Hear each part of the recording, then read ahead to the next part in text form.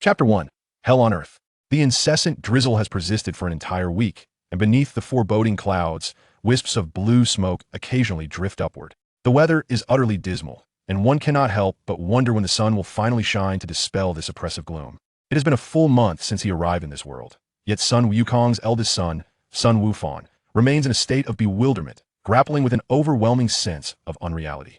Just a month prior, he was an ordinary young man, freshly graduated from university and stepping into the realm of adulthood.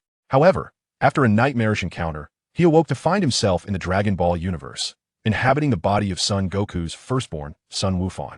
This world is not the one he knows, rather. It is the grim future envisioned by Trunks, where all the Z fighters have perished. Now, he stands alone as the last remaining warrior capable of fighting, a reality that feels like a haunting nightmare yet to be fully realized, especially given that he is only an 80-year-old child. 2 years ago, Son Goku succumbed to a viral heart disease, and his passing left the awakened androids 17 and 18 unchecked, rampaging through the land. Vegeta, Piccolo, Krillin, Ten, Yamcha, and Kaiatsu fell one after another as the androids ruthlessly reduced city after city to ashes. The world is transformed into a veritable hell on Earth, with survivors leading lives of desperation, hiding and fleeing from danger. At that time, Sun Wufan had missed the battle in his quest to collect the Dragon Balls, an unfortunate stroke of luck that spared his life. Yet, this fortunate twist only deepened his sense of guilt, plunging him into a state of melancholy as he wallowed in suffering. After enduring a month of torment, Sun Wufan finally fell gravely ill. Upon awakening, a newfound brightness enveloped him, bringing relief to his mother, Shishi.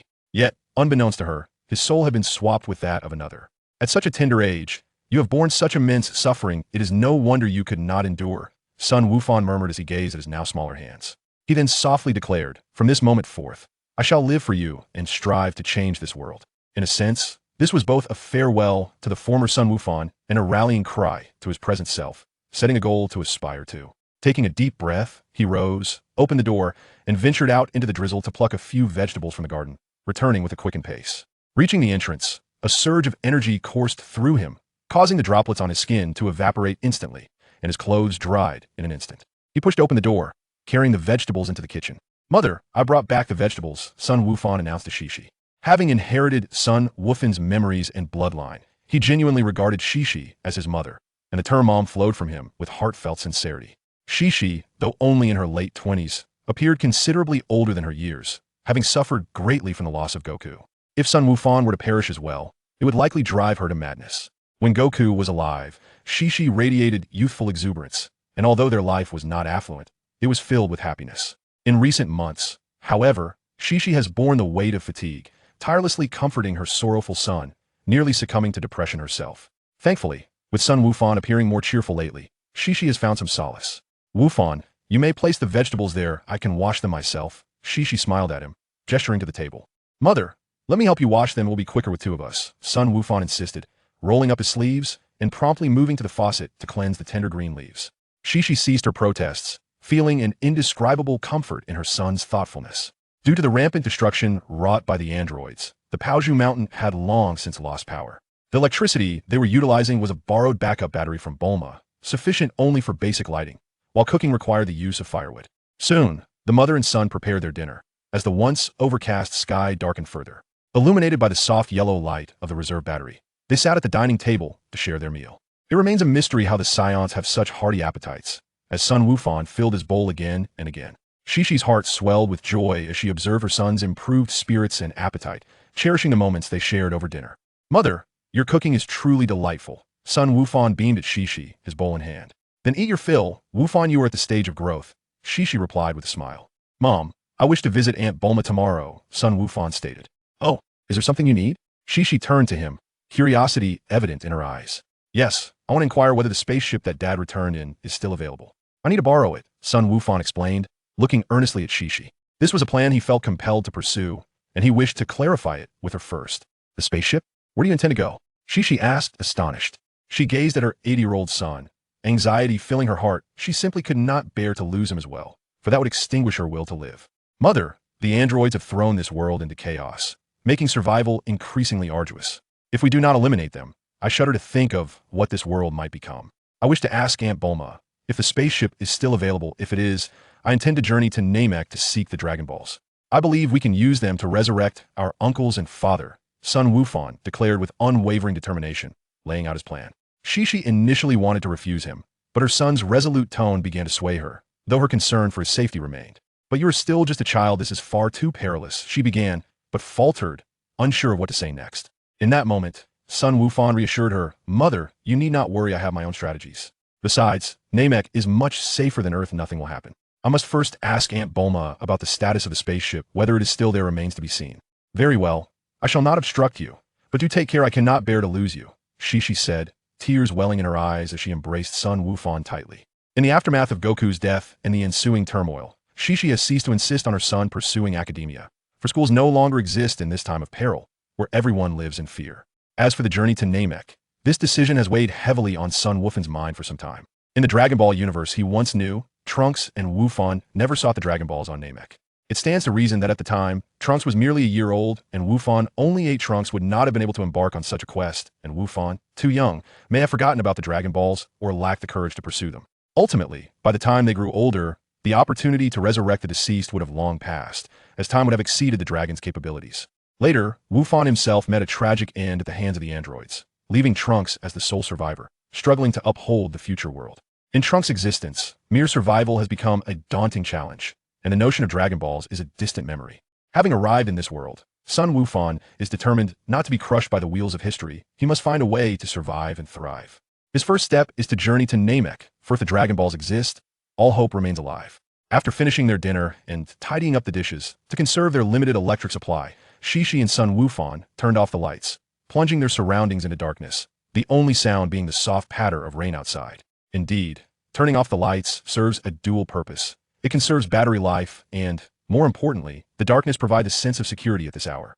The light is too conspicuous, and no one knows when the androids might appear should they arrive. The illumination would surely hasten the demise of those who remain alive. Sun Wufan sat cross-legged on the sofa, extending his senses to observe his surroundings. Though the androids 17 and 18 do not emit any discernible energy, he cannot afford to be complacent. Moreover, his vigilance serves as a form of mental training. Having arrived in this world for a month, Sun Wukong's initial sense of novelty had begun to wane. At the outset, he had soared into the sky using the technique of void dance, eager to relish the exhilarating sensation of freedom. However, to his dismay, he discovered that he suffered from acrophobia. As he ascended, a chill coursed down his spine, and gazing down at the increasingly distant ground made his legs feel weak. In that moment, Sun Wukong derided himself for bringing shame upon the Scions and the Great Traversers. Although he now possessed the power to obliterate planets, it was ironic that someone with such formidable strength was paralyzed by the fear of heights. Who would believe it if told? After enduring this predicament for a fortnight, Sun Wukong gradually acclimated to the sensation. As for the mastery of combat techniques and energy manipulation, he found no difficulty, likely due to the inherent instincts of Scion. His adeptness in this regard was perhaps also linked to his inheritance of all of Sun Wukong's memories. Chi-Chi glanced at her son, then sat beside him and closed her eyes. As a practitioner of martial arts, entering a meditative state was effortless for her. Before marrying Goku, she had diligently trained daily. However, after the arrival of Wukong, she gradually set aside her martial pursuits to devote herself fully to caring for her husband and son. Meanwhile, in the household of Bulma in West City, she had constructed a vast underground chamber beneath the former Capsule Corporation, utilizing the most robust materials, including adamantium, for the ceiling. This structure could withstand the assault of energy blasts from androids for a time, provided they were not intent on annihilating Earth. If the androids did seek to explode the planet, the underground chamber would inevitably be obliterated. Once Bulma completed the construction of this subterranean refuge, she relocated vital items there and established her living quarters within. Dr. Brief and his wife remain alive, and he had been assisting Bulma with new research in the underground facility. Trunks, meow meow meow, it's time for bed. Bulma gently swayed the child with purple hair in her arms. Trunks, who had just turned 1. Trunks obediently closed his eyes, a smile gracing his face as he drifted into slumber. Observing her son fall asleep so obediently, Bulma's face blossomed with a long-forgotten smile. She believed that hope still lingered. Chapter 2. A Visit to Bulma. Before dawn had broken, Sun Wukong awoke, vaguely recalling that it was his mother who had carried him to bed after midnight, leading him to surrender to sleep and indulge in pleasant dreams. After descending from his bed, he completed 200 push-ups, and, as the day brightened, he peered out the window to find that the incessant week-long rain had ceased. The white mist gradually dissipated, and the air appeared refreshingly clear. The trees glistened with lush greenery, brimming with hope, which lifted his spirits. Dressed and ready, son Wukong entered the bathing area for a quick wash, emerging to find Chi-Chi had prepared breakfast. No matter the destination, a mother always rises earlier than her child. Breakfast consisted of a large pot of gazelle meat porridge accompanied by several poached eggs. The gazelle, captured by Wukong a few days prior on the mountain, was as large as a small dinosaur, sufficient to last the two of them for quite some time, with plenty remaining. The steaming porridge was a feast for the senses, and son Wukong cheerfully expressed his gratitude to his mother before diving in. The sounds of him slurping the porridge creating a delightful symphony. Slow down, dear, no one is competing with you, Chi-Chi remarked as she served herself a bowl of porridge, watching Wukong eat. After finishing, Chi-Chi handed him a capsule, saying, Wukong, this contains the remaining half of the gazelle. Please take it to Bulma. They don't have the same quality of food in the city as we do on the mountain. Make sure to convey my regards. Son Wukong accepted the capsule, stowed it in his pocket, and zipped it shut before reassuring her, don't worry, Mom. They'll return as swiftly as I can. Be cautious on your journey, Chi-Chi urged, her concern palpable. I know, he replied. Once the exchange concluded, Chi-Chi watched her son depart before turning to tend to their vegetable garden.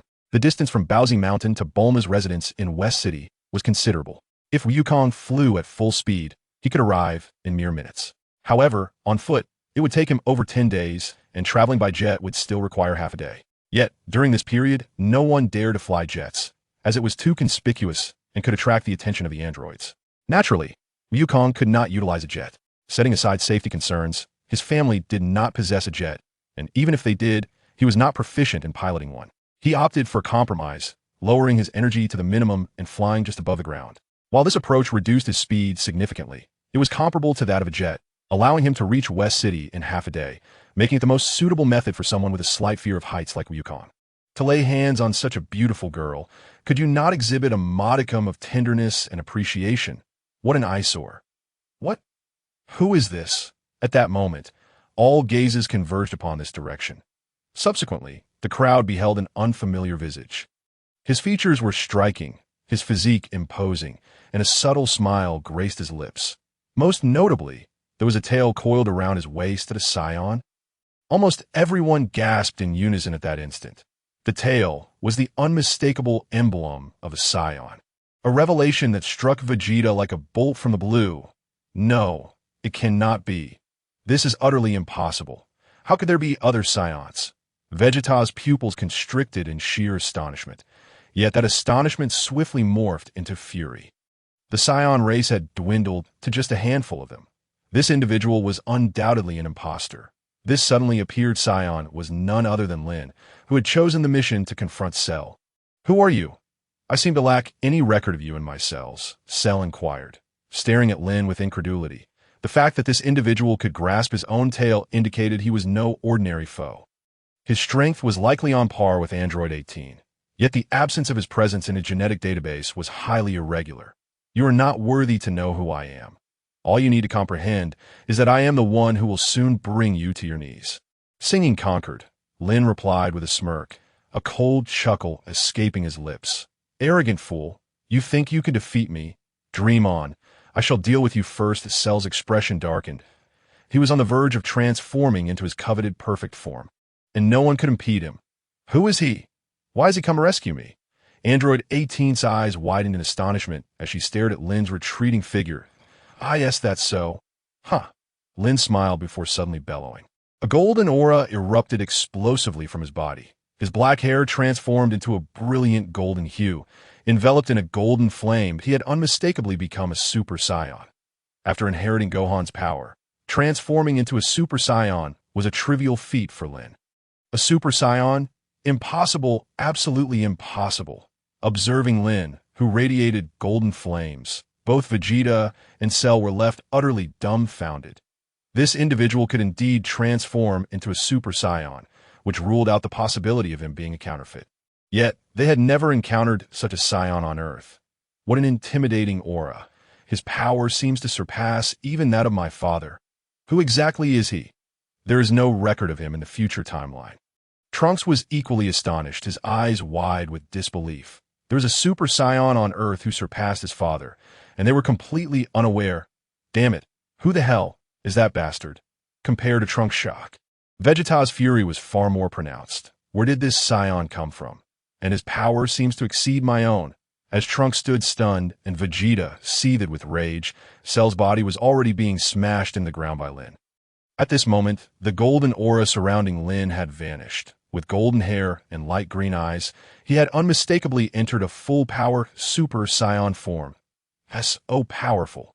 Meanwhile, in the sacred world of the Kais, Piccolo and Tien were equally astonished. This sudden individual must possess strength that exceeds Vegeta's.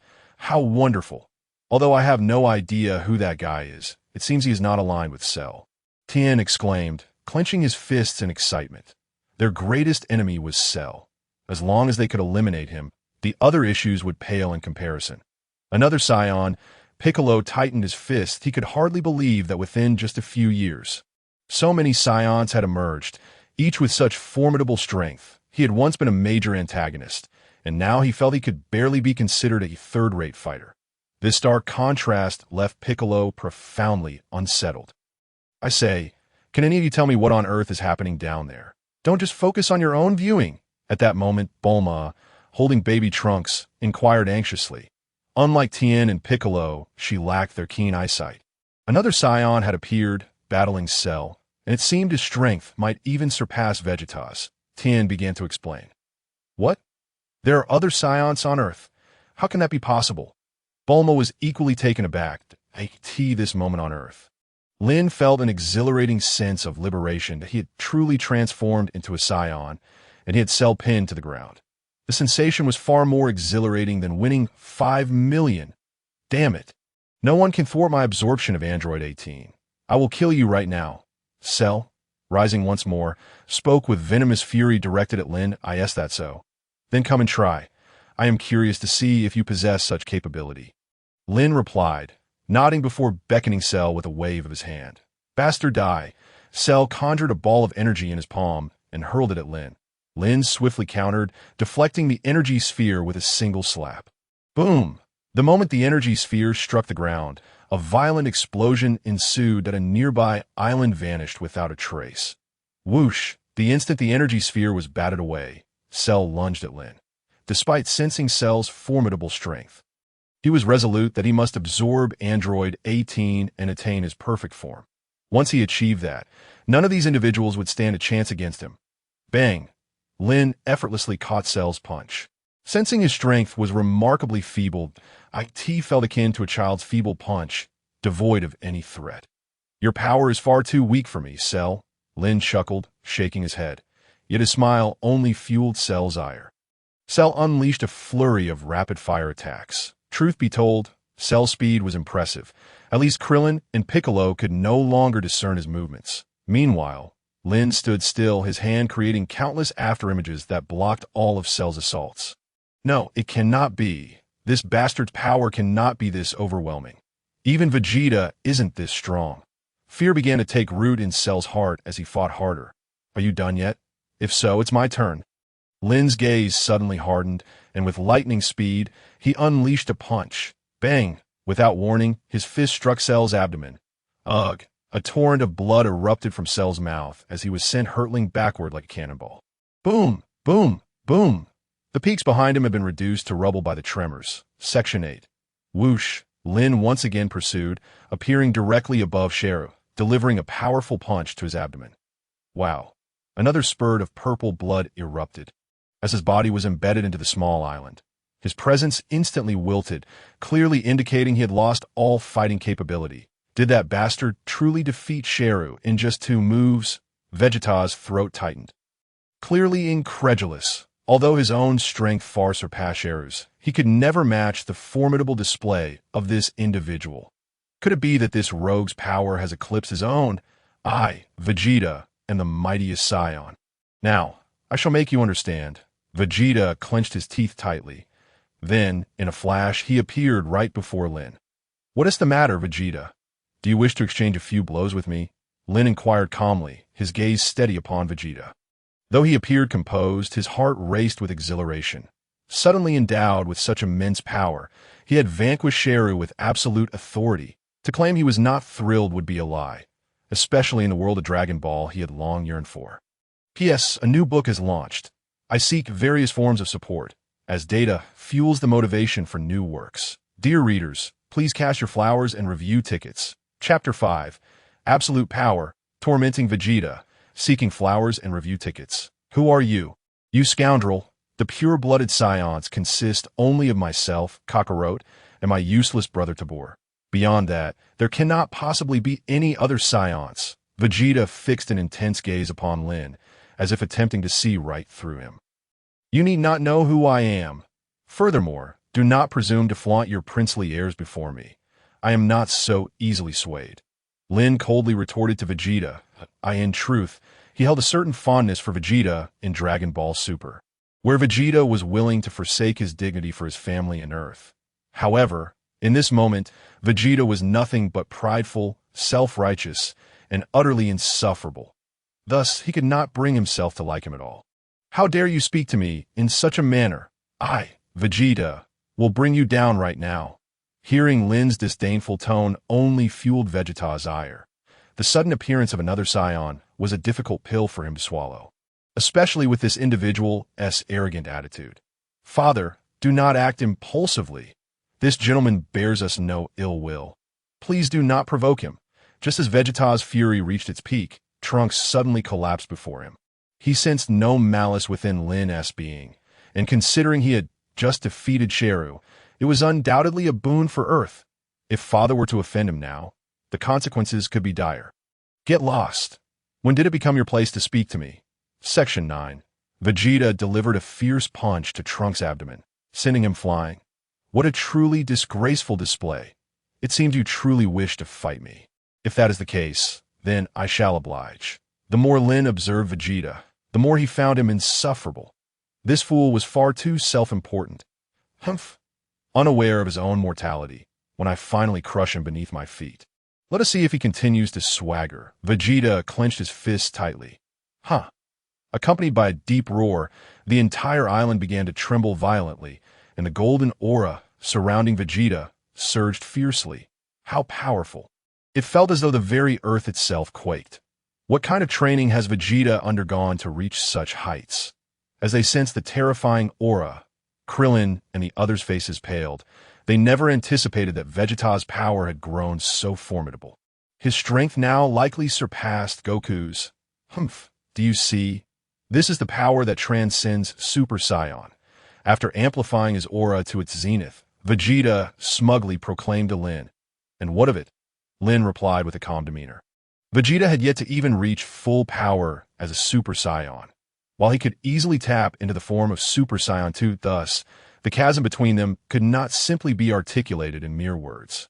He dares to flaunt himself before me. This fool truly exemplifies the heights of arrogance and ignorance. Seeking death. Are we? Whoosh! Vegeta's body surged forward in an instant, the ground beneath him shattering upon impact. As he appeared before Lin, swish, he unleashed a powerful punch. Lin deftly sidestepped, evading Vegeta's strike with ease. Following the initial attack's failure, Vegeta retaliated with a forceful knee strike. Pow! Lin clasped his hands together, blocking Vegeta's knee. Then, he pivoted and swung his fist toward Vegeta's face. Boom! At the moment of impact, Vegeta was sent careening backward. Crash! One by one, the mountains behind him crumbled. He was propelled dozens of yards before finally coming to a halt. Incredible! Even my father, who has transcended the limits of Super Saiyan, proved so feeble before him. Trunks stared wide-eyed in astonishment. Just as Vegeta had stated, he was acutely aware of how terrifyingly powerful Vegeta had become. Yet even so, he found himself utterly outmatched before this scion. You bastard! Section 10. Vegeta roared once more, his golden aura pulverizing the surrounding debris to dust. Whoosh that he charged toward Lin once again, utterly oblivious to his own limitations. In that moment, Lin vanished from sight. At this juncture, he far surpassed Vegeta in both speed and strength. Bam! Another deep collision resonated, sending Vegeta hurtling backward, leaving a long trail upon the ground. Blood seeped from the corner of his mouth. Who is he? How can he be this strong? Is he here to save me? 18 gazed at Lin's silhouette, her eyes shimmering with intrigue. Though she had been transformed into an android, she still possessed human emotions. Thus, witnessing Lin, akin to a battle god, saving her stirred profound feelings within her heart. A new book has launched. Dear readers, please lend your support with flowers and review tickets. Thank you all. Chapter 6. Sheru. How does one sing conquer? 24 seeking flowers and review tickets. Salvation has arrived. This earth is saved. Android 16, with half of his head missing, wore a contented expression. Although he did not know the identity of this suddenly appearing scion, he could sense his immense power. Both Vegeta and Sheru were no match for him. Moreover, he felt no trace of malevolence within this individual. At that very moment, Vegeta astonishingly stood up once more with unwavering strength. Despite his body being riddled with numerous wounds and traces of blood staining the corners of his mouth, he steadfastly maintained his Super Saiyan form. Furthermore, the fury burning in his eyes blazed fiercely. Damn it, how dare this bastard treat me in such a manner? This is utterly unforgivable. Vegeta let out a frenzied roar once again, his body lunging towards Lin. Get lost! Although Vegeta still retained his Super Saiyan form. After enduring 2 heavy blows, his energy had diminished by half, severely weakening his speed and strength. How could he possibly contend with Lin? Lin swiftly delivered a kick to Vegeta's face that moment. Vegeta's pupils abruptly constricted, his hair instantly turning black. He collapsed, his body skidding across the ground for dozens of yards before finally coming to a stop. Whoosh! Just as Lin was about to approach and check on Vegeta's condition, Trunks suddenly fell at Lin's feet. Sir, I implore you, do not kill him. Trunks quickly crossed his arms, pleading earnestly. I say, Trunks, even though he is your father, this fellow has not treated you as a son at all. Moreover, if I had not intervened, this planet could have very well faced destruction at his hands. Do you comprehend? Such a person remaining on Earth is akin to a ticking time bomb. Lin spoke indifferently to Trunks. I understand why father's actions were indeed exceedingly excessive. He nearly led this world to annihilation. Regardless, he is still my father. I beseech you to show leniency and spare his life. Trunks furrowed his brow tightly, continuing his plea. Although his father's recent actions had filled him with rage, he could not bear to watch him be killed. All right, do not be so anxious that I shall not take his life. The absence of someone as charming yet troublesome as Vegeta would certainly deprive this world of much amusement. Wouldn't it? Observing Trunks' palpable tension, Lin spoke calmly. Although Vegeta is presently rather arrogant, his transgressions do not warrant death. Besides, I am not a ruthless killer. I will not slay Vegeta for such trivial matters. Thank you. Sir, Trunks quickly expressed his gratitude that moment. However, Cell stealthily rose. Where did such a formidable bastard emerge from? It seems my ambition to absorb Android 18 today is utterly unattainable if I remain here any longer. I may meet my demise. As long as I continue to live, there will come a day when I shall absorb Android 18 and achieve my perfect form that I refuse to believe this fellow can remain by her side indefinitely. Cell cast a furtive glance at Lin, an ocean of hatred surging in his eyes. Were it not for this bastard's sudden appearance, I would have already attained my perfect form. It is all because of him. Thus, when I finally achieve my perfect form, he shall be the first to suffer a gruesome fate.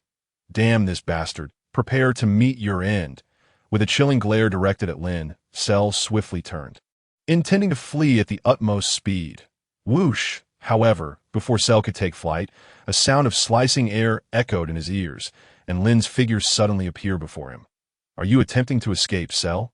Lin inquired, a mocking smile gracing his lips as he observed the terror-stricken expression on Cell's face. When did you? Cell was utterly bewildered. When did this fellow notice that he had awakened? If that is the case, my plan to escape has been thwarted. Have you lost your mind? Do you not recall what I previously said to you? Lin asked coolly. What did you say? Cell genuinely could not remember Lin's words. Initially, he had paid no heed, and as anxiety and fear consumed him, he found it difficult to focus on anything else. All right, I shall reiterate that I proclaimed that today I would have you kneel before me and sing conquer. Do you comprehend now? Lin continued in his calm demeanor. Sing conquer? Cell was utterly perplexed. What on earth is conquer? I have never heard of it. How does one even sing conquer? If I sing it, will you spare me? Cell gulped nervously, stammering his inquiry. Although this subservient tone filled him with humiliation, he was determined to survive today. There will come a time when I will make this bastard pay dearly. Please, teach me how to sing Conquer first. Cell could only express his utter discontent. Very well. Now, follow my rhythm and sing along. Just like this, being conquered by you, severing all paths of retreat. Just like this, being conquered by you, drinking down the poison you have concealed. Lin began earnestly instructing him. Just like this, being conquered by you, severing all paths of retreat. Cell bellowed, straining his voice. However, the sound was horrendously off-key, his high notes cracking and becoming breathy. Bam! Lin swiftly slapped Cell's face, sending him flying. Start over, he commanded, addressing Cell. Just like this, being cough, cough. Although Cell possessed incredible strength, singing was not his forte. Thus, he was unable to stay on key. Bam! In the next instant, his body was once again sent flying by Lin's kick. Hiss! Observing Cell's pitiful plight, it seemed that everyone began to feel sympathy for him at that moment. This song is simply too challenging to sing. Krillin and Piccolo, who were watching from the heavenly realm, began to hum along, yet they could not capture its essence. Time and again, Cell was kicked into the air till he rose again and again, the venomous hatred in his eyes intensifying. Yet, in order to survive, he had to endure the humiliation time and again. Your singing is simply unbearable, making it quite unpleasant for me to listen to. I believe a creature like you truly belongs in hell. After toying with Cell, Lin decided he no longer wished to continue this game. As for Vegeta, he truly lacks any murderous intent. However, when it comes to Cell, the situation is entirely different.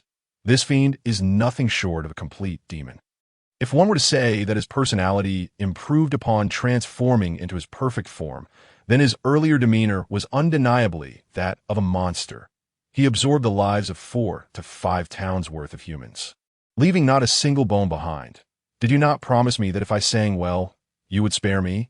It seems Cell has sensed Lin's murderous intent. Large beads of sweat immediately began to cascade from his forehead. This scoundrel has humiliated him for so long. Yet he has no intention of letting him go. How outrageous! Did I not say that if your singing pleased me, I would grant you mercy?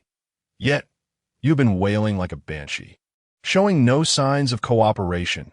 Do you think I find your performance enjoyable? Lin regarded Cell with a mocking expression that look unmistakably conveyed, I am taking pleasure in your plight. What can you do about it? You scoundrel, there should be limits to bullying. In a sudden surge of rage, Cell sprang to his feet, his eyes ablaze with fury. It became evident that this rascal had no intention of letting him off the hook. He had merely been toying with him, humiliating him all along. Go die, you bastard. In a fit of utter frustration, Cell conjured 2 energy spheres in his palms and hurled them at Lin. Boom! The energy spheres detonated instantly, engulfing Lin's body in a cloud of dust. Following that, Cell unleashed a torrent of energy spheres in rapid succession. The entire small island collapsed into oblivion. After a full 2 minutes, Cell finally halted his assault. Gasping for breath, the dust began to settle, revealing Lin's figure once more, completely unscathed, not even a hint of conflict upon him. Enough, Cell, go to hell and pray for the innocent souls you once consumed. Lin's chilling voice echoed ominously. With a swish, he appeared before Cell, delivering a powerful punch to his abdomen, but a viscous, blood-streaked, purple-green liquid erupted from Cell's mouth, followed by a violent bout of vomiting. Soon enough, he expelled the previously absorbed Android 17. 17! Android 18 exclaimed in astonishment upon witnessing the unexpected turn of events. Cell, it's over for you. Lin directed his palm towards Cell's head, conjuring a golden energy sphere in an instant. No. Please don't kill me. I beg you, spare my life. Faced with the specter of death, Cell wept and knelt in supplication. So close, just a hair's breadth away from achieving my perfect form. How infuriating! A profound sense of resentment consumed him, the suffocating feeling nearly rendering him breathless. Whoosh! Lin released the energy sphere. Boom! In an instant, the island beneath Cell vanished, along with his very being. Ding! Congratulations, host, for completing the optional task. Thoroughly thrashing Cell. Reward: side effect free 10-fold Kaioken Android 18's affection. After dispatching Cell, the system's synthesized voice resonated within Lin's mind. How splendid! A tenfold Kaioken without side effects combined with Super Saiyan 2. Imagine the potential strength. Lin's face glowed with excitement as he contemplated. Even if he transformed into Super Saiyan 2 at this juncture, he would have no rivals. Coupled with the side effect-free tenfold Kaioken, he would be an invincible force. Excuse me, may I inquire your name? At that moment, Android 18 stepped forward, her cheeks flushed, and addressed Lin. I am Lin. To his surprise, Android 18 had approached him to ask for his name. This caught Lin off guard, yet his expression remained composed. In Dragon Ball Z, Android 18 is known for her icy demeanor. Even after being saved, it was unlikely she would approach him with such familiarity that it seemed the system's rewards had indeed taken effect. Thank you for rescuing me. Not only did you save me, but you also saved 17, Android 18 continued, her face still tinged with crimson that moment. Her emotions were tumultuous. She was not one to behave this way. In her previous disposition, even if she were saved, she would have simply turned away, planning to repay the favor in the future. Yet today, she found herself inexplicably drawn to Lin, her heart racing at the sight of him. Despite her efforts to suppress this feeling, the more she resisted, the more uncontrollable it became, like a flood bursting through an own need for formality. It is merely my duty as a modern gentleman to rescue a damsel in distress. Lin replied nonchalantly. Android 18 was momentarily at a loss for words. She had not anticipated such a response from him. Did he not have any expectations, such as asking her to repay him in kind? Of course, Lin had no such intentions. Capturing a woman's heart does not require relentless pursuit. Sometimes a subtle cat-and-mouse approach proves far more effective, especially since Lin could tell that Android 18 harbored feelings for him. Whether due to the system's influence or his own remarkable qualities, the outcome had turned in his favor. He had no need to take the initiative. That would only diminish his worth. Well, with Cell defeated, you are all safe now. I shall take my leave. Farewell. Lin flashed a smile at Android 18 before turning away, leaping gracefully, leaving behind a carefree silhouette. Did he just leave? Android 18 gazed at Lin's retreating figure. Momentarily dazed, was she not attractive enough for him to spare her a second glance? No. How could he simply walk away like that? She had yet to express her gratitude for his life-saving intervention. He could not just leave. As the 18th contemplated, her irritation grew. Women can be quite perplexing. When some individuals relentlessly pursue them, it becomes bothersome. Yet when someone chooses to ignore them, it incites a profound sense of anger. This sentiment was particularly acute for the 18th, a striking beauty exuding confidence that Lin's actions appear to her as an affront. That insufferable wretch. I shall find you, she muttered under her breath, clenching her fists as she gazed in the direction Lin had departed. Subsequently, she made her way toward the 17th. Though Trunks harbored a desire to eliminate the androids 17 and 18, he hesitated, recalling how Lin had just saved them. Kill them now would be tantamount to antagonizing Lin. Their power had significantly increased, making it futile for the androids to devise any tricks. However, Lin warranted utmost caution. His strength vastly surpassed theirs. I humbly request your support through votes and flowers. If any of you possess data, kindly lend your assistance with a few votes. Thank you. Chapter 9. I can see you're just here for a free meal. Top 10 donor bonus chapter. In the end, the 18th departed with the 17th, while the 16th was taken by Krillin for repairs of Bulma's. What could have escalated into a disaster threatening the entire Earth was entirely quelled with Lin's appearance. That, of course, there was one individual whose mood was exceedingly foul: Vegeta. A day later, Goku and Gohan emerged from the hyperbolic time chamber. Both had transformed into Super Saiyans at full power. I can no longer sense Cell's energy. What could be the reason for this? Piccolo, Goku asked, astonished as he looked at Piccolo. Could it be that Cell was defeated by Vegeta? Upon reflection, it made sense. Vegeta had spent an entire year in the time chamber, resulting in a tremendous boost to his strength. At that time, Cell was indeed no match for him. Cell was killed half a day ago by a Saiyan. Piccolo replied nonchalantly. What? It wasn't Vegeta who killed Cell? Goku inquired, intrigued. The Saiyan you speak of, is it not Vegeta? Besides Vegeta and Trunks, Gohan and I were the only other Scions in the time chamber, so there shouldn't be any others on Earth. Certainly not. That arrogant fool Vegeta nearly doomed the entire planet due to his pride and hubris. The Scion who killed Cell is named Lin. I have no idea where he came from, but his strength far exceeds Vegeta's, and he resembles you both. Piccolo first unleashed a tirade against Vegeta before turning to Goku and Gohan. When Lin defeated Cell, he seemed to maintain the form of a Super Saiyan without any golden aura surrounding him. Lin? Who is that? I have never heard such a name. Goku scratched his head in confusion. How can there be another Saiyan? And it seems he, too, can achieve the form of a Super Saiyan at full power. Dad, as long as Cell has been dealt with, that is what truly matters. Right? Gohan chimed in. You're absolutely right, Gohan, that as long as Cell has been vanquished, it is indeed a boon for Earth. However, I must meet this unexpectedly powerful Scion. Goku's eyes sparkled with excitement, regardless of whether he is friend or foe. I must seek him out. Piccolo, do you know where he is now? Goku inquired, clearly eager to find Lin. He had anticipated engaging Cell in battle upon exiting the time chamber, but was instead met with news of an even more formidable Scion, which thrilled him immensely. I advise against doing anything reckless. Goku, if I'm not mistaken, his strength surpasses yours, and he defeated Cell without using his full power, Piccolo warned, his gaze fixed sternly on Goku, sensing the latter's excitement was cause for concern. Don't worry, I won't act foolishly, Goku assured with a smile. Right, he should still be on Earth. However, he has concealed his energy, so I cannot locate him for the time being, Piccolo replied calmly. I understand. Gohan, you should head home first. I will search for Lin. Goku instructed Gohan before disappearing from the sacred world of the Kais. Gohan soon followed suit. Just after their departure, Vegeta stormed into the sacred world of the Kais, fuming, and entered the time chamber. Meanwhile, Lin was relishing exquisite cuisine.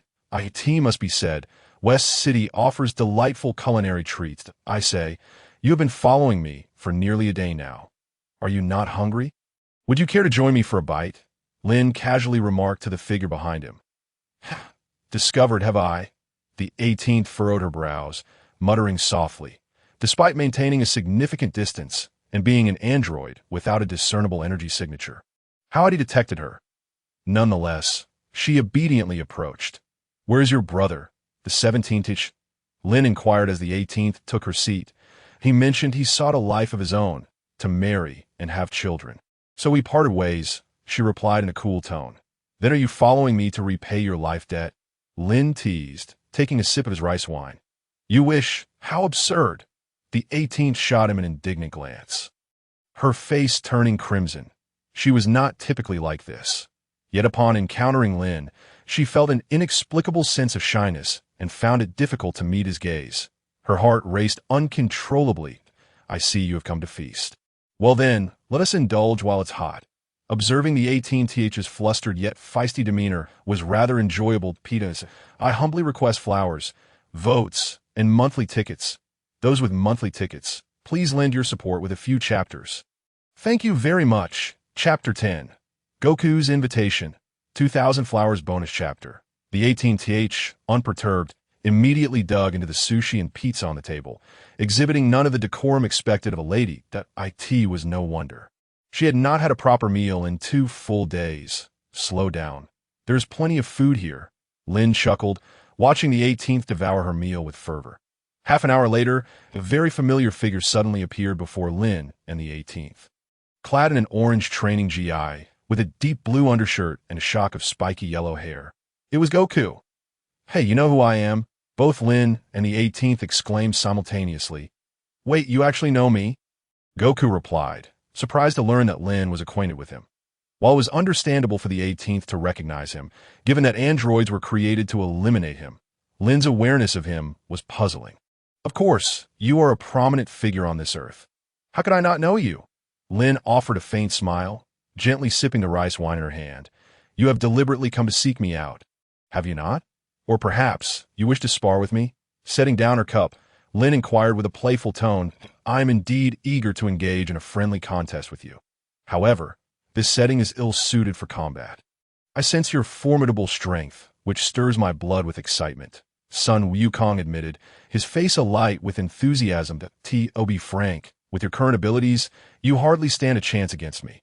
Thus, I lack the interest to battle you. Lin responded calmly. Yes, that's so. If that is the case, you might be underestimating me. In just 10 days, a grand martial arts tournament will be held on Earth, and I hope you will participate. If you choose not to, the event will certainly lose much of its allure. Sun Wukong extended an invitation to Lin.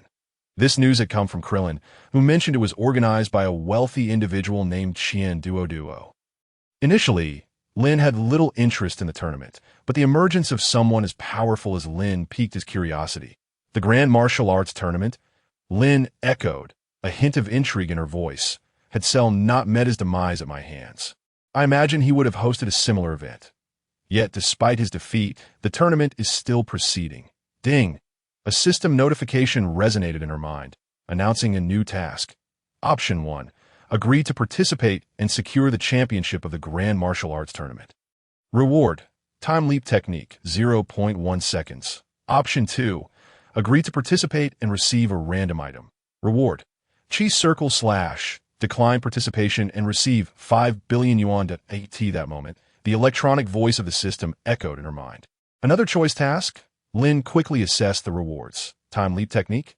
Chi circle / 5 billion yuan. The decision seemed straightforward.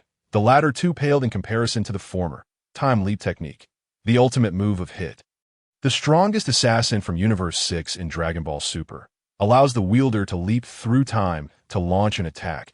The IT is undeniably an extraordinary skill. In the tournament between Universe 6 and Universe 7, Hit utilized this technique to defeat Super Saiyan Blue Vegeta in an instant, despite Vegeta's superior strength at the time.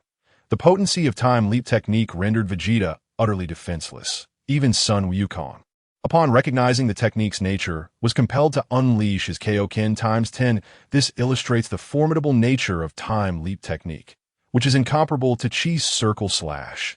And the allure of 5 billion yuan holds no charm for Lin at this moment. I choose option 1. I shall participate in the tournament and claim victory, Lin declared resolutely in her mind.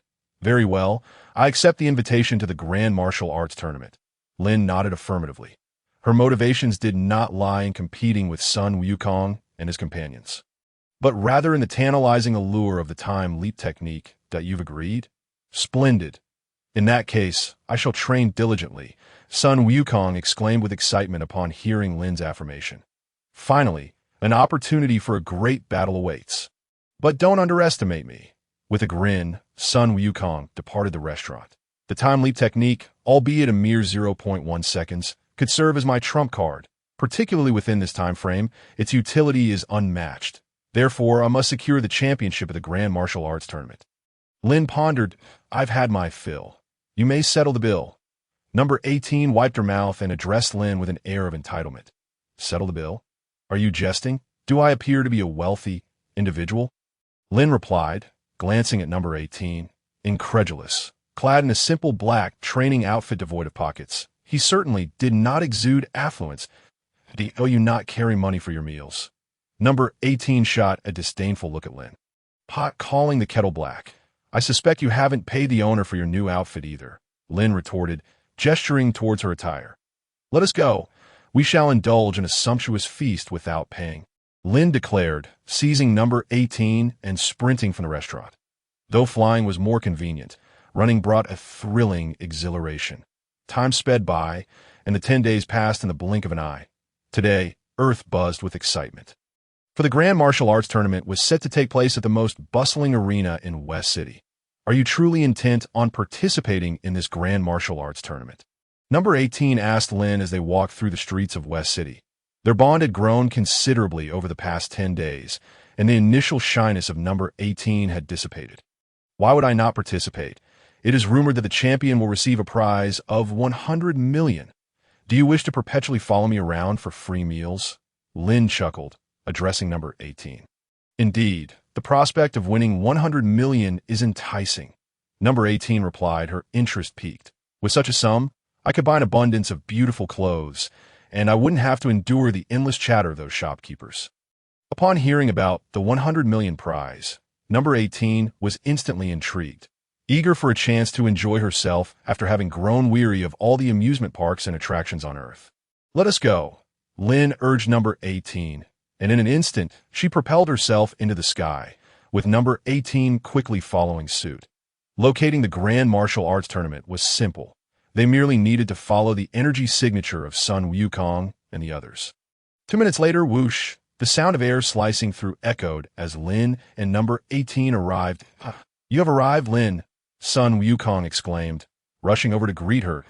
It was known that Lin was the sole contender he wished to challenge in this tournament. Number 18, Trunks remarked, a hint of discomfort lingering in his heart at the sight of her. Despite the significant differences between this timeline's number 18 and the one from the future, he couldn't shake the unease. "You all seem eager to be defeated by me," Lin observed, glancing at the gathering crowd. Sun Wukong, Gohan, Piccolo, Trunks, Krillin, and the solitary figure of Vegeta, who stood aloof in a corner with arms crossed, his demeanor exuding irritation as he occasionally shot glances in Lin's direction. Huffing in annoyance, such directness. "This fellow certainly does not mince words," Piccolo remarked, rolling his eyes at Lin's bluntness. "We have not been idle during these 10 days. Defeating us will not be so easily accomplished." With a confident smile, Sun Wukong remarked, "So, you must be number 18. Are you also participating in this competition?" He then turned his gaze towards number 18, inquiring further. "Humph." Of course, number 18 retorted with a cold smirk. "While I have no desire to kill you, I will undoubtedly defeat you soundly in the arena. Ha. That certainly sounds intriguing. With your participation, this power tournament is bound to be exceedingly entertaining." Sun Wukong laughed heartily. "Indeed, it will be quite amusing. Come, let us go register." Lin En smiled at Sun Wukong and then led number 18 to the registration desk. Half an hour later, the grand tournament commenced. Ladies and gentlemen, competitors and spectators alike, we are thrilled to officially begin the World Martial Arts Tournament, graciously sponsored by the affluent Mr. Chien Duo of the West City. This time, we have a total of 318 participants. So we have decided to amend the traditional rules of the tournament. Instead of a one-on-one knockout format, we will adopt a free-for-all battle mode. The last competitor standing will be crowned the champion of this tournament. The host passionately detailed the rules from the stage, while the audience erupted in waves of ecstatic cheers, creating a deafening atmosphere. "Now, we invite all competitors to take the stage," as the host's voice faded. Figures began to appear on the arena, causing a flurry of activity. So many people. And they're all here to compete. "It seems I have little chance," Klin sighed, observing the dense crowd on the stage alongside Sun Wukong and Lin En. "Hey, don't be so pessimistic, Klin. You might just last until the end," Sun Wukong encouraged, patting Klin on the shoulder. He then leapt onto the stage with his companions. "Let us go," Lin En said to number 18 before springing onto the stage as well. With all 318 contestants now gathered, the stage felt rather cramped. With the competitors assembled, the tournament was officially underway at the host's command. "Ha!" A voice boomed from the stage, followed by a cascade of competitors falling off like dumplings. "Aha! That Vegeta is certainly straightforward," Sun Wukong chuckled, slightly exasperated. Chapter 12. Defeating full-power Vegeta with one blow. Vegeta's explosive energy had eliminated 90% of the competitors. Those remaining in the arena were truly formidable opponents. Vegeta is indeed quite capable, Lin En mused to himself as he surveyed the now spacious arena. Meanwhile, the Z Warriors had largely remained unscathed, accompanied by a few fortunate regulars clinging to the edges of the platform. After Vegeta's display, others seemed uncertain on how to proceed, while those clinging to the edges were left bewildered. What just happened? It was as if a hurricane swept through, eliminating over 90 competitors. The host rubbed his eyes in disbelief. There are only 13 contestants left. As the crowd remained still, Sun Wukong began to stride towards Lin En. His purpose for entering the tournament was crystal clear. "Lin En, step aside, Kakarot. That person is meant to be defeated by me." "Prince Vegeta," Vegeta declared, stepping in front of Sun Wukong. After being humiliated 10 days prior, he had spent a day in a hyperbolic time chamber, significantly enhancing his strength. Today, he was determined to reclaim his dignity by defeating Lin En. "Hey, Vegeta, isn't that a bit tyrannical? Lin En is someone I invited to this tournament. Sun Wukong protested, visibly displeased. If not for the desire to have a fair fight with Lin En, he would have preferred to skip the tournament altogether. Who cares about such trivial matters? Vegeta scoffed, glaring at Sun Wukong before turning his attention to Lin En. You better come to your senses. I, Vegeta, shall brutally floor you. His haughty demeanor left Lin En somewhat exasperated. Vegeta, as always, was arrogant and self-assured, still unable to transform into Super Saiyan 2, yet acting so brazenly. You two need not compete. Why not join forces? It would save me the trouble, Lin En suggested calmly to Sun Wukong and Vegeta. Even if they teamed up, they would still be no match for him. After all, his true objective was to seize victory in the tournament. How infuriating! This arrogant fool dares to look down on me. Prince Vegeta! Vegeta's anger flared at Lin En's smug expression. Kakarot, if you dare to interfere, I will destroy you, Vegeta threatened before charging at Lin En. With a flash, he transformed into a Super Saiyan. Golden flames erupting from his body. Prepare to be defeated, Vegeta declared, launching a punch at Lin En's face. In response, Lin En clenched his fists and transformed into his full-power Super Saiyan form. With ease, he blocked Vegeta's attack. Your power is rather lacking. You both should join forces quickly, Lin En remarked, effortlessly throwing Vegeta toward the edge of the stage with a dismissive attitude. How dare you? There should be limits to arrogance. Vegeta clenched his fists again, his golden aura dissipating as he too transformed into full-power Super Saiyan. Indeed, this was the result of his training after his second venture into the hyperbolic time chamber. He had now attained the ability to transform into the full-power Super Saiyan form, akin to Kakarot. Interesting, it seems he has trained earnestly, Lin En thought, slightly surprised by Vegeta's progress. However, this version of Vegeta still failed to pique his interest significantly. Suddenly, Vegeta's body became a blur as he charged forward with remarkable speed, exponentially faster than before, filled with newfound confidence. Incredible! Vegeta has reached this level, Sun Wukong exclaimed, astonished by Vegeta's transformation. Yet Vegeta's training speed had always been impressive. Achieving full power form was not entirely unexpected, Kaioken. Lin En whispered to himself as he prepared for Vegeta's assault.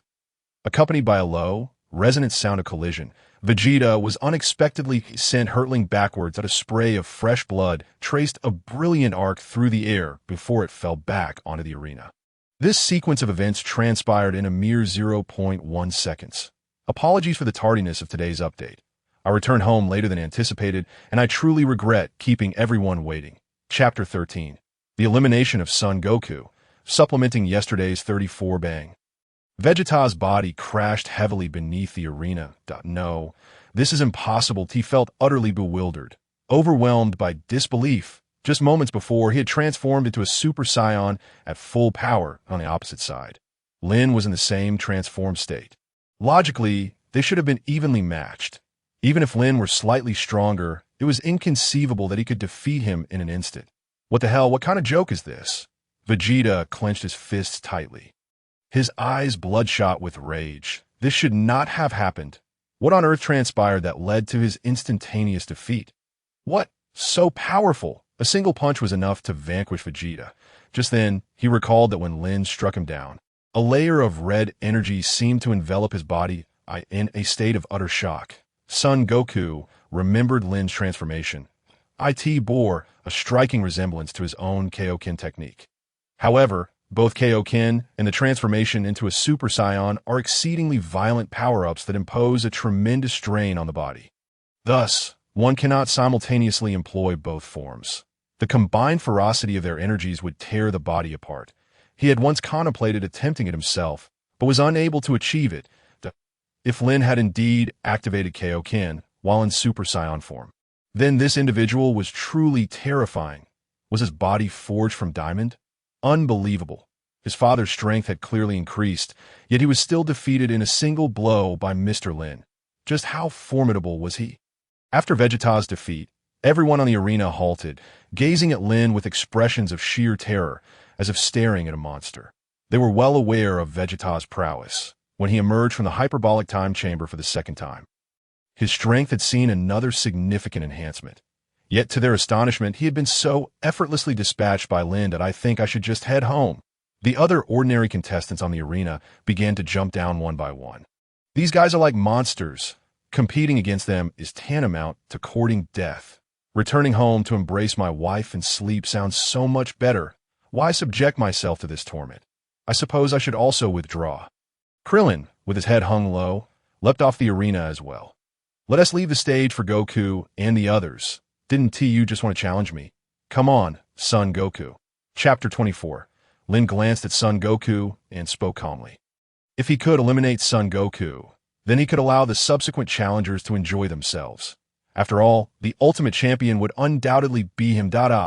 Your strength seems to exceed my expectations. That TO defeat Vegeta in an instant is truly remarkable.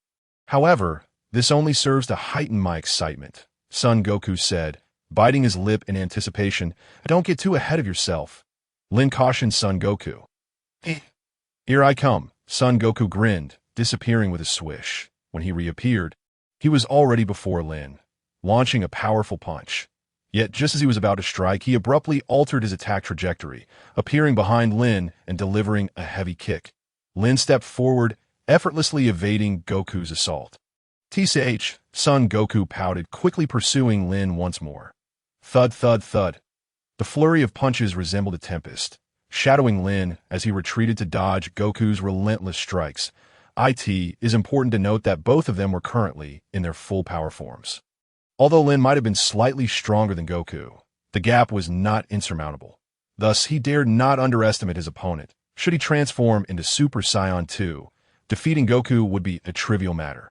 However, for now, he was reluctant to reveal that form. Gulp, gulp. The battle on the arena had become a blur to the spectators. They could only hear the sounds of air being sliced and occasionally catch glimpses of shadowy figures darting about. The audience could only hear the sound of anxious swallowing and the splattering of drinks hitting the ground. Swish, swish, Son Goku continued to unleash a barrage of attacks, relentlessly pressuring Lin, who was now merely 3 to 4 meters from the edge of the arena. Father is dominating. This is amazing, Son Gohan exclaimed excitedly as he watched Son Goku force Lin to retreat.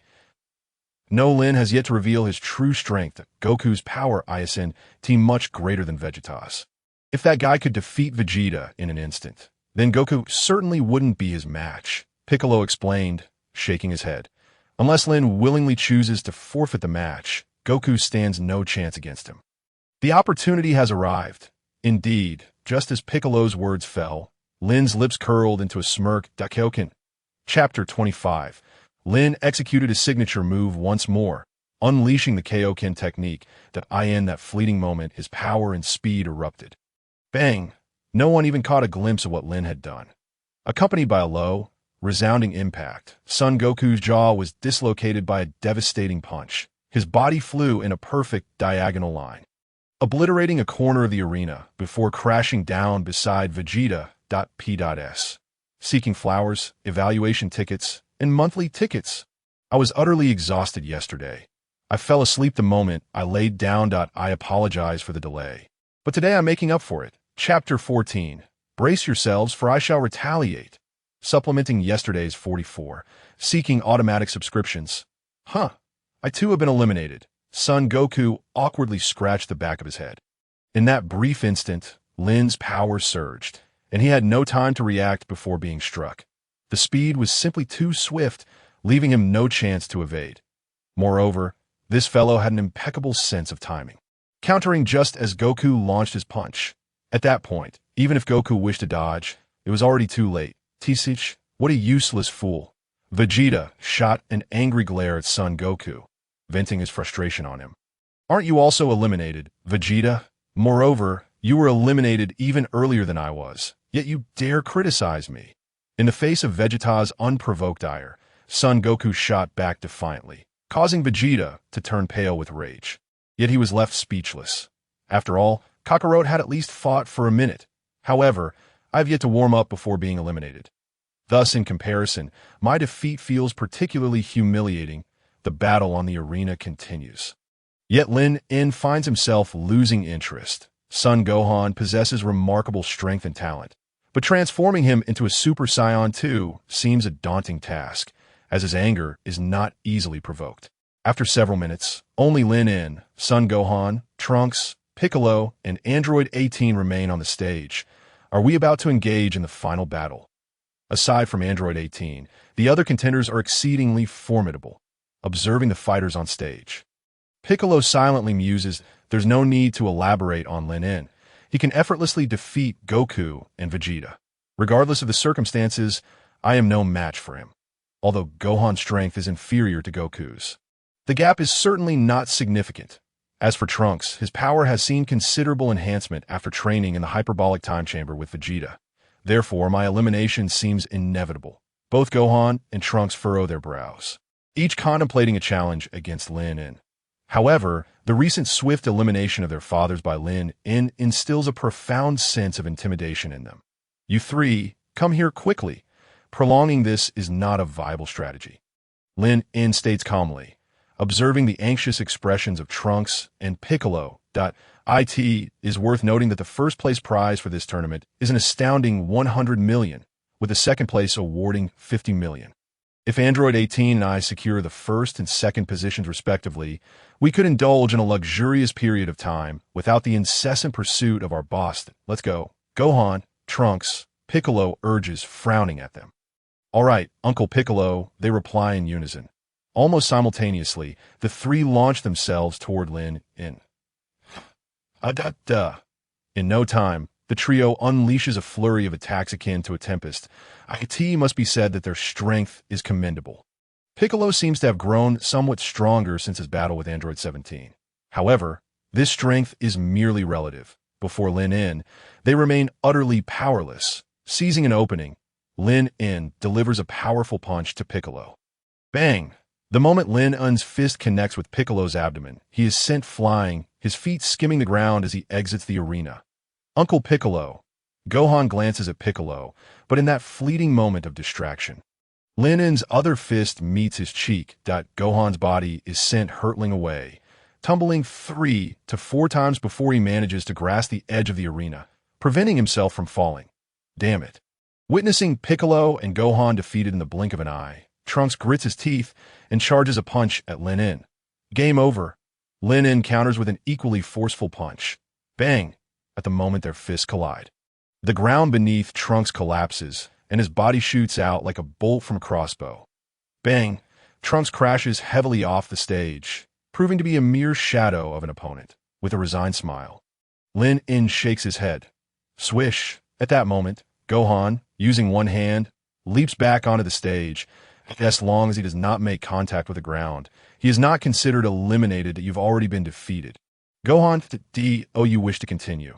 Lin En inquires coolly. I have not been defeated yet. Gohan insists, clenching his fists with determination. Very well. If that's the case, let us proceed. Lin En shrugs. He is surprised that Gohan wishes to persist. In that case, he is eager to see if Gohan can transcend his limits in their battle. Gohan's arms tremble, and golden energy surges forth in an explosive display. Swish! The next moment, he charges at Lin En once more. Swish, swish, swish!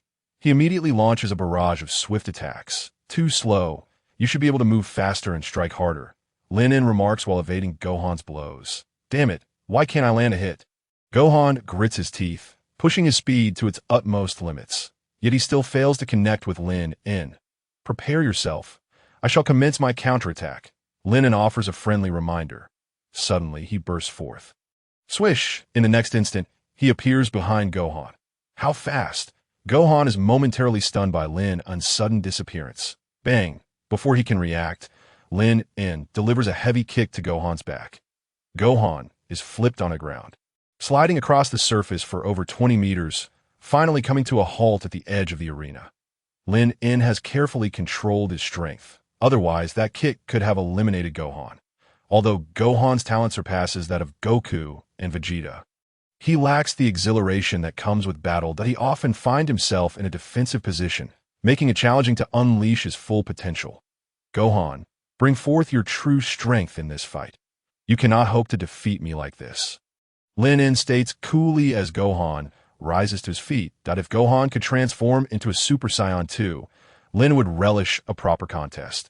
Goku and Vegeta are currently at full power in their Super Saiyan forms. Engaging them offers little excitement. Only when they achieve Super Saiyan 2 would Lin En likely feel a thrill.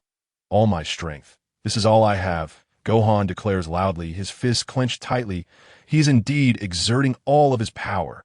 From Lin En's tone, it seems he senses a hidden strength within Gohan. Goku murmurs from the sidelines. During their time in the hyperbolic time chamber, he sensed a potent energy within Gohan, which he could suppress.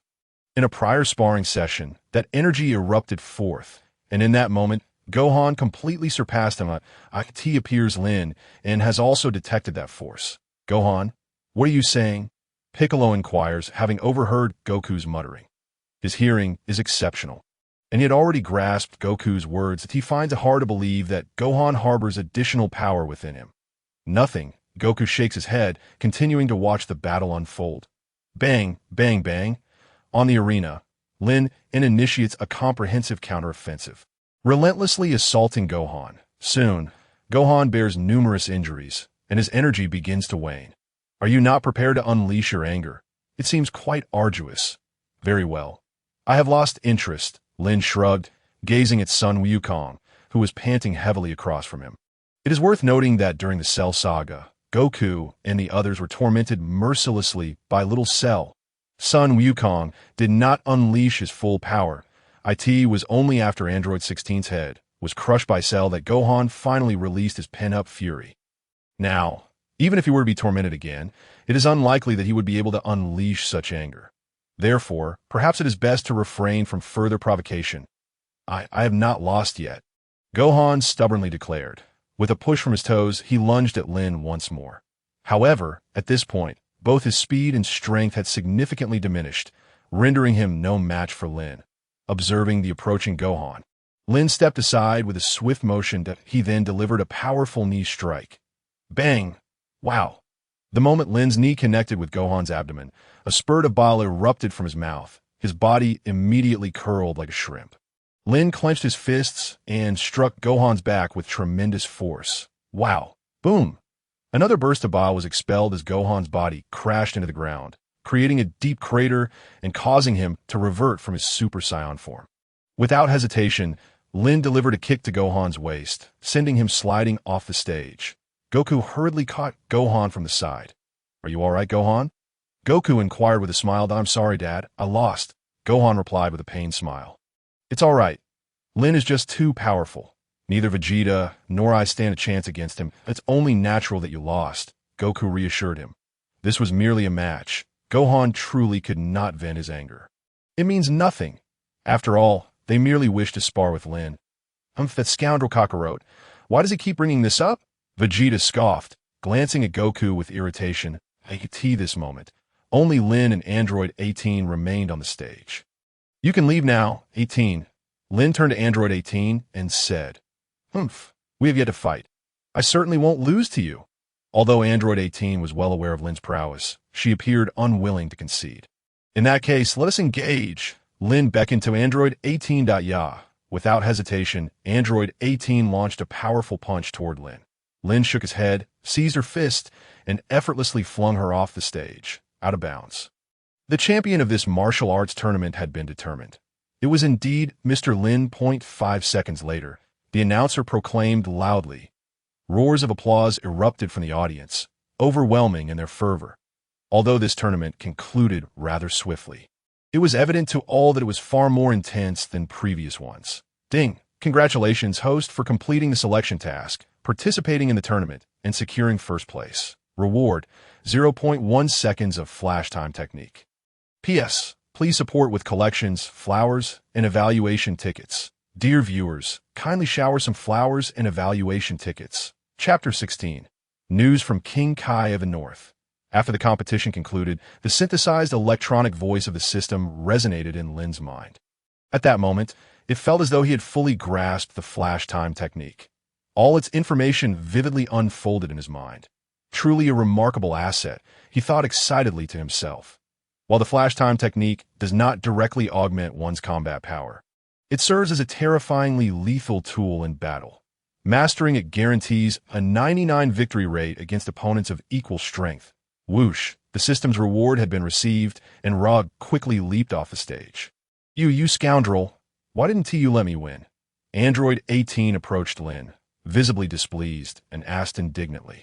The reason she wished to battle Lin was to claim the championship, and now she found herself unceremoniously cast off the stage. Is being a champion truly that important? I could always let you keep my prize money. Lin shrugged and replied that he was well aware of his own motivations for participating in the competition. Thus, he had no intention of yielding even to Android 18. Furthermore, even if Android 18 were to claim victory, it would not offer her any significant advantages. Humph, that's more like it. Upon hearing Lin's offer to let her keep the prize money, Android 18 smirked. I see now. You merely wish to hoard the prize money for yourself. Lin shot her a disdainful glance. Android 18 did not retort, but instead smiled at Lin before heading off to collect a reward. Meanwhile, King Kai of the North conveyed a message to Goku. Goku, I have something extremely important to tell you. Listen carefully. King Kai's voice echoed in Goku's mind. Oh, it's King Kai. What is so important? Goku inquired. Somewhat perplexed at this moment, Earth was peaceful, and there were no villains in sight. Why does King Kai sound so serious? Goku, a group of ruthless cosmic marauders is heading toward Earth. Their target is likely our planet. These individuals possess formidable strength, perhaps even exceeding that of you and Vegeta. You must prepare for battle immediately. King Kai reiterated earnestly. Cosmic marauders? Who are they? I've never heard of them before. Goku responded. Even more bewildered, he had never encountered any cosmic marauders before, and what could they possibly want on Earth? Time is of the essence, so let me briefly explain. The leader of these marauders is named Bojack, who once rampaged across the 4 galaxies, intent on destruction. Eventually, the 4 of us Kais managed to seal him away. However, just a few days ago, a powerful monster appeared in the South Galaxy. That fool. The South Kai went to suppress it himself and was subsequently killed. Because the South Kai was slain, the seal was broken, allowing Bojack and several other cosmic marauders to escape. That I do not know why he has chosen Earth as a target. But you must be ready for battle. They are all exceptionally strong. King Kai quickly summarized information about Bojack. If he was sealed by the 4 Kais, he can't be that strong. Can he? Goku muttered softly. Although he had considered King Kai's strength to be adequate a few years ago, at that time, Goku had not yet transformed into a Super Saiyan. Now, however, King Kai's power seemed insignificant in Goku's eyes. Anyone who could be sealed by the 4 Kais should not be that formidable, right? Hey, you fool, listen carefully. Bojack is extremely powerful. If you continue to be so nonchalant, I won't be responsible if Earth is destroyed. Upon hearing that, Sun Wukong looked down upon them. North Kai was immediately displeased. This fellow certainly did not exhibit such an attitude while learning his Kaioken and Spirit Bomb. Haha, I'm just jesting. Dear Kai, please do not take offense. I shall remember this well. By the way, how long until they arrive on Earth? Sun Wukong quickly apologized to North Kai. Humph, that is more like it. There is still about an hour left. Make sure to prepare well, North Kai stated before severing the communication. What happened? Kakarot. After Sun Wukong finished communicating with North Kai, Vegeta impatiently inquired. Meanwhile, Piccolo, Tien, and the others looked on with curiosity. Lin was equally intrigued. North Kai just informed me that a group of cosmic marauders is heading towards Earth. Their likely target is indeed our planet, and we must brace ourselves. Those ruffians are quite formidable, Sun Wukong explained to the group. What? Cosmic marauders? They appeared utterly bewildered, having never heard of such a thing. Humph? Cosmic marauders? Vegeta, in a fit of anger, was thrilled at the prospect of them coming right to him, providing the perfect opportunity for him to vent his frustrations. Having endured repeated humiliations at the hands of Lin, he was eager to unleash his pent-up fury. So, it seems a few punching bags are on their way. Half an hour later, Sun Wukong and Vegeta, along with the others, arrived on a small island located north of Buu City. They have arrived. Sun Wukong suddenly squinted, speaking with a grave-toned "I" in that moment. He sensed several powerful energies. Each aura reached the level of a Super Saiyan, with one being particularly fierce. The others also felt the potent energies, their expressions turning solemn. for those auras were immensely strong, far surpassing that of androids 17 and 18, and even significantly stronger than Cell. Oomph! Have they finally come? The energy feels manageable. It seems Vegeta will finally have a chance to vent my frustrations. Vegeta crossed his arms arrogantly, speaking coldly. Lin joined them, standing upon a rock with arms crossed. Ready to observe the spectacle, he was curious to gauge Bojack's strength and determine if it warranted his intervention. Bojack was the antagonist from the movie, arriving on Earth shortly after Cell's defeat. Gohan, Vegeta, and future Trunks had joined forces to resist him, yet they were still left battered and bruised. Had it not been for Sun Wukong's instant transmission to rescue Gohan, who then transformed into Super Saiyan 2, the battle would have likely resulted in total annihilation for Earth. Thus, these foes were indeed formidable, at the very least worthy of watching. Suddenly, a massive spaceship descended from the heavens, landing directly before them. Such powerful energy! North Kai's words were indeed accurate. The closer they got, the more Sun Wukong could sense that these auras were extraordinary. Before anyone could react, Vegeta unleashed a ki blast, obliterating the spaceship into mere fragments. Vegeta, what are you doing? Sun Wukong glanced at him, perplexed. This guy always creates such a commotion. Humph. Naturally, I feared those scoundrels would attempt to flee if they were defeated. Vegeta smirked, his expression filled with pride. Given Kakarot's foolish nature, it was entirely plausible he might do something so reckless. Thus, he preemptively severed their escape route. As the spaceship exploded, 5 figures leapt into the air, appearing mid-flight. 4 men and 1 woman. All with sky blue skin and orange hair. 3 of them were imposing and fierce, while another, wearing a hat, was diminutive and frail. The woman had cascading waves of hair that fell to her waist. Her figure striking and her features undeniably exquisite. Oh, are they waiting for us? It appears they were already aware of our arrival on this planet. Hence their early welcome, Bojack remarked coldly as he surveyed Sun Wukong and the others. It seems once again we have received a message from North Kai. After conquering this planet, we shall deal with those old fools. Bukin sneered beside him. Very well then, let us dispose of these bothersome pests before us. They possess commendable fighting prowess. However, it is surprising that such strong humans exist on this worthless planet, and not just 1 or 2, Bojack commented, eyeing Sun Wukong and Vegeta, sensing their power far exceeded that of North Kai.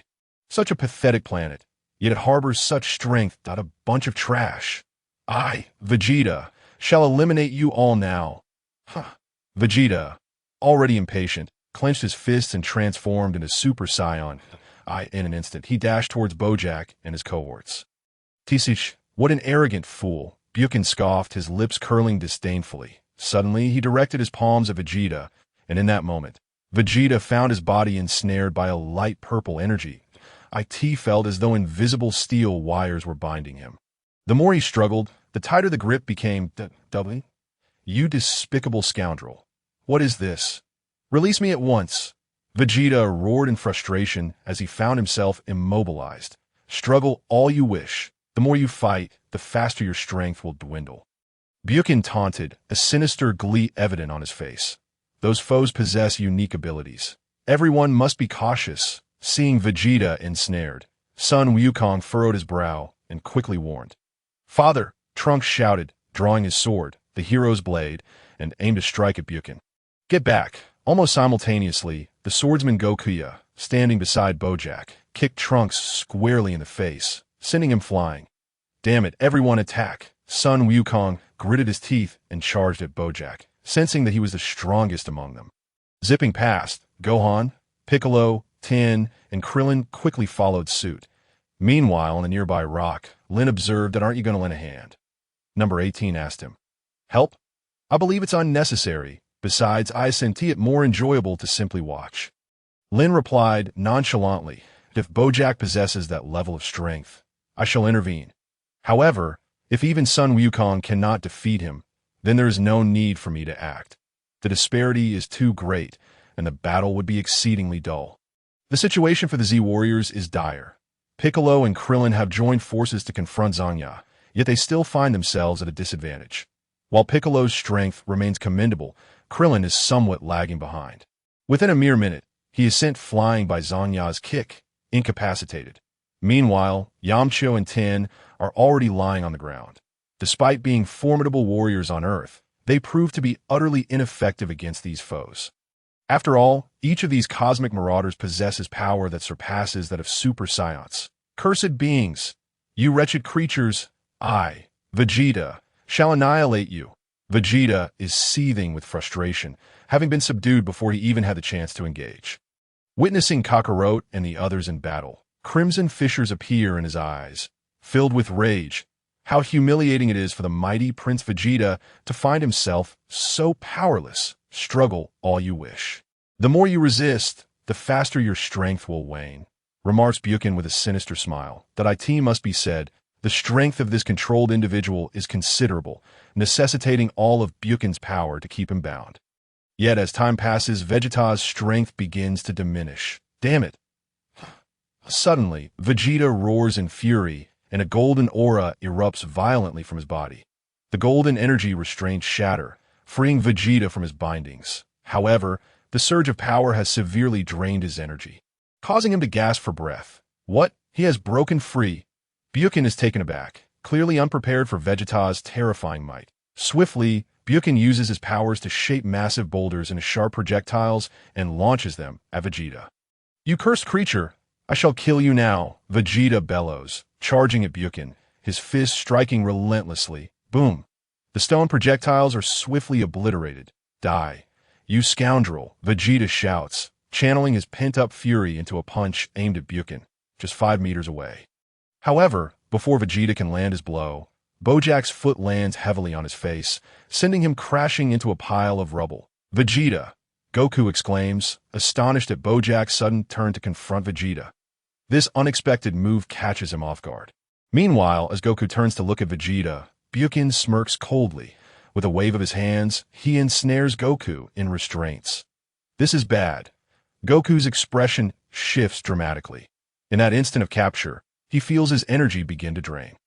Buchan reveals a bloodthirsty grin as he prepares to strike. Whoosh! Bang! A powerful punch lands squarely in Goku's abdomen. Gasp! A wave of nausea overwhelms Goku, his pupils constricting in pain. Goku possesses the strength to subdue Bojack, even to defeat him, but he finds himself unable to fight effectively at the outset, and having let his guard down, he fell victim to Buchan's cunning. Thud! Thud! Thud! Bojack delivers a flurry of punches to Goku's face, soon drawing blood from the corners of his mouth. Cursed be! Goku clenches his fists tightly. Ha! With a surge of determination, he unleashes a golden aura, breaking free from Buchan's grasp. Yet this outburst has drained him significantly, his chest heaving with exertion. Interesting. You are much stronger than I anticipated. However, your current energy is utterly insufficient to contend with us, Bojack taunts, observing Goku with disdain. Clenching his fists, Bojack's clothes tear apart as he transforms, his physique becoming more imposing, and his hair shifting to a dark red hue. Clearly, he has undergone a transformation. Though the power boost may not rival that of a Super Saiyan, it is indeed substantial. You scoundrels, I will not spare you, Goku exclaims, charging once more at Bojack, and the two engage in fierce combat. Yet, having exhausted much of his energy in breaking free, Goku finds himself at a disadvantage against Bojack's augmented strength. Meanwhile, in another part of the battlefield, Piccolo has been defeated by Zanga. Gohan, however, maintains his assault against Bido, albeit without the intent to kill, resulting in relatively minor damage with each strike. The only one currently gaining an advantage is Trunks. After transforming into a Super Saiyan, he swiftly dispatches Goku, the weakest among Bojack's allies. Following this victory, Trunks turns his attention to Zanya. The battle rages on. Due to Buchan's interference, Goku and the others find themselves struggling immensely. In a direct confrontation, they would hold a significant advantage, but with Buchan lurking behind them, occasionally exerting his control, they are left in a precarious situation. Though they know they must eliminate Buchan first, they simply cannot find the opportunity. That as time ticks away, Trunks soon finds himself bested. With Zanya and Buchan's assistance, Gohan quickly falls to Bido. The only one still standing is Goku, who is now facing overwhelming odds. Damn it, I can scarcely muster the strength to fight. Gohan and Trunks lie on the ground, their bodies too weak to rise. Meanwhile, Goku, despite his prowess, struggles to fend off 4 adversaries simultaneously, and it appears defeat is imminent. The 18th observes the beleaguered Goku and states matter-of-factly, "It seems he is about to lose." Lin agrees, nodding in affirmation that in truth, had Goku and Vegeta fought with all their might from the outset, they might have had a chance at victory. However, Vegeta fell into a trap early on, his strength severely diminished, and Goku failed to dispatch Bojack promptly, leading to this dire situation. Ding, a system task has been issued. The host must make a choice. Option 1. Stand by and continue to observe. Reward: Magic Beam Cannon. Option 2. Act decisively and defeat Bojack. Reward: 100x Gravity Chamber. Option 3. Uphold justice and eliminate Bojack. Reward: Instant transmission. At that moment, the electronic synthesized voice of the system echoes in Lin's mind, announcing the new task. Another task? Lin is taken aback, having just completed a selection task that rewarded him with the time skip technique. Now, another task arises, yet none of the rewards particularly entice him. The Magic Beam Cannon, while powerful, requires considerable time to charge, making it impractical in battle, especially against stronger opponents. As for the 100x Gravity Chamber, it holds little appeal. He could easily ask Bulma and her father to create one, or even one with greater gravity. The only somewhat enticing reward is, indeed, the ability to teleport. I shall choose option 3. After some contemplation, Lin ultimately decided on teleportation, as it still holds a degree of utility at this moment. Meanwhile, under the superhuman control of Bujin and Baido, Sun Wukong had already been vanquished, reverting to his normal state. "Boss, allow me to deal with them." Baido sneered as he glanced at Sun Wukong and the others, addressing Bojack. "Very well." Bojack nodded in agreement. "Once these bothersome individuals are dealt with, the conquest of the planet shall commence." It is quite astonishing that in such a remote corner of the North Galaxy, there exists such a beautiful planet, ideally suited for establishing a base and long-term habitation. Just as Bojack and his companions prepared to eliminate Sun Wukong and the others, Lin appeared directly before the 5 of them. "Oh, another fool has come to meet their demise," Baido remarked disdainfully upon seeing Lin. This fellow had been lingering on the sidelines, seemingly merely a spectator. And now he unexpectedly approached to offer himself up for slaughter. "I am not here to meet my end. I am here to send you on your way," Lin declared with an innocent smile directed at the group. "Send us on our way? Ha ha! It seems you've been rendered speechless by our might. Otherwise, you wouldn't utter such foolish words." Baido laughed heartily, mocking Lin for his naivety and overestimation of his own abilities. Giggling, such a dashing young man, it would indeed be a pity if he were to be slain.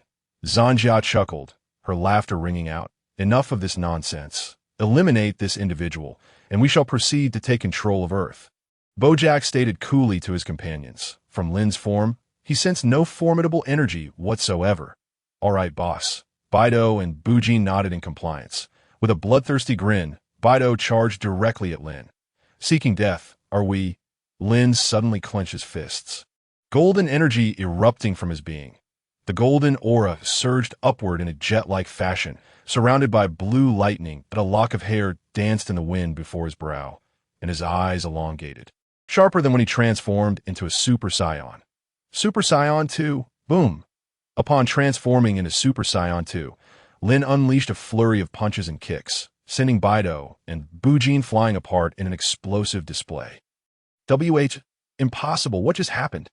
The two were instantaneously defeated, shock evident on everyone's faces, their hearts tumultuous with disbelief. Whether it was Bojack, Zanjia, or even Sun Wukong and Vegeta, all bore expressions of sheer astonishment.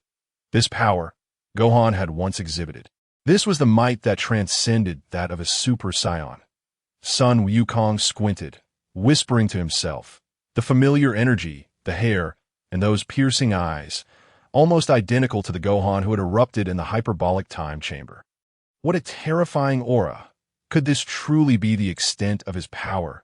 It is simply unbelievable. Piccolo's face turned pale with fear, his voice trembling slightly. P.S. Seeking flowers and evaluation tickets. Seeking flowers and evaluation tickets. Seeking flowers and evaluation tickets. Thank you for the support, dear brothers. Chapter 20.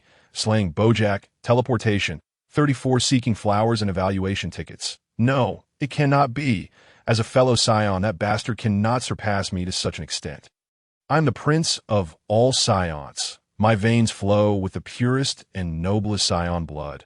Vegeta, in utter shock, also felt an overwhelming surge of jealousy that it was incomprehensible that he, the prodigy of planet Vegeta, would be surpassed one after another by these individuals. Damn it, those bastards! Vegeta pounded the ground fiercely, venting his frustration as Bujin and Bido had been killed in an instant. How strong could that individual possibly be? Zanjia's beautiful eyes revealed a look of terror upon witnessing the swift demise of her two companions, and she instinctively began to retreat. Fear, terror. A woman's intuition warned her that if she did not flee immediately, her fate would mirror that of her two fallen comrades. Bojack's expression darkened ominously. He had not anticipated that this silent observer, who had merely watched in silence, would turn out to be the most formidable among them. Effortlessly dispatching his two subordinates, Bujin and Bido possessed superhuman abilities, and he had previously triumphed over their foes due to their assistance. That it was evident that defeating this individual alone would be an insurmountable challenge. Bojack then glanced at the retreating Zanjia, a murderous intent gleaming in his eyes. He seized her body and hurled her toward Lin, immediately following up with an energy ball. Whoosh! Lin's form flickered, disappearing from sight. Boom! Zanjia's body erupted in an explosion of dust and debris. Meanwhile, Lin had already positioned himself behind Bojack. Death! The voice of Lin echoed like the judgment of a grim reaper. What? Upon hearing the ominous voice behind him, Bojack's complexion changed drastically. However, Lin offered him no chance to turn around, delivering a powerful kick that severed Bojack's head from his body, causing it to roll several dozen feet away, his eyes still wide open. Filled with disbelief and terror, he had been slain, just like that, without a single opportunity to resist. In an instant, his consciousness faded into oblivion. Lin shot two energy blasts from his fingertips, obliterating Bojack's body and head with ease. After effortlessly dispatching Bojack, Lin reverted to his normal state, casually brushing off his hands. For some inexplicable reason, he felt no discomfort or guilt from slaying Bojack in Cell. Instead, he experienced a surge of exhilaration. And that was that. This guy's simply monstrous. Sun Wukong blinked rapidly, unable to fathom the situation as he muttered to himself. They had all combined their efforts and still faced utter defeat. Yet, Lin had appeared and effortlessly eliminated all four in mere moments. Without a hint of hesitation as for the others, they were left speechless in a W.E.T.O. them. Lin's power was overwhelmingly terrifying. Ding! Congratulations, host, for completing the selection task. Upholding justice. Slaying Bojack. Reward. Teleportation. After Bojack's demise, the electronic synthesized voice of the system resonated in Lin's mind. Teleportation. A skill of a Yardrutans. As long as one can sense energy, spirit, one can teleport to that location. The information regarding teleportation quickly materialized in his consciousness. An unexpected boon. Indeed, Lin felt quite satisfied with this newfound ability to, at the very least, he would no longer need to waste time aboard a spaceship when traveling to other planets. You are simply incredible. How come I never realized your true strength before? As Lin En approached Android 18, she gazed at him with a look of astonishment. Previously, he had known of Lin En's formidable strength, but he was taken aback to discover that it surpassed even that of Sun Wukong and his companions by such a margin. Impressive, isn't it? I haven't truly revealed the extent of my capabilities yet. How about we give it a try tonight? Lin En remarked with a mischievous smile. Get lost. Android 18 instantly comprehended Lin En's implication, her cheeks flushing as she shot him a significant eye roll. This guy always seems to relish taking advantage of her. Nevertheless, witnessing his transformation and the subsequent defeat of those adversaries was undeniably captivating. That fierce gaze had left her somewhat entranced. Let's go. I am in a good mood today. We should celebrate properly, Lin En said, instinctively taking Android 18's hand. Amichum. With our 15 million, we can indulge in a splendid meal, she replied, clearly delighted. although they could easily dine without paying. She yearned to experience the lavish lifestyle of the wealthy. Indeed, let us go. The two of them leaped into the air, instantly becoming mere specks before vanishing from sight. Vegeta, are you all right? Once Lin En had departed, Sun Wukong rose to his feet, observing the visibly distressed Vegeta. Get lost, Kakarot. Vegeta barked at Sun Wukong before soaring into the sky. Chapter 21. System Reward. Infinite energy with a prize of 15 million in hand. Lin En and Android 18 spent an entire day in revelry, indulging in food, drink, and entertainment. By the time they returned to the villa, it was nearly midnight. It seemed the two had perhaps overindulged, having consumed copious amounts of red wine. Even Lin En felt slightly tipsy. What a wonderfully indulgent day. Lying in the exquisite villa, Lin En mused that this must be the life of the affluent. In his previous life, he had never experienced such luxury. Shall I shower first, or will you?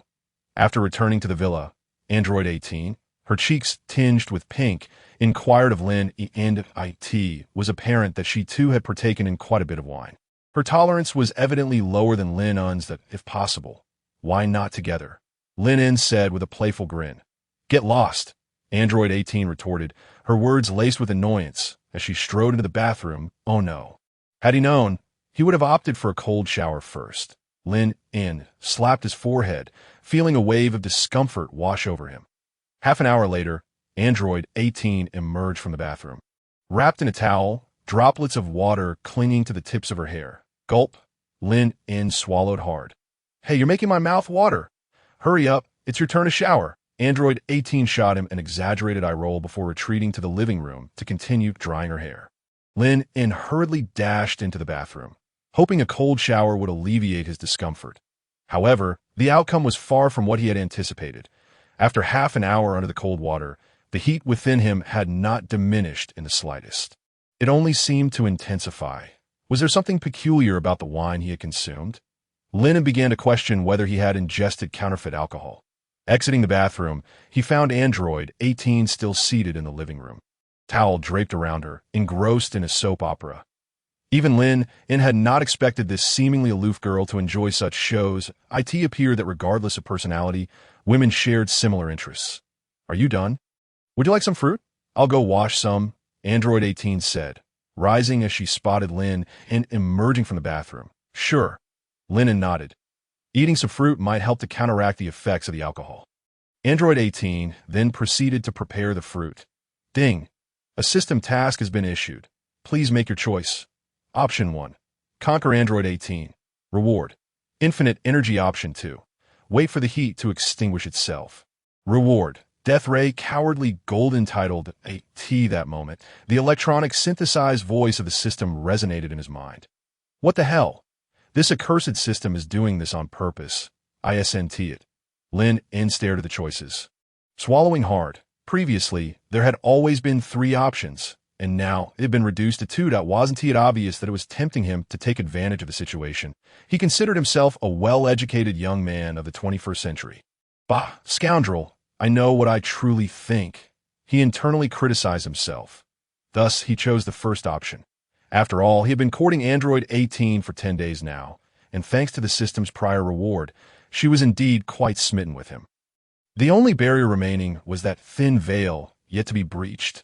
Ahem, that thin pane of glass. Chapter 40. Considering Android 18's personality, if she were not harboring feelings for Lin En, she would never have casually draped a towel in the living room. A few minutes later, Android 18 emerged from the kitchen, a plate of fruit in hand. Upon seeing Lin En, whose gaze resembled that of a wild beast, she paused at Yu. What wrong?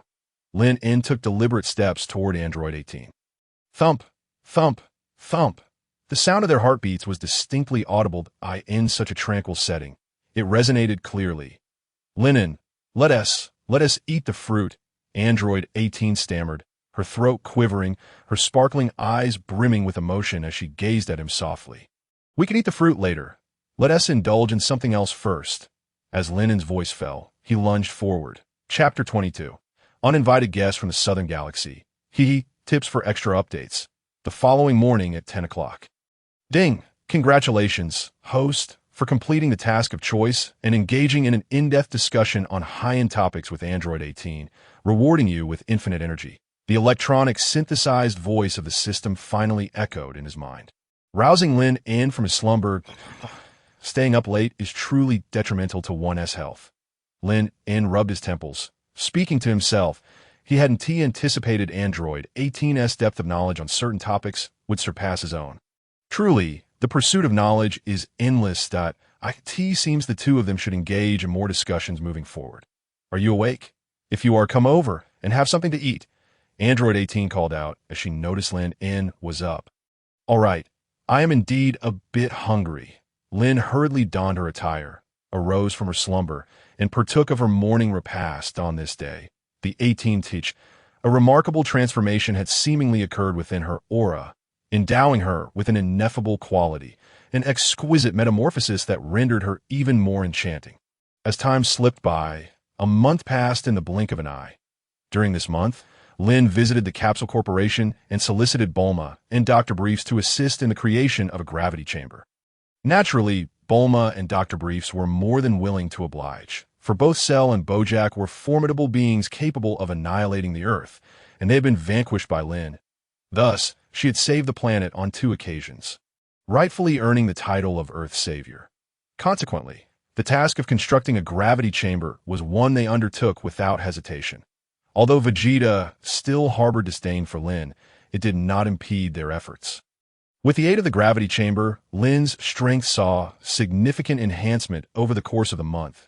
On this particular day, Bulma extended an invitation to Earth's Z warriors for the annual flower viewing competition. Lin and the 18th were included in the invitations. However, Lin chose to continue her training and thus did not participate. While one must indulge in merriment during leisure, equally important was the commitment to rigorous training. Despite being in an invincible phase, Lin understood that in the Dragon Ball universe, the strong were plentiful, and the path of cultivation could not afford a moment's respite. That moment, a spaceship descended upon the venue of Bulma's flower viewing competition. Meanwhile, Goku was occupied, as Chi-Chi had brought him to assist Goten with his tutoring. As everyone reveled in joy, a colossal spaceship suddenly appeared from the heavens. What was this? The expressions of Krillin and Goten were filled with astonishment. Ever since the last encounter with Bojack, the Earth had enjoyed a month of tranquility. Yet now an alien craft had intruded. Before long, the spaceship landed, and as the doors swung open, a throng of dark-skinned extraterrestrials emerged. Promptly kneeling before Vegeta in reverence, that we pay our respects to you, Lord Vegeta, they intoned with utmost deference. Who are you? Vegeta inquired, his arms crossed and his tone icy. Just then, a figure surged through the crowd, stepping directly before Vegeta. Long time no see, Prince Vegeta. The individual was rugged in appearance, with a robust physique and a long scar adorning his face. Oh, another scion. How many of us are left in this world? Vegeta clenched his fists tightly. He had always believed that the surviving scions consisted solely of himself, Kakarot, and his inept brother Tarble. The emergence of Lin had been unexpected, and now yet another scion stood before him. It appeared that after Frisia's obliteration of planet Vegeta, many scions had survived. That we pay our respects to you. Prince Vegeta, my name is Paragus. The newcomer introduced himself, kneeling respectfully. What do you want? Vegeta scoffed, his voice flat. Given Paragus's weak combat prowess, Vegeta felt no animosity toward him. Unlike his feelings towards Lin, whose strength far surpassed his own, inciting jealousy, we have come to invite you to the new planet Vegeta, to become its king. Under your leadership, we can showcase the strength of the Scion race and recreate our former glory, Paragus stated, maintaining his respectful demeanor. What? New planet Vegeta? Vegeta furrowed his brow. In the past, he may have entertained some interest in the title of King Vegeta, but that curiosity had evaporated. Reflecting on his time on planet Vegeta, he realized how limited his perspective had been, believing they were a warrior race. Once he ventured beyond planet Vegeta, he discovered the multitude of powerful beings in the universe. His current ambition was to elevate his own strength and decisively surpass Kakarot and Lin En for the notion of becoming King Vegeta. He had no interest whatsoever. Indeed, Prince Vegeta, with your leadership, We Scions can undoubtedly reclaim our former splendor. Nay, achieve even greater heights, Paragus continued, his tone still filled with reverence. Begone! I have no interest in such matters. Furthermore, never again set foot on Earth, or I shall ensure you cannot return, Vegeta coldly commanded Paragus. Upon hearing Vegeta's words, Paragus's expression darkened with dissatisfaction, though he dared not show his discontent. Prince Vegeta, you're likely the only one capable of defeating the legendary Super Saiyan. That individual wreaks havoc in the South Galaxy, and if you do not intervene, our hard-won new planet Vegeta may be destroyed, rendering our efforts futile. Paragus's eyes glinted with calculation as he spoke. What? The legendary Super Saiyan? Vegeta's interest peaked at the mention of this name. Indeed, a once-in-a-millennium phenomenon, the legendary Super Saiyan, Paragus affirmed, a subtle smirk playing on his lips that in the realm of cunning. Vegeta was no match for Paragus. While he might feign disinterest in the title of King Vegeta, the concept of the legendary Super Saiyan certainly captivated him. Dad, this guy is suspicious. You can't go with him, Trunks interjected, rushing to Vegeta's side in an attempt to dissuade him. He sensed that Paragus harbored ulterior motives. Humph, stand aside. Take me there, Paragus. Vegeta brusquely pushed Trunks aside and strode toward Paragus's spaceship. As the proud Prince of Vegeta, he was imbued with the noble blood of the Saiyan race. Yet time and again, the spotlight had fallen upon Kakarot and Lin. This understandably irked him. This time, he was determined to confront the legendary Super Saiyan and prove to all that he, Prince Vegeta, was the mightiest Saiyan. You possess the noble royal blood of King Vegeta. Thus, please accompany us, Prince Trunks, Paragus remarked with a sly grin aimed at Trunks. Goten, let us go together, Trunks suggested, casting a wary glance at Paragus. He felt an unsettling aura surrounding him, suspecting that he was plotting something. With Goten's strength surpassing his own, their alliance would ensure greater safety. All right. Son Wukong nodded, and then followed Vegeta directly into the spaceship. Meanwhile, Son Gohan and Chi-Chi were still assisting him with his tutoring classes. Wukong, something terrible has happened. Suddenly, the voice of King Kai echoed in Son Wukong's mind during the interview.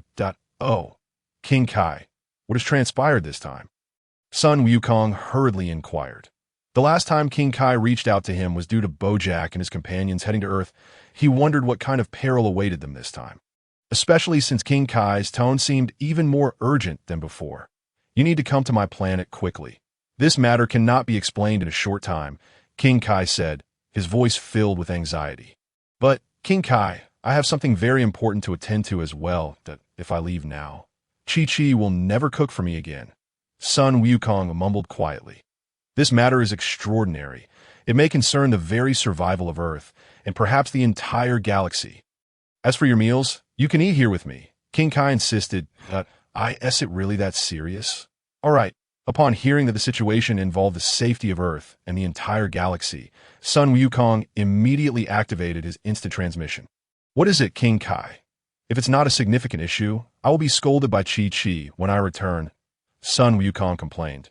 This matter is of utmost importance, and I will inform you right away. Just as King Kai was about to speak, Son Wukong's stomach growled in protest. King Kai, perhaps you could prepare something to eat? We can discuss while we dine, Son Wukong said, his face a bit embarrassed.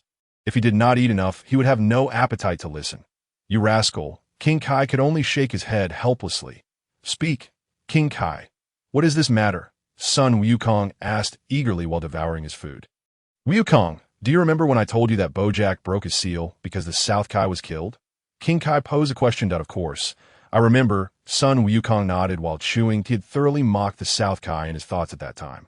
Indeed, the one who killed the South Kai was the legendary Super Saiyan, King Kai stated with grave seriousness.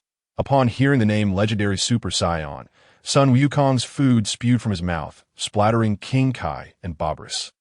The legendary Super Saiyan, isn't that incredibly powerful? Son Wukong's interest was instantly piqued, and he tossed aside the bone he was holding. Yes, it is indeed the legendary Super Saiyan that he has caused widespread destruction in the South Galaxy. Many planets have already fallen victim to his rampage, and the last time the South Kai attempted to stop him, he was killed. Moreover, Our North Galaxy may very well be his next target. King Kai explained in one breath. So formidable. Hee, I can feel my blood boiling. Sun Wukong chuckled, beginning to stretch his body. Whenever he heard of such a formidable opponent, he could hardly contain his excitement. With his cells yearning for battle, don't celebrate too soon, Wukong.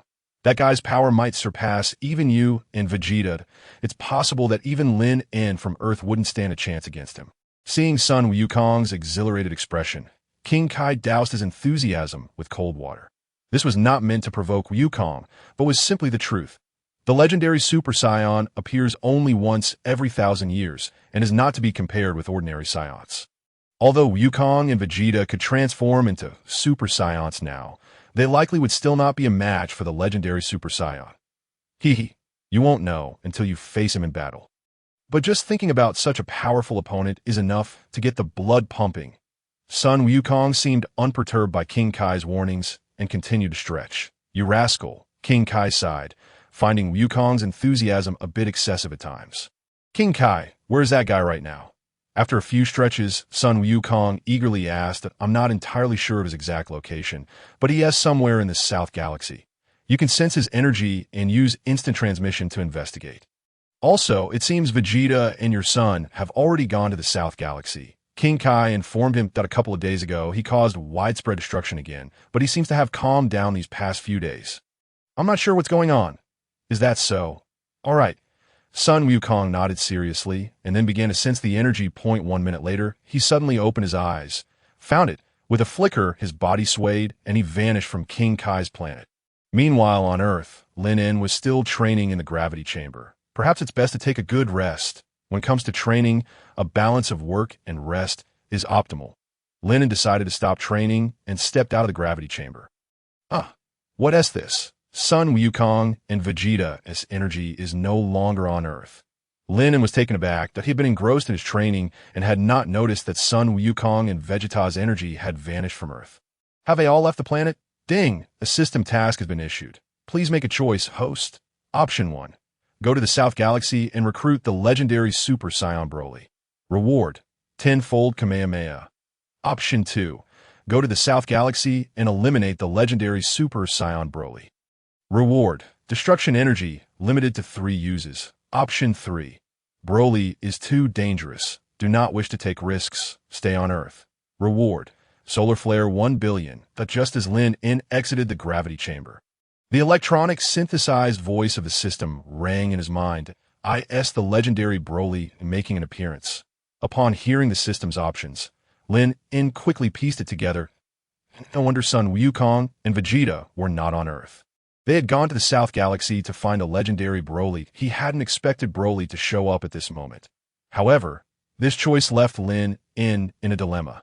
The third option was immediately dismissed, as the solar flare and 1 billion were not particularly enticing to him. If only considering the rewards, then destruction energy was undoubtedly the most advantageous. However, the predicament lies in the fact that the destructive energy is limited to 3 uses. As for the 10-fold Kamehameha, it does not present a significant allure for me. Nevertheless, the prospect of subduing Broly is indeed a most enticing endeavor. Having someone as formidable as Broly as an ally would be quite advantageous. Yet, Broly is a legendary Super Saiyan. Once he enters a berserker state, he becomes utterly uncontrollable. The challenge of taming him is formidable, perhaps even more daunting than eliminating him. For now, I shall reserve my decision regarding the system's options until I have encountered Broly in person. This time, Lin refrained from making an immediate choice. To be candid, the allure of 3 uses of destructive energy is quite tempting. However, successfully reclaiming Broly would also be a splendid achievement. Thus, he finds himself in a state of indecision.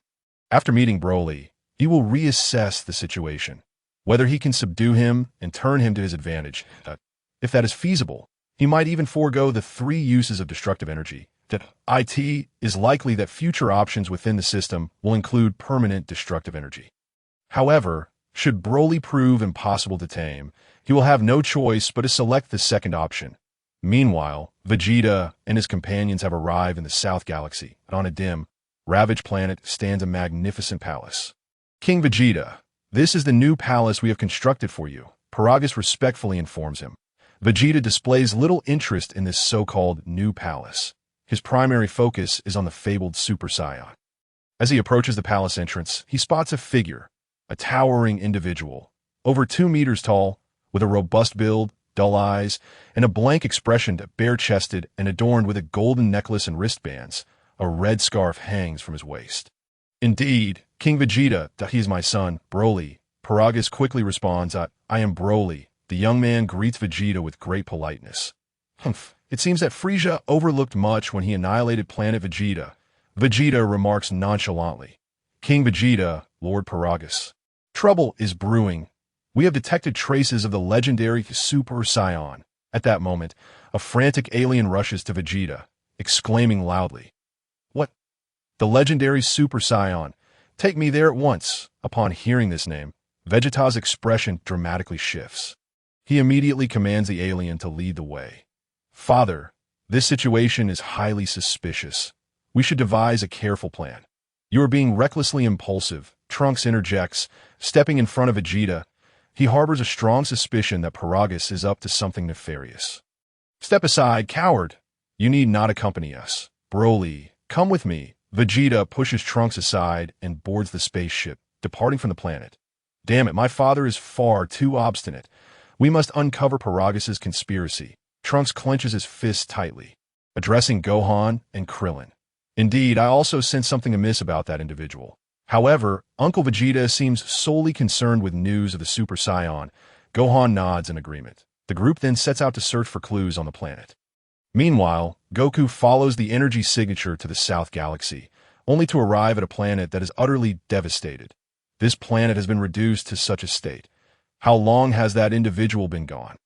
The residual energy remains astonishingly potent. Goku surveys the surroundings, noting the complete absence of human life. Evidently, all have been slain. That legendary Saiyan is indeed a merciless fiend that I should first locate Gohan and the others to assess the situation. Being in the South Galaxy, Goku soon detects Gohan's energy and teleports directly to him. Father, Uncle Goku, Goku, Gohan, Trunks, and Krillin exclaim in surprise that, so, you all came as well. Goku greets them. Have you found any trace of the legendary Super Saiyan? Paragus claimed to have found him, but I have serious doubts about that individual. Trunks replies, frowning. Paragus, let us investigate that. I sense that Vegeta has returned to this planet. Goku says, leading the group toward Vegeta as energy signature. Soon, they find Vegeta, who is visibly frustrated. Damn it, we have yet to find that individual. After searching for hours, there is no sign of the Super Saiyan. Hey Vegeta, have you located the legendary Super Saiyan? Goku approaches. Inquiring, Kakarot, what are you doing here? Are you hoping for me to eliminate you? Vegeta smirks coldly at Goku. You continue to put on a brave facade. Goku chuckles, dismissing Vegeta's taunts that I advise you to mind your own business. Kakarot, the legendary Super Saiyan will undoubtedly fall to me. Vegeta confidently clenches his fist, asserting his claim to glory. Goku remains silent, his gaze shifting to Broly, who upon seeing Goku, suddenly ignites with fury, his previously dull eyes ablaze. A golden aura envelopes him, and his energy surges dramatically. This energy, so familiar, Goku's brow furrows as he recognizes the energy signature. Indeed, it matches perfectly with what I sensed on that destroyed planet. Broly, observing Broly's unusual demeanor.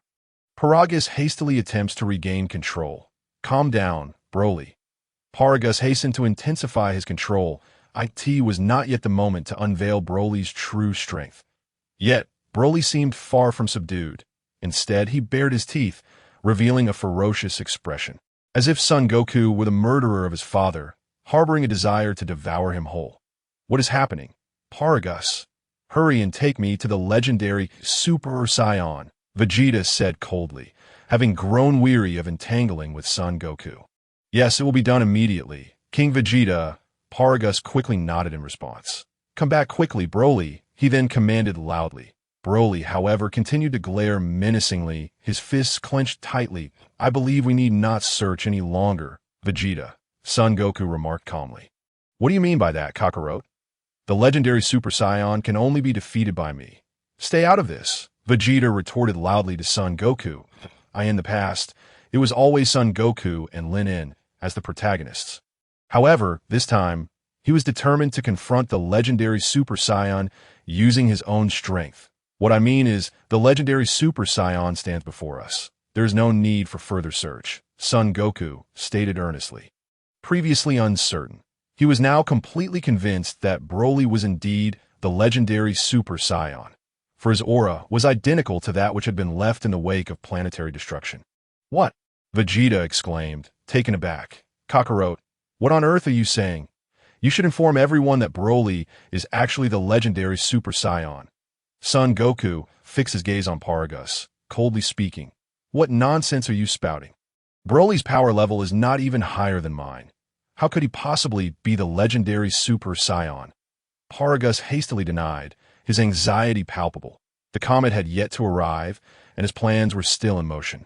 Thus, Broly must not be revealed too soon. Your denial matters not. Show us your true power, Broly, Son Goku urged, once more directing his attention to Broly, although he did not comprehend why this individual grew so agitated upon seeing him. He was not inclined to delve into such matters at present. Kakarot. At that moment, Broly suddenly roared, a surge of azure and golden energy erupting from beneath his feet. His hair transformed to a dark purple hue, an imitation of the Super Saiyan. Instantly, Broly's energy began to escalate dramatically. Paragus, how dare you deceive me? Even Vegeta, despite his usual arrogance, grasped the truth at this moment that Paragus' son, Broly, was indeed the legendary Super Saiyan of the Southern Galaxy. Have you finally come to your senses? Foolish Vegeta, your earlier eagerness to be King Vegeta was truly laughable that I had contemplated allowing you to live another day. But since you have uncovered Broly's identity, I can only expedite your journey to the afterlife. Paragus abandoned all pretense, sneering at Vegeta. Decades prior, King Vegeta, envious of Broly's prodigious talent, had feared that Broly might threaten his reign over planet Vegeta. Thus, he had cruelly injured the pair and discarded them like refuse. Yet, the heavens had intervened, and it was precisely this act that had allowed them to survive under Broly's immense power. You wretched being, how dare you deceive me? Observing Paragus' triumphant demeanor, Vegeta was consumed by rage. A mere wretch with a power level in the thousands dared to mock him so brazenly. Vegeta clenched his fists and transformed into a Super Saiyan, then delivered a punch that pierced through Paragus' chest. You, Vegeta! Terror flickered in Paragus' eyes. Taken aback by Vegeta's ruthless and decisive actions, he had never anticipated that Vegeta would strike him down so mercilessly. The narrative was not meant to unfold this way. Did you think I was oblivious to your schemes? But now, regardless of your machinations, they shall never come to fruition. This is the fate that befalls those who deceive me. Vegeta, he declared icily, gripping his fist. Vegeta caused Paragus' body to explode into fragments. Vegeta, Son Goku glanced at Vegeta, astonished by his sudden decisiveness in eliminating Paragus. Kakarot. Meanwhile, Broly seemed utterly indifferent to Paragus' demise, his deep growls resonating from his throat as his aura swelled infinitely. In the next instant, his hair turned golden, and his energy surged even more violently. What legendary Super Saiyan? I, Vegeta, shall be the one to defeat you. Vegeta vanished in a flash, appearing behind Broly, and delivered a powerful kick to his neck. However, to everyone's astonishment, Vegeta's attack had no effect on Broly. He remained completely still, his energy continuing to escalate. What? So strong? He withstood Vegeta's strike without flinching. Son Goku exclaimed in disbelief. Damn it! What manner of monster is this? Vegeta's expression shifted dramatically. Though Saiyans were not known for familial bonds, he had just killed Paragus before Broly's very eyes, yet Broly remained utterly unperturbed, as if dismissing his attack entirely. This only fueled Vegeta's fury. You scoundrel, die! Vegeta's hands came together, unleashing a powerful energy wave that surged toward Broly's back. Boom! The energy wave exploded, creating a deep crater in the ground behind Broly. Yet he remained unscathed as though Vegeta's assault was merely a tickle. Perhaps entirely unnoticed by him. Are you joking? That guy doesn't even regard my father's attacks. Trunks and Gohan watched, drenched in sweat. This fellow was far too powerful. It was worth noting that Vegeta was currently in his full-powered Super Saiyan form. Kakarot, Broly advanced step by step towards Son Goku, causing the ground to tremble beneath him. His aura intensified with each stride. "Hey, calm down. We don't seem to have any deep-seated enmity, do we?" Son Goku remarked, frowning at Broly's menacing demeanor. Though he had been excited earlier, he now felt a surge of tension. While he believed he was stronger than Vegeta, he knew it was not by a considerable margin. This individual could completely disregard Vegeta's attacks, making it evident that defeating him would be no easy feat. "Gohan, let's attack together." Trunks addressed Son Gohan with a few words, then clenched his fists tightly. In an instant, he transformed into a Super Saiyan. Son Gohan nodded in agreement, also assuming the Super Saiyan form. With a simultaneous shout of Masenko, the two launched energy waves towards Broly from either side. The ground erupted with a thunderous roar, yet Broly remained unscathed, his footing unwavering. However, this time, he came to a halt. "Kakarot, I shall first offer your blood as a sacrifice," Broly declared with a bloodthirsty grin. He then let out a feral roar, and golden light erupted into the sky. A massive pit formed beneath Broly, expanding as his energy soared. The entire planet began to change color in response to Broly's aura. What a terrifying energy! Is this guy truly a Saiyan? Son Goku's face was grave, feeling an immense pressure. At this moment, Broly had fully transformed into the legendary Super Saiyan form, his hair a vibrant green, his body enveloped in azure flames. His pupils had vanished, replaced by a sinister, bloodthirsty smile. Standing over 2 meters tall, he now towered an additional 30 to 40 centimeters, resembling a colossal boulder. "Die," he uttered, and a massive energy sphere shot towards Son Goku. With a swift movement, Son Goku leaped, narrowly evading Broly's attack. The palace behind him crumbled into dust. Broly, too, leaped into the air, vanishing from sight, only to reappear behind Son Goku. A green light coalesced at his chest. With a thunderous explosion, Son Goku was sent flying. "Damn it! What is happening? Why is my body trembling uncontrollably? Is this fear? No, that cannot be. That I am the proud prince of all Saiyans, with the noblest blood coursing through my veins." At this moment, Vegeta hovered in midair, trembling slightly, his hands shaking uncontrollably, a source of deep humiliation for him. "You bastard!" Vegeta roared, charging at Broly. He needed to overcome this fear if he ever hoped to grow stronger. If he could not conquer such terror today, it would leave an indelible mark on his heart, forever stalling his progress. With a flash, Vegeta appeared right before Broly, delivering a powerful punch to his face. Yet Broly's countenance did not even flinch. With a bloodthirsty grin, he declared, "Trash is still trash," before seizing Vegeta's face and slamming him down like a meteor. The ground shook as Vegeta was driven into the earth. A green energy sphere erupted from Broly's palm, and the pit rapidly expanded, leaving Vegeta's face charred and returning him to his normal state. Broly's sinister smile returned as he landed another punch into Vegeta's abdomen. "Ah!" Vegeta screamed, blood gushing forth, his vision darkening as he lost consciousness. "Father! Uncle Vegeta!" Trunks and Son Gohan shouted in unison as they charged at Broly. "Huh!" Broly's chilling laughter echoed. He conjured an energy sphere in each hand and hurled them at Son Gohan and Trunks. The explosion sent both flying. "This guy's truly unbelievably strong," Son Goku thought as he rose, wiping the blood from his lips, but he couldn't believe he was injured before even transforming into a Super Saiyan. "Kakarot, unleash your fighting spirit. Otherwise, I will soon end your life," Broly said, turning to Son Goku with a bloodthirsty smile. "Ha!" Son Goku clenched his fists and transformed into a Super Saiyan. Son Gohan and Trunks returned to his side. "Dad, this guy is nothing short of a monster," Son Gohan said, his brow furrowed, his tone grave.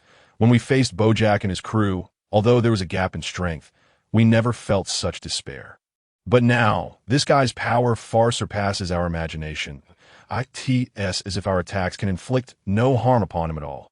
Let us attack together," Son Goku declared, his gaze resolute. He brought his hands together, gathering energy for the Kamehameha wave. Kamehameha, Masenko. They unleashed their most formidable attacks simultaneously, leaving nothing in reserve. Ha! A bunch of trash! Broly laughed maniacally, disregarding the energy waves as he charged through, carving a long trench in the ground. He barreled through the 3 energy blasts and reached Son Goku and his companions with the unstoppable force of a rampaging bull. What? By the time Son Goku and the others reacted, they were already sent flying. Die, Kakarot! Broly spun around, flinging 3 energy spheres that struck Son Goku and the others. The explosions sent them hurtling back. After being hit again, Son Gohan and Trunks collapsed to the ground, reverting to their normal states and losing consciousness. Though Son Goku managed to maintain his Super Saiyan form, he was now battered and gasping for breath. Damn it. At this rate, I can't defeat him. What should I do? Son Goku felt a sense of urgency rising within him.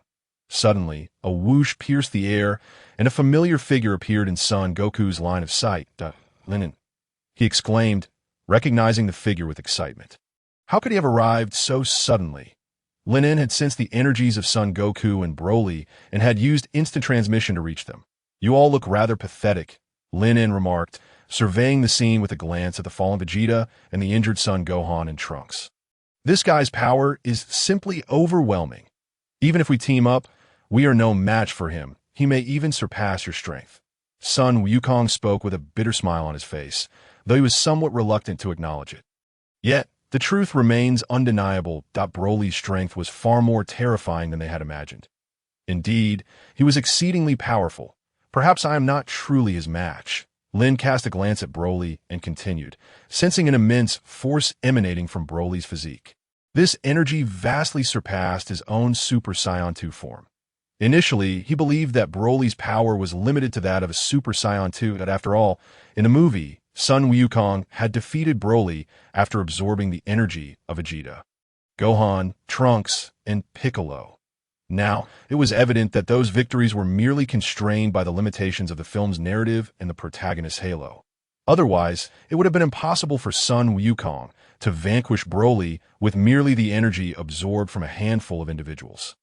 Oh, is another weakling here to meet their demise? Broly glanced at Lin, his bloodthirsty gaze intensifying to him. No matter how many opponents approached, the outcome remained unchanged. They would all ultimately fall before him. Humph, do not mistake me for them, or you shall find yourself at a disadvantage, Broly. Lin replied with a faint smile. Despite the overwhelming aura surrounding Broly, he was not necessarily destined to lose against him. Given Broly's demeanor, it seemed quite challenging to subdue him. Thus, system, I choose the second option. Eliminate the legendary Super Saiyan Broly. Upon encountering Broly, Lin swiftly made his decision. Retaining such an individual by his side did not seem prudent, compared to the Broly from Dragon Ball Super. This one was far less controllable. PS. Seeking flowers, evaluation votes, and monthly tickets. Thank you, esteemed readers. Chapter 29. Let the battle begin. Super Saiyan, 10,000 flowers for an update. Ding. The host has chosen to eliminate the legendary Broly. Completing this task will grant destruction energy 3 opportunities. The system's electronic synthesized voice resonated in his mind. Lin, let us go, Son Wukong said. Glancing at Lin, he was aware of Lin's formidable strength, far surpassing that of himself and Vegeta. However, the Broly before them was beyond mere strength. He was a veritable monster. Therefore, he believed that Lin alone could not contend with Broly. All right. Lin merely nodded indifferently. After all, having an additional Son Wukong in front of Broly would hardly make a significant difference. Even a heap of trash remains trash, Broly sneered disdainfully. Ha! Lin, uninterested in engaging in further banter with Broly, suddenly unleashed his energy, transforming into his Super Saiyan 2 form to battle this opponent. Merely being a Super Saiyan would not suffice. It was unlikely to even inflict any harm on Broly that a lock of hair danced before his brow, his entire being enveloped in azure lightning, golden flames bursting forth with intensity. How powerful! Son Wukong marveled, astonished at Lin's transformation. What kind of training has this fellow undergone in the past month? His energy has grown tremendously. Oh, it seems he is indeed different from the previous weaklings that I in that case. Allow me to introduce you to my prized attack. Feeling Lin's formidable energy, Broly's expression shifted slightly. Lin's power far exceeded that of Sun Wukong and the others. However, if he thought that this alone could make him a worthy opponent, he was sorely mistaken. Broly's voice faded. He concentrated energy into his palms, summoning two enormous green energy spheres, which he then hurled towards Sun Wukong and Lin with astonishing speed. Whoosh! Lin leaped into the air. While Sun Wukong was not so fortunate, he had no time to evade and could only brace himself, crossing his arms before him to block the attack. Boom! The energy spheres exploded, propelling Sun Wukong backward for several dozen meters before he came to a halt. His clothes utterly tattered, blood trickling from the corner of his mouth. Ugh! He groaned, the pain evident in his voice. Though my body is quite sturdy, this opponent is on an entirely different level. Suddenly, Broly's figure flashed once more, appearing directly before Sun Wukong, and he delivered a powerful punch to his face. Sun Wukong hurriedly attempted to block the strike. There was no time for retaliation. Broly's speed was simply too overwhelming. Bang! Sun Wukong was sent flying again, his body tumbling helplessly. Just as Broly prepared to continue his assault, Lin suddenly appeared behind him, delivering a heavy kick to Broly's right temple. Whoosh! Boom! The sheer force sent Broly's massive form hurtling through the rubble. It worked! Lin's attack had successfully affected Broly. What a relief! Observing Broly's colossal body being sent flying by Lin's kick, Sun Wukong's face lit up with excitement. It seemed this opponent was not entirely invulnerable. They had simply been too weak previously to inflict any damage. Boom! Just as Sun Wukong's words echoed, a distant explosion erupted from the ruins. Waves of green energy surged forth, shattering debris into fine dust. Roar! Broly's chest heaved as his breathing grew more rapid. His energy was escalating. He was about to unleash his full power. Broly murmured to himself. Swish! Suddenly, a golden-blue aura erupted from Broly's body, enveloping him in a massive green energy sphere as he floated in midair. This surge in power was truly terrifying. Lin furrowed his brow, sensing Broly's escalating energy. The Broly before him had hardly undergone any training. He was either under Paragus' control or in a state of uncontrolled fury. If this individual devoted himself to training, it would not take long for him to achieve an incredibly formidable level of power. After all, in Dragon Ball Super, Frieza managed to transform into Golden Frieza within mere months. Roar! Broly's furious roar shattered the air. Terrifying green energy spheres rained down from above, crashing into the ground. The earth began to cave in and crack, immense craters appearing one after another. For a full minute, the entire planet lay in ruins. Yet Broly seemed to have found a semblance of calm, though his energy had only intensified. What an exhilarating spectacle! The true battle begins now. Come forth, the legendary Super Saiyan Broly. Observing Broly hovering in the air, Lin's lips curled into a smile as he leaped into the fray, charging directly at Broly.ps. Dear readers, today's data has hardly increased at all. Please assist with some flowers and evaluation votes. We're just 100 votes shy of breaking 1,000, that I implore you. Chapter 30, Tenfold Kaioken. Extra update for generous donations. Filthy insect, seeking death. As Lin charged towards him, a fierce aura of murderous intent suddenly manifested on Broly's face. Subsequently, he conjured an energy sphere in the palm of his hand and pressed it down towards Lin. In a flash, Lin's body vanished, only to reappear behind Broly. With a thunderous boom, the energy sphere exploded upon contact with the ground, creating a massive shockwave reminiscent of an overturned giant bowl. Son Goku was once again caught in the blast, spewing forth blood and being hurled several dozen meters away, utterly devoid of the strength to rise. Meanwhile, at the very moment Lin teleported behind Broly, he unleashed a powerful punch aimed at Broly's nape. Having completely abandoned the notion of subduing Broly, Lin's sole desire was to eliminate him, aware of the wind generated by the punch approaching from behind. Broly swiftly turned and retaliated with a punch of his own. The moment their fists collided, a tremendous shockwave radiated outward, sending Lin reeling back several dozen meters. Goodness, such power! Lin felt a tingling sensation in his arm, and even his chest felt constricted. it was evident that a Super Saiyan 2 stood no chance against the transcendent Broly A.S. if impervious to pain. Broly charged at Lin once more, his fist poised to strike. Lin swiftly evaded, narrowly dodging the onslaught. What a troublesome adversary! It seemed that without unleashing his true power, it would be exceedingly difficult to vanquish him. Lin pondered inwardly that Broly's energy seemed to be on a rise. And perhaps this was the terrifying essence of the legendary Super Saiyan. The longer the battle dragged on, the more disadvantageous it became for Lin. "You think you can escape?" Broly snarled, baring his teeth as he flicked his right hand upward, unleashing a barrage of grass-green energy spheres that hurtled toward Lin like timed explosives. "Are you attempting to compete in energy?" Lin retorted coldly, responding with a series of energy spheres of his own. It was worth noting that he possessed infinite energy. While his energy might not escalate like Broly's, it was inexhaustible. Boom! Boom! Boom! The two forces clashed, illuminating the sky with a brilliant display of fireworks. Tenfold Kaioken. In the next moment, Lin clenched his fists, a deep roar erupting from his throat. In that instant, a layer of crimson energy flame enveloped his previously golden aura. The flames danced wildly, and at that moment, Lin's energy surged explosively. Kaioken. Lin could utilize the Kaioken technique as well. How could this be? Shock etched across Son Goku's face as he beheld Lin employing the Kaioken, realizing that it was a signature skill of the North KO, one he had only ever imparted to Goku himself. How had Lin learned it, especially when he had no acquaintance with the North KO? Moreover, it was crucial to note that both the energy of a Super Saiyan and that of the Kaioken were exceedingly volatile. If both were unleashed simultaneously, the body would undoubtedly struggle to endure, resulting in a catastrophic explosion. This was precisely why Goku had refrained from merging the two energies, because it was far too perilous.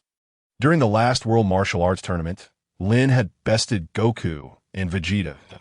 In that moment, Goku had suspected he had used the Kaioken, yet at the time he had merely doubted it, unable to believe it fully. Witnessing it firsthand now left him utterly astounded. His power has surged again. Broly seemed to sense the monumental shift in Lin's energy, his expression shifting as the ferocity faded from his visage. The true battle was about to commence. After unleashing the Kaioken, Lin's eyes glinted with an unparalleled sharpness. What had previously been a warm-up was now the precursor to a genuine showdown. With a whoosh, Lin's figure vanished, only to reappear directly before Broly. He delivered an uppercut that struck heavily against Broly's chin. Boom! Broly was sent soaring into the air. Whoosh! Lin again vanished, this time appearing above Broly's head. With both fists clasped, he brought them crashing down onto Broly's forehead. A guttural roar of anger erupted from Broly as his body plummeted to the ground like a meteor. Boom! The entire planet trembled violently, creating a bowl-shaped crater upon impact. Broly lay at the bottom of the pit. "Allow me to present you with a grand gift." Having gained the upper hand, Lin had no intention of relenting. Instead, he prepared to press the advantage. Raising both hands, a colossal energy sphere swiftly coalesced, growing to the size of half a basketball court. Impressive, truly remarkable. Goku stared in disbelief. It was astonishing that a being who had previously withstood their combined efforts without so much as a scratch was now utterly at Lin's mercy. "I hope you enjoy this special edition."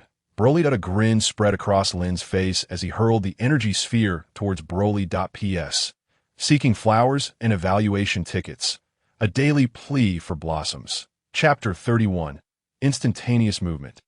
Continuing to suppress Broly. Damn it. Sensing the terrifying energy contained within the sphere, Broly's expression shifted, and he let out a thunderous roar. With a swift motion, he attempted to evade the energy sphere. However, escaping was far from simple. In an instant, Lin teleported behind Broly once more, delivering a kick to Broly's face and propelling him towards the energy sphere. Boom! Broly's body collided violently with a massive energy sphere. Boom! The massive explosion reverberated, causing the entire planet to shudder once more, on the brink of destruction. Oh no! If they continue fighting like this, the entire planet will be obliterated. We will undoubtedly perish. Upon sensing the planet's turmoil, a grave expression settled on Goku's face. Gohan, Trunks, and Vegeta had all succumbed to unconsciousness, leaving Goku as the only one still aware, though his strength had begun to recover slightly. Roar. At that moment, Broly unleashed a primal roar. His body bore the marks of the explosion, and it was clear he had been pushed to his limits. The enraged, transcendent Super Saiyan was no different from a frenzied beast. Damn trash. I will personally snap your neck, Broly howled in madness, charging at Lin with renewed vigor. His speed had intensified, and his strength had surged. Anger had awakened the latent power within him. Whoosh, whoosh, whoosh, Broly unleashed a flurry of relentless attacks upon Lin, each punch distorting the very fabric of space, producing a cacophony of sounds. Lin could do naught but evade the onslaught. Broly's strength was formidable. Should he be struck, the consequences would be exceedingly dire. Die! Broly suddenly let out a ferocious roar, swinging his arm in a wide arc and delivering a devastating punch towards Lin En. Witnessing the terrifying force behind the attack, Lin En hastily raised his arms to shield himself. Bang! In the next moment, Broly's fist collided forcefully against Lin En's arms. Whoosh! His body was propelled backward like a cannonball, crashing into the distant mountain, shattering the ground into fragments. The impact resonated like thunder. The debris scattered, embedding him deep within a peak 100 feet away. This brute's strength is truly extraordinary. Feeling the soreness in his arms, Lin En furrowed his brow. Broly now resembled a frenzied beast, with each strike seemingly growing in both power and speed. As time progressed, the advantage of his tenfold Kyoken began to wane. If this battle continued, it wouldn't be long before Broly could overpower him. At that point, defeating him would become exceedingly difficult, so it seems I must inflict some damage first. Lin En squinted his eyes slightly, muttering to himself, "Aha!" Simultaneously, Broly summoned a dozen energy spheres, hurling them directly at Lin En. He swiftly dodged. Boom! The towering mountain behind him was instantly obliterated into rubble, massive mushroom clouds billowing into the sky. Whoosh! Just then, Broly's figure followed closely behind. Bring it on! Chapter 59. Instant transmission as Broly charged toward him. Lin En executed instant transmission that if he wished to swiftly defeat Broly, he had to employ this technique. Bang! Broly seemed completely oblivious to what had transpired, only feeling a sharp pain at his temple. His consciousness appeared to scatter in an instant, and his body was sent reeling sideways. What just happened? Did Lin En just attack? Goku was momentarily stunned. He had not seen Lin En make a move. It was as if Lin En's presence had vanished in the blink of an eye, completely concealed within this space-time continuum. Simultaneously, Broly was thrust away as if struck, taking advantage of this successful blow. Lin En had no intention of granting Broly a moment's respite. He activated instant transmission once more, relentlessly assaulting Broly. Bang! Bang! Bang! Each of Broly's vital points, the temple, nape, chest, and neck, was under constant attack. Arg! Painful roars erupted from Broly's throat. It is known that even a single strike to these vital areas could prove fatal for many. Yet within mere moments, Broly endured dozens of hits. However, he merely exhibited a decline in energy and sustained some injuries, without any damage to his foundation. This guy's body is incredibly resilient.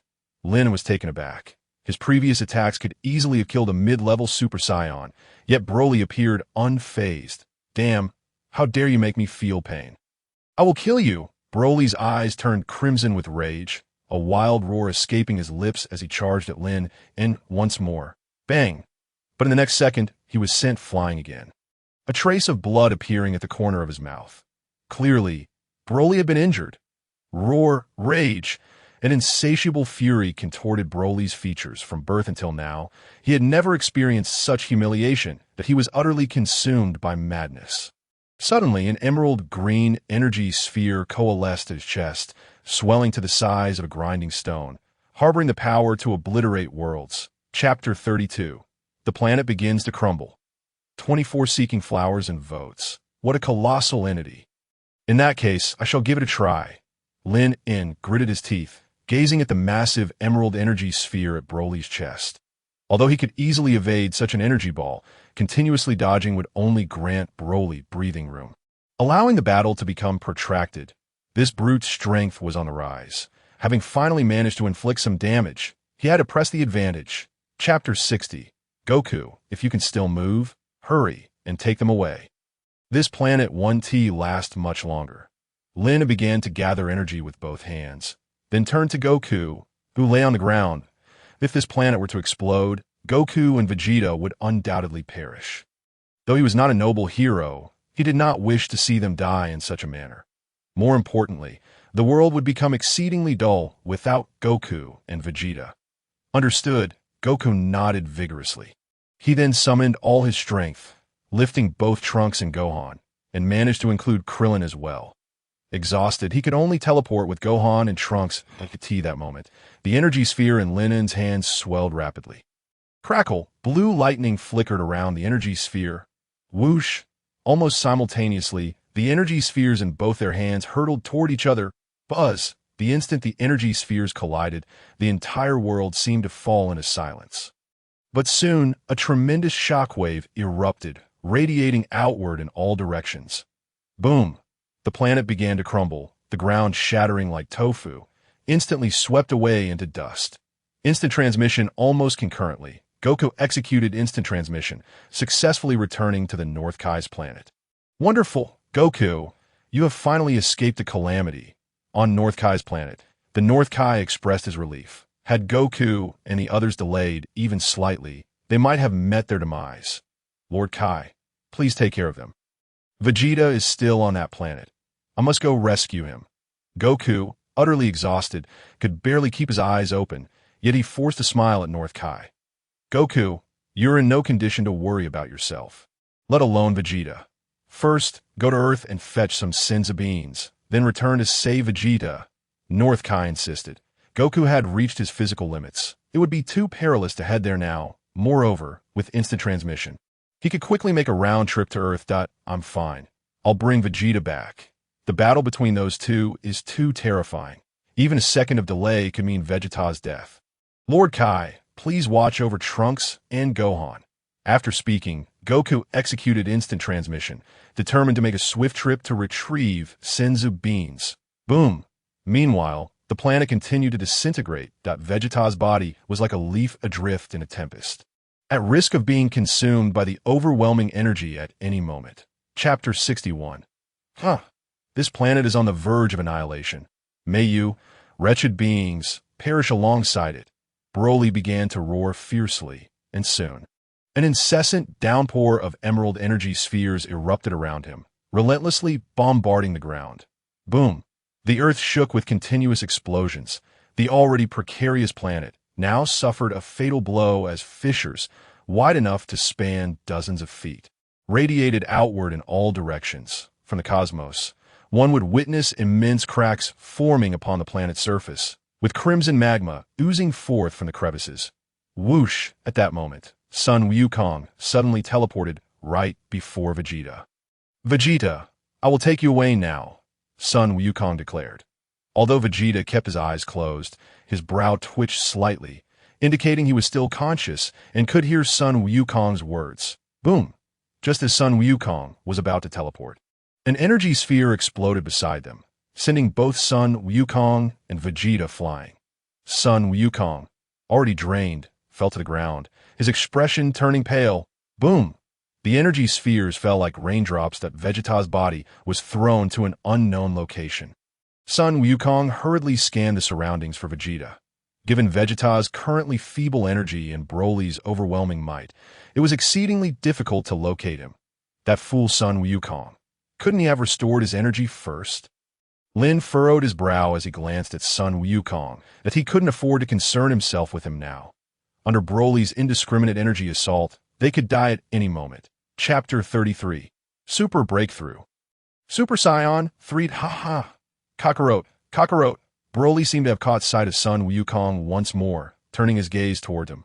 With both palms, he swiftly conjured two terrifying energy spheres and hurled them at Sun Wukong while charging towards him. Clearly, he intended to eliminate Sun Wukong directly. Tisish, what a pair of burdens, Lin muttered, his brow furrowed, as he unleashed two shockwaves from his hands to intercept Broly's energy spheres. In that instant, Broly darted towards Lin from an awkward angle. In the blink of an eye, he was upon Lin, delivering a powerful punch to his abdomen. Bang! Lin was sent flying several dozen feet, a searing pain coursing through his midsection as his insides churned violently. Damn it, I'm starting to get a bit angry. Broly. Lin gritted his teeth, acutely aware that Sun Wukong's son possessed immense talent, but it was only when fueled by rage that he could unleash his true capabilities. Thus, the timing was perfect. Next moment, Lin clenched his fists tightly, golden energy erupting in a jet-like manner around him. The energy intensified, resembling a sword unsheathed, a halo formed atop his golden hair. The planet trembled violently. Waves of energy radiating outward from Lin. Crackle, blue lightning flickered incessantly, as if attempting to pierce through the very earth. Lin preparing for another breakthrough. Sun Wukong stared in astonishment at Lin. This energy was beyond imagination and was still escalating. The rhythm suggested a transition beyond Super Saiyan. Just how powerful would he become after breaking through? Broly too sensed Lin's surge, instinctively feeling the danger. Damn it, you trash, die. Broly bared his teeth, launching a barrage of energy spheres toward Lin. Boom, boom, boom. The energy spheres detonated around Lin's form, yet they could not inflict any harm upon him. Almost just a fraction away that Lin's brows knitted tightly. He felt on the cusp of a breakthrough, yet there was something just beyond his grasp. The golden energy continued to swirl wildly around him, but Lin felt increasingly uncomfortable. That almost their sensation was akin to having a splinter lodged in his teeth, exceedingly bothersome. This moment, Broly appeared poised to unleash a lethal strike. His instincts warned him that Lin was perilous. If given any more time, Lin might very well end his life. Thus, Broly quickly coalesced a massive energy sphere, one far more fearsome than the previous ones. Clearly intent on annihilating Lin, that I won't let you succeed. Perish, trash. Broly's energy sphere hurtled towards Lin, an embodiment of death itself. As Lin felt the impending danger, his eyes suddenly blazed with fierce light, and it seemed the energy within him surged forth uncontrollably. That fraction he had lacked earlier seemed to have manifested. A sense of crisis, a deathly crisis. Breakthrough now. Lin bellowed, his voice echoing through the heavens. Buzz! The golden energy surrounding him expanded exponentially. When Broly's energy sphere collided with the golden aura, it was repelled back instantly. Broly swiftly dodged, but Sun Wukong and Vegeta, several hundred feet behind him, were not as fortunate. Boom! The energy sphere detonated, engulfing Sun Wukong and Vegeta in a terrifying shockwave. Their presence vanished in that instant. Were they truly killed? However, the Dragon Balls on Earth should be capable of resurrecting them. Lin cast a glance at the spot where Sun Wukong and Vegeta had been, now reduced to nothingness. The planet had begun to crumble. Yet at this moment, Lin had undergone a significant transformation. His golden hair cascaded down to his waist, radiating a golden aura. His eyebrows had vanished, and his brow was pronounced. His eyes elongated, exuding a hint of allure. Crackle! Blue lightning crackled around him. Lin had successfully transcended to Super Saiyan 3. Broly stared at Lin, stunned. From Lin's form, he sensed an overwhelming threat. It appeared this planet was about to explode. Although he had achieved Super Saiyan 3, he was uncertain whether he could survive in the cosmos. Thus, it was time to end this battle swiftly. Lin calmly surveyed the crumbling planet before returning his gaze to Broly. Time skip. He immediately executed the time skip technique, appearing before Broly in an instant. It's over. Broly, a chilling voice echoed in Broly's ears as he looked down to see Lin's icy countenance. Bang! Without granting Broly a moment to react, Lin's fist plunged into Broly's abdomen. Rog's fist plunged directly into Broly's abdomen, and crimson blood instantly cascaded down his arm. No, it cannot be. Impossible. Broly's face was etched with disbelief. How could he, of all people, be killed? How could he be slain by such trash? This is an inconceivable occurrence. An explosive sound emerged from Lin's lips that a series of golden beams pierced through Broly's body, subsequently erupting with tremendous force. Boom, rumble. Almost simultaneously with Broly's body exploding, the entire planet detonated, transforming into a magnificent display of fireworks in the cosmos that a few seconds later, serenity enveloped the scene. The universe regained its tranquility, as though nothing had transpired. Meanwhile, Lin found himself on the North Kai's planet. Ding! Congratulations, host, for completing the selection mission. Eliminate the legendary Super Saiyan Broly. Reward: Destruction Energy, limited to 3 uses, the moment he arrived on the North Kai's planet. The voice of the system resonated in his mind that, has it finally been accomplished? Lin exhaled a long sigh of relief. While the destruction energy was undeniably enticing, the breakthrough to Super Saiyan 3 during the battle with Broly filled Lin with even greater exhilaration. To think that within just a month of arriving in the Dragon Ball world, he had successfully transformed into Super Saiyan 3 and mastered destruction energy, although it was limited to 3 uses. Lin had already attained an invincible status during this time frame. Mr. Lin, I am truly grateful for your annihilation of the legendary Super Saiyan, thus saving countless lives across the universe. The North Kai trembled as he expressed his gratitude. Unlike Son Goku, Lin elicited a sense of formality in their exchanges. Despite being the North Kai, to Lin, he resembled nothing more than a mere insect. With a mere thought, Lin could extinguish his life in an instant. Do not thank me.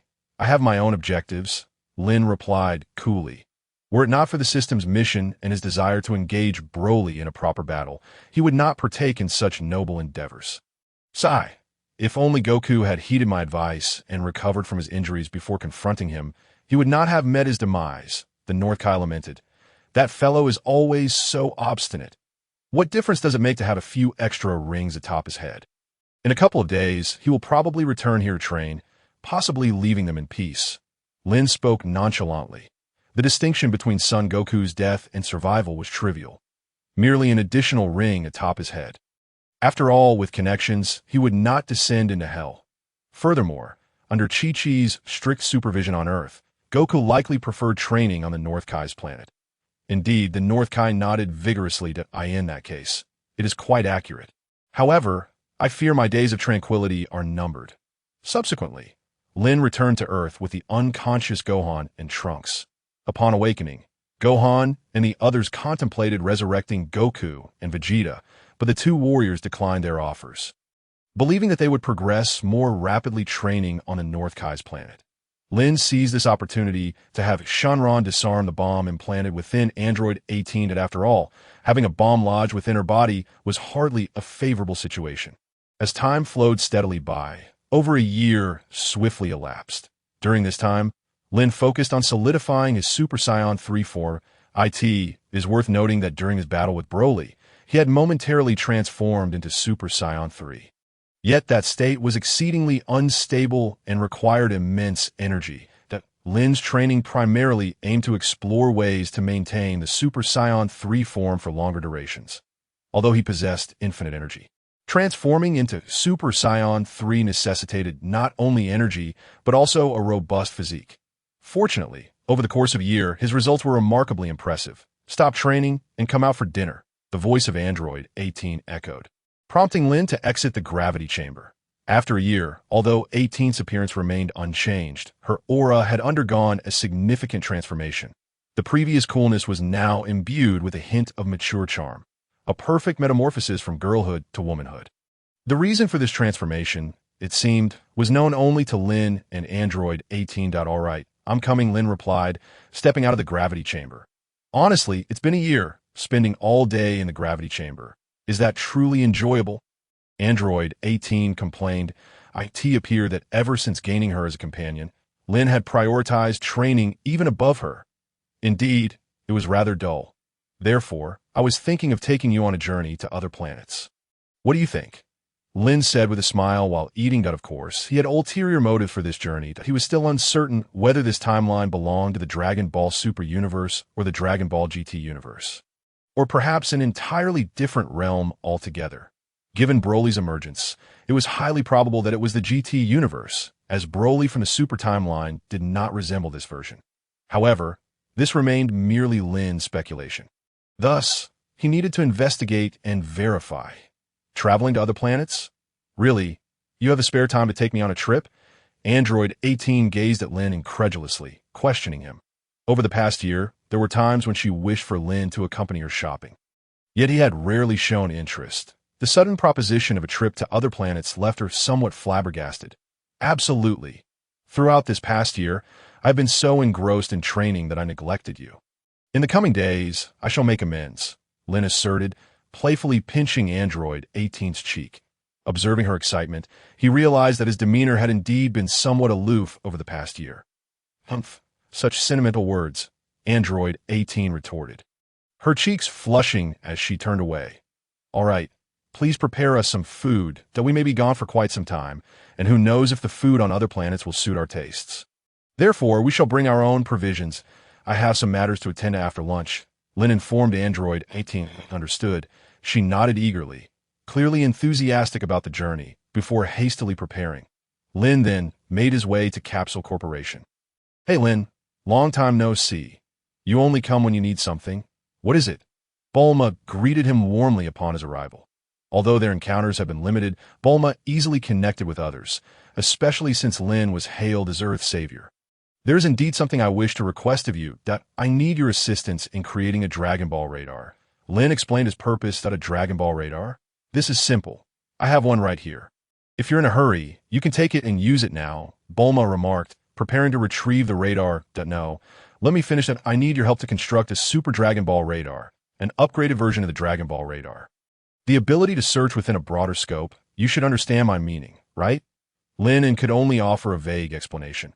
Indeed, he requires a Super Dragon Ball radar, for he wishes to ascertain whether this timeline is that of the Super Timeline or the GT Timeline. If it is the Super Timeline, then the 7th universe must indeed harbor the Super Dragon Balls. Should he manage to find one or two, they would undoubtedly prove invaluable in the future. I roughly understand. It's essentially an upgraded version of the Dragon Ball radar, capable of scanning a larger area. Bulma snapped her fingers, indicating that she comprehended Lin En's words. Yes, that's about right. How long do you think it will take? Lin En nodded and continued to inquire. After all, in Dragon Ball Super, Bulma successfully created the Super Dragon Ball radar. At this moment, she should be able to manufacture it as well. Bulma pondered, stroking her chin, and replied, It will likely take about 3 days. If you need it urgently, I can enlist my father's help, which should speed things up a bit. 3 days, you say? That's fine. It's not particularly urgent. Just let me know when it's ready. Lin En nodded and said. After all, he was pressed for time these few days. Yes, once it's completed, I'll have someone deliver it to you. That would be much appreciated. All right, I'll take my leave now. With that, Lin En departed from the Capsule Corporation. 2 days later, Bulma had someone deliver the Super Dragon Ball radar, which was roughly the size of a soccer ball. She managed to accomplish it quite swiftly. Lin En promptly placed the Super Dragon Ball radar into his system backpack, and then embarked on an impromptu journey with Android 18. Time flew by. And in the blink of an eye, 6 months had elapsed. During this half-year, Lin En and Android 18 had traversed numerous planets, both large and small. However, Lin En felt somewhat disheartened as there was no sign of the Super Dragon Balls on any of these planets. The Super Dragon Ball radar displayed nothing at all. At this moment, the two found themselves on the planet Cubiswo in the East Galaxy. The population of this planet was rather sparse, yet the environment was delightful. Verdant mountains and clear waters painted a picturesque scene. Having searched so many planets without any trace of the Super Dragon Balls, it seemed this was not the Super Timeline. Lin En muttered to himself. After all, in the Super Timeline, the Super Dragon Balls are scattered across the 6th and 7th universes. Despite searching for so long and possessing the Super Dragon Ball radar, he should have been able to find some hint of their existence. Yet, it appeared there was nothing at all. What's wrong? Haven't you found what you were looking for? Android 18 inquired, observing Lin En's somewhat dejected demeanor. No, it seems things are a bit different from what I had envisioned. I suppose I might not find them at all, Lin En replied with a faint smile. It's all right. Don't be so disheartened. This universe is vast, and we've only explored a handful of planets. Let us continue to other planets. Perhaps we will stumble upon something. You never know. Android 18 quickly reassured him. Yes, you're right. However, we need not search too diligently. We can explore while traveling. Hearing Android 18's heartfelt comfort, Lin En smiled. In truth, the absence of the Super Dragon Ball seemed less significant at this point. As time continued to flow, Lin En and Android 18 had scoured countless planets across the universe, yet still found no trace of the Super Dragon Balls. This compelled him to concede defeat. Thus, 5 years slipped by unnoticed. Nevertheless, throughout their travels, Lin En had not neglected his training in the West Galaxy. On the planet Pashur, have we really been out for over 5 years? Lin En glanced at Android 18 with a smile. Yes, 5 years and 4 months. Android 18 affirmed with a nod that I can hardly believe how swiftly time has passed. In the blink of an eye, 5 years have gone by. Considering the year I trained on Earth prior to this, it will soon be 7 years since Cell's demise, Lin En mused aloud. He was acutely aware that 7 years after the conclusion of the Cell Saga, Majin Buu would make his appearance. It seems I must return to Earth. Yet, before I do, I need to enhance my strength. Over these past 5 years, apart from traveling, he had been tirelessly strengthening his power, present. He had stabilized his strength at the full power of Super Saiyan 3, and he sensed an overflow of energy. Thus, today, he wished to challenge the transformation into Super Saiyan 4. Transforming into Super Saiyan 4 is relatively simple. Since he was already in the full power form of Super Saiyan 3, transitioning into Super Saiyan 4 should naturally follow. All he needed to do was transform into the Great Ape form, maintain control of his consciousness, and then evolve into the Golden Great Ape. This would enable a smooth transition into Super Saiyan 4. Given that his tail remained intact, there was no need for excessive exposure to artificial moonlight. I may be about to undertake something significant. I intend to challenge this new form, so I need you to keep your distance, as it may pose some danger, Lin En stated earnestly to Android 18. But he was uncertain whether he would be able to maintain control of his reason after transforming into the Great Ape. All right. Android 18 did not press for further explanation, simply nodding in agreement. Should I lose control, I will immediately abort this attempt, Lin En declared solemnly. If he lost control, he could potentially devastate the entire planet. Thus, if he felt on the verge of losing control, he would promptly halt the process. I believe in you. You can do it. Android 18 smiled sweetly at Lin En. Indeed, I can. Lin En returned her smile and continued. I'll take you to another location first. After speaking, Lin En transported Android 18 to the city center and then returned to the desolate land. This area was several hundred kilometers from the city center, ensuring that transforming here would not endanger innocence. Super Saiyan 4. I wonder if I can succeed. If I do, my strength will undergo a tremendous enhancement, and I will truly ascend into the ranks of the powerful. Lin En clenched his fist, his eyes radiating a fierce light. Having made his decision, he would not waver further. He then conjured a sphere of silvery energy in his hand. Creating an artificial moon was exceedingly simple for him. Here goes everything. Lin let out a long sigh, then hurled the energy sphere high into the sky. Raising his gaze, he locked his eyes on the luminous orb. The silvery waves shimmered, reminiscent of sunlight reflecting off a tranquil lake surface. Buzzing. After observing for approximately 3 seconds, a flash of electric arc darted through Lin's mind. Of course, it was not a genuine electric arc, but rather a form of neural reflex. Thump. Lin distinctly felt a violent surge in his chest. The sound of his heartbeat was exceedingly clear, echoing in his ears. Instantly, every hair on his body stood on end. Thump, thump, thump. Soon, the rhythm of his heartbeat intensified, quickening with each passing moment. Lin sensed his body beginning to swell. Thump, thump, thump. The heartbeat resembled a drumbeat, pulsating rapidly. His entire being trembled in synchrony with the rhythm. Crack. Suddenly, a fissure opened in Lin's body due to his cultivation. Crackle. His physique expanded swiftly, tearing his clothes apart.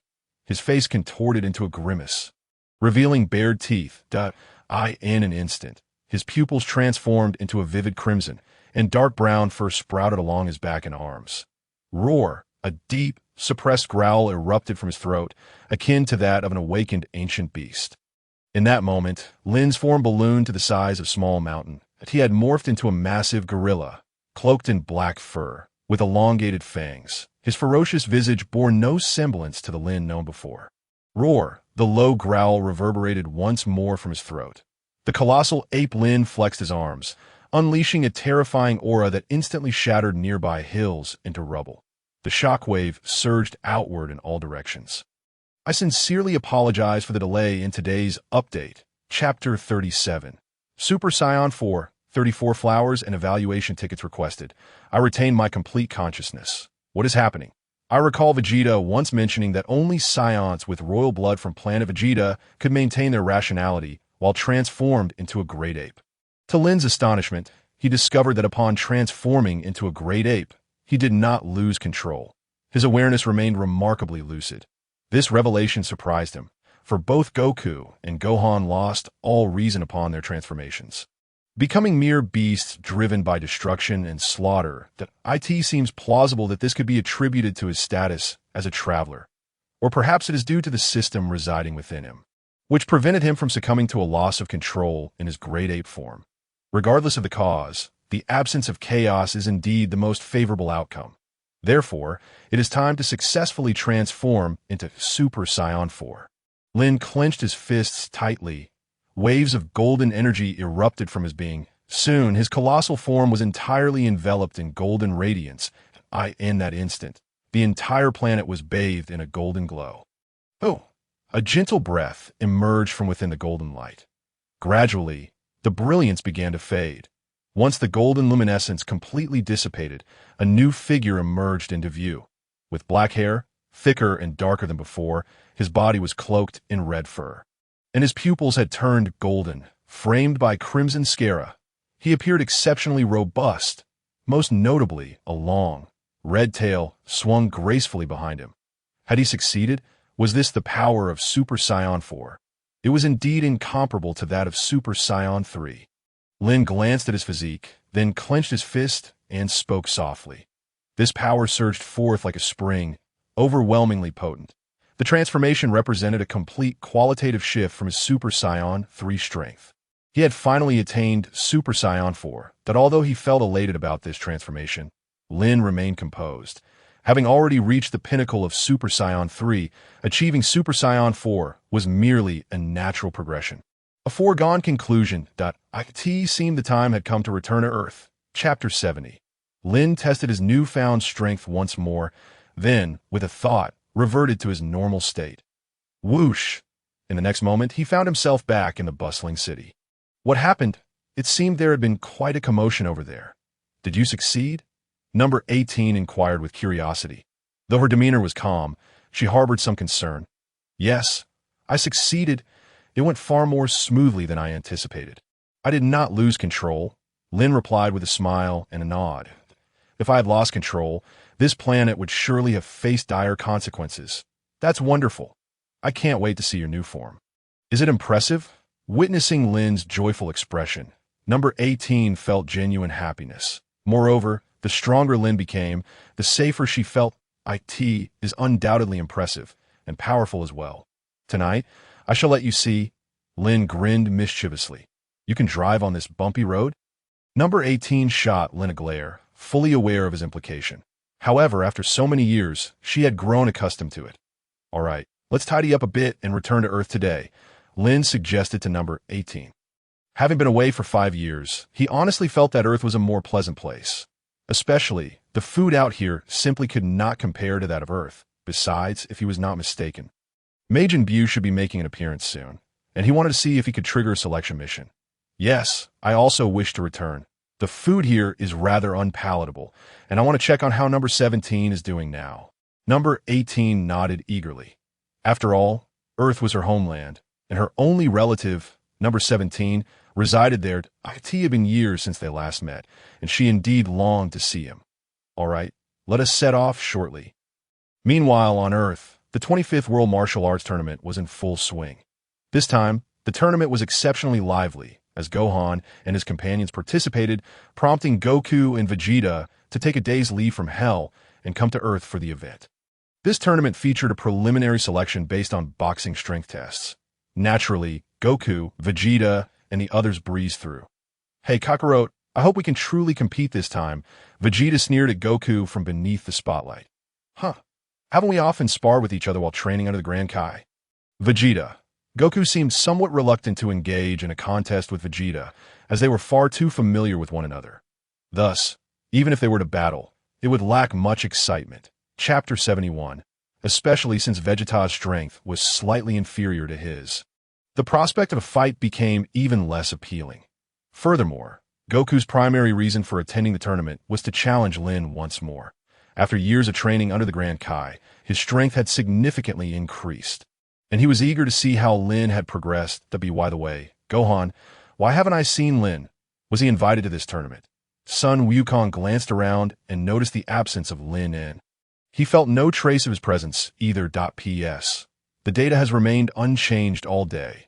Could it be that the writing has collapsed? If any esteemed readers have suggestions, please do share. Chapter 38. Vegeta. The circles suit you quite well. 44 requests for flowers and evaluation tickets. Father, are you referring to Mr. Lin En? He vanished 5 years ago. Sun Wufan hurriedly replied. 5 years ago, Lin En departed Earth with Android 18. In the intervening years, they had not encountered Lin En even once. What? You say Lin En has left Earth? Huh. If that is the case, this World Martial Arts Tournament is going to lack much excitement. Isn't it? Sun Wukong said, somewhat disappointed. He had specifically taken leave to come to Earth with the intention of sparring with Lin En, only to find out that he had already left. In that case, it might be more enjoyable to play in hell instead. TCH, you rascal. I knew you were here just to find Lin En. Vegeta scoffed at Sun Wukong. That aren't you the same, Vegeta? Were you merely intending to duel with me on Earth? Sun Wukong chuckled in response. He was well aware that Vegeta was even more eager to face Lin En. Both of their powers had significantly increased during their time in Hell, and they were both eager to see how much Lin En had improved during his absence. TCH, that bastard Lin En actually ran away. I haven't had the chance to settle scores with him yet. Vegeta clenched his fists tightly, expressing his frustration. This outcome is indeed rather unsettling. Meanwhile, at the outer arena of the World Martial Arts Tournament, Lin En and Android 18 suddenly appeared. We made it. It seems we arrived just in time for the World Martial Arts Tournament. Moreover, I can sense the energies of Sun Wukong and Vegeta. Did those two fellows come to participate in the tournament as well? Upon arrival, Lin En immediately detected the energies of Sun Wukong and Vegeta. I wonder what the prize money is this time. I would like to participate as well, Android 18 said with a smile. Although she had little interest in fighting, she was quite intrigued by the prize money. It should be several tens of millions. I suppose, Lin En replied casually. Are you two also participating in the World Martial Arts Tournament? If so, hurry and come over to measure your power. As he spoke, an official called out to Lin En and Android 18. Section 72. Power measurement? Fine. Lin En glanced at the power testing machine before casually walking over. He then lightly flicked it with his finger. Beep, beep, beep. The power testing machine suddenly began to emit a series of urgent beeps. Soon, it displayed a value of 582. It seems I didn't quite control my power correctly. Lin En looked at the value with a resigned expression. It's genuinely a bit challenging to keep my power around 200. The staff's eyes nearly popped out. This power testing machine was brand new, absolutely without issues. Yet that guy's value was a staggering 582. A monster. Today is filled with monsters, when Android 18 also registered a power value of 555. The staff was utterly stunned. The other contestants could only flee in dismay. What is the point of participating? ISNT that just asking for humiliation. Lin En has arrived. I can sense his energy. Suddenly, excitement flickered across Sun Wukong's face. The moment he turned, he saw Lin En and Android 18 walking toward them. Tisish, that guy finally showed up. This time, Vegeta, will surely defeat you. Vegeta was clearly quite exhilarated. If Lin En hadn't participated, their trip would have been in vain. Hey Lin En, long time no see. I knew you would definitely come to participate in the World Martial Arts Tournament. Sun Wukong rushed over, his face brimming with excitement. You two have come all the way from hell to participate. It would be rather unreasonable for me not to show up. Besides, I suppose you both wish to challenge me once more. Lin En cast a glance at Sun Wukong and Vegeta, smiling faintly. Their little schemes were clearly written all over their faces, and he could see through them effortlessly. Indeed, the World Martial Arts Tournament would lose much of its charm without your participation. Sun Wukong admitted with a smile, not denying it. Humph. This time, I will definitely defeat you, Lin En. Vegeta stepped forward, a confident smirk gracing his lips as he addressed Lin En. After 7 years of training in hell, both he and Kakarot had undergone a qualitative change in their powers. Lin En could never have imagined just how strong they had become. You say that every time. Have you ever succeeded? Lin En shot Vegeta a significant eye roll, but he then glanced at the circling aura above Vegeta's head and remarked, "That circle does indeed suit you quite well." After finishing, he walked toward the other contestants. "Everyone look! That's Lin En. Lin En. Section 73. No way. The champion of the previous World Martial Arts Tournament, Lin En, and you don't even know who he is? Oh, I remember now. He seems to have defeated those cosmic marauders and saved the Earth. Right? Exactly. I remember it vividly. I still have a newspaper. By the way, I heard that the monster cell from 7 years ago was also eliminated by Lin En. I wonder if that is true? It must be true. I've seen a video of Lin En in battle. It was incredible. Their movements were completely imperceptible to the naked eye. Before long, some contestants and audience members began to murmur among themselves. Discussing Lin En.ps. Requests for flowers, evaluation tickets, and monthly tickets are appreciated. Thank you all. Chapter 39. Acting tough in front of me will provoke my wrath. Additional update. This time, the World Martial Arts Tournament has set up a youth division. So the adult division's matches will take a while. During this time, Lin En and Sun Wukong went directly to the cafeteria. To be honest, the food they had eaten over the past 5 years was quite mediocre. Thus, Lin En found himself longing for Earth-esque cuisine. Half an hour later, having satisfied their hunger, the group prepared to return to the arena when 2 unexpected guests appeared before them. Lin En was quite familiar with these two, East Kai Shinasen and his attendant, Jebet. Who are they? Sun Wukong glanced at the Kai Shinasen and Jebet blocking their path and muttered, "Who knows? However, they seem to possess some level of ability," Vegeta coldly remarked. Meanwhile, Piccolo wore an expression of sheer terror. After all, having fused with the Supreme Kai, he instinctively sensed the dimensional gap between himself and the Kaioshin, an overwhelming pressure that greatly unsettled him. "Uncle Piccolo, what's wrong?" Sun Wufan asked, noticing Piccolo's grim demeanor. "I don't know. I just feel a tremendous sense of pressure emanating from those guys." Piccolo shook his head, clenched his fists, but then relaxed. "May I inquire if this gentleman is Sun Wukong?" East Kaishin Asen floated in the air, smiling as he addressed Sun Wukong. "Yes, that's me." "What do you need?" Sun Wukong this time earnestly inquired. The 2 individuals before him were undoubtedly no ordinary beings. In a moment, "We may require everyone's cooperation and assistance. So during the competition, regardless of our actions, I kindly ask that you do not intervene or resist." The Supreme Kai, Ashen, continued to speak. "What? Who exactly are you?" Sun Wukong replied with utmost seriousness. Not knowing the identities of these individuals, yet being told not to resist, was simply inconceivable. This was contrary to their very nature. Just a pair of boastful cowards. After all, that moment. Lin En suddenly remarked with a faint smile he harbored no fondness for East Supreme, Kai Ashen, and Jebet, for these 2 were exceedingly timid, were they not? They appeared flamboyant and ostentatious, exuding an air of arrogance, as if proclaiming, the sun, the earth, the air, soaring to the heavens as an airplane, lying on the ground as an ant. Yet a demon lord Depura, lacking even Super Saiyan 2 prowess, had them nearly trembling in fear. Upon encountering Majin Buu, they were utterly terrified. Such individuals, standing at the pinnacle of the universe, were nothing short of disgraceful. "Hey, what did you say?" Upon hearing Lin En's words, Jebet's expression changed dramatically, followed by a fierce glare directed at Lin En.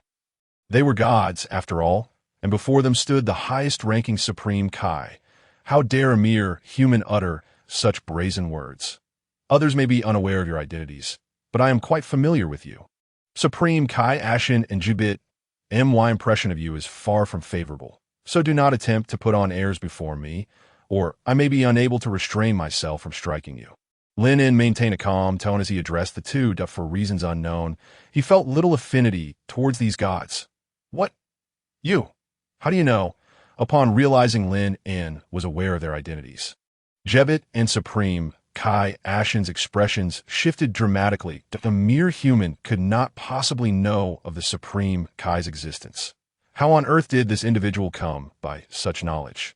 The Supreme Kai. No wonder their attire bore a striking resemblance to that of the Supreme Kai. Lacking in taste, Sun Wukong scratched his head and continued to mumble. Nonetheless, they were not overly astonished by the gods. After all, he and Vegeta had both come from the Grand Kai's realm, and oh wonder they exuded such a sense of oppression. It turned out they were gods. Only Piccolo cast a few glances at the two. Let us proceed. The competition is about to commence. Oh, you two seem to possess considerable strength. I look forward to battling with you. Sun Wukong waved at Jebit and Supreme Kai Ashen, then promptly bypassed them. How could these arrogant individuals maintain such a demeanor?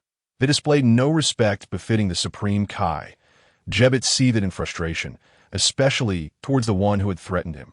Truly a most intriguing group.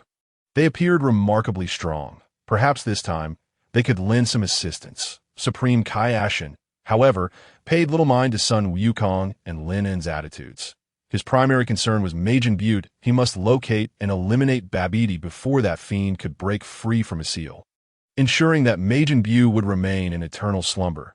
Thus, the universe would be spared from peril. I suggest the Supreme Kai not place his hopes on those arrogant individuals. I believe their strength does not match their bravado. Jebit continued to grumble in irritation. Enough, Jebit. Many humans possess remarkable talents, so do not underestimate them. Come, let us see if those under Babidi's control have made their appearance. With that, Supreme Kai Ashen made his way toward the arena. The 25th World Martial Arts Tournament's youth division had concluded. Trunks had emerged as the final champion of the youth group, with Son Goten claiming second place. Next, the adult group was set to begin their draw. This time I shall certainly draw you. Prepare to witness the fruits of my 7 years of training. Vegeta slyly leaned towards Lin En, a smug expression on his face. I ask you, are you not weary? Vegeta, let me make this clear. Even if you train for another 100 years, you could never surpass me. Do you understand? Lin En dismissively replied, his expression one of disdain. It is undeniable that Vegeta has impressive training talent. However, I possess an unfair advantage. You spend all your time comparing yourself to me. Is that not a futile endeavor? Enjoy your moment of arrogance while it lasts. Once we are on the stage, you shall witness the true might of Vegeta. Vegeta seemed unfazed by Lin En's words, continuing to revel in his own self-importance. Very well. I eagerly anticipate your performance. Lin En could only nod in agreement. The drawing commenced. It was indeed a curious coincidence that both Lin En and Vegeta drew number 10-0. You two have drawn against each other. Sun Wukong felt somewhat uncomfortable at this revelation. After all, he had come to Earth with the intent of challenging Lin En. To his dismay, he found that the first match would be between Vegeta and Lin En. What a shame, Kakarot. You will not be able to contest with Lin En, for I shall defeat him in the very first round, Vegeta declared, clenching his fist triumphantly. Alas, such delusions are a severe affliction. They must be treated. Lin En observed Vegeta with a hint of sympathy. Why is this fellow so confident? 7 years ago, he was leagues behind me. Why does he now naively believe that only he has improved? Is it possible that my own prowess remained stagnant during these 7 years? Ladies and gentlemen, esteemed contestants and spectators, the 25th World Martial Arts Tournament's adult division is officially underway. Now, let us welcome our first pair of competitors, Krillin against Yak. The booming voice of the blonde host resonated throughout the arena, igniting a thunderous applause from the audience. Many had eagerly awaited this tournament for quite some time. Thank goodness I did not encounter Goku and the others. Krillin silently rejoiced, as long as he avoided facing Goku, Lin En, and Piccolo. He would not be eliminated in the first round at the very least. He would not suffer too much humiliation. Yak was merely an ordinary earthling, with a score of just over 70 on the punching machine. The first match concluded swiftly, with Krillin emerging victorious, as everyone had anticipated. Although Krillin could not be compared to Goku or Vegeta, he was still quite formidable among ordinary earthlings. The second match featured Son Gohan against Jebit. Mr. Goku, we may need to enlist the assistance of Mr. Gohan shortly. We harbor no ill intentions. Please refrain from intervening. Before the match commenced, East Supreme Kai Ashen approached Sun Wukong and the others, speaking earnestly. Sun Wukong raised an eyebrow, uncertain of the man's true intentions. However, he sensed that these two did not seem to harbor malice. Very well. Sun Wukong could only nod if the situation were to take a turn for the worse. He would undoubtedly take action. Ding! The system task has been issued. The host is required to make the following choices. Choice 1. Prevent Majin Buu from breaking the seal. Reward: the identity of a Kaishin. Choice 2.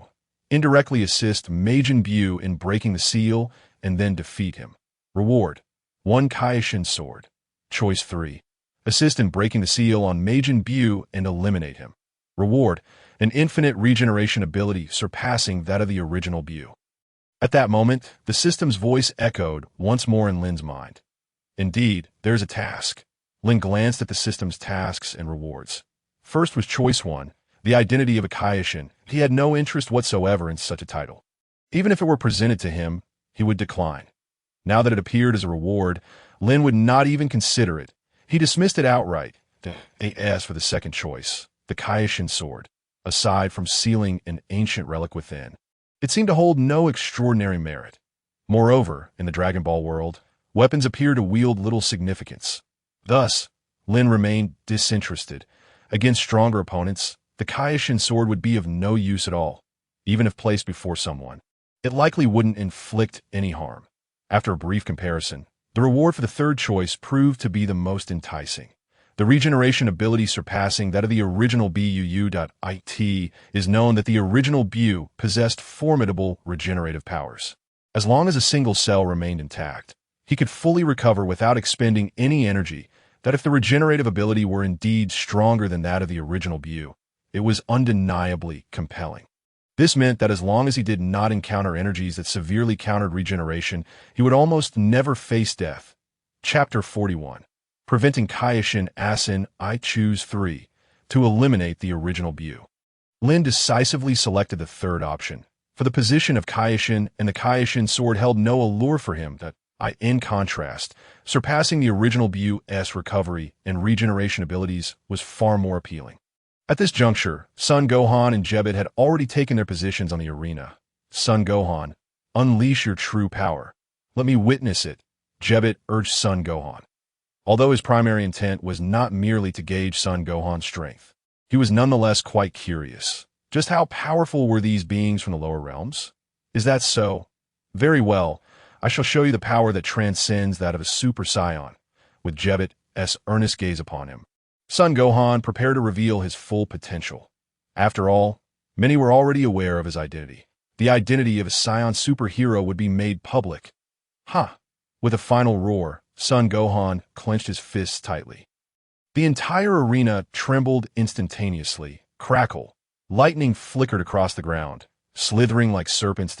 In the past 7 years, aside from acquiring knowledge through study, he had not neglected his training. He was acutely aware that his father and Uncle Vegeta had perished. If Earth were to face another crisis, it would be solely up to him to resolve it. Thus, he had diligently pursued his training. Over these 7 years, his strength had indeed surpassed the limits of a Super Saiyan, evolving into a Super Saiyan 2. Accompanied by one last bellow, a golden aura enveloped Son Gohan, erupting with intensity. Crackle! Simultaneously, blue lightning danced around him. His golden hair stood tall, with a lock of bangs swaying before his brow. He had undeniably transformed into a Super Saiyan 2. It was astonishing that a being from the lower realms could possess such terrifying power. This strength had even surpassed that of Lord Kaishin. Vegeta, facing Son Gohan, was utterly taken aback. To speak candidly, he had never regarded beings from the lower realms with any seriousness. However, he now realized his mistake. These individuals were frighteningly powerful. Wow! I never expected Gohan's strength to reach such heights. Sun Wukong was equally astonished. He knew Gohan's character and that he had never been particularly dedicated to training. Much of the time, he trained passively, with little time devoted to proactive training. To think that in these 7 years, through sheer effort, He had become a Super Saiyan 2. With that brat's talent, he should be capable of becoming even stronger. Vegeta scoffed. Though internally surprised, he would never express it aloud, just as Son Gohan unleashed his astonishing power. Babiti's minions Yam and Spobobich suddenly lunged toward him. I beg you all, please cooperate with me. Kaishin Asin addressed Sun Wukong and the others. He then prepared to utilize his super abilities to control Son Gohan. Lin's body flickered, appearing directly before Kaishin Asin. Seizing his arm, what do you think you're doing? Kaishin Asin exclaimed in surprise. Gazing at Lin, hadn't he just agreed with him? Why was this fellow suddenly reneging? Did he need to complicate matters to locate Babiti's hideout? Humph. To be honest, if you and Jebet had not shown up, matters would not have become so troublesome. Lin spoke indifferently, in the original Dragon Ball Z storyline. Had those two not intervened, Majin Buu would not have been released from his seal at all. Chapter 78. However, Kaishin Asin furrowed his brow tightly. Yet with Lin gripping his arm, he found himself unable to move. Meanwhile, Sun Wukong and the others directed their gazes toward Lin in more hesitation. From this moment on, you, the so-called God General, are utterly worthless. Just a fish that will soon be shouting 666. Lin coldly remarked before releasing Kaishin Asin's arm. At this moment, on the arena, Son Gohan had already engaged Yam and Spobobich. Aware that they stood no chance against Son Gohan, the two swiftly prepared to flee the arena. If they leave, I must pursue them to locate Majin Buu's whereabouts. If anyone is interested, you are welcome to join me. I believe it would be of great assistance. Kaishin Asin glanced at the fleeing Yam and Spobobich before following suit, though uncertain of what had transpired. It sounded quite intriguing. If that's the case, I shall accompany you. Sun Wukong pondered for a moment and then swiftly followed. Soon after, Piccolo and Krillin also joined in, along with Son Gohan and Jebet. Since Lin had chosen Task 3, he naturally had to follow as well. Otherwise, he would be unable to fulfill the system task. Chapter 43. The Eruption of Vegeta. Now that Vegeta had begun battling Lin, it was the perfect opportunity for me to witness just how much Lin had improved over these 7 years. Upon sensing the auras of Lin and Vegeta, Sun Wukong hastily directed his gaze toward them. Given Lin's training talent, which surpassed both his and Vegeta's, and considering the tremendous progress they had made over the past 7 years, there was no doubt that Lin had not remained stagnant. Was he still a Super Saiyan 2? Vegeta cast a cold glance at Lin. In the blink of an eye, his body erupted forward with astonishing speed. Almost instantaneously, he stood before Lin, launching a powerful punch in his direction. Lin swiftly retreated, narrowly evading Vegeta's assault. Almost simultaneously, he executed a swift whip kick that seemed to tear through the very fabric of space with its fierce gust of wind. How fast! Vegeta's expression shifted dramatically. He quickly raised his arms in defense, realizing that he had not conserved his energy during his previous attack, leaving him no time to evade. Thud! Lin's legs struck Vegeta's arms with the force of steel, sending him skidding backward across the ground for a distance of 40 to 50 yards before he managed to come to a halt. The earth beneath him bore 2 long, deep gouges. His arms throbbed with a painful numbness, a most unpleasant sensation. Damn it, how can this guy possess such strength and speed? Vegeta's lips twitched in frustration. Both of them were currently in their Super Saiyan 2 forms. Yet it was evident from their recent exchange that Lin's power and velocity far surpassed his own. What astounding speed! Not even I could evade that just now, Son Goku remarked, his face etched with seriousness. Indeed, after 7 years, Lin's strength had grown considerably. This bastard, Vegeta, gritted his teeth, directing his palms toward Lin. Energy spheres erupted from him like a relentless barrage. However, this princely tactic posed no real threat. Lin remained rooted in place, showing no inclination to dodge. Boom! The ground erupted violently, clouds of dust billowing upward, colossal mushroom clouds bursting forth into the sky. Vegeta was acutely aware that his assault was futile. He employed this strategy merely as a feint. Swoosh! As Lin was engulfed by the thick smoke, Vegeta swiftly darted into it, delivering a punch aimed at Lin. Clap! Yet, Vegeta's plan unraveled as Lin seized his fist. With a swift motion, Lin lifted his leg. delivering a crushing kick to Vegeta's solar plexus. Gagging, Vegeta expelled a mouthful of bile. His body propelled high into the air. Swoosh! Lin vanished, reappearing above Vegeta, his fists clenched, crashing down upon Vegeta's back. Boom! The impact created a massive crater in the earth. And Vegeta lay at the bottom of it. I know you're still holding back. Vegeta, you'd best unleash your full power. Otherwise, I shall lose all interest in you, Lin stated nonchalantly. Though both were Super Saiyan 2, Lin's strength far exceeded Vegeta's, rendering him no match. Damn it! Why is this happening? We are both Super Saiyan 2, yet he is so much stronger. Vegeta pounded the ground in frustration, his eyes gleaming with defiance. Initially, he had no intention of revealing his full strength, but now he saw no other choice. Slowly rising to his feet, he wiped the blood from his mouth, a smile returning to his face. I must admit, you are truly infuriating. To think that as fellow Super Saiyan 2S, you could surpass me to such a degree. However, mark my words, you will not win this battle, for my power has long surpassed that of Super Saiyan 2. Now, watch closely. The strongest Saiyan will forever be me. Vegeta. Clenching his fist, he pointed his thumb at himself, exuding an air of unparalleled superiority. Vegeta appeared utterly self-assured, a demeanor that rivaled even that of the king of all. Is Vegeta preparing to transform into Super Saiyan 3?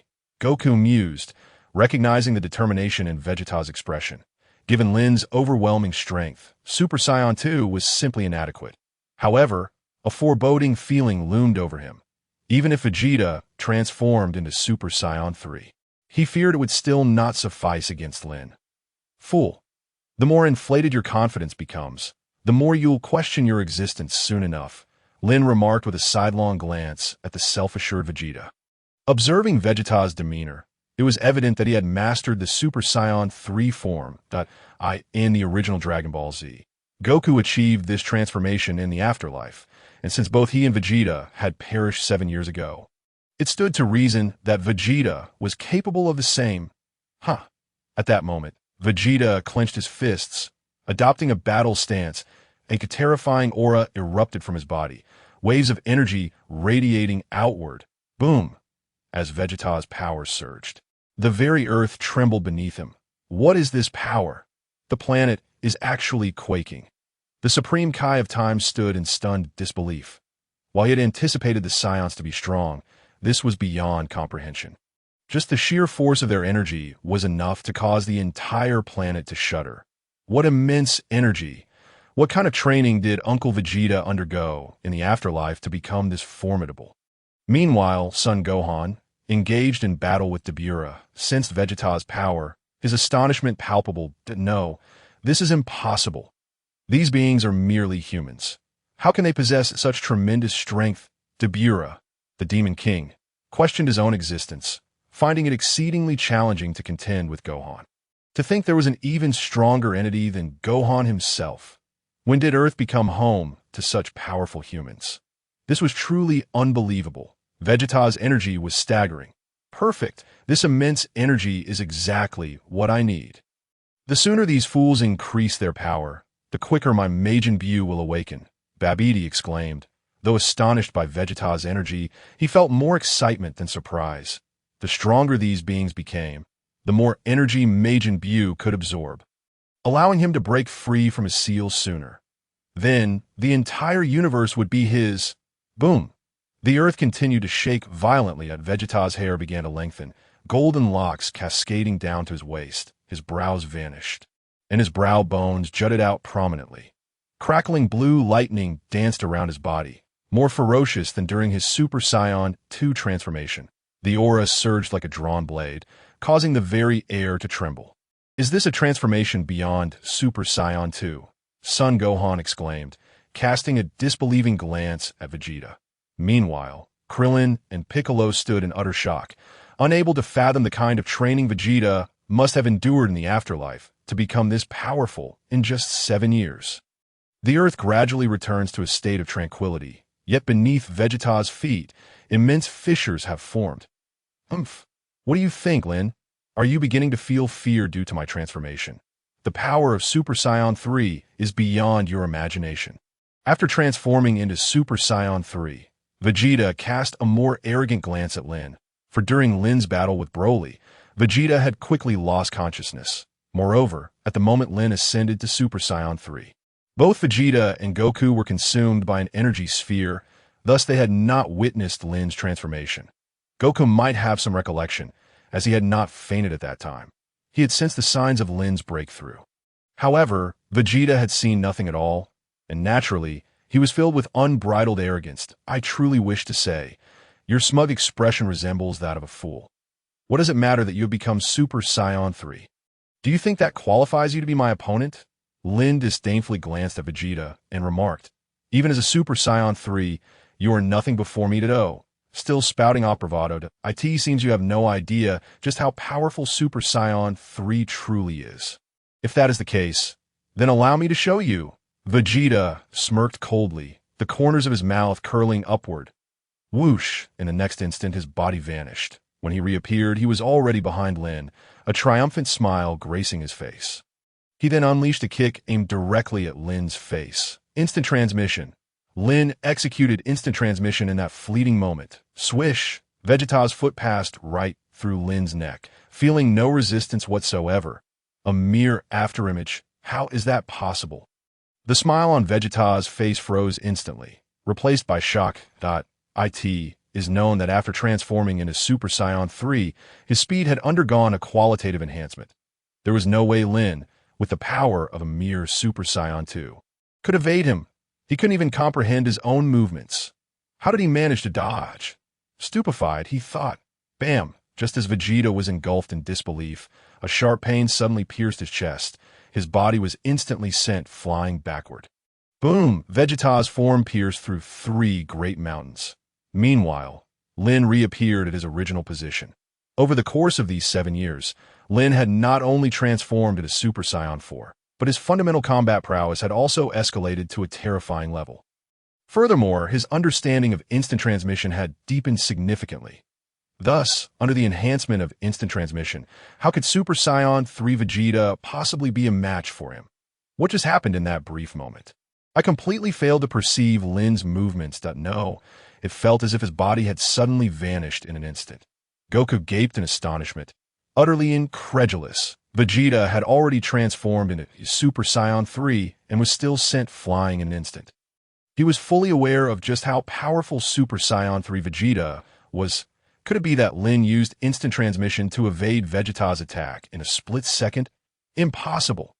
Even with instant transmission, one would not vanish along with their energy in that moment.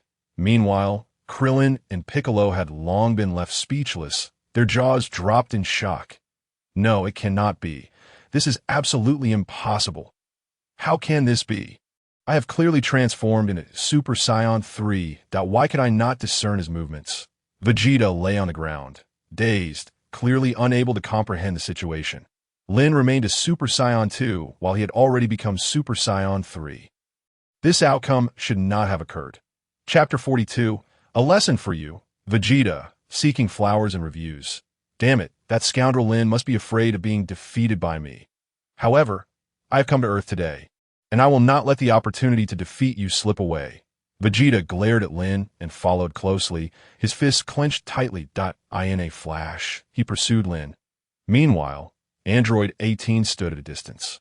Recalling Lin's previous warning that the martial arts tournament might entail unforeseen events. Nevertheless, she could remain there to compete. After flying for about 10 minutes, the group arrived at a desolate valley, guided by Yamcha and Spopovich. Swish, swish, swish. Jebet and Kaioshin Ashin quickly concealed themselves. Spopovich and Yamcha reached a small structure that resembled an upgraded snail shell. Lord Babidi, I sincerely apologize. We have failed. Those individuals possess overwhelming strength, Spopovich said, fear evident on his face as he looked at Babidi. Babidi, resembling a fusion of a pangolin and a caterpillar, retorted, "You two are truly worthless. Not only did you fail to gather any energy, but you also attracted so many people. My subordinates are not in need of such worthless beings. So you two may disappear," Babidi coldly declared, and in an instant, Yamcha and Spopovich exploded. Hee hee, a cruel smile emerged on his face. Lord Babidi, those individuals are hiding behind that mountain. It seems they possess quite a bit of energy. Leave them to me. Dabra grinned, addressing Babidi. All right, then I shall rely on you, but remember, do not kill them immediately. My Majin Buu's resurrection still requires their energy, Babidi said casually. Understood, Lord Babidi, Dabra nodded. Whoosh, in the next moment. His body vanished. Oh no, we have been discovered, Kaishin Ashen exclaimed in alarm. The red-faced giant Jebbet was also stunned. Just as they were in a daze, Dabra's figure appeared before Jebbet. Dabra wore a devilish smile. And with a single palm strike, he aimed directly at Jebbet. Poor Jebbet had no time to react before his body was engulfed by a shockwave. What? Goku, Gohan, and the others similarly failed to react. Although Dabra's strength was still somewhat inferior to theirs, the sudden ambush caught them off guard. Damn it! That scoundrel, I will never forgive you! Witnessing Jebbet being killed in an instant, Gohan's eyes ignited with fury. He clenched his fists tightly and transformed into his Super Saiyan form. Meanwhile, on another front, Vegeta had already caught up. Lin, I will not allow you to escape today without defeating you, as Vegeta's voice fell. An energy sphere hurtled toward Lin. Lin turned, a cold smile on his face as he replied. All right, since I'm not busy, I will play with you for a while. Vegeta. Lin's gaze shifted, his cold smile directed at Vegeta. One wonders who instilled such unwarranted confidence in this guy, allowing him to become so arrogant. But soon enough, he will come to understand that no matter how hard he strives, he cannot possibly match me. Finally, you wish to battle me. For the past 7 years, I have eagerly awaited this day. Vegeta's fists were clenched tightly. Amidst the echoes of deep roars, the entire valley trembled violently. Soon, Vegeta transformed into the form of Super Saiyan 2. With blue lightning swirling around his body, golden flames surged incessantly. It was evident that he had indeed attained the state of Super Saiyan 2. If Super Saiyan 2 is the audacious capital of your arrogance, then you are indeed rather naive, Vegeta. Lin remarked coldly as he observed the newly transformed Super Saiyan 2. Yes, that's so. You shall soon reconsider your words, Vegeta replied with a smug smile. That expression was unmistakably saying, I still have trump cards to play. Can we focus on helping Gohan deal with Dabra first? That guy is a demon lord with formidable power, the supreme Kai of time. Asin interjected hastily, noticing that Vegeta was about to engage Lin in battle. Who cares about such trivial matters? Vegeta scoffed disdainfully. Nothing was more important to him than the contest with Lin. Do not worry, Supreme Kai. Dabra's strength is average. Gohan should be more than capable of handling him, Goku said with a calm demeanor. Just moments ago, the Supreme Kai had relayed everything to Goku and the others. Although Goku appeared exceedingly confident, Asin felt a twinge of disbelief, for he was not well acquainted with Goku's true strength, while he was very familiar with the power of the Demon Lord Dabra. Meanwhile, on the other side, if you wish to avoid being knocked down in mere seconds, you better transform into a Super Saiyan quickly. Vegeta taunted Lin with a derisive chuckle. Your arrogance is becoming quite irksome. I intend to teach you a lesson today, Vegeta, Lin retorted, his anger ignited by Vegeta's self-righteousness that he clenched his fists tightly, and in an instant, golden flames erupted from his body, transforming him into Super Saiyan 2 as well. I have already told you, you can never be my match, not in the past, nor in the future. Give up that notion. Vegeta, you will never surpass me, Lin stated calmly as he approached Vegeta. Defeating Vegeta was as effortless as taking candy from a child. No, it cannot be. I have transformed into Super Saiyan 3. How could I possibly lose to you? That was merely a fluke. Vegeta's fists clenched tightly, his features contorting in rage. Utter humiliation flooded his heart. He could not accept that after transforming into Super Saiyan 3, he had been defeated by Lin. A Super Saiyan 2, with a single move. Damn it, Vegeta roared in a frenzy, leaping forward with all his might to strike Lin. Stubborn fool, Lin remarked, shaking his head lightly. In an instant, he utilized instant transmission, vanishing just as Vegeta's attack was about to land. Boom! The next moment, Vegeta felt a sharp pain at his temple, followed by a wave of dizziness. His body was sent hurtling sideways, crashing through several mountain peaks. The temple is a critical vulnerability, even for Vegeta in his Super Saiyan 3 form. A blow to that area was excruciating. It was evident that Vegeta was no match for Lin, especially since he had only recently transformed into Super Saiyan 3 and had yet to fully harness its power. Goku observed the struggle between Lin and Vegeta, muttering to himself. While the Super Saiyan 3 form greatly enhances strength and speed, it comes with a significant drawback. Energy consumption is exceedingly rapid. Therefore, I generally refrain from transforming into Super Saiyan 3 during battles. If my energy were to deplete without defeating my opponent, it could lead to dire consequences. Meanwhile, in the subterranean lair of Babidi, he was observing the surface events through a magical crystal ball. Oh ho ho! It seems that Vegeta is engulfed in a tempest of negative emotions. Having been defeated by Lin, his negativity has reached unprecedented heights. Presenting me with an excellent opportunity to exploit, Babidi mused with a sinister grin. Fixating on the crystal ball, he had the ability to control those with dark inclinations, and the greater the darkness within them, the more susceptible they became to his manipulation. Initially, it had been somewhat challenging to control Vegeta due to his relatively calm disposition. However, after being bested by Lin, Vegeta's inner turmoil, jealousy, anger, resentment, and humiliation had surged, widening his dark side. This made him all the more amenable to control. Vegeta, become my loyal subordinate. You might even surpass Majin Buu. But Bidi's anticipation grew as he began to cast a spell on the magical crystal ball. At that moment, the pink egg behind Babidi seemed to absorb the energy from the recent battle, emanating a flickering dark purple glow. Damn it! This is impossible. How could he possibly be my match? Vegeta's features twisted in fury, a tempest of anger, humiliation, and resentment playing across his face. Vegeta, calm down. Asin urged, sensing the peril. Babidi can control those with evil in their hearts. If you continue down this path, he will seize control of you. Babidi is nearby and surely can see everything unfolding. Currently, Vegeta was immensely powerful. If he fell under Babidi's control, the situation would be dire. Is that really a possibility? Goku pondered, momentarily taken aback. If that were the case, Vegeta would indeed be in grave danger, as he had never been a paragon of virtue, especially now, teetering on the brink of a shattered ego after his defeat by Lin. Babidi control.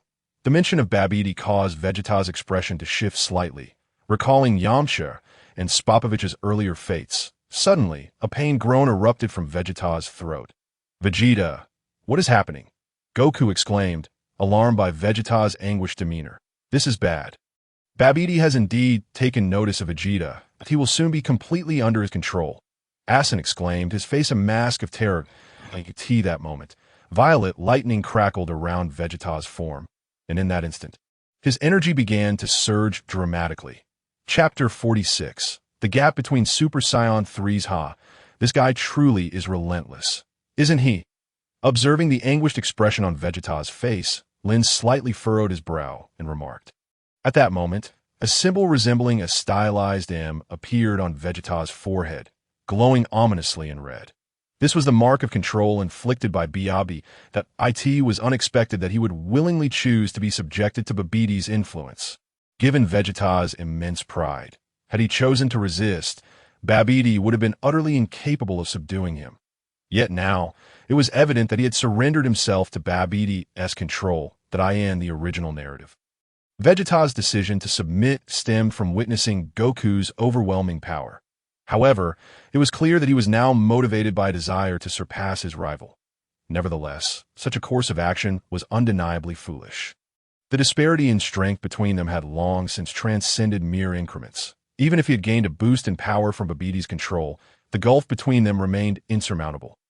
Hey, Vegeta, Goku called out urgently. Yet, Vegeta paid him no heed, instead lifting his gaze to Lin, revealing a grimace of defiance. You despicable bastard. Time and again you surpass me, subjecting me to humiliation. I am the prince of all Saiyans, with the purest and most noble blood coursing through my veins. So, you wretches, know your limits. Vegeta clenched his fists tightly, his eyes radiating a fierce resentment, his body trembling slightly.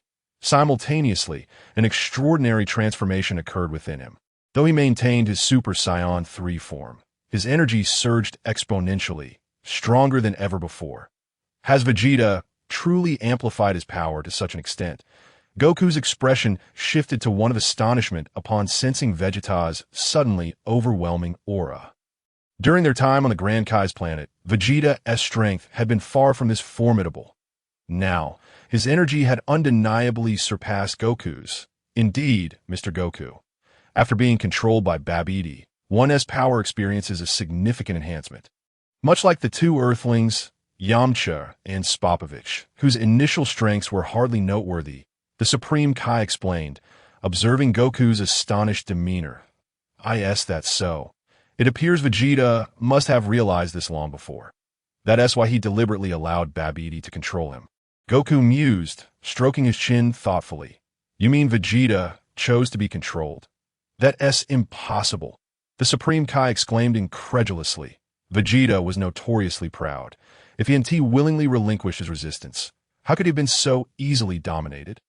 Goku chuckled softly. I doubt anyone understands Vegeta better than I do. If he willingly surrendered, a mere sorcerer could never hope to dominate someone with such pride. But why would he do such a thing? Why would Vegeta choose to be under Babidi's control? The Supreme Kai remained perplexed. What was the enigma surrounding these Saiyans? Their motivations were utterly confounding. His desire to surpass Lin is an urge you simply cannot comprehend. Goku continued, a smile still gracing his face. He understood Vegeta's mindset, even if he would never emulate it himself, that you've truly made a foolish decision. Do you believe that by succumbing to Babidi and acquiring his tainted power, you can compete with me? Lin shook his head, addressing Vegeta.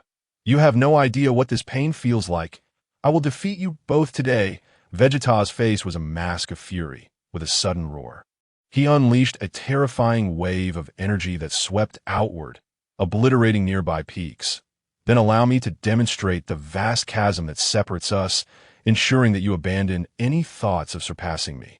Lin declared, his expression resolute. He clenched his fists tightly, and with a surge, a golden aura erupted around him as he transformed into his Super Saiyan 3 form. Having mastered this transformation for 7 years, Lin shifted effortlessly into Super Saiyan 3. No need for the build-up required by Vegeta. At this juncture, he was operating at full power. What? This bastard can transform into Super Saiyan 3 too. Vegeta was momentarily taken aback. When had Lin achieved this transformation? The Saiyans were indeed a breed of monsters, concealing unfathomable power within their beings. The Supreme Kai stood in stunned silence. The displays of Lin and Vegeta had completely shattered his preconceived notions of Saiyans. As for Goku, he was not overly surprised. After 7 years, both he and Vegeta had reached Super Saiyan 3. Moreover, Lin had shown signs of a breakthrough during his battle with Broly. It was hardly astonishing that he could now transform. Regardless, I will defeat you today, Vegeta roared, his fury boiling over. Driven nearly to madness by his rage, and now under Babidi's influence, he lunged directly at Lin that you're seeking death. Lin's brow furrowed as he retaliated with a powerful punch aimed at Vegeta. Boom! The moment their fists collided, the ground erupted into a cavernous pit, and Vegeta was sent hurtling away. A terrifying shockwave radiated outward, compelling the Supreme Kai and those engaged in battle, such as Gohan and Dabura, to hastily evade. They understood all too well the potential for grievous injury should they be caught in that blast. Chapter 47. Majin Buu finally unleashed. With a resigned and bitter smile, Sun Wukong sighed. It is worth noting that both he and Vegeta had come to Earth with the same purpose, to engage in a formidable contest with Lin. However, it now seemed unnecessary, after being controlled by Babidi. Vegeta had experienced a tremendous enhancement in power, likely reaching the full potential of Super Saiyan 3. His strength far surpassed that of Sun Wukong. Even so, Vegeta was effortlessly defeated by Lin. Should Sun Wukong challenge him now, the outcome would undoubtedly be the same. Meanwhile, on the other side, Son Gohan had already triumphed over Dabura, though he had not killed him. The latter had retreated into his spaceship. Master Babidi, why have you summoned me back? Given enough time, I could certainly eliminate that pesky brat, Dabura expressed, somewhat disgruntled. After all, he was the esteemed king of the demon realm. humiliated by a mere human boy. Pay them no mind, Deburad. My Majin Buu is about to be unsealed. Babidi said with a sinister glee. Narrowing his eyes, he had awaited this moment for several millennia. Majin Buu was finally poised to emerge once more. Soon, this world would belong to them. More precisely, it would belong to him alone. As Majin Buu was merely his puppet, buzz, buzz, buzz, the enormous pink egg behind Deburah and Babidi pulsed with increasingly frantic light. We are only a breath away from full energy. Deburah, quickly channel all your energy into my Majin Buu. Babidi commanded, his excitement palpable as he observed the intensifying glow of the egg. Yes, Master Babidi. Deburah nodded respectfully before commencing the transfer of his energy. I could see that moment. On the ground, Sun Wukong appeared beside Lin. What is the matter, Sun Wukong? Do you wish to challenge me as well? Lin inquired, glancing at Sun Wukong with a nonchalant tone. Ha! When I first arrived on Earth, I did indeed contemplate such a challenge. However, witnessing how effortlessly you defeated Vegeta, I realized that no matter how hard I strive, I am no match for you. So I shall forego the idea, Sun Wukong admitted with an awkward chuckle. Although he relished the prospect of battling strong opponents, Lin's power dwarfed theirs to such an extent that engaging in a fight seemed futile. Mr. Lin, Mr. Wukong, we should hasten to find Babidi. The immense energy generated during your recent battles could very well lead to the unsealing of Majin Buu. The Kaioshin urged as he rushed to Lin and Sun Wukong. That is Majin Buu truly that formidable? Sun Wukong asked, somewhat perplexed. After all, their transformation into Super Saiyans had left the Kaioshin in shock, leading him to doubt the validity of his assessment.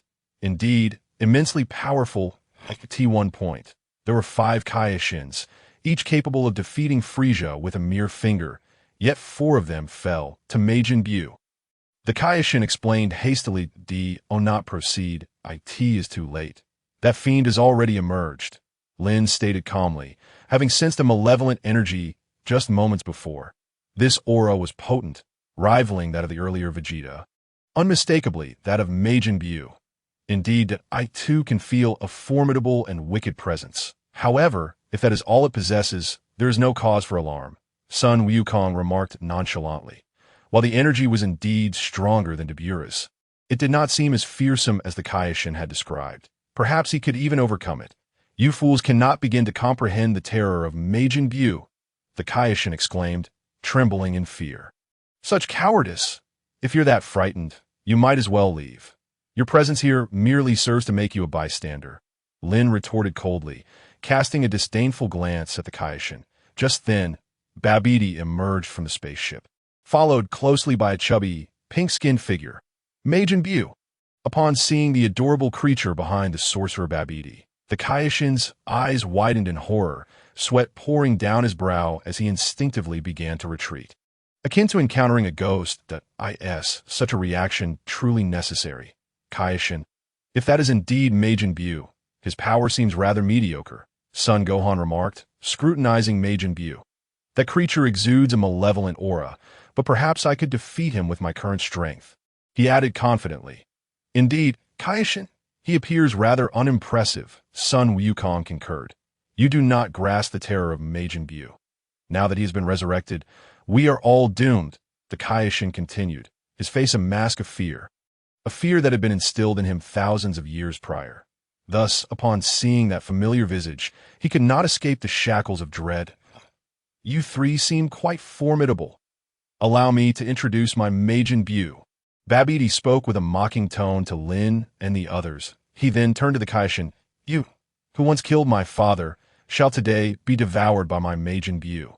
Suddenly, Majin Buu squinted his eyes and flashed an innocent smile at the Kaioshin, causing the latter to shudder in terror. You little pest, die, Lin declared, casting a casual glance at Babidi. Without hesitation, a golden beam shot forth from his fingertip. Babidi had no time to react as the beam pierced through his forehead, silencing him forever without a single cry. That was rather decisive of you, Sun Wukong exclaimed, momentarily taken aback by Lin's swift action.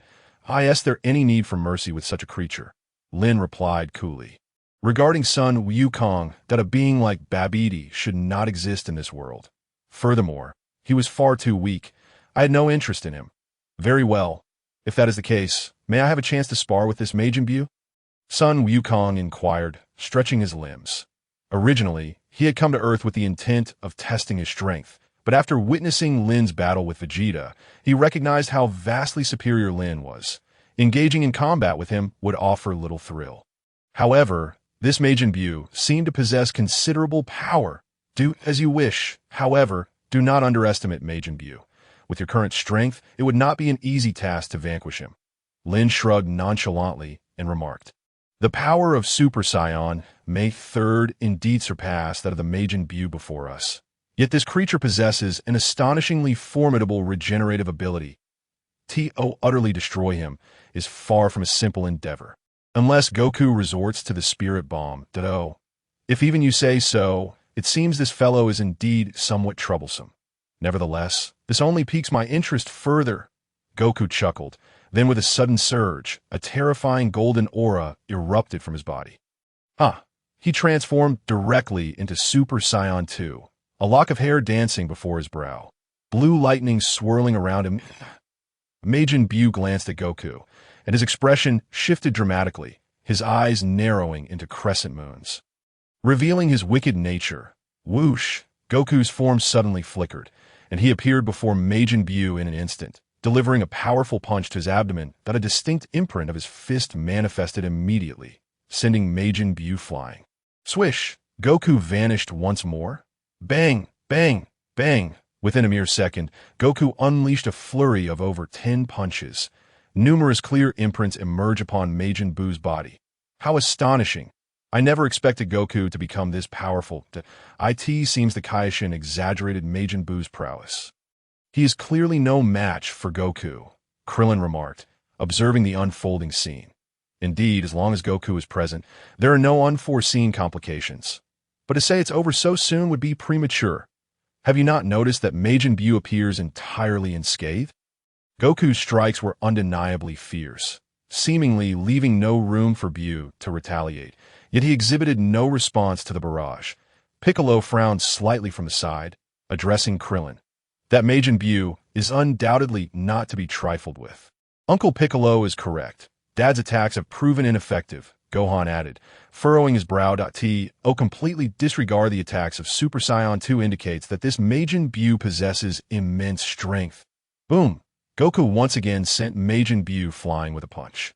At this point, Buu's form resembled the surface of the moon, riddled with countless indentations from Goku's fists. Majin Buu tensed his body and instantly restored himself, his surface becoming as smooth as glass. Appearing completely uninjured. Are you done? If so, it's my turn. Majin Buu flashed a bloodthirsty grin at Goku, his eyes narrowing once more into crescents. He then leaped forward with astonishing speed, leaving only a violet-pink streak in his wake. How swift! Goku's expression shifted as he quickly raised his arms to block. Bang! In the next instant, Buu's punch sent Goku flying. Boom! Goku's body was embedded in a rock face hundreds of feet away. What's he doing? Gohan and Krillin exchanged puzzled glances at Majin Buu's actions. Piccolo, however, quickly grasped the situation. His limbs could extend, and soon he understood that Majin Buu could do the same to continue his onslaught. Bang! Just then, Buu's arms appear behind Goku, delivering 2 heavy punches to his back. This guy possesses extraordinary strength. Just 3 punches, and I'm already feeling the impact. Goku wiped the blood from the corner of his mouth. Astonishment mingling with excitement in his voice. That Tio sustained such injuries from only 3 attacks indicates that Majin Buu is far stronger than he had anticipated. Continuing to fight in his Super Saiyan 2 form would render him no match for Buu. Moreover, he only had 1 day on Earth. With that in mind, he resolved to engage in a proper battle. Goku's gaze sharpened, accompanied by a deep roar. The Earth began to tremble violently once more. Waves of golden energy radiating outward like a hurricane. Gohan and Piccolo found themselves involuntarily pushed back. Indeed, Goku can transform into Super Saiyan 3. Piccolo squinted, commenting, "Naturally, if Vegeta can achieve Super Saiyan 3, Goku has no reason not to." Krillin boasted, as if claiming the transformation for himself. This tremor lasted for 5 or 6 seconds before the earth returned to calm. Like that moment, Goku had unmistakably transformed into Super Saiyan 3. A look of astonishment crossed Majin Buu's face. "You seem to have grown stronger," he declared, pointing at Goku. This is the Super Saiyan 3 form. In this state, I should be more than capable of handling you." Super Saiyan 3 Goku smirked confidently. Super Saiyan 3 far surpasses Super Saiyan 2 in both speed and strength. Although Majin Buu before him is undeniably powerful, yet he can never hope to match Super Saiyan 3.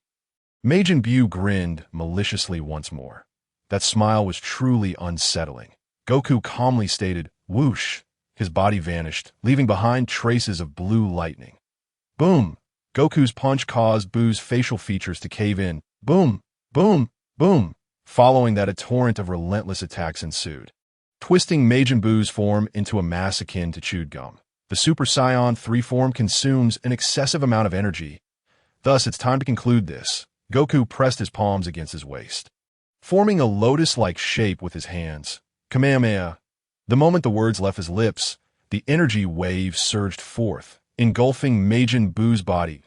In the face of the overwhelming power of the Kamehameha, Buu's form dissipated like smoke drawn taut. Is it resolved? Incredible. Goku managed to dispatch Majin Buu in an instant, Krillin exclaimed excitedly, witnessing Buu's swift defeat. Don't celebrate too soon. That creature has not been eradicated. Can't you sense that his energy remains intact?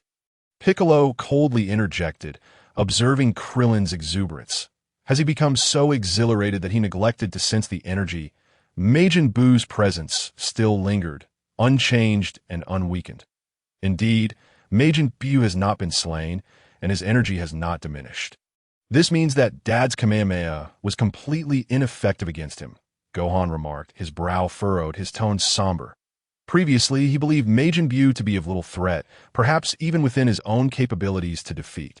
However, it now seemed that such thoughts were overly naive. That creature undoubtedly possesses a terrifying regenerative ability. Even being struck head-on by the Kamehameha wave can be disregarded. That moment, a swirling mass of purple smoke began to coalesce above Sun Wukong's head. He looked up, a bitter smile appearing on his face. Truly a troublesome foe. The Kamehameha wave could not harm him at all. It seems that Lord Kaioshin's fears were not unfounded, Sun Wukong muttered to himself. One must understand that the Kamehameha wave is currently his most formidable attack. This individual, having taken the full brunt of his Kamehameha wave, remained utterly unscathed. Just then, Majin Buu once again began to gather energy, swiftly reverting to his original form. You are quite formidable, he remarked. However, I was a bit angry just now. In that instant, Majin Buu mimicked Sun Wukong, forming a flower-like shape with his hands. Immediately, a terrifying energy coalesced. What? That guy has learned the Kamehameha wave. Sun Wukong exclaimed in astonishment. He had merely demonstrated it once, and this fiend had already mastered it.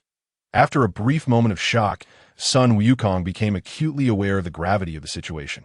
Majin Buu was suspended in midair, while he himself was on the ground. Thus, his Kamehameha wave would be descending. He realized he could not simply evade it. If he did, the Kamehameha wave would inflict catastrophic damage upon Earth. Gritting his teeth, Sun Wukong pressed his palms firmly against the Kamehameha wave. Boom! The instant his palms made contact with the energy wave, the ground beneath him cracked, his lower body sinking into the earth. The ground began to collapse violently. Hiss hiss! Ha! As he gritted his teeth, Sun Wukong suddenly summoned more energy. Finally, the Kamehameha wave was propelled away, soaring beyond the confines of Earth. Though Sun Wukong had successfully expelled the Kamehameha wave from Earth, the toll it took on him was immense. It is worth noting that the Super Saiyan 3 transformation is inherently draining, and were it not for his previous demise, he would never have been able to sustain it for such an extended period.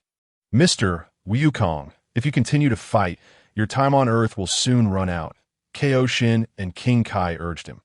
Majin Buu truly was a formidable adversary.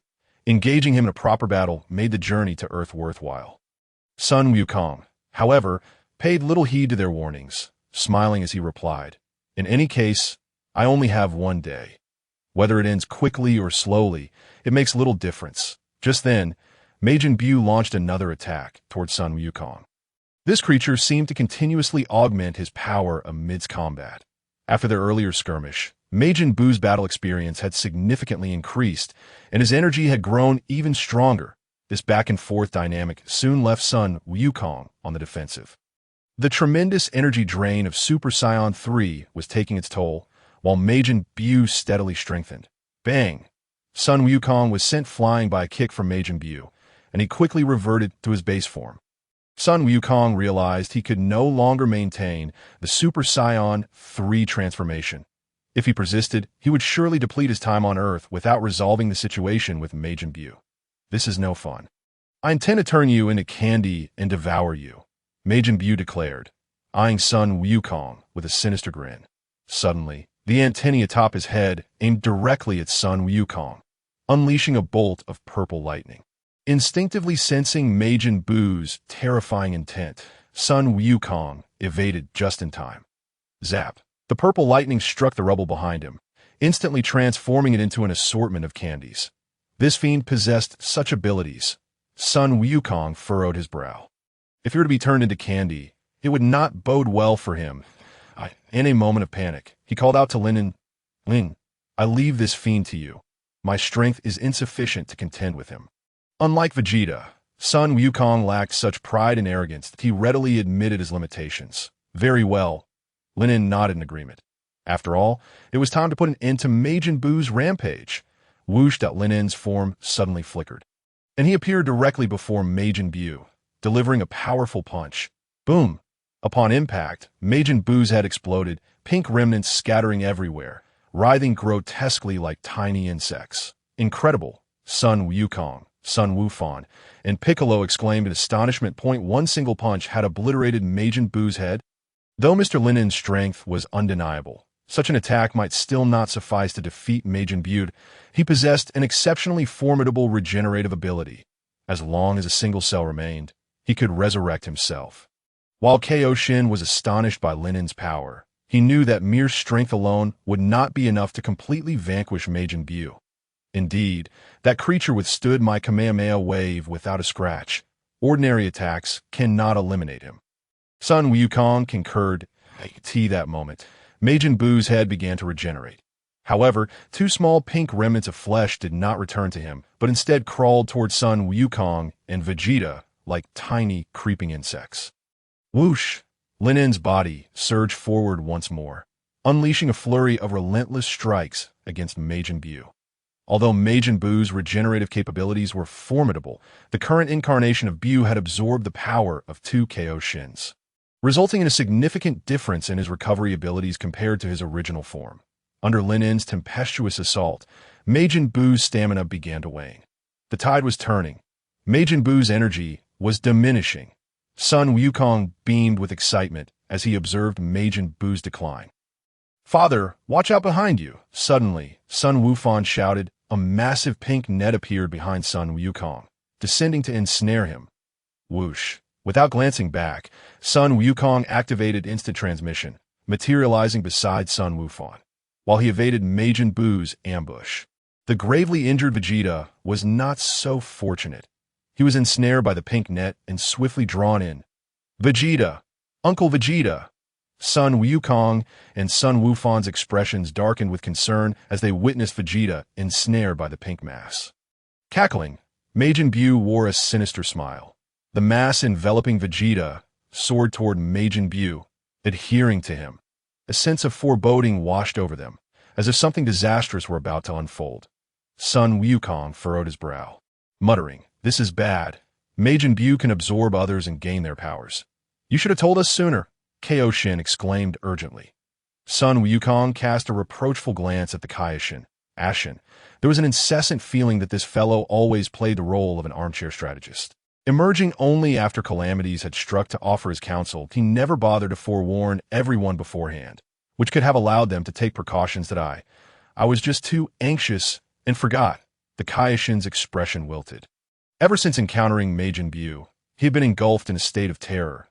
Completely neglecting to alert them of T that moment, Majin Buu suddenly let out a shrill cry. The violet aura erupted from his body in an instant, amplifying his presence exponentially. A terrifying wave of energy radiated outward in ripples. How formidable! This creature's power far surpassed that of Super Saiyan 3 Vegeta. Would Lin be able to cope? Feeling the surging energy of Majin Buu, Sun Wukong glanced at Lin and whispered, "At this juncture, Majin Buu's aura was exceedingly menacing. Even if he transformed into Super Saiyan 3 again, he would undoubtedly be no match for him." As for Lin, while his strength was considerable, he was merely a Super Saiyan 3 as well as, he has been absorbed. Lin cast a sidelong glance at the now surging Majin Buu and uttered coolly, "To be candid, Vegeta's repeated challenges had begun to irk him. Previously, he had been controlled by Babidi, and now he had been outright absorbed by Majin Buu. Attempting to rescue him would be quite troublesome, and Lin lacked the patience for such an endeavor. It should be noted that he had previously tried to save him in the Southern Galaxy, but it seemed that Vegeta held no gratitude toward him. How unexpected that absorbing Vegeta's power would grant you such formidable strength," Lin remarked with a hint of disdain. "You claim my earlier attack caused you pain. Therefore, I shall return it tenfold." After absorbing Vegeta, Majin Buu's intelligence appeared to have increased significantly. "Yes, that's so. Absorbing Vegeta has indeed amplified your strength. However, if you believe that makes you my equal, you are sorely mistaken. My power is beyond your imagination," Lin retorted, gazing at the sinister expression of Majin Buu, that he was aware that he could now transform into Super Saiyan 4. Even with the absorption of Super Saiyan 3 Vegeta, there remained an insurmountable chasm between them. Hence, from the outset, the outcome of this battle was never in question. "You will soon realize just how foolish your words are." Majin Buu suddenly grinned, his eyes narrowing into crescents in the blink of an eye. He lunged toward Lin. Undeniably, Majin Buu's speed had increased tremendously. Even Sun Wukong found it difficult to discern his movements. Yet that was merely for Sun Wukong. "Go back," Lin bellowed, then threw a punch to meet Buu's advance. Boom! The two fists collided instantly. In that moment, it was akin to a nuclear explosion, causing the ground to collapse extensively. A colossal mushroom cloud ascended into the sky. With the impact, Majin Buu was sent hurtling backward, trailing a long plume of dust behind him. Thud, thud, thud. Majin Buu rolled on the ground several times before finally coming to a halt, a sight quite disheveled, steam billowing from the orifices atop his head. However, before Majin Buu could regain his footing, Lin was already before him. His right palm aimed at Buu's head, that a violet energy sphere coalesced in an instant from the center of his palm. At that moment, Majin Buu seemed to sense an unprecedented threat. A wave of deathly aura enveloped him, causing beads of sweat to form on his forehead. What was that energy sphere? I can sense the aura of death emanating from it. Sun Wukong's pupils constricted, his gaze fixed on the violet energy sphere in Lin's palm. This feeling was unlike anything he had ever experienced. Danger, a peril akin to death. Boom! The Kaioshin, Ashin, suddenly collapsed to his knees. His body was beyond his control. The energy sphere exerted an immense psychological pressure upon him, rendering him instinctively powerless. Majin Buu, along with Vegeta, shall vanish. Lin's eyes gleamed with a chilling light. Although killing Vegeta was not his intention. Now that he had been absorbed, and given the lack of fondness he held for the creature, there was no reason to exert effort to rescue him from Majin Buu's grasp. After all, he was already as good as dead. Destruction. The cold, emotionless voice emanated from Lin's lips. The violet energy sphere instantaneously consumed Majin Buu. A harrowing wail reverberated through the heavens and the earth. Yet, Majin Buu's form had vanished without a trace. Vegeta was also thoroughly extinguished. Sun Wukong furrowed his brow tightly. They had all died once before, and now Vegeta had met his end again. Even with the Dragon Balls, he could not be resurrected. Although the demise of Vegeta was profoundly regrettable for them, the circumstances had left them with little choice.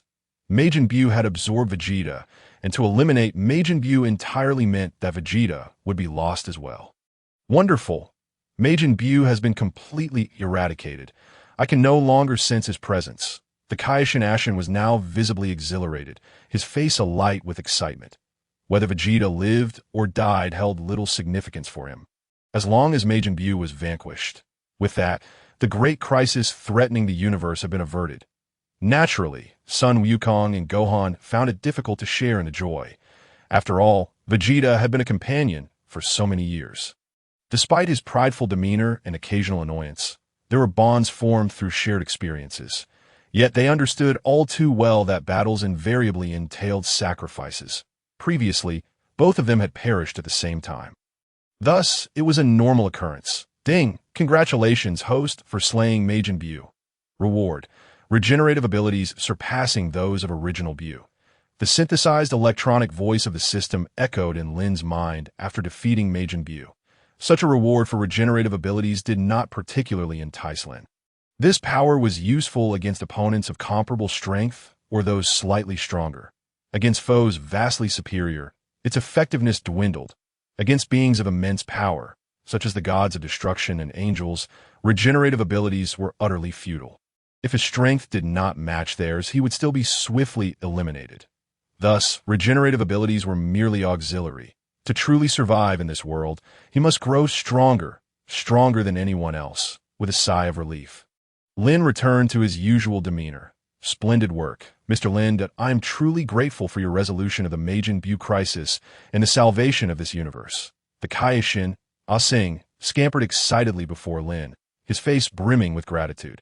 If it weren't for your assistance, defeating Majin Buu would have been an arduous task, especially since this fiend has absorbed the formidable Vegeta, making the situation even more challenging. I wish to express my gratitude. 3 days hence, on Earth, please escort me to the Kaioshin realm for training. I require several days of rigorous practice there, Lin stated in a calm tone to Kaioshin Asing. He had his own intentions. Though his power had significantly increased after transforming into Super Saiyan 4, placing him among the elite of the universe, he was acutely aware that this was the Dragon Ball world, where powerful beings such as the Omni King and the Grand Minister wielded the authority of the laws. A mere thought from them could obliterate the universe, rendering Lin nearly insignificant in their presence. Therefore, he resolved to grow stronger to expedite his ascension. You wish to train in the sacred realm? Kaioshin Asing was taken aback, evidently surprised by Lin's request. In truth, training in the divine realm and on Earth is hardly different. Is there a problem?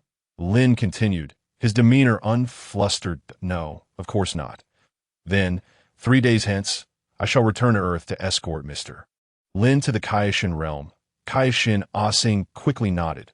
For him, nothing was more paramount than the defeat of Majin Buu, and now that the threat was neutralized, Lin's desire to train in the Kaioshin realm seemed a trivial matter. As the Kaioshin, he had the authority to grant such requests. That settles it. Lin glanced at Kaioshin before swiftly soaring towards West City. Dad, what will you do now? Are you coming back with me?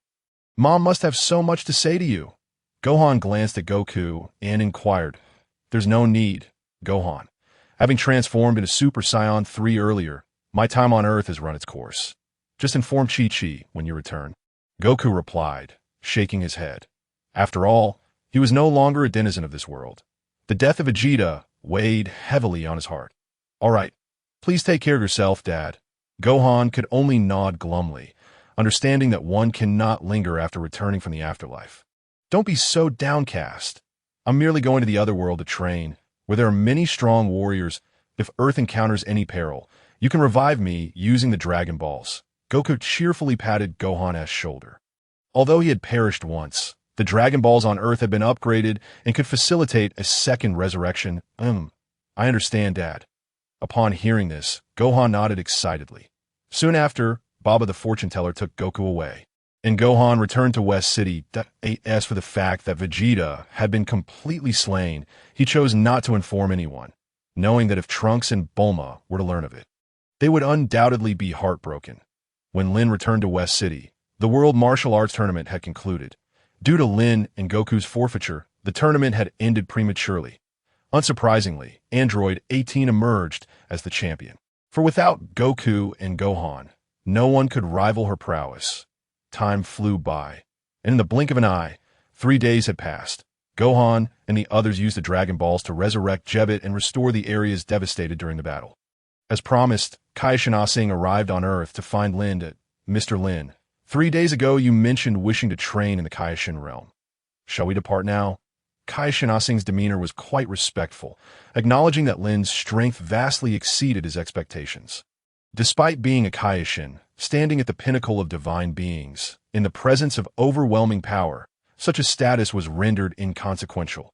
Just as he had feared Majin Buu, his divine identity had offered him no assistance. Very well, let us go, Lin nodded. He and Android 18 quickly gathered some provisions before accompanying Kaishin and Jebet to the Kaishin realm. In truth, Lin's visit to the Kaishin realm was not solely for training.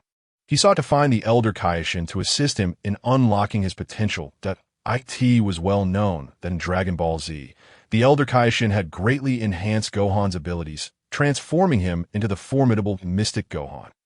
He was arguably the most powerful individual in Dragon Ball Z, and even Super Saiyan 3 Goku was at a disadvantage compared to Mystic Gohan, given that Lin possessed the same innate talent and training potential, and his foundational combat strength far surpassed Gohan's. He knew that after unlocking his potential, he would be exponentially stronger than Mystic Gohan. Mr. Lin, we have arrived, Kaishin Ah Sing respectfully announced to Lin, although Jebet had always looked down upon humans. After hearing Kaishin speak of Lin, he now held him in profound respect. Majin Buu was considered a monstrous entity to them, and merely hearing his name could instill a cold sweat of fear. I recall that you possess the Kaishin sword. Would you mind if I took a look? Lin addressed Kaishin Ah Sing nonchalantly. Of course, we do not mind at all. However, the Kaishin sword is exceedingly heavy, and it has been ages since a Kaishin was able to draw it. Kaishin Ah Sing quickly shook his head. After all, the Kaishin sword was merely a decorative piece to them, as neither he nor Jebet could lift it. Since Lin expressed interest, they were more than willing to let him have a look, though they doubted he would be able to draw it either. I shall guide you there at once, Kaishin Ah Sing said, promptly leading Lin to the mountain peak where the Kaishin sword was embedded. Atop the towering 100-meter pillar, the sword stood resolutely. With a swift motion, Lin appeared at the summit, followed closely by Android 18. Kaishin and Jebet. Mr. Lin, the Kaishin sword is remarkably heavy. You may not necessarily be able to draw the Xeno's sword, yet Jebite gazed at Lin, his words lingering in the air. With a crisp sound, the sword of the Kaishin was effortlessly drawn by Lin. He then raised it with one hand before him, gently flicking it with his index finger. A low, resonant echo followed. Indeed, it appeared to be exceptionally sharp. By the way, what were you about to say? Lin then cast his gaze towards Jebite and inquired casually. Are you joking? Jebite's mouth gaped wide open, resembling a basin, his face awash with disbelief. Incredible! It was drawn so effortlessly. The Kaishin Asin was equally astonished. Though this surprise quickly faded. Given that Lin could easily vanquish the evil Majin Buu, it seemed less implausible that he could also wield the sword of the Kaishin. Was this thing truly that heavy? It certainly appeared rather ordinary. Number 18 cast a fleeting glance at the Kaishin sword and asked, is it really heavy? Indeed, it is quite weighty. With your strength, you might barely manage to lift it. Lin nodded in affirmation. For an ordinary person, this sword was undoubtedly exceedingly heavy. Even number 18, with her Super Saiyan prowess, would likely struggle to raise it. Suddenly, Lin flicked the Kaishin's sword once more. A crack resounded as the sword snapped cleanly in two, the upper half embedding itself in the ground. What? The sword has been broken. Both Kaishin Asin and Jebite were rendered speechless in shock. This was a divine sword. How could it be shattered merely by Lin's flick? Such a waste. Lin shook his head. That moment, the broken sword began to emit radiant circles of light. Subsequently, a hunched figure materialized behind Kaishin Asin and Jebite. Observing the grotesque silhouette, Lin smirked slightly. It was none other than the old Kaishin. What on earth is that old man? He appears rather unsightly. Both Lin and number 18 noted, having faced the old Kaishin directly upon his sudden appearance. Number 18 felt an inexplicable aversion to the elder. Who are you? She demanded, as Kaishin Asin and Jebite swiftly turned to see a face riddled with wrinkles, exuding a distinct creepiness. Who are you? How did you end up in the realm of the Kaishins? Kaishin Asin promptly queried, scrutinizing the old man's attire. which unmistakably bore the insignia of the Kaioshin. Well, let me think. I should be the 15th generation of Kaioshin. The old Kaioshin scratched his nose, pondering aloud. 15th generation of Kaioshin? Ancestor. Kaioshin, Asin, and Jebite hastily greeted him with reverence. Hey, were you two the ones who released me? The old Kaioshin gazed at Kaioshin, Asin, and Jebite. No, it was this gentleman, Lin. He was the one who shattered the divine sword. Kaioshin, Asin quickly clarified. The sudden emergence of the ancestor was evidently linked to the sword's fracture. How embarrassing. The one who liberated me was not a Kaioshin, but rather a mere human. The old Kaioshin cast a disappointed glance at Kaioshin, Asin, and Jebite. These Kaioshins are becoming increasingly inept, he lamented. Moreover, how could you bring humans into the realm of the gods? The old Kaioshin scrutinized Lin and number 18, questioning them. This, Kaioshin Asin was momentarily at a loss for words. Just then, Lin spoke with a casual smile. If they hadn't brought me here, how could they have freed you? That is a valid point. Given their strength, they indeed could not have released me. The old Kaioshin nodded in agreement. However, I am not one to perform altruistic deeds without cause. I sought your release to have you assist me in unlocking the potential within my body. Lin, wishing to avoid any unnecessary preamble with the old Kaioshin, addressed him directly. His aim was to grow stronger. What? You want me to help you unlock your potential? What do I stand to gain from this? The old Kaioshin squinted, scrutinizing Lin. He sensed an immense power within this individual, as well as extraordinary talent that was a double-edged sword. Should this person harbor ill intentions, aiding him could potentially jeopardize the entire universe. Have I not already freed you? That should suffice as a demonstration of my sincerity. That, of course, you may refuse. However, the consequence of refusal would be my endeavor to seal you again, and, incidentally, to wreak havoc upon this realm of the gods. Lin smiled faintly, a glimmer of purple energy suddenly appearing in his palm. Upon witnessing the purple energy in Lin's hand, the old Kaioshin's eyes widened with intrigue. His frail body trembled slightly. What is this energy? Divine energy? How can a mere human wield such power? The old Kaioshin's pupils constricted as he scrutinized Lin with newfound interest. Ancestor, Mr. Lin assisted us in defeating Majin Buu 3 days ago. He saved the entire universe. Please lend him your aid, Kaioshin Asin urged, his voice tinged with urgency. He was acutely aware of Lin's capabilities and understood the gravity of the situation. Should the old Kaioshin provoke Lin, the consequences could be dire. Old Kaioshin, this is no trivial matter, Jebite chimed in, sensing the potential danger emanating from the energy sphere in Lin's hand. Very well. It seems I have no choice. The old Kaioshin glanced once more at the destructive energy Lin wielded before nodding in acquiescence. A wise decision. However, I hope the old Kaioshin harbors no ulterior motives, for such would be detrimental to all, Lin stated calmly. Rest assured, the old Kaioshin nodded again. Clearly, Lin's strength left them with little room for resistance. In that case, my time is limited. Let us commence, Lin proclaimed, settling into a meditative posture as the old Kaioshin mirrored him. Time passed, second by second. 2 days swiftly elapsed. It is done. Your potential is extraordinary. With my divine power, I can only assist you in unlocking a portion of it. Complete development is beyond my capabilities. The old Kaioshin slowly opened his eyes, fatigue evident as he addressed Lin. This fellow's potential resembles an unfathomable abyss. Indeed, I lack the ability to fully unlock it. However, over the past couple of days, his strength should have seen a substantial enhancement. Is it complete? If so, allow me to experience the power that comes with unlocking potential. Lin En rose to his feet, clenched his fist, seemingly unfazed by any terrifying enhancement behind him. In the next instant, Lin En let out a thunderous roar. Almost instantaneously, a formidable aura erupted from his body. A jet of white energy spiraled around him.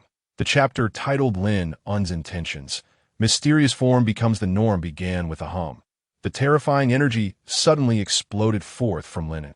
Waves of energy surged outward in all directions, sending massive boulders flying. The entire Kaioshin realm trembled violently. In that moment, Android 18, Old Kaioshin, and the Kaioshin were all propelled backward, struggling to steady themselves after being flung hundreds of feet away. What an overwhelming force! The Kaioshin, A Xing, and Jebet widened their eyes, clearly in disbelief. It is known that Lin En was not in any transformed state. His normal aura far surpassed theirs. No, it even exceeded that of Majin Buu after absorbing Vegeta. Incredible. Remarkably strong. Even Android 18's eyes widened in astonishment. The waves of energy continued to radiate outward. Lin En's black hair danced in the wind, standing upright, with only a strand of bangs swaying before his brow. This power was truly astonishing. Lin En clenched his fist and, equally astonished, remarked, "The boost in strength seems to exceed my expectations. It is no exaggeration to say that my current power has far surpassed that of my Super Saiyan 3 form. It appears that the old Kaioshin possesses some remarkable abilities." Lin En smiled with satisfaction. "With this, I shall no longer need to transform into Super Saiyan 3 for battle, for in this current form, my strength has already eclipsed that of Super Saiyan 3. Subsequently, Lin En retracted his aura, and tranquility swiftly returned to the divine realm. "Have I succeeded?" Android 18 hurriedly approached Lin En, inquiring. "Well, it can be considered a success." Lin En nodded affirmatively. "Given this, it seems this rather lecherous-looking old fellow does have some capabilities." Android 18 cast a sideways glance at old Kaioshin and spoke. "Previously, I always thought he was just an old pervert devoid of any real power. Yet based on Lin En's recent display, it is clear that he has indeed made significant advancements." Haha. Lin En chuckled. Old Kaioshin does indeed have a rather unappealing appearance. However, one cannot blame him, considering he merged with a witch. He is quite helpless in that regard. Now that I have assisted you in unlocking your potential, I hope you refrain from engaging in actions that may endanger the universe. Old Kaioshin approached Lin En, his expression grave, although it may have seemed he was compelled by Lin En's threats to help him unlock his potential. The truth is he sensed no malevolent aura within Lin En's being. Hence, he chose to assist him. Had Lin En been a truly wicked individual, even if it meant his own demise, old Kaioshin would not have aided him. Rest assured, I am not a ruthless killer, nor do I harbor any interest in annihilating the universe. Thank you for this matter. Lin En waved his hand dismissively at old Kaioshin. And no need for thanks, for you did vanquish Majin Buu and freed me. Old Kaioshin pouted, displaying a hint of pride. Well then, I have achieved my purpose for coming here, so I shall not disturb the three of you any longer. Lin En waved goodbye to old Kaioshin and the Kaioshin Xing. Then, accompanied by Android 18, instantaneously teleported to Earth. Upon returning to the villa, Lin En resolved to continue his training diligently. After unlocking his potential, this current state should be regarded as a mysterious form, not quite his norm. Thus, the enhancement is not particularly obvious. It merely represents an additional transformation. Moreover, the power of this mysterious form cannot compare to that of Super Saiyan 4, but therefore, what he needed to do now was to integrate this mysterious form into his normal state. By doing so, his base strength would receive a tremendous boost, enabling significant enhancements when transforming into Super Saiyan forms or Super Saiyan 4. This is no easy feat and cannot be accomplished in a short span of time. Hence, Lin En prepared to visit the hyperbolic time chamber. Inside the hyperbolic time chamber, Lin En had already spent over half a year. Achieving the integration of the mysterious form into his normal state was far from simple. After more than 6 months, he still had not succeeded, leaving him somewhat frazzled. However, he understood that the path of training was not one to be traversed in haste. Moreover, merging the mysterious form into his norm was even more challenging. Even with Gohan's training talent, it was undoubtedly a formidable task. Side of my mental state is becoming unstable that a good rest and a mental adjustment are in order. Lin En exhaled deeply. Today's training shall conclude here. Sometimes, balancing work and rest can yield more pronounced results. Especially when training in a hyperbolic time chamber, it is easy to reach a breaking point at IT. Is at such times that one must adjust their mindset. If one's mentality falters, strength cannot possibly improve. 3 days passed in silence on Earth. Meanwhile, in a hyperbolic time chamber, Lin En had spent a full 3 years. After 3 years of diligent training, he finally succeeded in merging the mysterious form with his normal state. This meant that Lin En's current normal state now possessed power surpassing that of his previous Super Saiyan 3 form. Finally, I can emerge, Lin En exclaimed to himself in relief. Spending 3 years alone in the hyperbolic time chamber was indeed a form of torment. Fortunately, he had achieved his set goal.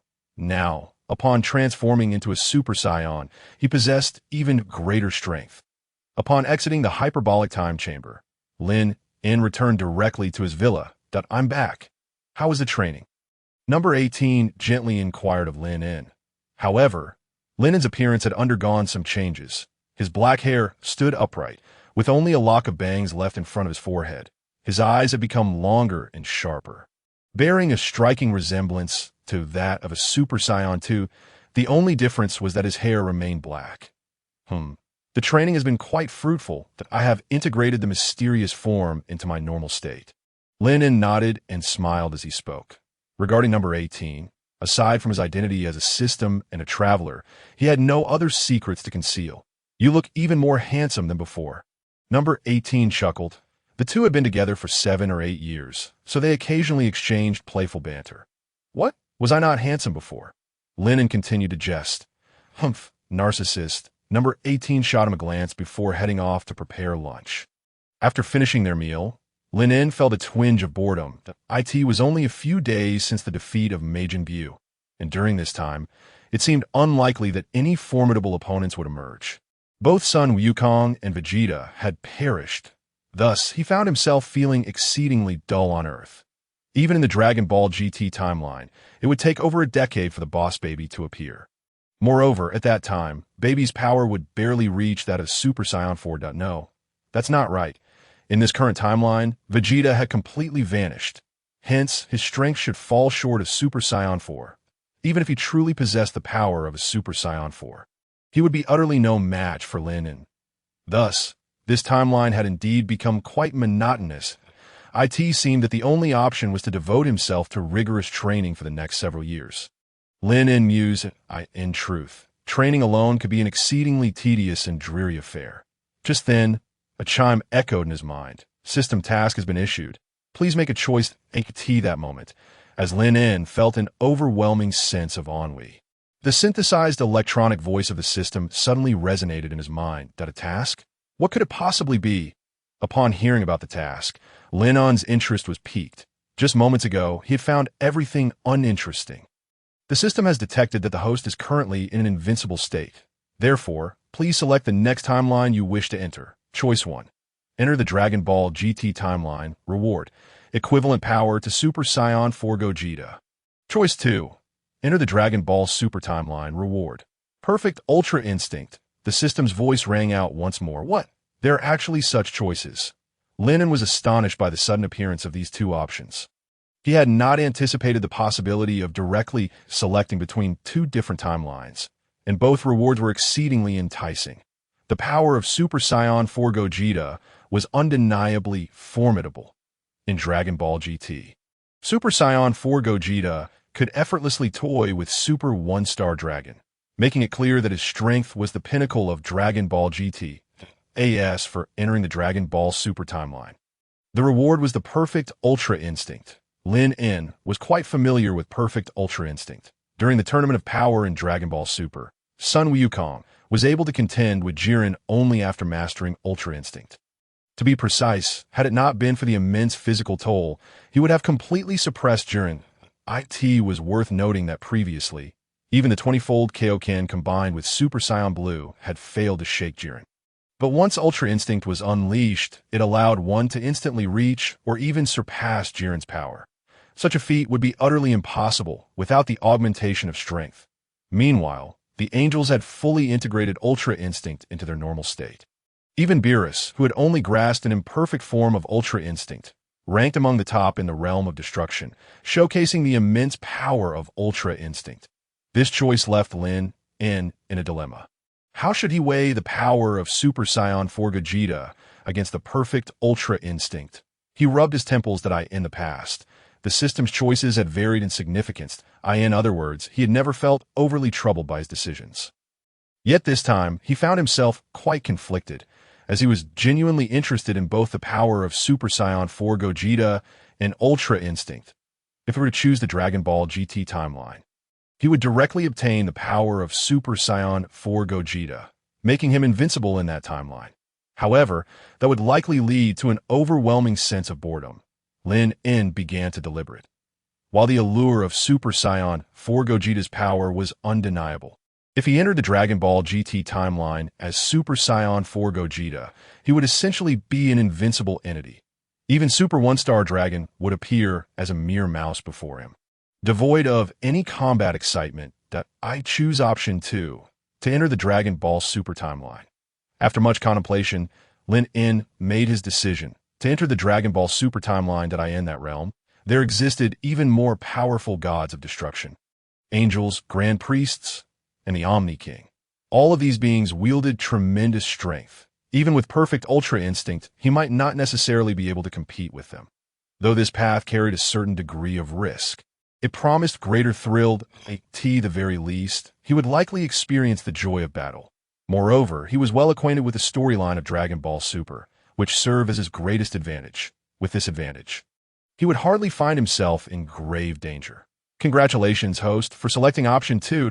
Upon entering the Dragon Ball Super timeline, you will receive perfect Ultra Instinct. The synthesized electronic voice of the system echoed in his mind once more. By the way, can I bring number 18 with me? Lin En inquired again. It would be rather dull to go alone, and he did not wish to leave number 18 behind in this timeline. No problem, the system's voice responded. All right, I'll make some preparations that we'll set off in a day. After a day of simple preparations, Lin En and number 18, aided by the system's time-traveling ability, arrived directly in the Dragon Ball Super timeline. In the boundless, dim universe, a chime echoed. Congratulations, host, for arriving in the Dragon Ball Super timeline. Reward: perfect Ultra Instinct. The system's electronic voice suddenly resonated in Lin En's mind. Have we arrived? Lin En's heart leaped with joy. For at that moment, all the information regarding Ultra Instinct flooded his mind, that he could feel that he was now capable of unleashing Ultra Instinct at any moment. This sensation was simply exquisite. Where exactly are we? Number 18 surveyed the surrounding dark environment and turned to Lin En with a question. That we have traversed to another timeline using our time-traveling ability, AS, for our exact location. I am not entirely certain. Lin En shook his head. It was clear that they had indeed traveled through time to the Dragon Ball Super timeline. However, which universe or planet they had arrived at remained uncertain. System, where are we now? Lin began to silently ponder in his mind. Section 109. Having arrived in the Dragon Ball Super multiverse, he naturally sought to ascertain his current whereabouts, returning to the host. You have now arrived in the Dragon Ball Super multiverse. Your precise location is above the planet Samus in the 6th universe. The system swiftly responded. What? I've reached the 6th universe, not the 7th. Lin raised an eyebrow slightly, muttering to himself that in truth, he held little interest in the 6th universe. It is worth noting that the strongest human there is the assassin Hit, whose formidable prowess stems from his unique technique. Time skip. Since Lin had likewise mastered time skip, Hit posed no challenge to him whatsoever. After all, within the realm of Dragon Ball Super, Hit's overall strength is inferior to that of the Super Saiyan Blue Goku and Vegeta. His victories in the tournament between the two universes were primarily due to the capabilities of time skip. Lin had already integrated his mysterious form into a permanent state and could also transform into Super Saiyan 4. His strength undoubtedly surpassed that of Super Saiyan Blue Goku and Vegeta. Therefore, Hit was hardly a worthy opponent. Comparatively, he was far more eager to engage in a contest with Goku and Vegeta, and to experience the might of the supreme god of destruction, Beerus. Nevertheless, since he had arrived in the Dragon Ball Super multiverse, he would inevitably venture to the 7th universe someday. He hoped that by that time, Goku and the others would have become even stronger. Otherwise, this dimension might prove rather dull. Although his arrival in the 6th universe deviated slightly from his initial plans, the impact was minimal as long as he was in the Dragon Ball Super multiverse. He could witness the strength of the gods of destruction and angels. Let us proceed. There's a planet below. We shall investigate the situation, Lin said, grasping Android 18's hand, sensing the energy emanating from the planet. He instantly teleported to its surface. The planet Samus is a relatively remote location in the 6th universe, where the inhabitants generally possess low combat power. The mightiest among them boasts a power level of merely 10 million. Such combat strength is exceedingly weak for Lin. However, in comparison to the beginning of Dragon Ball Z, this level of power was already quite formidable. It is important to remember that when Vegeta first appeared, his battle power was only 18,000. The strongest members of the Ginyu Force, who served under the tyrant Frieza, had a maximum power level of only 120,000. Thus, in that context, a power level of 10 million is indeed impressive. Furthermore, the planet Samus is technologically advanced. Even Lin's instantaneous movement was detected by the planet's defense system. As Lin and Android 18 materialized on the planet Samus, they were suddenly surrounded by several robots. "What the? So fast?" Lin exclaimed, astonished. They had only just appeared and were already targeted. This speed was indeed astonishing. After all, he had utilized instantaneous movement. "Who are you? You have entered the domain of Samus. Please state your purpose.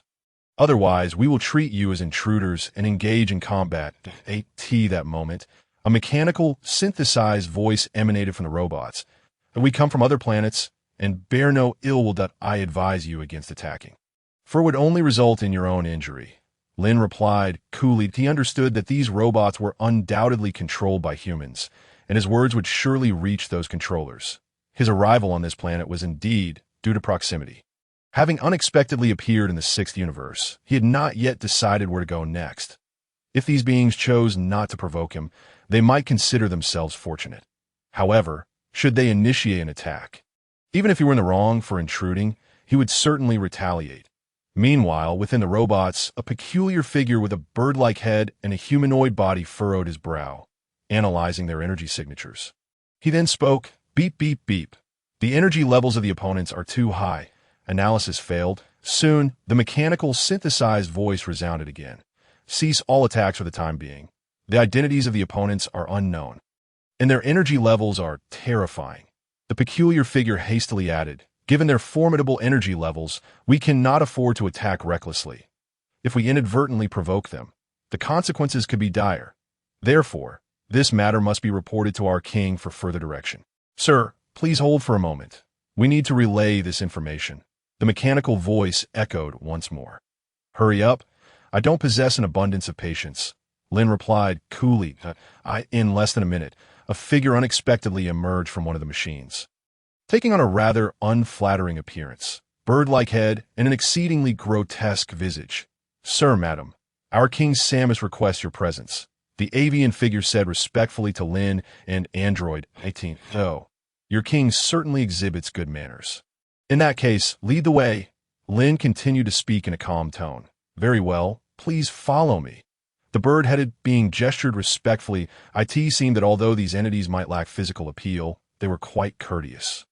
After all, on such a technologically advanced planet, one would naturally expect a certain level of development in manners. A few minutes later, under the guidance of the bird-headed figure, Lin and Android 18 swiftly arrived before a grand palace.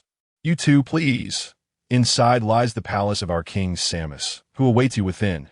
The bird-headed being continued to address them with great respect. "Thank you for your guidance." Lin nodded at the avian figure before stepping into the palace. 2 rows of peculiar beings flanked either side of the hall, while a large figure occupied the central throne, appearing somewhat humanoid but possessing a light red complexion. "Welcome to my planet Samus. Allow me to introduce myself.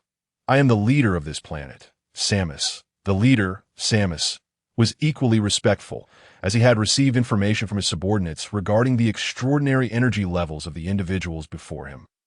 Their most advanced instruments could not even ascertain the extent of Lin's energy, indicating their formidable power, certainly beyond what they could handle. "That I am Lin, and this is my companion, Android 18, Lin replied with a gentle smile. It is said that one should not strike at a smiling face. Given the courtesy shown by the leader of an entire planet, it would be rather unbecoming for Lin to act haughtily. "Mr. Lim is 18. I must be so bold as to inquire, are you perhaps cosmic thieves? Or what connection do you have with them?" Samus asked, scrutinizing Lin and Android 18. Cosmic thieves.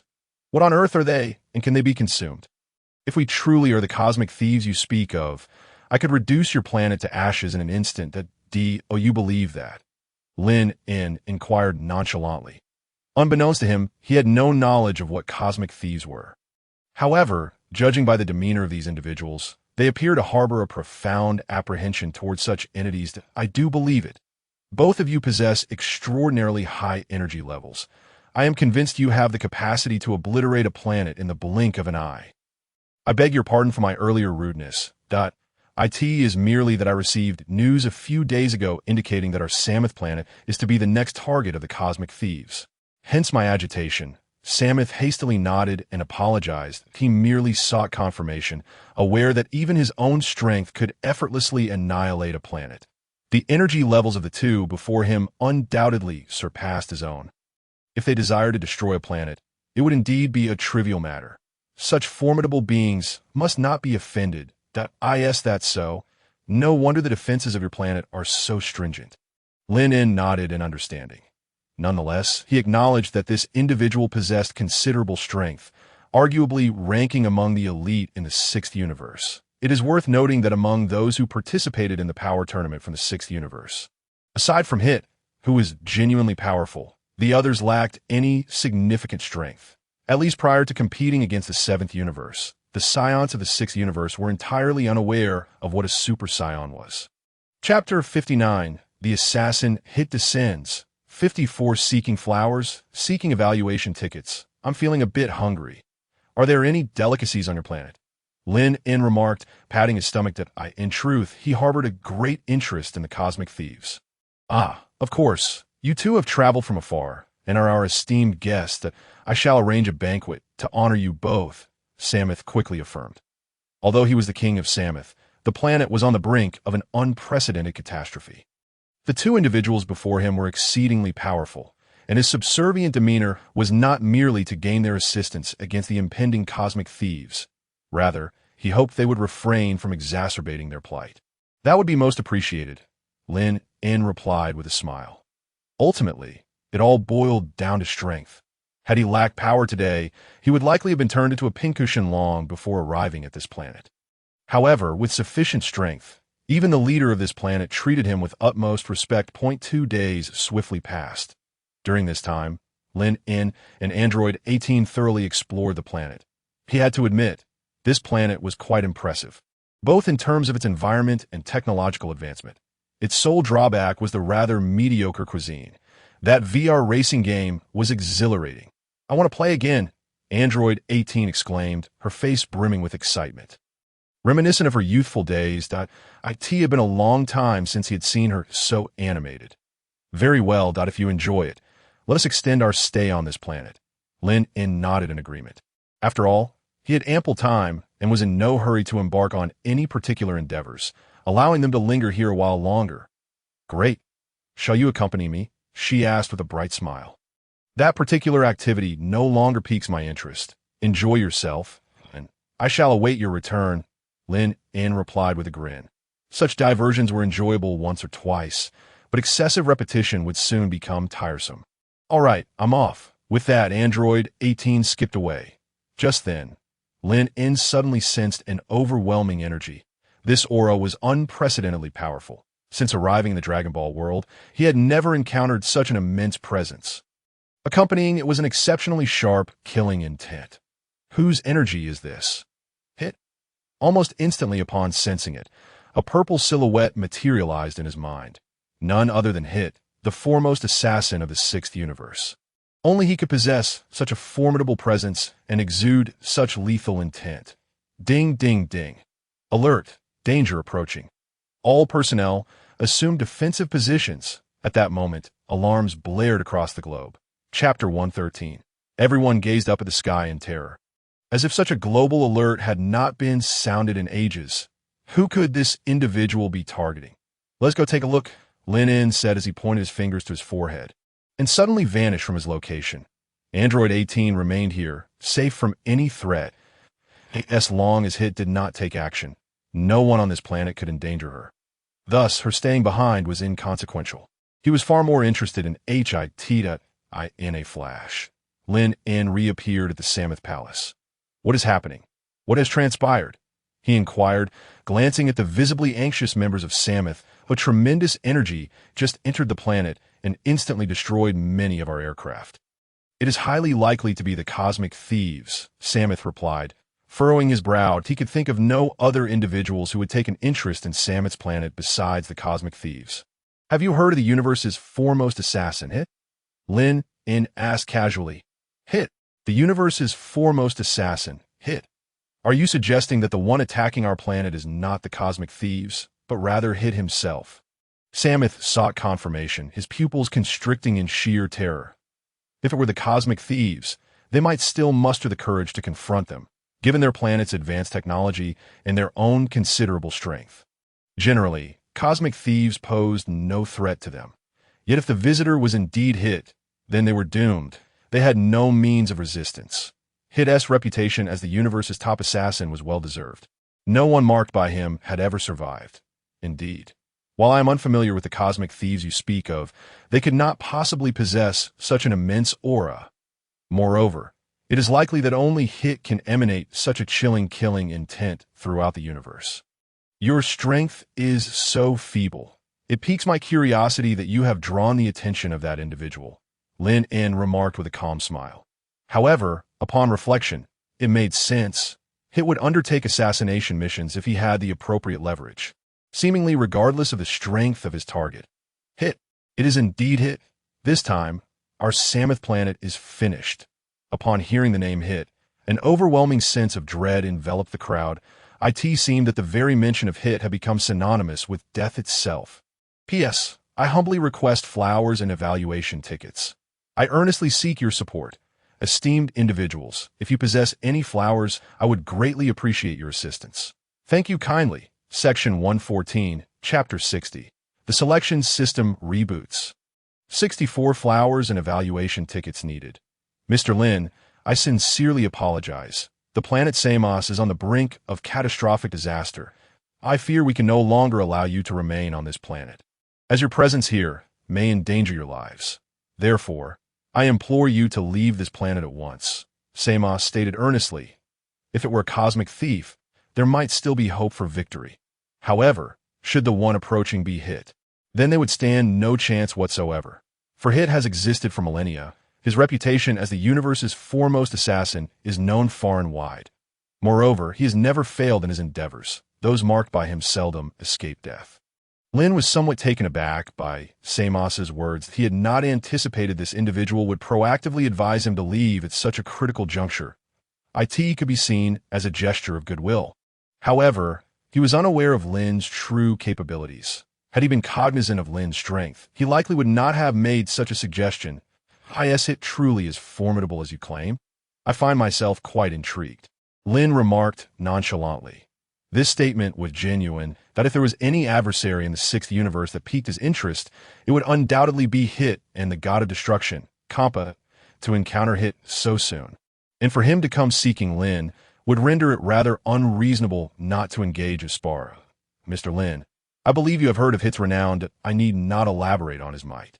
I strongly advise you to abandon this notion and vacate this planet post-haste if you wish to preserve your life, Samos reiterated with utmost seriousness. Though he was no saint, he did not wish for these two innocent humans to perish on his planet.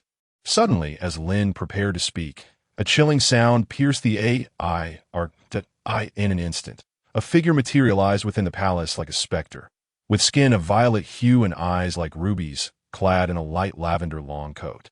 He stood with his hands tucked in his pockets, his gaze devoid of any emotion. Hit.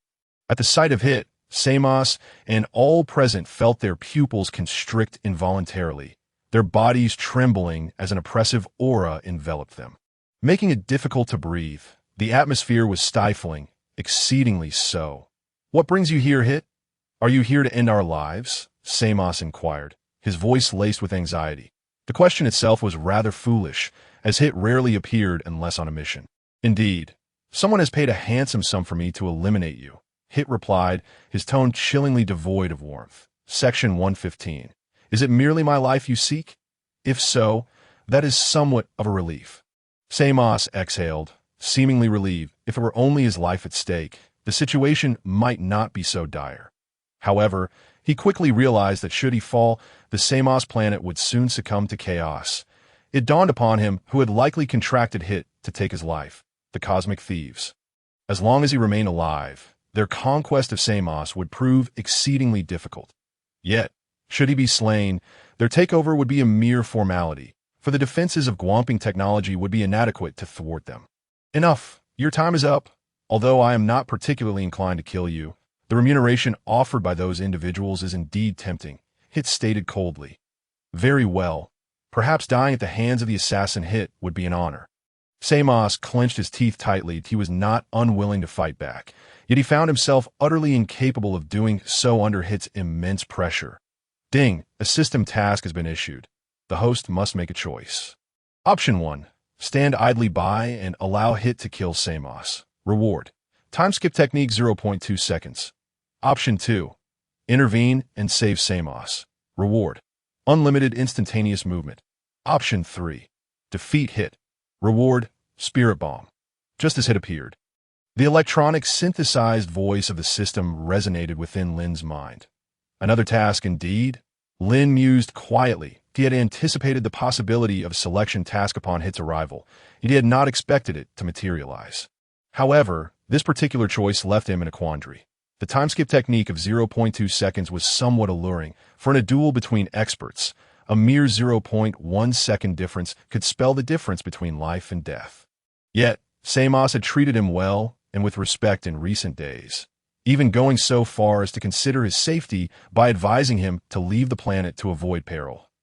If all prior interactions were insincere, then his recent concern for Lin En's well-being was undoubtedly genuine. To stand idly by while such an individual was killed would weigh heavily on Lin's conscience. As for the third option's reward, while the Spirit Bomb was indeed a potent attack, one of Goku's most formidable techniques, Lin held little interest in it. Primarily, the cooldown was excessively long, and it required the energy of others to execute, a skill he was reluctant to employ. The second reward, unlimited instantaneous movement, far surpassed his own capabilities. It allowed one to traverse the cosmos and directly access the realms of the gods of destruction and the king of all. Such a power would prove immensely useful. Section 116. Hit had not provoked Lin, and thus he found no reason to eliminate him. Pevis. I humbly request flowers and evaluation tickets. I earnestly seek your support. Chapter 61. Super Saiyan 4. Hit is stunned. Increased evaluation tickets. I choose option 2. To defeat Hit. Lin made his choice in his mind. He bore no grudge against Hit and saw no necessity to kill him. Rather, it was Lin himself who sought to challenge it. Enough, Samos. Your time is up. That Hit's gaze suddenly turned frigid, and in an instant, he vanished like a wraith. Whoosh! Almost simultaneously, Lin's form also disappeared. When Hit reappeared, he was already before Samos. Delivering a devastating punch aimed at Samos's chest, that he was confident that this blow would surely claim Samos's life. Bang! Just as Hit's fist was about to connect with Samos's chest, it was abruptly intercepted. What? A look of astonishment crossed Hit's otherwise calm visage. How could anyone possibly block my attack? To be aware, I've just employed the technique of Time Flash. For millennia, no one has ever been able to decipher my Time Flash technique. I have a slight acquaintance with this individual, Samos, so today I spared his life. With a forceful push, Lin sent Hitter's body sprawling away. What? I'm not dead. What is happening, Mr. Lin? It was Mr. Lin who saved me. Only then did Samos come to his senses that Hitter's speed had been so astonishing that he had not reacted in time. Had Lin not intervened, he would have likely been unable to comprehend what had transpired. Even in death, that Mr. Lin. Remarkable, he actually thwarted Hitter's assault. Once everyone regained their composure, a profound astonishment graced their faces, in their minds. Hitter was akin to a deity. In this universe, there was simply no one capable of challenging him. Those he wished to kill could not be hindered by anyone. Yet just now, Mr. Lin had indeed obstructed Hitter. Thank you, Mr. Lin, Samos exclaimed in astonishment, expressing his gratitude. He knew that Lin's strength far surpassed his own. Nevertheless, he had never believed that Lin could stand against Hitter. Until this moment, when he had shielded him from Hitter's attack. No need to thank me. Your performance over these past few days has been commendable. Moreover, you acted with my best interests in mind. Had it not been for your previous conduct, I would not have intervened, Lin replied calmly. Who are you, to dare to prevent me from killing? After a brief moment of surprise, Hitter's gaze returned to its usual calmness and indifference. He had certainly not anticipated that this individual before him could withstand his assault. Although he had exerted no effort, there were hardly any who could discern his time flash technique in this universe. You need not know who I am. I have already told you. I have spared Samos's life. Not even you, Hitter, could kill him today, not even if the god of destruction were to arrive, Lin declared with a confident smile. His current power would pose no challenge even to a god of destruction like Beerus, let alone Hitter, despite his strength, was still vastly inferior in comparison. Presumptuous fool, N01 can save those I wish to kill. Before I lose my patience, begone. Hitter's voice was frigid as he addressed Lin, his tone haughty and filled with arrogance, as if Lin were merely a bothersome rodent in his eyes. Such an irritating attitude. Had I known you were this arrogant, I would have chosen to eliminate you outright. Lin's smile began to harden. Hitter's tone was indeed quite displeasing. Kill me. After 1,000 years, this is the first time I have heard such foolish and ignorant words. Hitter's icy gaze bore into Lin as he spoke. I end this universe. He truly believed no one could bring about his demise. Even if he refrained from using his time flash technique, it would be impossible for anyone to kill him, unless those lofty gods intervened. Clearly, this individual before him was not a deity. Yes, that's so.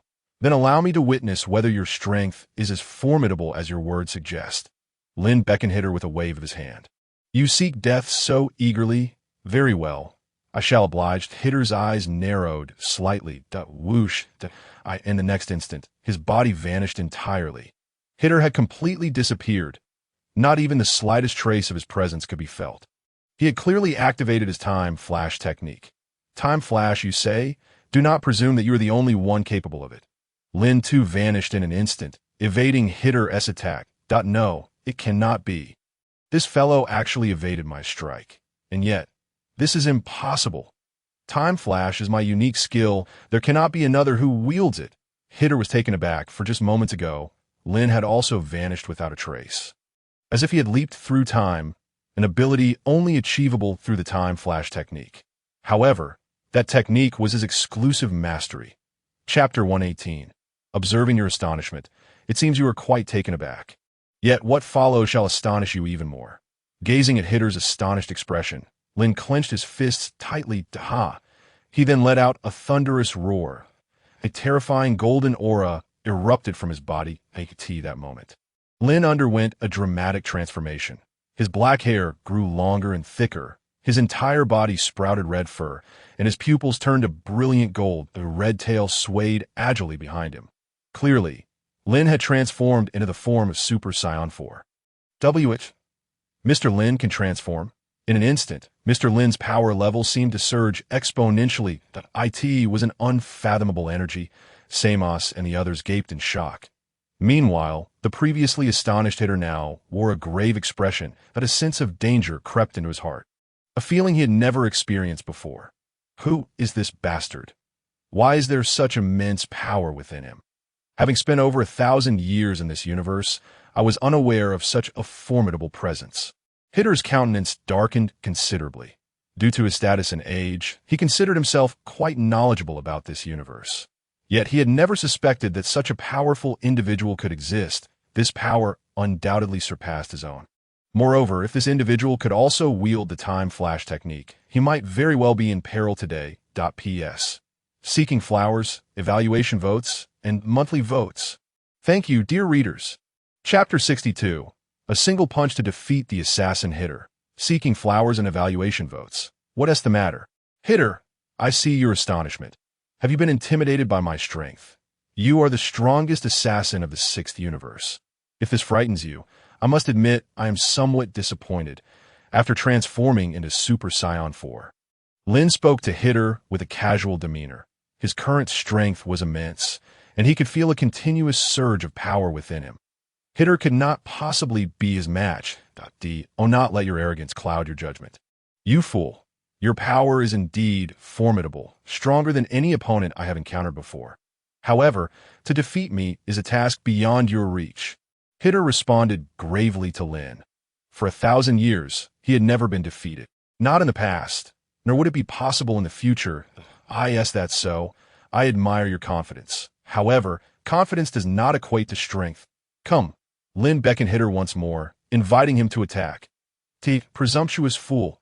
Hit's eyes narrowed. And in an instant, his body shot towards Lin like an arrow released from its bow. Just as he was within 5 meters of Lin, he suddenly vanished. Whooshed at a flash step, perhaps. Section 119.of. A smirk played at the corners of Lin's mouth. Had he been unaware of the flash step technique, he might have suffered some setbacks. However, now that he was well versed in it, Hit held no advantage before him, for his current speed far surpassed that of Hit. To be more precise, his velocity had reached a level that Hit could never attain. Whoosh! Lin's form also disappeared in an instant. Indeed, this fellow could also employ the flash step that Hit's attack missed once more. His brows furrowing in an instant, and a grave expression crossed his face. Bang! Before Hit could react, a searing pain suddenly erupted from his face. His body was propelled sideways like a cannonball. Boom! He crashed through the palace, leaving a human-shaped hole in its wake. How astonishing! Mr. Lin possesses such formidable strength that it is truly beyond imagination. Even Hit is no match for him. How incredible! It's no wonder our detectors were utterly incapable of detecting Mr. Lin's energy in that fleeting moment when Hit was sent flying. Samus and the other tribesmen wore expressions of shock. That it is worth noting that in their hearts, Hit had been akin to a god of death, an unbeatable force. Yet now, they had witnessed Hit being sent sprawling by a single punch. To be precise, they merely saw Hit being flung away. They could not discern how Lin had executed his attack. Lin's form flickered and appeared directly before Hit. At this moment, Hit had already risen, his face marred by wounds, half of it swollen, and traces of blood at the corner of his mouth. His gaze was filled with trepidation. Impossible! There cannot possibly be such a powerful being in this universe. At that moment, he had been utterly unable to perceive Lin's movements, that Hit's heart raced with anxiety. The previous confrontation had made it abundantly clear that this fellow's strength far exceeded his own. Even if the battle were to continue, he stood no chance of victory. "Let us continue," Lin said calmly to Hit. His tranquil tone naturally provoked Hit. After all, he was the most formidable assassin in this universe. It had been ages since anyone dared to act so arrogantly before him, and one had the audacity to provoke him like this. Damn it! Hit gritted his teeth, and in the next moment, his body vanished once more. He reappeared directly behind Lin. In the instant he threw a punch, he vanished again, his fist aimed straight at Lin's front. Crack! Yet despite Hit's cunning attack, which involved 2 simultaneous uses of the flash step, Lin effortlessly intercepted the blow. Such flashy techniques are utterly ineffectual in the face of absolute power. You should consider yourself fortunate, Hit. Section 120. Because today, I have no intention of killing you. After Lin's calm voice fell, he yanked Hit closer to him. Lin's right knee struck Hit's abdomen with tremendous force. Bang! Ugh! Accompanied by a deep thud, a stream of purple blood erupted from Hit's mouth. His pupils constricted sharply, overwhelmed by indescribable pain. Following that blow, Hit's breath noticeably began to wane. No, this cannot be. How can there be such a powerful being? Hit painfully lifted his head to gaze at Lin's indifferent face, still unable to believe it. This fellow's strength far surpassed his wildest imagination. Based on Lin's earlier display, if he wished to kill Hit, it would be almost instantaneous. Enough, leave. Do not set foot on this planet again, regardless of who hired you. If you dare return, I will ensure you remain here forever. You understand. Lin grasped Hit by the neck, his tone chillingly cold. He had no personal vendetta against Hit. However, Samus and the others had treated him well. Having consumed their hospitality, it was only fitting he offered them some assistance in return. Who are you? Hit's purple-tinted face turned slightly red, his gaze fixed intently on Lin. You are not worthy to know my name, for you are far too weak. However, I believe we shall meet again in the future. Should you prove yourself worthy, I will reveal it then.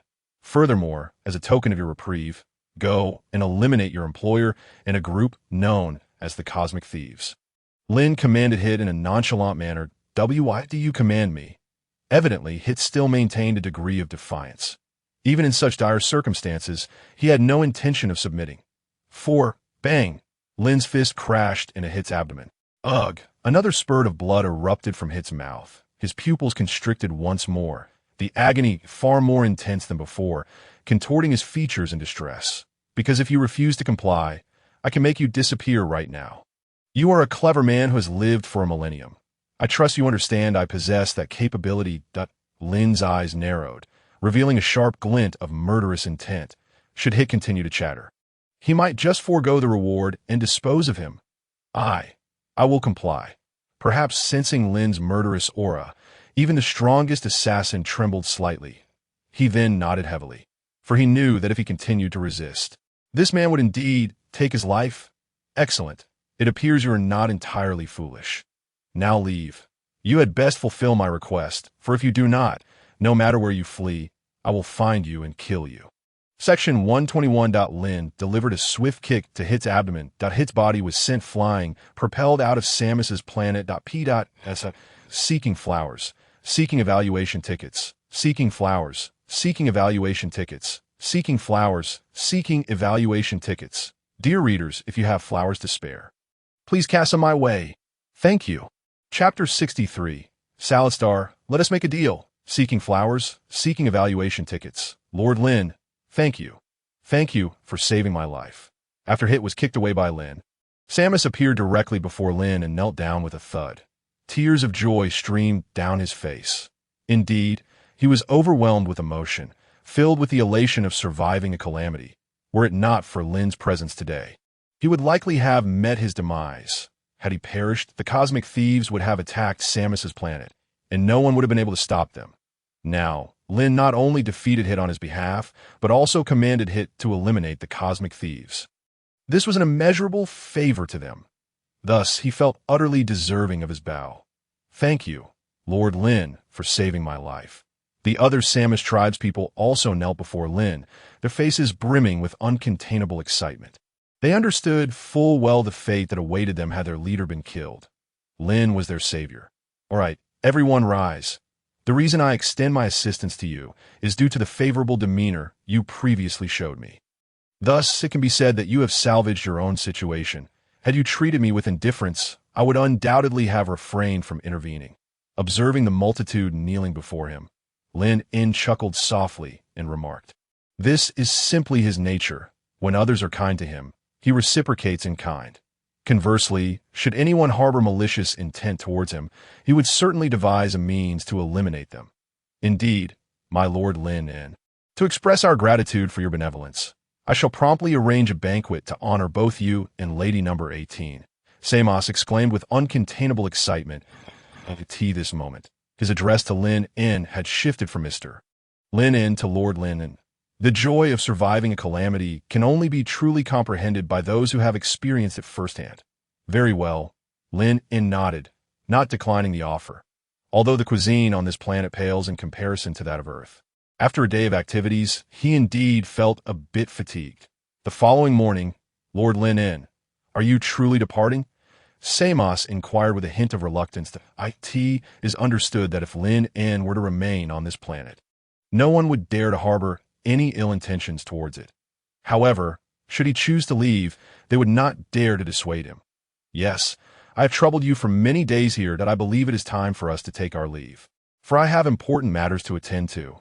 Lin En replied with a nod. Having arrived in the sixth universe, he indeed had something significant in mind. Very well. Since you wish to depart, we shall not insist upon your stay.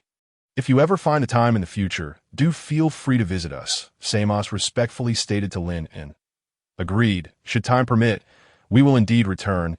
Lin En nodded in affirmation. The environment of this planet is undeniably exquisite, making it quite suitable for extended habitation.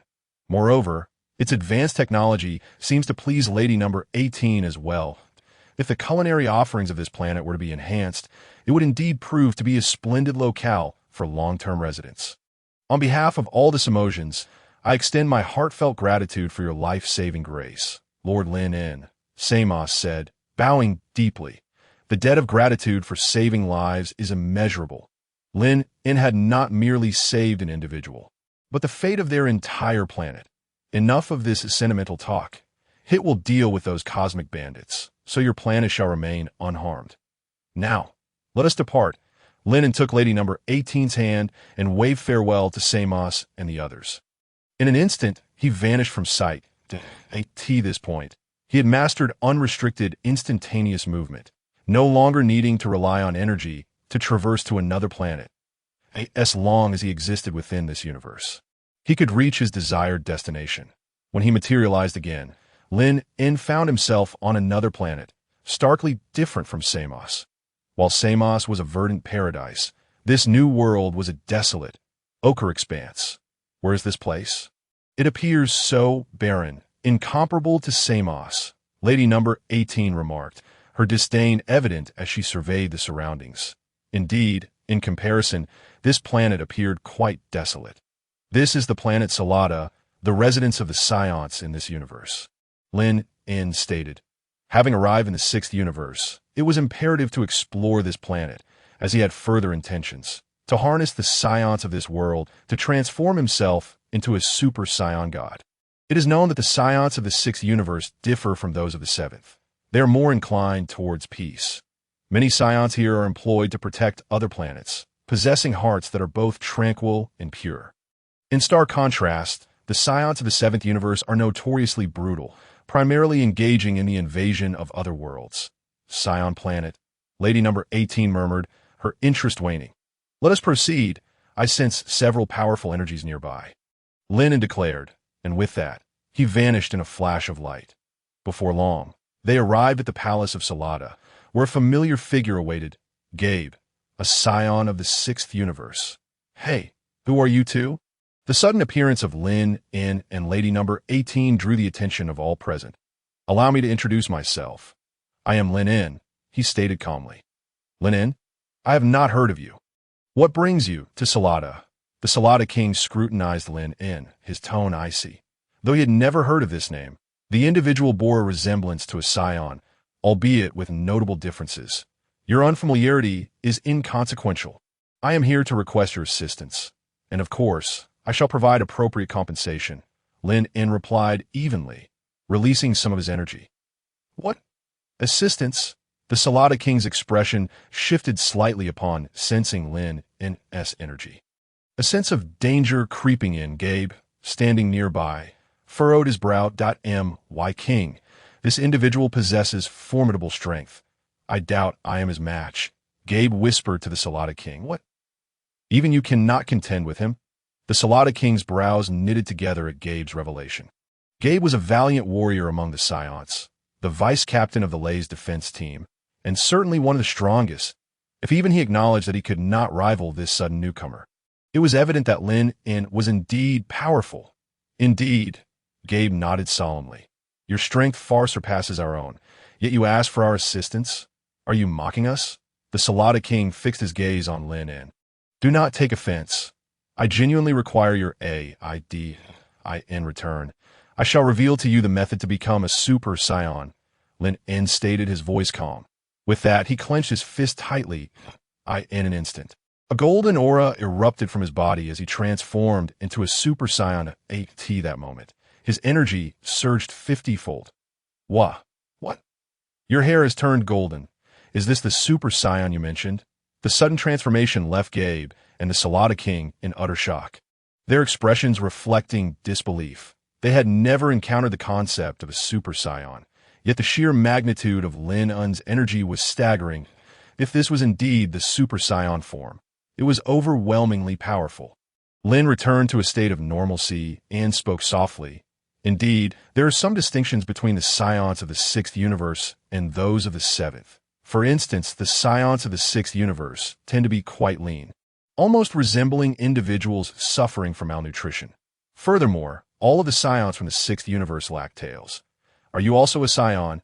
In truth, King Shirata had long suspected that this individual bore a striking resemblance to Scions, differing only by the presence of a tail. You mentioned that you require our assistance. May I inquire what that entails? Additionally, you claimed you could teach us to become super Scions. Could that truly be the case? King Shirata hastily interjected to assert that one was uninterested in becoming a super Scion would be a blatant falsehood. The potential to multiply their power exponentially was an enticing prospect. However, The scion before them was exceptionally powerful and had already achieved the transformation into a super scion. Thus, the assistance he sought could not be trivial. It's quite simple. Lin continued. All you need to do is help me find 5 kind-hearted scions willing to lend a modicum of their strength.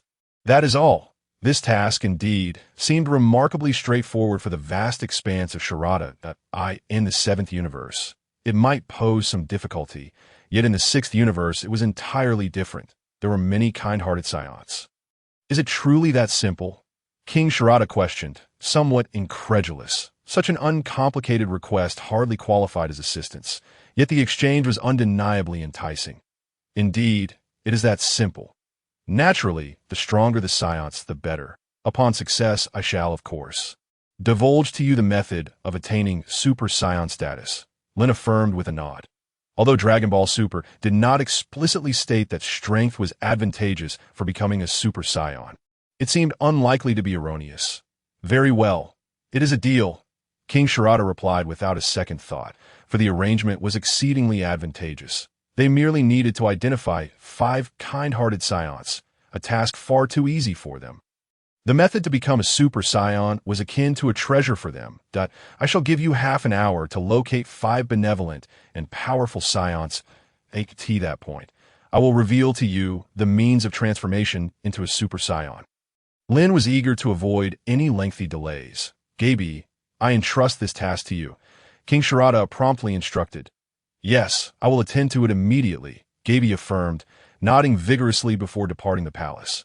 Approximately 20 minutes later, Gaby returned, accompanied by 4 scions, 2 of whom Lin recognized, Khalifa and Caulifla, competitors from the 6th Universe's Power Tournament. Khalifa possessed remarkable talent, capable of transforming into a Super Saiyan 2 in a remarkably short time. Caulifla, on the other hand, was even more formidable, embodying the bloodline of a Super Saiyan, the Demon Scion, which granted her explosive power upon transformation. Hey, Gaby, is that the scion you mentioned who can become a Super Saiyan? Caulifla remarked, arms crossed defiantly as she scrutinized Lin. Indeed, Caulifla, Mr. Lin's power is exceedingly formidable. It would be prudent to exercise a degree of courtesy when addressing him, Gaby cautioned in a lowered voice. Humph. Who cares about that? Caulifla retorted, striding directly up to Lin. With a provocative tone, she declared, I've heard your strength is impressive. If you wish for my assistance, you'll need to defeat me first. Otherwise, you are unworthy of my help. With that, she smirked, defeat you. To be frank, you are far too weak for my interest. However, if you're seeking a challenge, I would not mind putting you in your place, Lin replied nonchalantly, observing Caulifla's brazen demeanor. Though her heart was not malicious, her brashness was somewhat off-putting. While watching Dragon Ball Super, Lin had never particularly favored Caulifla. Her excessive pride and self-importance were irksome, arguably more so than Vegeta. Huh, you think you can best me? It won't be that easy, Caulifla sneered. Without further ado, she launched herself at Lin. Boom! In an instant, as Caulifla moved, none present could discern what transpired. They merely saw her body hurtling backward, crashing through the palace doors and out into the open. Sister, Caulifla exclaimed, hastening after her. That fool. Despite my repeated warnings, she didn't heed a word, Gaby muttered, his brow furrowed in concern. Impressive. To have defeated Caulifla in an instant, and the speed was astonishingly swift, King Sharada observed. Bewildered, it was worth noting that Caulifla was indeed powerful, regarded as one of the elite of Sharada. The fact that she had been so swiftly vanquished was astonishing. Just then, Caulifla limped back in, clutching her abdomen, her face devoid of rage, instead reflecting sheer exhilaration. Wow, you are incredibly strong. I couldn't even see what happened with that speed. When Gaby informed me earlier, I was somewhat skeptical, but now I am entirely convinced. I am willing to assist, Caulifla said with a strained smile. You have a tendency for self-punishment, Lin remarked, observing the battered yet gleeful Caulifla. It was surprising that after enduring a blow, she had become more subdued, now gazing at him with admiration. Perhaps Caulifla was not as irritating as she appeared in the animation. Mr. Lin, I have located 5 kind-hearted scions. What must we do next? Gaby queried hastily, wary of Caulifla's potential to utter something foolish again. It's quite simple. You five merely need to channel your energy to me, Lin instructed, addressing the group. In Dragon Ball Super. The method to become a Super Saiyan was as follows. 5 pure-hearted Saiyans would transfer their energy to another pure-hearted Saiyan. All right, Caulifla Kale, do you understand? Gaby asked, glancing at the two. The other two were quite obedient. It was just Caulifla and Kale who tended to complicate matters. I understand. Caulifla waved her hand dismissively. Very well, let us commence. Lin stated to the five. They joined hands, with Gaby and Caulifla placing their palms against Lin's back. In that instant, a golden energy aura enveloped the bodies of the 5 individuals, continuously flowing into Lin. Soon, all 6 were encased within a radiant golden glow. How dazzling! What will transpire next? King Salad and the others hurriedly shielded their eyes with their arms, for the brilliance was simply too dazzling. Time passed slowly, each second stretching into what felt like an eternity, akin to the changing of the seasons. The golden aura surrounding the 6 individuals began to gradually fade away. Soon, 5 of them appeared utterly exhausted, beads of sweat glistening on their faces. Meanwhile, Lin En, who had his back turned to the crowd, underwent a transformation. Most notably, his hair had turned a vibrant shade of crimson, and he seemed to have slimmed down considerably. Crimson hair? What had transpired? The presence of Mr. Lin En felt absent. What was going on? Everyone was taken aback by this scene, including number 18, who was equally astonished. Little did he know, he had never witnessed Lin En in such a form before. Was this the god of Super Science? Lin En examined his physique, indeed noting that he had become leaner. Yet, the power coursing through him was terrifyingly immense, rivaling that of a Super Saiyan 4. However, this newfound strength was remarkably gentle, lacking the wild ferocity characteristic of a Super Saiyan 4. The divine power. He had unexpectedly transformed into a god of Super Saiyans with such ease. Lin En felt a surge of excitement. From this moment forth, he had truly become a god of Super Saiyans. Turning around, Lin En's pupils had also changed to a striking red, and he appeared younger than before. Number 18 exclaimed in astonishment. Lin En, what on earth has happened? Curiously, she inquired, I have merely become a god of Super Science. Lin En replied with a smile that a god. Not only number 18, but also Gabe and Caulifla were left in a state of shock upon hearing his words. The notion that a Scion could attain godhood was beyond their wildest imaginations. Please wait a moment, Lin En said, patting number 18's shoulder. In an instant, he vanished from their sight, although he had promised to teach them how to become Super Scions. The method for attaining godhood would remain a secret. Thus, he intended to visit the Namek of Universe 6 and employ the power of the Dragon Purunga to erase their memories of the god of Super Science. This was not an act of selfishness. Rather, the Scions of Universe 6 were inherently good-natured. If they were to discover the means of becoming gods of Super Science, they could potentially create numerous such beings, leading to chaos. Minutes later, Lin En successfully utilized the Dragon Purunga of Universe 6 to erase the memory of the god of Super Science from the Science of that universe, obliterating their recollection of the event. Considering their current strength, learning of such information would not bode well for them, that if they were to transform into gods of Super Science too soon, they might attract undue attention. It was worth noting that in Universe 7, Beerus nearly obliterated Earth after dreaming of a god of Super Science. The destroyer god Kampa of Universe 6 seemed far less tolerant than Beerus, who knew what chaos might ensue if he discovered the existence of a god of Super Science in his universe. Swiftly, Lin En returned to the palace of King Salad, now restored to his normal state. Where have you been? Number 18 inquired. I sought out the dragon and had them forget what transpired earlier. Lin En replied with a smile. But Mr. Lin En, let us begin, Gabe said, gazing intently at Lin En. Yes, let us get started quickly. I can hardly contain my excitement to learn how to become a Super Saiyan. Caulifla chimed in with enthusiasm. Have they truly forgotten everything? Lin En mused, smiling at their eagerness. All right, no assistance is needed any longer. Now, I shall reveal to you the method to transform into a Super Saiyan. The dragon had indeed erased their memories, so they were blissfully unaware that Lin En had already become a god of Super Science, and help needed? How could that be? Gabe and the others were taken aback.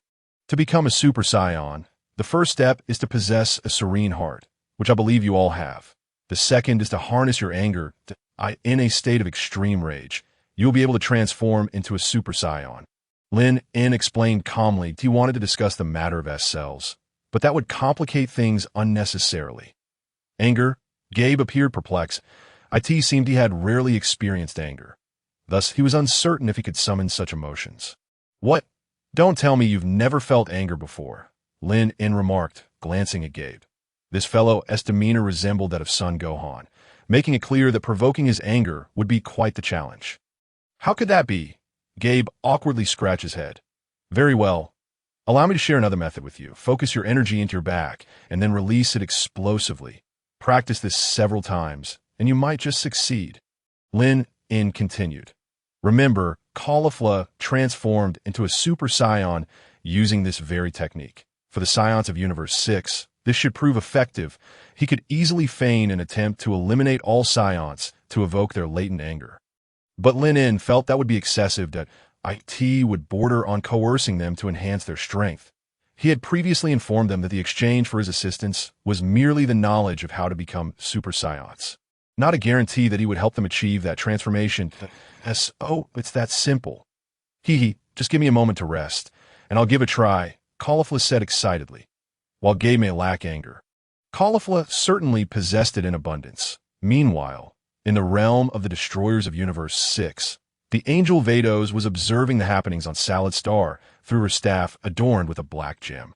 She had never paid much attention to this planet until now, but a formidable divine aura had suddenly emerged in the universe, piquing her curiosity. This led her to witness the events unfolding on Salad Star. Lord Kampa, another god has emerged in our Universe 6, Vados stated in a calm tone. Kampa, who was fiercely battling a mountain of food, had nearly consumed it all. What? Upon hearing Vados' words, Kampa spat out his drink in surprise and abruptly stood up. Vados, what do you mean by another god has appeared in the universe? Kampa asked, perplexed. In this universe, besides myself and the Kaishin Fuwa, are there any other gods? Indeed, Lord Kampa, a god was indeed born just now. And it seems their power is quite formidable, Vados continued, her tone remaining composed. What? How can this be? Are you trying to deceive me, Vados? Xianpa squinted his eyes, fixated on Vados. This fellow often deceived himself, so the emergence of a deity in the universe was likely a fabrication to trick his own mind. Oh my, Xianpa's paranoia is truly profound. Come here and take a look, then you will know the truth. Vados rolled her eyes at Xianpa. This guy, when deceived by himself, believed without hesitation, now that she had finally spoken the truth. He doubted her instead. It was truly infuriating. Humph. If you dare to deceive me again, Vados, I will not let you off easily, Xianpa coldly declared. However, Vados dismissed his threats with a scoff. After all, he could neither defeat her nor outwit her. Xianpa approached nonetheless. The black gem atop his staff revealed the moment when Lin transformed into a Super Saiyan god. What, he actually became a god? Xianpa's eyes widened in shock. Indeed, this individual had transformed into a deity. There was no mistaking that sensation. Hey, Vados, what on earth is happening? Who is that person? How could he become a god? It's utterly vexing. Xianpa clenched his fists tightly. The fact that a human from his universe had ascended to godhood while he remained oblivious was profoundly unsettling. Xianpa-sama, he previously mentioned that he is a Scion. However, he does not appear to be from the 6th universe. That I have already checked his information, and it seems he appeared out of nowhere. There's a complete void in the records. Vados explained. She too felt bewildered by this matter. Even if Lin were not from the 6th universe, she should have been able to probe his information, given her status as an angel with formidable abilities. Even if he hailed from another universe, she could still uncover details about him. Yet, when she checked earlier, it was as if he had materialized in the 6th universe just days ago. Even you couldn't ascertain his background. But if I understand you correctly, he is not from the 6th universe, right? Xianpa's eyes narrowed, radiating a chilling light. If he wasn't from the 6th universe and yet caused such a commotion there, it was a blatant display of disrespect towards him as a god of destruction. Indeed, if he were from the 6th universe, I would have information on him that I can confirm that he is not from the 6th universe. And he possesses immense power. We have a killer in the sixth universe named Hit. I believe you are familiar with him, Shanpa-sama. Bados inquired nonchalantly. Yes, I think I've heard of him. That fellow must possess some strength. Shanpa recalled that he believed he had heard the name several centuries ago, but had never encountered him personally. Hit was reputed to be the most formidable assassin in the sixth universe, capable of eliminating even those stronger than himself. Yet just a day prior, Lin had decisively defeated Hit with a single punch. Though Bados spoke calmly, her curiosity about Lin was palpable. After all, Hit had lived for 1,000 years. Defeating him in an instant was no small feat, especially considering Hit's unique technique, time skip. It was likely that even Xiangpa, without utilizing destruction energy, would struggle to defeat Hit in one move. That a single punch defeat? How come you didn't tell me sooner? Bados? Xiangpa glared and coldly questioned. This individual, clearly not from the sixth universe, had dared to act so brazenly within it, injuring its inhabitants and openly transforming into a god. He was determined to teach him a lesson, ensuring he understood that the sixth universe was not a place for him to act recklessly. I only just discovered it myself, Bados shot back, rolling her eyes. If it weren't for the sudden appearance of divine energy, she would have remained unaware of such events. Cut the excuses be by the way. Bados, where is that fellow now? Is he still in our sixth universe? Xiangpa suddenly inquired. This individual had been so audacious in the sixth universe, not only injuring its people, but also daring to become a god in plain sight. It felt like a provocation to him. Yes, Xiangpa-sama, he is still on the planet Salad, which is located in the sixth universe. Bados nodded in confirmation. How long will it take us to get there? Xiangpa narrowed his eyes and asked, considering that Salad is on the fringe of the sixth universe. It would take about half an hour with my speed, Bados replied after a moment's thought. Her speed was already among the fastest in the universe, excluding those with instant transmission abilities. Half an hour? While that seems a bit lengthy, I can't shake off this feeling of unease until I've dealt with him. Let's go. We must head to Salad, Xiangpa declared resolutely. Aside from the quest for the Super Dragon Balls, this was his most pressing desire. Are you truly going, Xiangpa-sama? That Lin doesn't seem to have committed any heinous acts. The people he helped on planet Samus are all peace-loving individuals, Bados continued. Humph, challenging the authority of God is the gravest offense. One that cannot be forgiven, Xiangpa replied, his fists clenched tightly, his tone icy. While he could overlook other wrongdoings, the fact that this individual had dared to become a god was utterly intolerable. Moreover, the truth that he was not from the sixth universe made it even more unforgivable. Chapter 66. What is there to boast about for a god of destruction like a dog? On planet Salad in the sixth universe, Lin exclaimed, let's go somewhere else. This planet is simply too desolate. There is nothing to do here. It's utterly boring. Number 18 seemed to have grown weary of the planet, idly kicking her legs. After all, compared to the previous planet Samus, Salad was indeed rather barren. With an environment that left much to be desired, there was hardly anything entertaining to engage with. Fine. I've already accomplished my purpose for coming here, so there's no need to linger any longer. Lin nodded and said, his primary goal in visiting planet Salad was to transform into a Super Saiyan god. And now, having achieved that goal, there was no reason to stay any longer. Let us go. Lin vanished from planet Salad, taking number 18 with him. Meanwhile, in the cosmos, why did we suddenly stop? Number 18 glanced at Lin and asked that, I sense an incredibly powerful energy. If I'm not mistaken, it should be the aura of a god, Lin replied earnestly. This energy was exceedingly strong, far beyond what Hit could compare to. In the sixth universe, the only being likely to possess such a powerful aura was Xiangpa, the god of destruction. Moreover, after becoming a Super Saiyan god, he could now sense divine energy, the aura of a god. Could it be that you were targeted because you just transformed into a Super Saiyan god? 18 inquired urgently. However, the divine being did not seem particularly formidable. I recall the last encounter in the realm of the Supreme Kai, where those deities were so intimidated by Lin that they could scarcely breathe. It is quite likely that the same situation is unfolding now, that if I am not mistaken, it must be the destroyer god of this universe, and they are approaching us. Lin glanced into the distance. Although that ominous presence was still far away, he could sense it distinctly. If it is indeed the destroyer god of the sixth universe, then it becomes rather intriguing. It is worth noting that the assassin hit from the sixth universe is no match for me. Thus, the only entity capable of contending with me in the entire sixth universe is the destroyer god. Kampa, destroyer god? This is the first time I have heard such a name. Is it akin to the Supreme Kai? 18 asked curiously. Previously, she had only heard of the Supreme Kai, who was extraordinarily timid, either terrified to the core or on the verge of being frightened to death. Frankly speaking, it was quite pathetic. In terms of position, they should be somewhat comparable, both being deities at the pinnacle of their universe. Yet their strengths are worlds apart. The power of the Supreme Kai pales in comparison to that of the Destroyer God. Lin explained that I would estimate that even 1,000 Supreme Kais combined would struggle to match the power of a Destroyer God. So powerful. What should we do now? Do you have the confidence to handle this? Upon hearing that the Destroyer God is so much stronger than the Supreme Kai, a trace of worry appeared on 18's face. Don't worry. With my current strength, dealing with the Destroyer God of the sixth universe should be more than sufficient. Lin replied with a confident smile.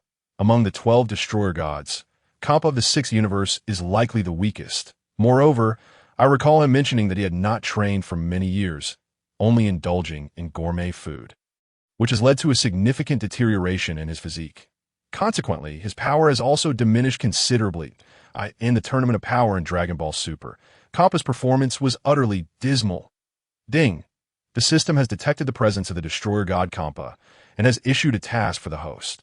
Please make a choice. Option 1. Avoid encountering the Destroyer God and leave the sixth universe immediately. Reward: immortality.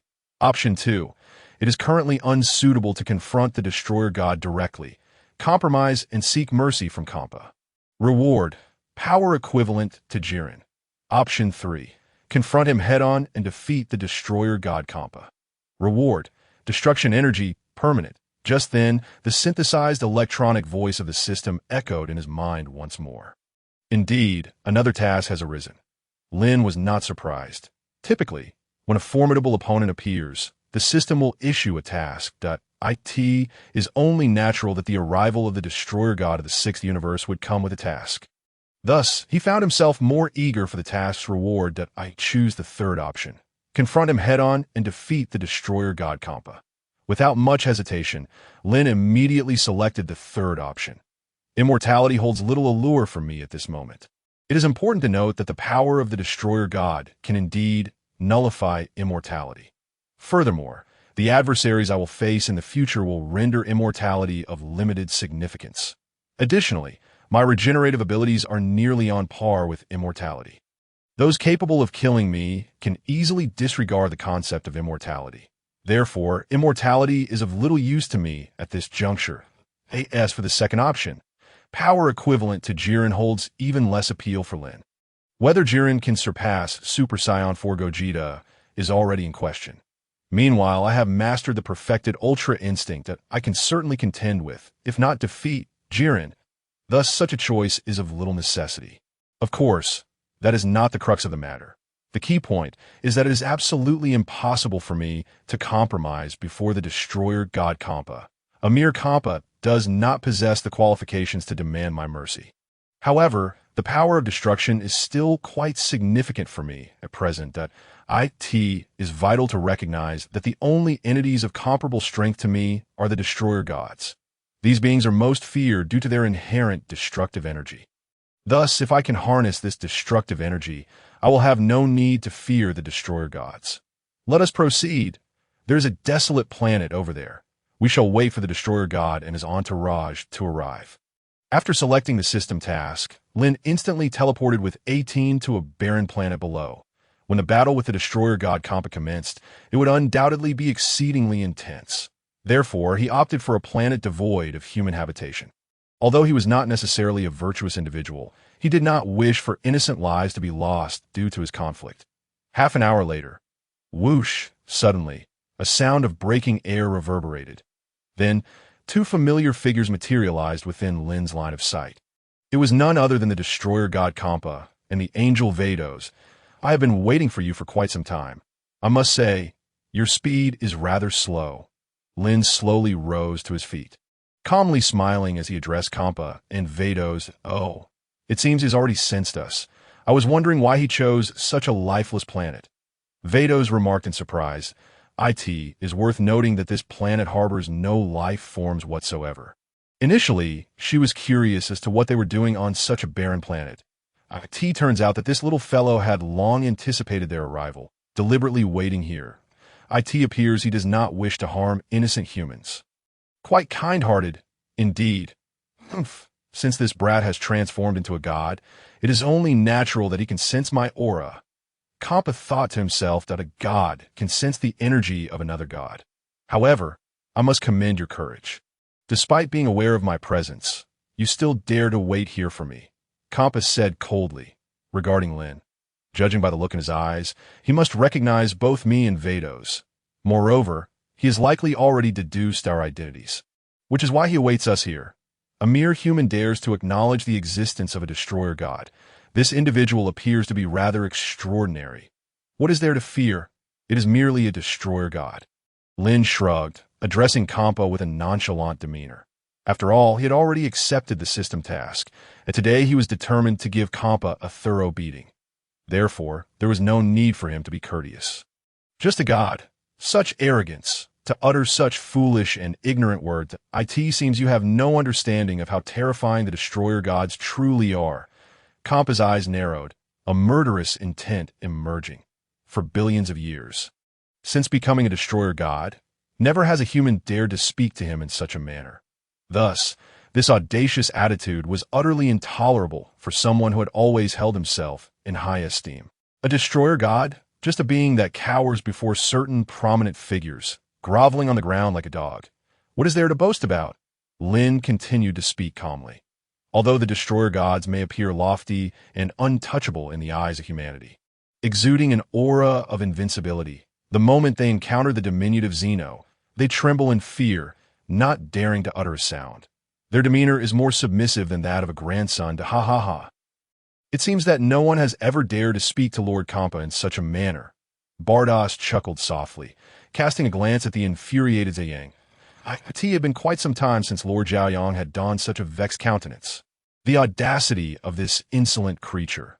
Initially, I had merely intended to teach you a lesson, but your knack for inciting my wrath is truly impressive. Soon enough, you shall come to realize that provoking me is far from a prudent endeavor. For you will swiftly be engulfed in excruciating pain and terror akin to that of hell itself. Zhaoyang clenched his fists tightly, gritting his teeth so hard that his features contorted with rage. Is he truly exaggerating? I wonder if he is merely boasting. Then come forth quickly. I find myself almost impatiently awaiting our encounter. Lin En beckoned to Zhaoyang. You arrogant little insect, you have thoroughly provoked me, and thus I shall take my time in extinguishing your life. You will perish slowly, engulfed in suffering and dread. Let it serve as a lesson on the foolishness of crossing a god of destruction. Zhaoyang's eyes blazed with intense fury, the sort that suggested he would relish in devouring Lin En whole. It seems that Lord Zhaoyang is genuinely enraged. Speaking of which, Lin En is quite the silver-tongued trickster. Provoking Lord Zhaoyang to such an extent is hardly a wise choice. Bardos furrowed her brow, muttering to herself that I suspect that soon many planets will face dire consequences. This individual may have triumphed over the assassin Hit. Yet the chasm between Hit and a god of destruction remains vast. I cannot fathom where he derives his confidence to challenge a god of destruction. Let us dispense with the trivialities. If the god of destruction is truly as formidable as you claim, then hasten here. Lin En taunted with a smirk, a visage brimming with provocation. How infuriating, this insufferable little insect. If you are so intent on courting death, then I shall oblige. Whoosh! Almost instantaneously upon the utterance of Zhaoyang's words, his form transformed into a violet blur, moving with astonishing speed. Despite his corpulent physique, it did not impede his velocity in the slightest. Zhaoyang's swiftness was far beyond what Hit could ever achieve. Lin En clenched his fists, morphing into Super Saiyan 4. It is worth noting that he had only just transformed into Super Saiyan God, and he had yet to fully acclimate to that form. Thus, he needed to return and painstakingly master the Super Saiyan God state. Upon becoming Super Saiyan 4, Lin En recoiled slightly, yet Xiaoyang was relentless, closing the gap in an instant and delivering a powerful punch toward Lin En. This fellow's speed is astonishing, truth be told. Lin En was taken aback by Xiaoyang's rapidity, as he had always perceived him as a lethargic glutton. Yet in this moment, he was unexpectedly sharp and agile. Without further contemplation, Lin En swiftly raised his arms to shield his chest. Boom! Xiaoyang's fist struck with tremendous force, sending Lin En hurtling through the air. Boom, boom, boom! He crashed through several mountain peaks before finally coming to a halt. This blubbering beast possesses both strength and speed.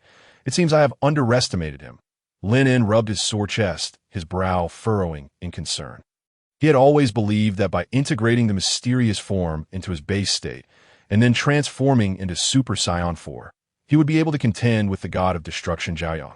However, from the earlier exchange, it was evident that Xiaoyang's power surpassed his expectations.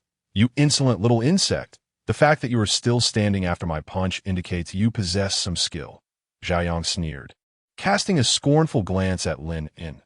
Soon after, numerous violet orbs of energy materialized around him. Lin En sensed that these energy spheres were not destructive in nature. Clearly, Xiaoyang had no intention of killing him so easily. Whoosh, whoosh, whoosh! In the next moment, the energy spheres hurtled towards Lin En. Boom! In an instant, the ground where Lin En had stood erupted in a cataclysmic explosion. Towering mushroom clouds ascended into the sky, creating a gaping chasm in the earth. While Lin En's form had long since vanished. How remarkable! He managed to evade my attack. He possesses some skill after all. The Xiaoyang's brow furrowed, slightly whoosh. In the blink of an eye, his figure vanished once more. When he reappeared, he was already before Lin En, delivering a swift punch without hesitation. Swish! His fist pierced through Lin En's form in afterimage. This little insect's speed is astonishing. Xiaoyang's face registered shock, for according to logic, his previous assault should have been unavoidable. Yet somehow, Lin En had evaded it with inexplicable ease. He employed Hit's instant transmission technique. No wonder he could so effortlessly defeat Hit. Bardos discerned that Lin En had just utilized instant transmission. Consequently, it was hardly surprising that he could defeat Hit with a single blow, given the vast disparity in their foundational strengths. Lin En, you must persevere, 18 exclaimed, her fists clenched tightly. It is essential to note that during Lin En's previous battles, he had almost always held the advantage and had never truly faced adversity. Yet this time, the purple, rotund creature seemed particularly formidable. With a single punch, he had sent Lin En flying several hundred paces backward, and his earlier speed appeared extraordinarily swift. Instant transmission. Almost instantaneously upon evading Xiaoyang's attack, Lin En executed instant transmission and delivered a kick aimed at Xiaoyang's face. Xiaoyang's brow arched instinctively, sensing danger, prompting him to raise his arms defensively. Bang! Lin En's leg struck Xiaoyang's arms with great force, yet it only caused him to stagger back a few steps. How can this blubbering beast be so resilient? Lin En's brow furrowed deeper. While watching Dragon Ball Super, he had perceived Xiaoyang's strength as rather mediocre, a typical glutton who would tire after a few steps. Yet now it appeared that in combat, he was unexpectedly fierce. Lin En had just unleashed his full power in Super Saiyan 4 form, yet had merely caused Xiaoyang to retreat slightly, with hardly any visible impact on him. Upon further reflection, it made sense. Even though he had transformed into Super Saiyan 4, the power of that form likely only equated to Super Saiyan Blue at best. Even if it were superior, it wouldn't surpass it by much. It must be noted that Super Saiyan Blue Goku and Vegeta were utterly overmatched before the god of destruction Beerus, who had effortlessly knocked Super Saiyan Blue Vegeta to the ground in a fit of rage. While Xiaoyang's strength may not match Beerus's, the gap between gods of destruction is not insignificant. Thus, it was indeed improbable for Lin En to triumph over Xiaoyang with Super Saiyan 4 alone.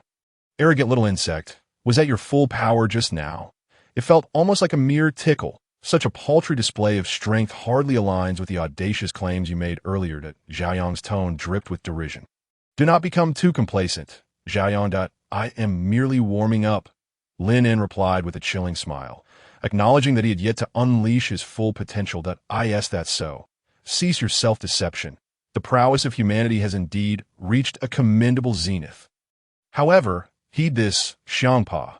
I shall make you aware of the consequences of offending a god of destruction. As Xiangpa's frigid voice resonated, a violet aura suddenly enveloped his form. Clearly, he was commencing to unveil his true strength.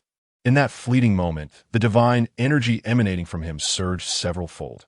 How astonishing! This corpulent creature possesses such formidable power. Upon sensing this overwhelming divine aura, Lin En furrowed his brow once more. In that case, I shall unleash the tenfold Kaioken. With a resolute gaze and a serious countenance, Lin En's voice rumbled from his throat. Almost as soon as his fist clenched, a crimson aura erupted, enveloping his entire being. Simultaneously, Lin En's energy escalated tenfold. What? How is this possible? That fellow's power has also increased. Xiangpa was momentarily taken aback, evidently unprepared for Lin En's sudden amplification of his aura. Remarkable. It seems he possesses a capability to instantaneously augment his strength. However, such abilities are often accompanied by significant expenditure and other repercussions, commented Beerus quietly from the sidelines. Particularly concerning is Lin En, who seems to have already undergone a transformation. Should he employ this forceful enhancement atop his current transformation, it would be akin to drinking poison to quench thirst. His body may very well collapse. To utilize the tenfold Kaioken while in the form of Super Saiyan 4 is indeed an overwhelming display of might. Lin En clenched his fist, expressing satisfaction. Had he merely employed the ordinary Kaioken, the strain would have proven insurmountable in his Super Saiyan 4 state, for the energy of Super Saiyan 4 is already exceedingly volatile. Coupled with the Kaioken, his body would undoubtedly falter. Yet, the system grants him the tenfold Kaioken without adverse effects, ensuring no burden upon his physique. Foolish insect! Even with your newfound strength, you remain no match for a god of destruction. Xiangpa scoffed disdainfully at Lin En. Until the final moment, do not make presumptions. In my eyes, a god of destruction is but a trivial matter, Lin En retorted coldly, before vanishing abruptly. This time, Lin En's speed had evidently surged, transforming him into a streak of crimson light that instantaneously appeared before Xiangpa. He then unleashed a powerful punch. Merely an insect, in Xiangpa's eyes, Lin En was nothing more than a human, insignificant in the face of a god of destruction. No matter how strong he became, Xiangpa possessed the power to obliterate him from existence. With that, he retaliated with a punch of his own. Boom! Upon their fists colliding, a colossal shockwave radiated outward in all directions. Lin En swiftly raised his hand, conjuring an energy barrier around Android 18. Explosion. In the same instant, the planet erupted under the immense shockwave, bursting forth like a brilliant firework in the cosmos. Beerus, too, lightly tapped his staff, enveloping himself and Android 18 within a protective barrier. Following their clash, both Xiangpa and Lin En were propelled backward several thousand zhong, indicating that neither had gained the upper hand. This is intolerable. How has that scoundrel's power increased so dramatically? Xiangpa's brow arched slightly. Though he had sensed Lin En's substantial enhancement earlier, he found it hard to believe that he had been forced back so in his mind. Humans could never rival the might of a god of destruction. Lin En shook out his arms before charging once more at Xiangpa. Whoosh! Boom! The two resumed their fierce battle, each punch generating a tremendous sonic boom, sending rippling waves of energy in all directions. The surrounding planets began to tremble violently. This cannot continue. Should they collide any further, many planets will surely suffer. Beerus observed the quaking celestial bodies, his brow furrowing slightly. He then waved his staff, conjuring a massive energy barrier to encase Lin En and Xiangpa. I must intervene. Otherwise, the very fabric of the universe may be obliterated by their conflict. Though Xiangpa is a god of destruction, should the universe face annihilation, Zeno will certainly hold him accountable, and I, as an angel, may find myself in a precarious situation. Boom! The two continued their fierce exchanges. Truth be told, since arriving in this realm, Lin En had never experienced such exhilarating combat, save for his clash with Broly. It is worth noting that Xiangpa's strength vastly surpasses that of Broly, rendering the danger level even higher. Boom! Another punch was thrown, and both were sent reeling back. Xiangpa's expression had darkened considerably, for it appeared that Lin En's strength was persistently escalating. With each clash, Lin En grew stronger, causing Xiangpa considerable distress. Should this trend continue, he might very well be defeated by this human. Such a scenario must not transpire. How intriguing. This human strength seems to be perpetually increasing during battle. Could it be linked to his scion heritage? Yet, judging by his appearance, he does not resemble an ancient scion.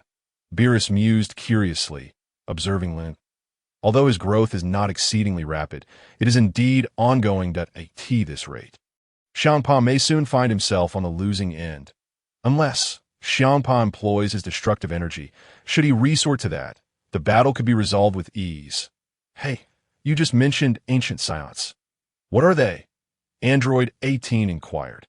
Having overheard Beerus's remark, she was familiar with science, but had never heard of ancient ones. Oh my. Did you catch that? Such matters are not for me to disclose. Beerus chuckled, covering his mouth as he glanced at Android 18. Android 18 could only snort in response, turning her head away, sensing the danger that the woman exuded. Moreover, having just waved her staff to create a formidable energy barrier, she could ascertain that her strength far surpassed her own. I would stand no chance against her. Meanwhile, Lin En had once again engaged Xiangpa in battle. The two were locked in an intense clash, their energies, a vibrant red and a deep purple, continuously colliding. Lin En was invigorated by the fight, feeling the blood coursing through his veins. With each punch he threw, his power surged. It is important to note that his Super Saiyan 4 form is remarkably stable, with exceptional endurance. His energy reserves are virtually inexhaustible. After a full 10 minutes of a fierce clash, the two finally separated once more. Xiangpa gasped for breath, panting heavily. Undeniably, the power of the God of Destruction is formidable. However, he had not undergone formal training for over a century. Thus, after such an extended battle today, his stamina had suffered a significant depletion. Present, Lin, having unleashed a tenfold Gohan atop Super Saiyan 4, was no less powerful than Xiangpa yet. Lin was not without his own struggles. Despite possessing infinite energy, exerting himself to the utmost during the battle was still quite draining. Beads of sweat formed densely on his forehead. This rotund adversary was indeed no easy opponent. Dragging such a physique, he managed to endure until now. It seemed Lin would have to regard him with newfound respect. Lin mused privately. How infuriating! I never imagined I would find myself in such a predicament at the hands of a mere human. Xiangpa clenched his fists tightly. This was humiliation, a monumental disgrace. He was, after all, a god of destruction, a deity standing atop this universe. Damn it! I must concede that your strength is indeed impressive, to the point of annoyance. However, this battle is at an end, that I have lost interest in continuing this entanglement with you. Xiangpa raised his head to gaze at Lin, his tone icy and laced with murderous intent. Previously, he had indeed wished to defeat this foe through his own strength, and then thoroughly humiliate him, torturing him slowly to instill the understanding of how foolish it was to challenge a god of destruction. Yet, it now appeared that this foe's power was too great. Vanquishing him would not be an easy task. Besides, he had not engaged in systematic training for far too long, and his stamina had diminished severely. Continuing this way, it would be impossible to defeat him purely through strength. Therefore, it would be better to simply destroy him. Although this might not wholly satisfy his pent-up rage, it was preferable to suffering further humiliation. Are you still boasting? If you could kill me, you would have done so already. Lin replied with a faint smile. He understood that the essence of destruction was the god of destruction's unique ability. Yet he was not particularly fearful at the moment. After all, he still had two opportunities to unleash destruction. You know why we are called gods of destruction, Xiangpa replied with a chilling smile, his expression dripping with bloodlust. Because we stand as the pinnacle of this universe, wielding control over the life and death of all things. If I desire your demise, then you must perish. This is the power of the god of destruction, the very rule of the god of destruction. What a brainless, bloated fool you are. Do not always consider yourself so high and mighty. I have long said that gods are nothing more than that in my eyes. Lin was thoroughly irritated by Xiang Pa's current tone and demeanor, so haughty, so self-righteous, as if, apart from himself, all existence amounted to mere ants. This ignorant little insect, possessing quite the sharp tongue, certainly had a knack for provoking my ire. The god of destruction's eyes were as cold as I see. In an instant, a purple energy sphere coalesced in his palm, radiating an aura of death and annihilation. Naturally, this sensation was very familiar to Lin, as he too had mastered destructive energy. Although he only possessed 3 opportunities, this sensation was one he recognized well. Die, you foolish creature! Xiang Pa's frigid voice fell as the destructive energy surged towards Lin. Oomph! Destruction! Observing the energy sphere barreling towards him, Lin calmly remarked. He too concentrated a purple energy sphere in his palm, which surged forth to meet Xiang Pa's destructive energy. The moment the 2 spheres made contact, there was no explosion. They simply canceled each other out, without even a ripple. No, this is impossible. What is happening? How could that bastard possibly master destructive energy? This is absolutely inconceivable. In that moment, the icy demeanor on Xiang Pa's face evaporated, replaced by shock and unparalleled astonishment. His mind was tumultuous with disbelief. To think that destructive energy, the exclusive ability of the god of destruction, could be wielded by anyone other than the god of destruction himself, including even the angels who were their mentors. Why? Why is it that a mere human has managed to grasp the god of destruction's unique skill? Oh, to have mastered destructive energy is truly astounding. Even Bados exhibited a look of surprise. They both understood that destructive energy belonged solely to the god of destruction. No one else could possibly wield it. Yet this scion before them had indeed mastered it, leaving her in utter disbelief. What is it, Xiang Pa? You appear quite astonished. Weren't you just adamant that I must die? Please do not tell me you intend to use this to kill me. Lin said with a faint smile, observing Xiang Pa's incredulous expression that if he had not grasped destructive energy, battling Xiang Pa would indeed have been perilous. However, now that he had, the threat posed by Xiang Pa was significantly diminished. How infuriating! That damned little insect has actually mastered destructive energy. How is this possible? Xiang Pa suddenly erupted, roaring in fury. What on earth is happening? There is nothing impossible. I have long stated that the so-called god of destruction is nothing extraordinary in my eyes. Did you think I was merely speaking in jest? Yet, do not be too astonished, for shortly I shall reveal something even more astonishing to you. Lin stated emphatically to Xiang Pa, you bastard, you wretched little insect. Even if destructive energy cannot obliterate you, I will certainly kill you today. Xiang Pa was evidently furious. The fact that destructive energy was incapable of destroying a human was an immense humiliation for the god of destruction. If word of this reached the ears of other gods of destruction, he would undoubtedly be ridiculed. Therefore, the only way to rid himself of this humiliation was to eliminate this wretched little insect. Ah! Xiang Pa bellowed as if driven mad, his body enveloped once more in swirling purple flames. This time, the flames appeared even more potent than before. His power had indeed increased. Could it be that his anger has awakened latent power within him? Lin remarked, astonished. Xiang Pa's strength had indeed grown, and his stamina seemed to have recovered. However, Lin was not perturbed. Instead, he took a deep breath and directly retracted his Super Saiyan transformation. Have you already chosen to give up? Little insect. Yet, even if you were to kneel and beg for mercy, I would never spare you. Seeing Lin revert from his transformation, Xiang Pa instinctively assumed that Lin had surrendered the fight. Surrender? You are dreaming. A faint smile graced the corners of Lin En's lips. He could see that moment. Xiang Pa's fist had already materialized before him. In an instant, Lin En's pupils transformed abruptly into a shimmering silver gray that a radiant aura surged forth, enveloping his body in a mesmerizing swirl. His ebony hair morphed into a brilliant silver hue. Subsequently, he gracefully shifted his body to the right, a mere few centimeters, yet perfectly evading Xiang Pa's fist with a swift motion. His right fist struck out. Though it appeared unhurried, the impact was profound. Bang! In that fleeting moment, Xiang Pa was sent hurtling backwards by a single blow, half of his face swelling dramatically. Ha! Who? Là non es gaz reminette tranquille. As he gently breathed in and out, the dazzling aura surrounding him began to seep into his being. In a matter of moments, the brilliant energy that had encircled him vanished entirely. The ethereal presence dissipated. Yet Lin En's hair retained its silvery luster, and his pupils remained silver gray.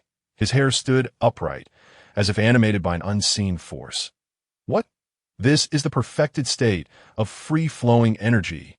In that instant, both Xiangpa and Beerus gasped in astonishment simultaneously. Impossible! This is utterly inconceivable. Xiangpa was once again rendered speechless. The fact that this individual had mastered destructive energy was already astonishing enough. But now, witnessing the manifestation of the perfected state of free-flowing energy was beyond his comprehension. They were well aware of the significance of this technique, a domain inaccessible even to the gods of destruction. Among the 12, only Beerus, the god of destruction from Universe 7, had grazed its threshold, yet he had never fully grasped it. The others had not even approached the threshold. It is crucial to acknowledge that cultivating the perfected state of free-flowing energy demands an exceptionally serene mindset. This is precisely why none of the 12 gods of destruction have been able to master it to perfection. Yet astonishingly, it had been attained by a mere human. Moreover, it was evident that his mastery of this technique had reached a flawless level. Shock and unparalleled astonishment enveloped them that a human had achieved what even the gods could not. This was undeniably a profound humiliation for all the gods of destruction. Each of them had an angel as a mentor, and every angel had mastered the perfected state of free-flowing energy. In such circumstances, the gods of destruction had failed to comprehend this art. Now, a human had independently attained the perfected state of free-flowing energy. This was indeed a tremendous affront to all the gods of destruction. Wow, this is truly astonishing, somewhat unexpected indeed. Mr. Lin En has mastered the perfected state of free-flowing energy. Beerus, equally astounded, gazed at Lin En. For them, the perfected state of free-flowing energy was a commonplace posture, meaning they often existed in this state. However, this does not imply that mastering it is an effortless endeavor. On the contrary, it is exceedingly challenging. Otherwise, they would not have barred all the gods of destruction from its mastery. What could this possibly mean? Beerus, why has this insignificant human attained the perfected state of free-flowing energy?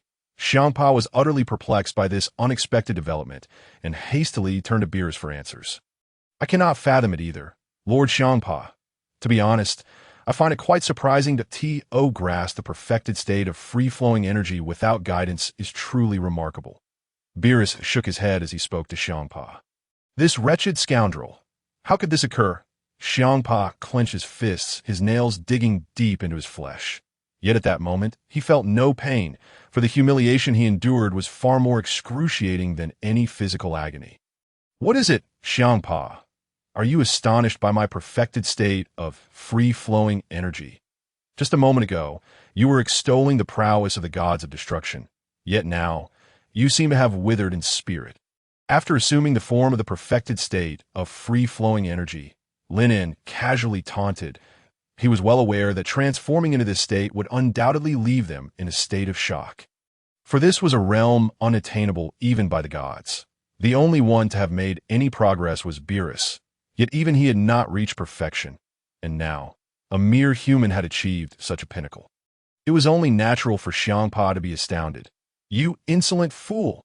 It appears I can no longer spare you. Xiangpa tightened his fists, his eyes brimming with malice and rage. Under no circumstances would he allow this individual to leave Universe 6 today. Prepare to meet your demise. Xiangpa's form flickered once more, charging directly towards Lin En. However, it was evident that his speed and strength had diminished. In contrast, Lin En, now wielding the perfected state of free-flowing energy, perceived Xiangpa's movements as feeble. I have long ascended to heights beyond your imagination. Thus, your speed is far too sluggish, Xiangpa Lin En stated calmly. With a swift motion, he effortlessly evaded Xiangpa's attack, then leaped into the air, delivering a powerful knee strike to Xiangpa's chin. Crack! The sharp sound of bone fracturing echoed as Xiangpa's body soared upwards. His jaw was visibly deformed, clearly a result of Lin En's attack shattering his jawbone. Whoosh! Lin En's form flickered again, appearing above Xiangpa. then brought both hands crashing down upon his head. Bang! Xiangpa's skull buckled slightly under the force that a stream of purple blood erupted from his mouth, and crimson fissures appeared in his pupils. His body plummeted like a meteor. Buzz! The moment his body collided with the energy barrier. An ear-piercing hum resonated. The violent impact wrenched another spurt of blood from Xiangpa, causing his aura to wither instantaneously. It is important to note that Lin En's previous attack had been delivered without restraint. Savor this, god of destruction. That Lin En raised his hands, and a silver energy sphere coalesced instantly within his palms, rapidly expanding to the size of a grinding stone. Whoosh! Without a moment's hesitation, the energy sphere hurtled towards Xiangpa. Boom! As the energy sphere detonated, the entire energy barrier shuddered violently. When the billowing smoke dissipated, Xiangpa's battered form came into view. At that moment, Xiangpa appeared utterly disheveled, with countless wounds marring his body and purple blood oozing continuously from his injuries. His aura had completely diminished. It was evident that he could no longer muster any power. Oh dear! Poor Lord Xiangpa. Beerus feigned sympathy, gazing at Xiangpa's pitiful state, as if rubbing his eyes in disbelief. Whoosh! Lin En's form flickered again, this time appearing directly before Xiangpa. He seized Xiangpa by the ear. This moment, Xiangpa was gasping for breath, his body soaked in purple blood, his eyes half closed.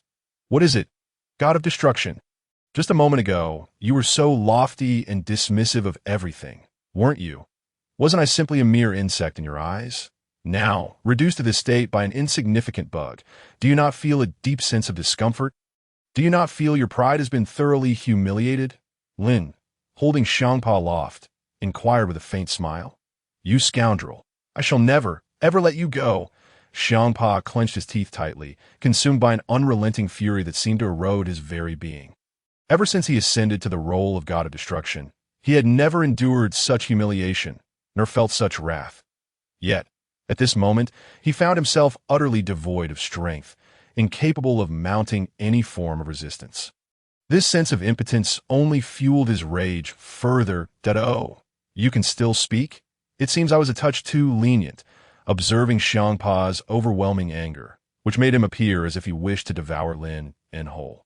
Lin En delivered a powerful punch to Xiangpa's abdomen. Bang! Cough! A fresh spray of blood erupted forth. This time, Xiangpa truly lacked the strength to articulate a single word.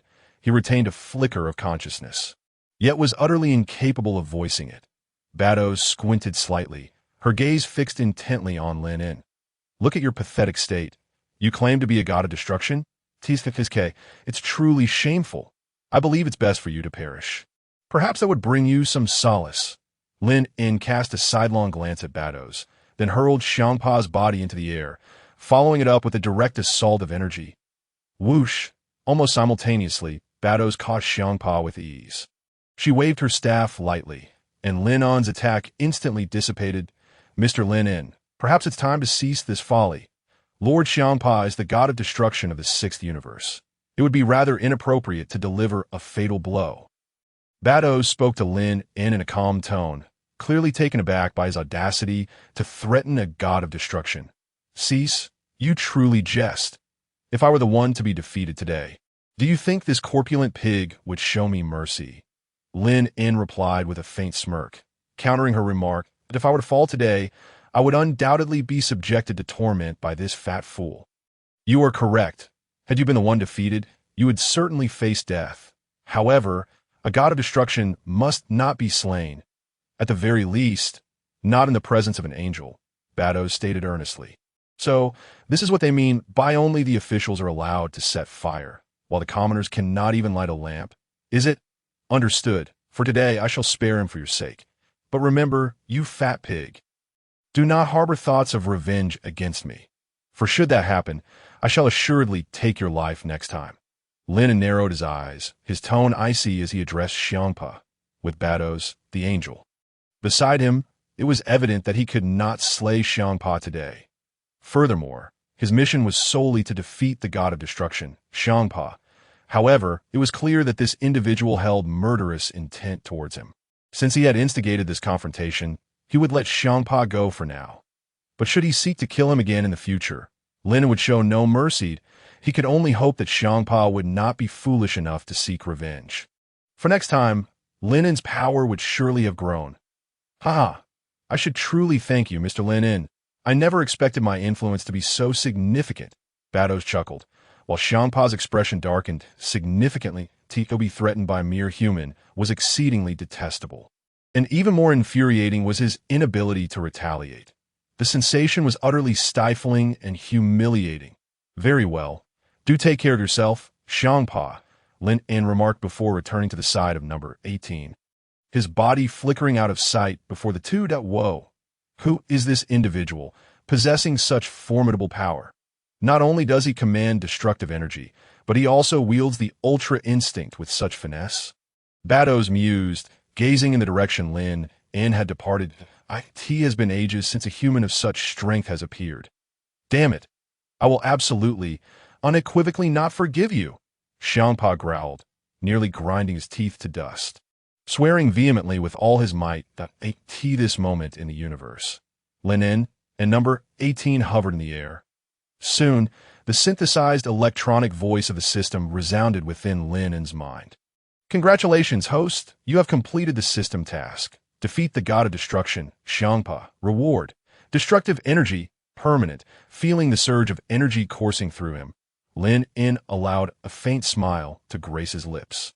Truth be told, he had been somewhat wary of the god of destruction before, especially since his own use of destructive energy had been limited to merely 2 instances, had Xiangpa relentlessly attacked with destructive energy. Victory would have been a daunting challenge, to say the least. However, upon realizing that Lin En too wielded destructive energy, Xiangpa had abandoned that tactic, allowing Lin En to triumph effortlessly. But now, the situation had shifted. He had acquired true, permanent destructive energy, and even if he encountered another god of destruction, he would face them without fear. Where are we headed next? Number 18 inquired. Let us journey to Earth in the 7th universe.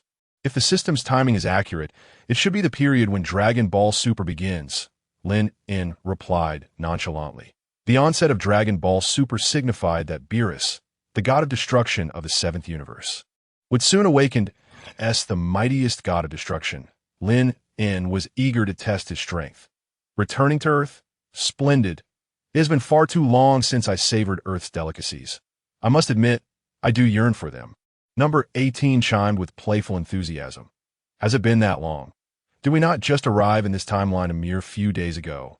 Lin En chuckled, questioning her that a few days is indeed a long time.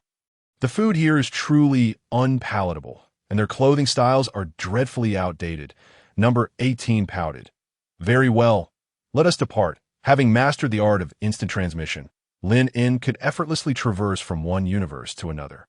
With a whoosh, almost in the next instant, the two found themselves in a different realm. Earth, West City. Number 18 glanced at the familiar structures, feeling an inexplicable sense of nostalgia. At long last, we've returned. Lin En inhaled deeply, savoring the presence of several familiar energies. Indeed, it feels good to be back. Not only number 18, but even Lin En found the food from other planets hard to swallow compared to what Earth had to offer. All right, let's indulge ourselves. Lin En smiled, and the two of them appeared on the bustling streets of West City, diving into a local eatery. Meanwhile, within the gravity chamber of Capsule Corporation, what was that surge of energy that just appeared? It felt incredibly powerful, unlike anything Kakarot possesses. Who could it be? Suddenly halting his intense training, Vegeta's eyes widened in astonishment. A formidable presence had just made itself known, exuding an immense pressure. This aura was undoubtedly not that of Kakarot. Even if Kakarot were capable of transforming into a Super Saiyan 3, he could never possess such a terrifying energy. There could be no being of such strength on Earth. Tisish, who could it possibly be? Vegeta's brow furrowed slightly. If it were some nefarious individual, that would spell disaster. This energy was far more potent than he had anticipated. It seemed he had no choice but to venture out and investigate. At that moment, it was not only Vegeta who sensed this overwhelming aura. Piccolo and Gohan also felt it immediately. In the skies above West City, several figures swiftly appeared, namely Gohan, Piccolo, and Krillin. What is going on? Vegeta, do you know whose energy that was? Piccolo inquired, his brow knitted in concern as he gazed at Vegeta. How would I know? Vegeta scoffed dismissively. If he had known, he wouldn't have rushed over. That energy was incredibly powerful, perhaps even surpassing that of his father. Who could it be? Gohan also frowned, adding, every time such a tremendous aura appears, Earth faces a catastrophic threat. What? How could there possibly be someone stronger than Goku in this world? Krillin remarked incredulously to him. After defeating Majin Buu, Goku is undoubtedly the strongest being in the universe. The universe is vast. Who knows how many beings stronger than Gohan exist? Piccolo immediately countered, is it really that strong? Krillin asked, a hint of fear in his voice. That fellow is right below us. Cowards need not follow, Vegeta coldly declared before leaping directly onto the streets of West City. Who are you calling a coward? Piccolo grumbled, following suit. Gohan and Krillin trailed behind. Though Krillin felt a twinge of fear, he always joined in after feeling frightened. After all, his power was considerably weaker, especially in comparison to Vegeta, Piccolo, and Gohan.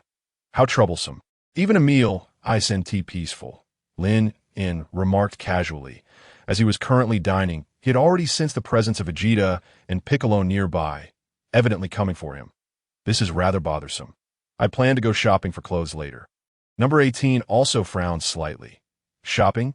I'll step out for a moment. You could go buy clothes by yourself. Upon hearing the word shopping, a bead of sweat trickled down Lin En's forehead. Over the years, he had come to understand number 18's shopping prowess. She could spend an entire day shopping. Even with unlimited energy, he couldn't withstand such an expenditure. Women truly seemed born for shopping. They could roam for an entire day without a hint of fatigue. Yet for Lin En, despite his formidable strength, even a stroll down a street felt exhausting, primarily due to its utter boredom. With that, Lin En vanished from number 18's vicinity. That insufferable man. Clearly, he just doesn't want to accompany me shopping. Number 18 mused. She was well aware of Lin En's thoughts. He was simply avoiding shopping with her. A most inadequate man. Upon exiting the restaurant, Lin En spotted Vegeta and Gohan. Are you all waiting for me? He asked with a faint smile. What? You're a scion? The moment he laid eyes on Lin En, a look of sheer horror crossed Vegeta's face. His expression was more dramatic than that of someone who had seen a ghost. A scion? How could this be? Weren't there only a few of you left? What is happening? Piccolo was equally astonished. Given that Vegeta was the prince of the Scions, he certainly understood their lineage. He had always emphasized that the true Scions had dwindled down to himself. Kakarot, and his worthless offspring, Scion. Krillin stumbled back in fear. He had never truly escaped the shadow of the Scions. Even if this fellow has reformed, there's no need to be so astonished. The world is inherently vast. Am I really that extraordinary as a Scion? Lin En remarked, observing the astonished expressions on their faces with indifference. Where do you hail from? What is your purpose on Earth? Vegeta, seemingly accepting this reality, fixed a wary gaze on Lin En. He could sense the immense power contained within this individual, certainly beyond his own capabilities. That's information you don't need to know, Lin En replied nonchalantly. He had no desire to explain his origins or intentions every time he encountered someone. That would be far too exhausting. Just then, number 18, having finished her meal, stepped outside. I asked at Android 18, how is this possible? The moment they spotted her, the expressions on Vegeta and the others grew even more animated. This time, it was indeed akin to seeing a ghost. In this timeline, Android 18 had been absorbed by Cell and subsequently killed by Gohan. At that time, Cell had merely regurgitated Android 17, however. In this timeline, Android 18 had been killed outright, and now she stood before them, alive and well, which was astonishing. What kind of gaze is that? Number 18 gently brushed her golden hair aside, rolling her eyes. Hey, I'm going shopping now, she said to Lin En before walking off, fully aware that he did not wish to accompany her. I see now. They must not be from this timeline. In this timeline, Android 18 was long since killed, and her presence here suggests they hail from another timeline. Vegeta quickly deduced that it was worth noting that future Trunks had also visited this timeline before. indicating that time travel was not an insurmountable feat. Other timelines? That possibility is indeed quite high, as this timeline has never experienced such a powerful energy. Piccolo nodded in agreement with Vegeta's assessment. Meanwhile, on North Kai's planet Goku, a formidable scion has appeared on Earth. Vegeta is currently confronting him. North Kai informed Goku, "What? A scion? Didn't Vegeta say we were the last few remaining?" Goku asked, bewildered, "Do you know who it is?" Lord Kai, with great curiosity, Sun Wukong hastily inquired, "Are there truly other scions existing in this world?" He felt an overwhelming sense of surprise. "I have no idea. It's as if he suddenly materialized in the universe."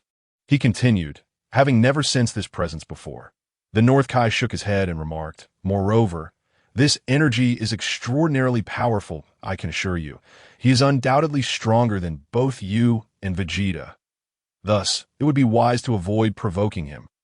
Subsequently, the North Kai cautioned, for some inexplicable reason, this energy emanates a profound sense of danger, an unparalleled feeling of oppression. Is he really that formidable? Sun Wukong responded with excitement, rubbing his hands together. "Ever since the defeat of Majin Buu, I have scarcely encountered any worthy opponents. This is quite intolerable for someone who relishes battle," that he then declared. "Let me search for Vegeta's energy." Sun Wukong pressed his index and middle fingers to his forehead, beginning to sense Vegeta's presence. "What are you up to, Wukong?" The North Kai felt a sudden unease at Sun Wukong's exhilarated demeanor. "Hey, didn't the North Kai say he's stronger than both me and Vegeta?" "Naturally, I wish to test my mettle against him. It's been ages since I've faced a strong adversary. I feel as though my body is getting rusty." Sun Wukong flashed an innocent smile at the North Kai. "I've found Vegeta's energy.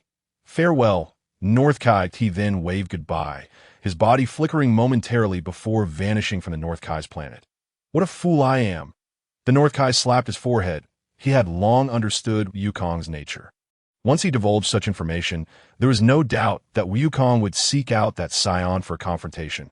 Alas, it was too late for regrets now, as Sun Wukong had already arrived on Earth. "Whoosh! Kakarot! Dad! Wukong! Son! Vegeta!" Son Gohan and Piccolo exclaimed in astonishment. They were taken aback that Sun Wukong had sensed Lin's arrival. "You must be the scion the North Kai mentioned?"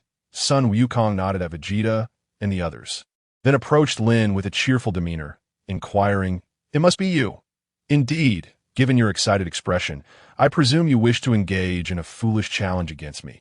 Lin responded with a calm smile, sensing Sun Wukong's fervor for battle. It was evident he sought to challenge him. However, the current Sun Wukong was simply too weak. At best, he possessed the power of a Super Saiyan 3. Such strength was utterly insignificant before Lin. "I can indeed sense that you possess considerable power, just as the North Kai described. If you don't mind, I would genuinely like to spar with you," Sun Wukong continued, grinning. After all, it had been years since he encountered such a formidable opponent. How could he possibly let this opportunity for a friendly duel slip by? "Hey, Kakarot, this guy's energy is immense. Even if you transform into a Super Saiyan 3, you may not be his match. It would be wise not to stir trouble on Earth," Vegeta coldly warned Sun Wukong. While Vegeta once relished battle like Sun Wukong, he now sensed that the scion before them was beyond his ability to contend with. Provoking him could spell disaster for Earth, and he wished to protect Bulma and Trunks from any potential peril. "Don't worry, Vegeta, there's no need for such concern, that we're merely going to have a little spar." Sun Wukong casually replied, "Son, Vegeta is right. Do not cause unnecessary trouble." Piccolo and Son Gohan chimed in agreement. "You needn't fret. I simply wish for a brief contest," Sun Wukong assured Vegeta and Piccolo before turning his gaze back to Lin. "You're not my equal, Sun Wukong. Your power is too feeble. I have little interest in you." Lin shook his head, outright rejecting Sun Wukong's request. Had he been able to transform into Super Saiyan Blue or mastered the Ultra Instinct technique, he might have considered sparring. However, the disparity in strength with the current Super Saiyan 3 was simply too vast, offering no thrill in combat. "I'm not as weak as you presume." Sun Wukong chuckled lightly before clenching his fists and transforming into Super Saiyan 2. The golden aura erupted around him, with blue lightning crackling in his vicinity. This was the transformation in a Super Saiyan 2. Ha! Sun Wukong exclaimed, then roared once more as the golden aura surged, and his golden hair cascaded down to his waist. He had transformed into Super Saiyan 3. Now, can we engage in a contest? After swiftly achieving Super Saiyan 3, Sun Wukong addressed Lin with confidence. Very well. Since you are so eager to engage, I shall entertain you, Lin conceded, observing Sun Wukong's fervent desire for battle. It seemed he was determined to learn just how weak he truly was. Just don't make a mess of things, Kakarot. I will not forgive you if you provoke any trouble, Vegeta warned coldly. Despite their reluctance for Sun Wukong to meddle, they were undeniably curious about the strength of the Saiyan before them. Since you are also a Saiyan, you must be capable of transforming into a Super Saiyan, right? Show me your transformation, Sun Wukong asked. His face filled with curiosity. It appeared they belonged to the same lineage of Saiyans, with the only distinction being that this Saiyan's tail had not been removed. No need, that I do not require transformation to battle you, Lin replied, shaking his head. It was known that he had already unlocked potential under the old Kaioshin's guidance, and his mysterious form had long surpassed that of Super Saiyan 3. Thus, engaging in combat with Sun Wukong did not necessitate transformation. You seem a bit overconfident, Sun Wukong remarked playfully. Without transforming, you won't stand a chance against me. Then come and see for yourself. Lin maintained his calm demeanor. In that case, I shall attack. Sun Wukong assumed a combat stance. Whoosh! In the blink of an eye, the body lunged directly towards Lin En. Just as the fist was about to strike Lin En, the body suddenly appeared behind him at an uncanny angle. Following that, a punch was thrown. Lin En merely tilted his head slightly, effortlessly evading Sun Wukong's blow. Astonishingly, he had managed to dodge it. A look of surprise instantly crossed Sun Wukong's face. Of course, it wasn't just him. Behind him, Son Gohan and Vegeta were equally astonished. It is well known that after transforming into Super Saiyan 3, Sun Wukong's power is formidable, with a speed so swift that it leaves them in the dust. Yet, Lin En had effortlessly sidestepped his attack. This fellow seemed to possess eyes in the back of his head. Sun Wukong continued to throw successive punches, but all were evaded with ease by Lin En. This guy wasn't merely boasting that I've pushed my speed to its limits, yet still cannot land a hit on him. Remarkably, he hasn't even transformed into a Super Saiyan, yet his speed and reflexes are astonishing. After dozens of attacks, Sun Wukong found himself utterly astounded. However, in a fleeting moment of distraction, Lin En suddenly spun backward, delivering a sweeping kick. What? So fast, as he witnessed the leg resembling steel barreling towards him. Sun Wukong's pupils constricted. It was now impossible to evade. Lin En's speed was simply too great. Sun Wukong had no choice but to raise his arms at lightning speed to shield his head. Bang! Lin En's leg struck heavily against Sun Wukong's arms. The terrifying force poured forth like a torrential flood. Sun Wukong's expression changed dramatically as his feet skidded against the ground. Propelling him backward, he retreated a considerable distance before barely managing to halt his momentum. At that moment, he felt as though his arms had completely lost sensation. What immense strength! Sun Wukong furrowed his brow in disbelief. It's over, Sun Wukong. However, before he could fully comprehend the situation, a calm voice resonated from behind him. Bang! Suddenly, Sun Wukong felt a sharp pain at the back of his neck, leaving him momentarily dazed. His hair turning black instantaneously before he slumped to the ground. It must be noted that in that fleeting instant, Lin En had executed an instantaneous movement and the flash technique, with Sun Wukong's prowess. Evasion was utterly impossible. Moreover, the area at the nape of the neck is a notably vulnerable part of the human body. A gentle strike in an unguarded moment can incapacitate one entirely. What? This can't be real, can it? What a joke. Father, was he defeated so swiftly? The faces of Piccolo, Vegeta, and Son Gohan were instantly adorned with expressions of sheer horror, their mouths agape as they gulped in disbelief. It was simply unimaginable. Sun Wukong was the strongest among them. To think he could be dispatched so quickly was beyond comprehension. Moreover, what was even more unfathomable was that while Lin En was indeed a Saiyan, he had not undergone any transformation. With his base strength, he had effortlessly vanquished a Super Saiyan 3. This was truly perplexing for them. How could there exist such a powerful Saiyan in this world? Vegeta clenched his fists tightly, his face a mask of frustration. Although he had long ceased to care about his identity as the Prince of the Saiyans, the sudden emergence of a Saiyan whose power far surpassed his own and Kakarot's left him feeling quite unsettled. Perhaps, like me, he has unlocked his potential, allowing him to defeat my father with his base strength. Son Gohan pondered, addressing the two, as he felt a certain resemblance between himself and Lin En, particularly in regard to his mysterious form. That tuft of hair was strikingly similar to his own when he transformed into his mysterious state. Now that you mention it, there is indeed a resemblance. Vegeta nodded in agreement. They were indeed quite alike, especially in hairstyle and gaze. In battle, Lin En's eyes were as piercing as Gohan's when he faced Majin Buu. Regardless, this fellow's strength is undeniably impressive. Even if you had transformed into your mysterious form, you would still likely be no match for the current Kakarot. Vegeta spoke again. It is undeniable that Gohan's mysterious form was indeed powerful. However, for years have passed, and Kakarot's combat prowess has seen a tremendous increase. Thus, even the mysterious Gohan would probably struggle against the Kakarot of today. Vegeta's words held true. He was indeed formidable. Son Gohan did not dispute this, for they had witnessed the might of the Saiyan before them firsthand.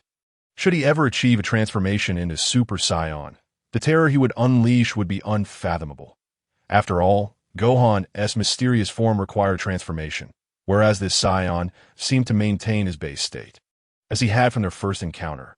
Ouch, that hurts. A minute later, Sun Wukong stood up, cradling the back of his head, his face contorted in pain. You are incredibly strong. How did you appear behind me just now? I didn't sense a thing. Sun Wukong quickly turned his head, curiosity etched on his face. In that fleeting moment, he had felt no shift in Lin En's energy. He had simply materialized behind him without warning. I jumped forward in time by 0.1 seconds, so naturally, you couldn't perceive my presence. Lin En, with a smile, did not conceal the truth from Sun Wukong. The flash technique was not a secret to him. What? Jumped forward in time by 0.1 seconds. What sort of ability is that? I have never heard of such a thing, Sun Wukong exclaimed in astonishment, seemingly oblivious to the pain in his neck. Now that I've told you, you still wouldn't comprehend. Once your strength increases, you'll surely understand. Lin En replied nonchalantly. Well then, you are truly remarkable. I thought I had become strong, but now I realize just how weak I am in comparison to you. By the way, you can still transform into a Super Saiyan, right? Sun Wukong appeared quite excited as he gazed at Lin En. Of course, if you all could transform, then, as a fellow Saiyan, how could I not?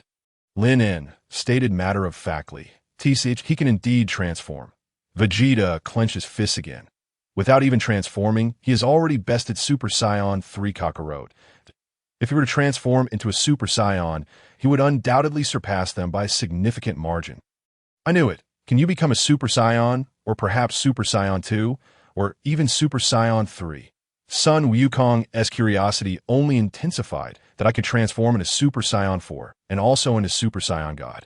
However, I doubt you have ever heard of it, so strive diligently. Lin En replied. Lin gently patted Sun Wukong on the shoulder. In the next moment, he vanished from before Sun Wukong and the others. Chapter 154. Being new to this place. I find myself lacking in funds, having just arrived in the realm of Dragon Ball Super.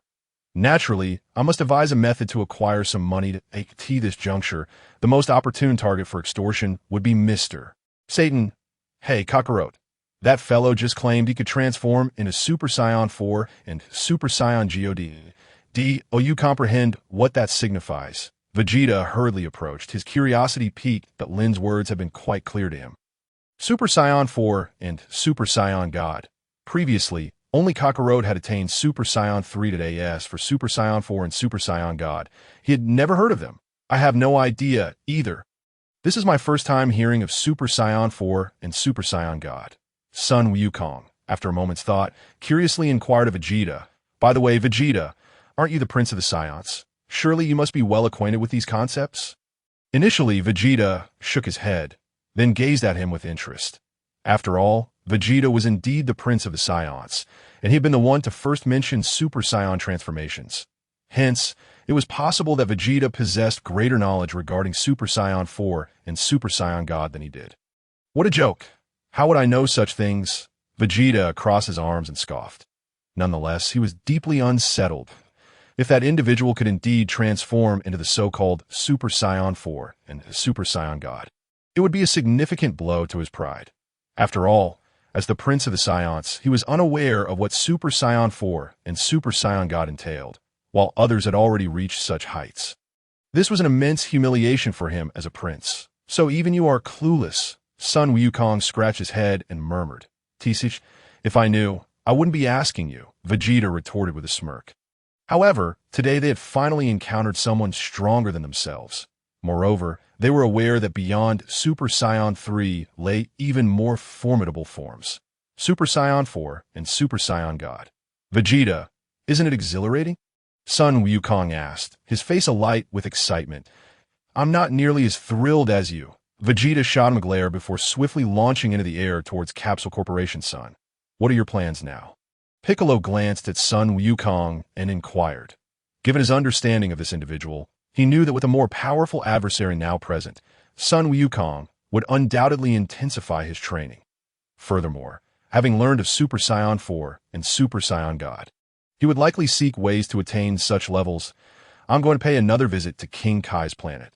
Perhaps Lord King Kai might possess some knowledge, Sun Wukong declared with firm resolve. He now had a renewed goal for striving and surpassing himself.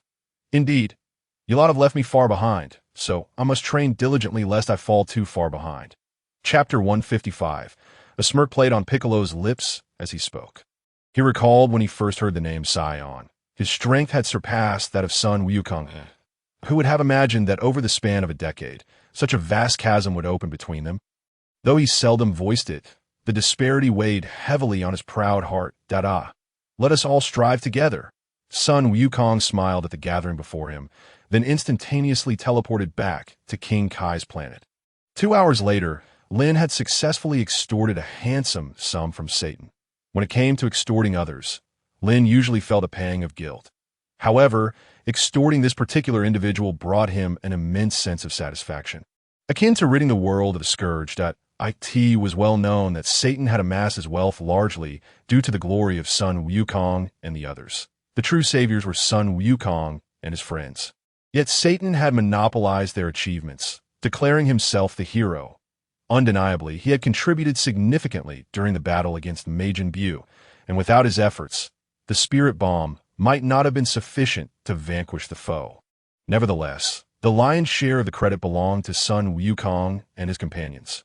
With his 500 million, he could undoubtedly enjoy a lavish lifestyle for quite some time. That it must be said that Satan was indeed a wealthy man.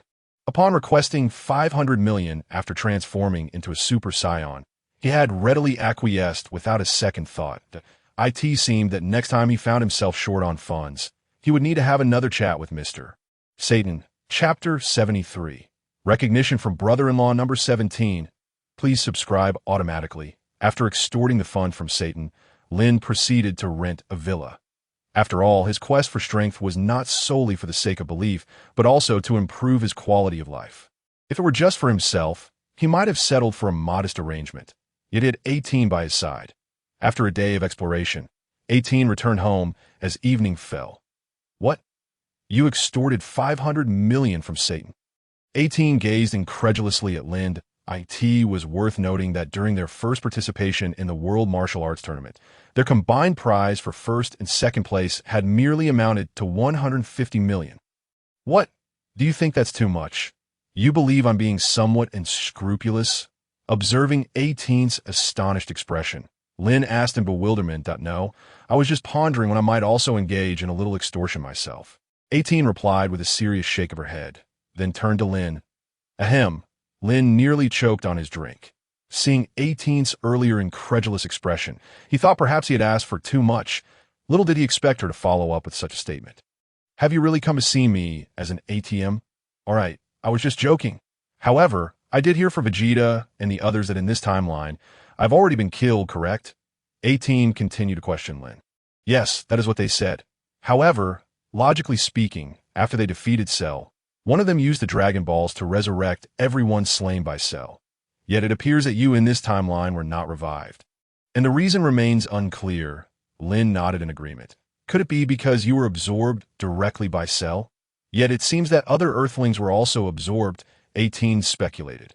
Never mind, perhaps this is for the best. Chapter 156. If this timeline has a version of me, wouldn't he that feel rather awkward? 18 waved her hand dismissively, seemingly unconcerned. If there were two of you serving me, that might not be such a bad situation. Lin quipped with a mischievous smile directed at 18. The thought of two identical faces was indeed rather enticing. Get lost. An apple hurtled toward Lin. All right, just kidding. One of you is certainly sufficient. Moreover, the 18 from this timeline may not even have feelings for me. Lin hastily replied with a laugh. At least you possess some self-awareness. However, I believe I heard Vegeta mention that number 17 was not killed. Regardless, he is my brother, and it has been quite some time since I last laid eyes on him. So tomorrow I wish to pay him a visit, 18 said earnestly to Lin En. Ever since their separation 8 years ago, she had not seen number 17 again. Although the two timelines may differ, number 17 would always remain her brother. All right, I suppose there is nothing pressing on my agenda for tomorrow. Let us go and see him together. Lin nodded and replied that it is worth mentioning that during the Tournament of Power in Dragon Ball Super, number 17 was one of the last survivors. Moreover, his strength had reached the level of Super Saiyan Blood. It would be intriguing to gauge just how formidable her little brother has become. The following morning, the two set off early. Lin En could not sense the energy of Android 17, yet 18 seemed to possess some form of telepathic connection. Soon, they located Android 17, that he was engaged in his role as a guardian of animals and plants. Just as seen in Dragon Ball Super. With a swift motion, Lin En and 18 appeared simultaneously, catching sight of a young man clad in long sleeves and light blue jeans. His shoulder-length black hair framed a countenance that exuded an air of indifference. Hey, 17, 18 called out nonchalantly though. 18, what brings you here? I thought you had been killed. A look of surprise flickered in 17's otherwise stoic gaze that it was known that during the Cell Saga, Android 18 had indeed met her demise. It puzzled him why he had returned to life while 18 had not. Since you were alive, how could I possibly have been killed? 18 smiled and remarked, I never imagined you would be living such a leisurely life now. Ah, this is the life I once longed for. The work is quite easy, and I have my own wife and children now, 17 replied, allowing a rare smile to break through as he addressed 18. In truth, he was genuinely delighted to reunite with his sister, though he was not one to readily express his as the elder sister. 18 understood 17's personality well. I truly envy you. You have finally achieved the life you desired. Her happiness for 17 was heartfelt. It was important to remember that when they were modified by Dr. Gero, they had felt a sense of despair. Yet now, they both seemed to have found a semblance of normalcy.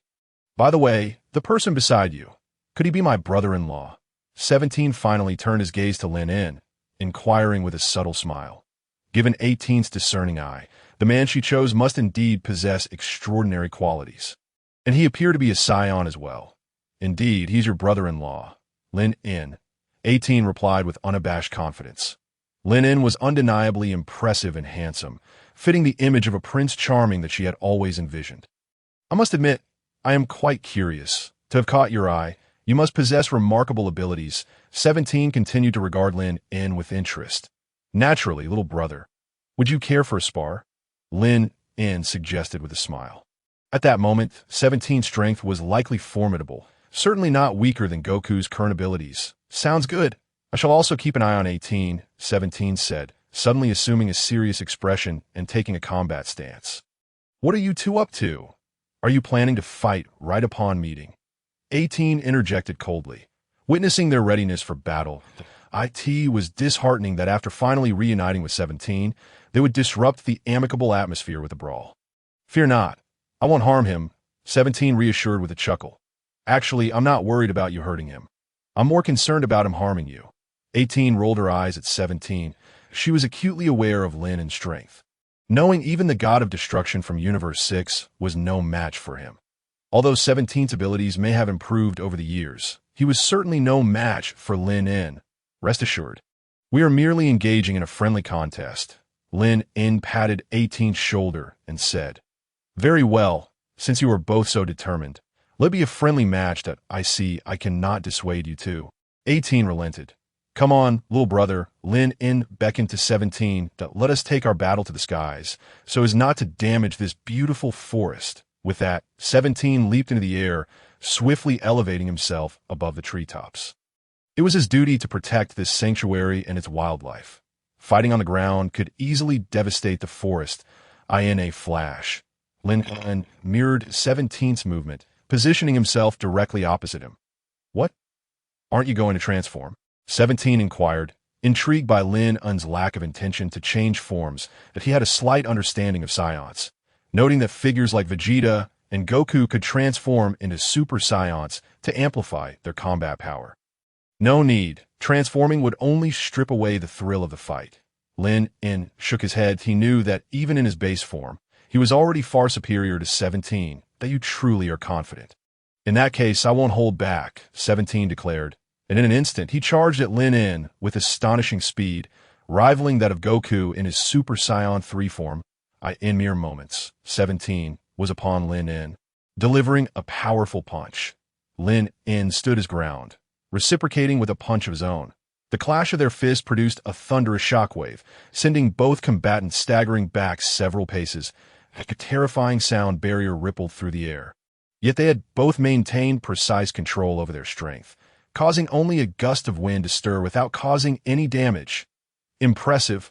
I did not anticipate your strength to be so formidable," 17 exclaimed, astonished. Despite not transforming into a Super Saiyan, Lin En had already matched his power. "Let us continue." 17's competitive spirit was ignited, and he charged at Lin En once more. The two exchanged rapid punches, creating a flurry of sonic booms in the sky. The speed of their clash was so intense that 18 could hardly keep track of the action. After several minutes of intense combat, the two fighters finally broke apart. "All right, I believe we shall conclude today's spar. You have earned my respect, brother-in-law," 17 said with a smile. Halting the battle, he had only intended to gauge Lin En's abilities, and it was evident he was far stronger than he had initially assumed, especially without transforming into a Super Saiyan. Thus, there was no need to continue the fight any longer. "Very well." Lin also nodded in agreement. After all, this was not a life-and-death struggle, merely a simple exchange of skills that it is likely that number 17 has already realized the extent of his own power. Moreover, his earlier manner of address has also transformed.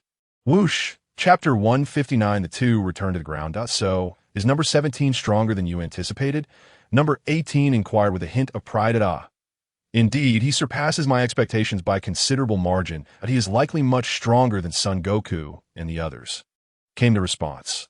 "Your judgment is commendable." Number 17 remarked with a faint smile. "Naturally. When will you introduce me to your family?" Number 18 responded, brimming with pride, for Lin had earned number 17's recognition. Chapter 74. Little OOB. "Big brother, are you a deity?" Seeking automatic subscription. "Wait for me to finish work. That I promised them I would work diligently, and then earn money to buy a cruise ship to take them on a trip." Number 17 said with a gentle smile, "That a cruise ship? How much would that cost?" Number 18 asked curiously, but it was astonishing that number 17, possessing such formidable abilities, contemplated purchasing a cruise ship with his modest salary. This not only baffled her, but also piqued Lin's curiosity. After all, there are many wealthy individuals in this world. A mere extortion could suffice to acquire a cruise ship. Yet he chose not to pursue that route. It seems that number 17's principles differ from theirs. A decent one would probably cost around 10 to 20 million. Number 17 pondered before speaking. "However, earning that much with my salary seems rather improbable. Yet, a smaller cruise ship could be obtained for a few million. 10 to 20 million, you say? Very well. I shall provide it as a token gift for my little nephew upon our first meeting. Does that sound agreeable?" Number 18 glanced at Lin, inquiring that of course, no problem at all. Lin shrugged, indicating his indifference. After all, he had just extorted 5 billion. 10 to 20 million seemed rather trivial in comparison. "Where did you acquire such wealth?"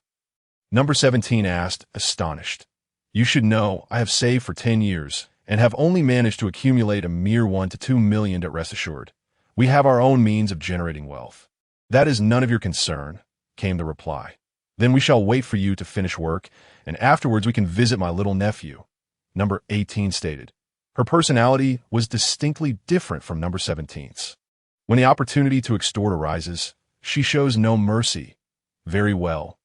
Number 17 did not refuse. After all, with a salary, acquiring a medium-sized luxury cruise ship would take an exceedingly long time that a day swiftly passed. Lin and number 18 also met with number 17's family. 2 children around 5 or 6 years old, a boy and a girl, who were quite welcoming towards Lin and number 18. Chapter 160, having spent a day and night at number 17's home. The two departed the following midday. Where shall we go now? Number 18 and Lin aimlessly drifted through the skies. Let us just wander about. For the next few days, I shall set aside my training. Lin had no particular destination in mind. With the god of destruction Beerus yet to appear, he felt there were no challengers on Earth. Thus, any place would suffice. That island over there looks quite appealing, and it appears to be inhabited. Shall we explore it? Number 18 suddenly pointed to a small island beneath them. It appeared lush and picturesque. All right. Lin nodded, and the two descended. However, upon arrival, the scenery was somewhat different from what they had observed from above. The environment was indeed pleasant, yet the people on this island were exceedingly impoverished, and the buildings were in a dire state. How could this be? This small island is not far from West City, which is so prosperous, yet this island is so remote, number 18 remarked, furrowing her brow. Wait a moment. I seem to sense a trace of divine energy, Lin suddenly exclaimed with a look of astonishment. Indeed, that aura is unmistakably divine. Though exceedingly faint, it undeniably exists right here on this island. Divine energy on this island? Surely, you must be mistaken. How is that possible? Number 18 responded, clearly incredulous. This isolated island likely housed nothing but a group of rustic inhabitants. There is no mistake that a very faint trace of divine energy is indeed present. Who could it be? Lin squinted, seemingly conversing with himself that on this earth, he believed he was the only one possessing divine energy. The Kais were certainly not on Earth at present, and even if they were, their divine energy should be stronger than this. Since you were so certain, let us seek it out, number 18 declared. Observing Lin's demeanor, it was evident he was not jesting, but if he claimed the presence of divine energy, it was unlikely to be erroneous. Let us proceed. Lin nodded, following the faint trace of divine energy. After a full half hour, Lin and number 18 arrived at a very dilapidated thatched cottage. Chapter 161, we have found it. That faint trace of divine energy emanates from here, Lin stated, gazing at the cottage in disbelief. The condition of this family suggested they were exceedingly impoverished. It was astonishing that divine energy could originate from such a place. This cannot be. If divine energy truly comes from here, they should not be living in such poverty. Number 18 remarked, also incredulous as she surveyed the shabby cottage. How could someone with divine energy reside in such conditions? It is indeed hard to fathom. At that moment, a dark-skinned child with a rooster-like hairstyle unexpectedly emerged from the room. It was a familiar face, strikingly familiar. You are OOB? Lin exclaimed, astonished at the sight of the dark-skinned child before him. Indeed, this child was none other than the reincarnation of Majin Buu, known as OOB. Lin was taken aback to find him living in such circumstances that he recalled that in the final episodes of Dragon Ball Z, OOB had participated in the World Martial Arts Tournament for the prize money. And his family seemed to consist of 5 siblings. As the eldest, he lived in dire poverty, aspiring to win the tournament and improve their lives. However, that had been the 28th tournament, meaning OOB would have been around 10 years old then. The OOB before him appeared to be no older than 4 or 5. What a remarkable coincidence to encounter OOB here. Who are you two? OOB asked, his innocent face displaying confusion as he looked up at Lin and number 18. He seemed to have never seen either of them before, and their lavish attire clearly indicated they were not from the village. We are merely here to explore. Would you like to invite us into your home for a visit? Lin crouched down and gently stroked OOB's head, saying, this little fellow may be a bit on the darker side, but he is undeniably quite adorable. although he appears somewhat malnourished, with his upper body wrapped in a reddish-brown cloth that conceals his left chest while leaving the right side exposed, revealing his ribs. This is clearly a result of prolonged nutritional deficiency. However, our family is quite impoverished, and we have little to offer you both. OOB spoke, a hint of embarrassment in his voice. His family was barely scraping by. Would you like some food? Lin asked with a smile.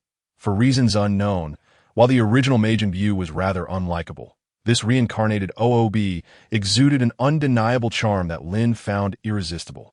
Yes. OOB nodded without hesitation. Desperately in need of sustenance. Yet he was merely a child of little over 4 years. All right, please wait for a moment. I shall return shortly. Lin then instantaneously vanished from OOB's and number 18's sight. Has he disappeared? Big sister, was that big brother deity? How did he just vanish like that? OOB blinked, looking curiously at number 18. Indeed, he is a deity, number 18 replied after a moment's consideration, nodding with a smile. Lin had already attained the form of a super Saiyan god.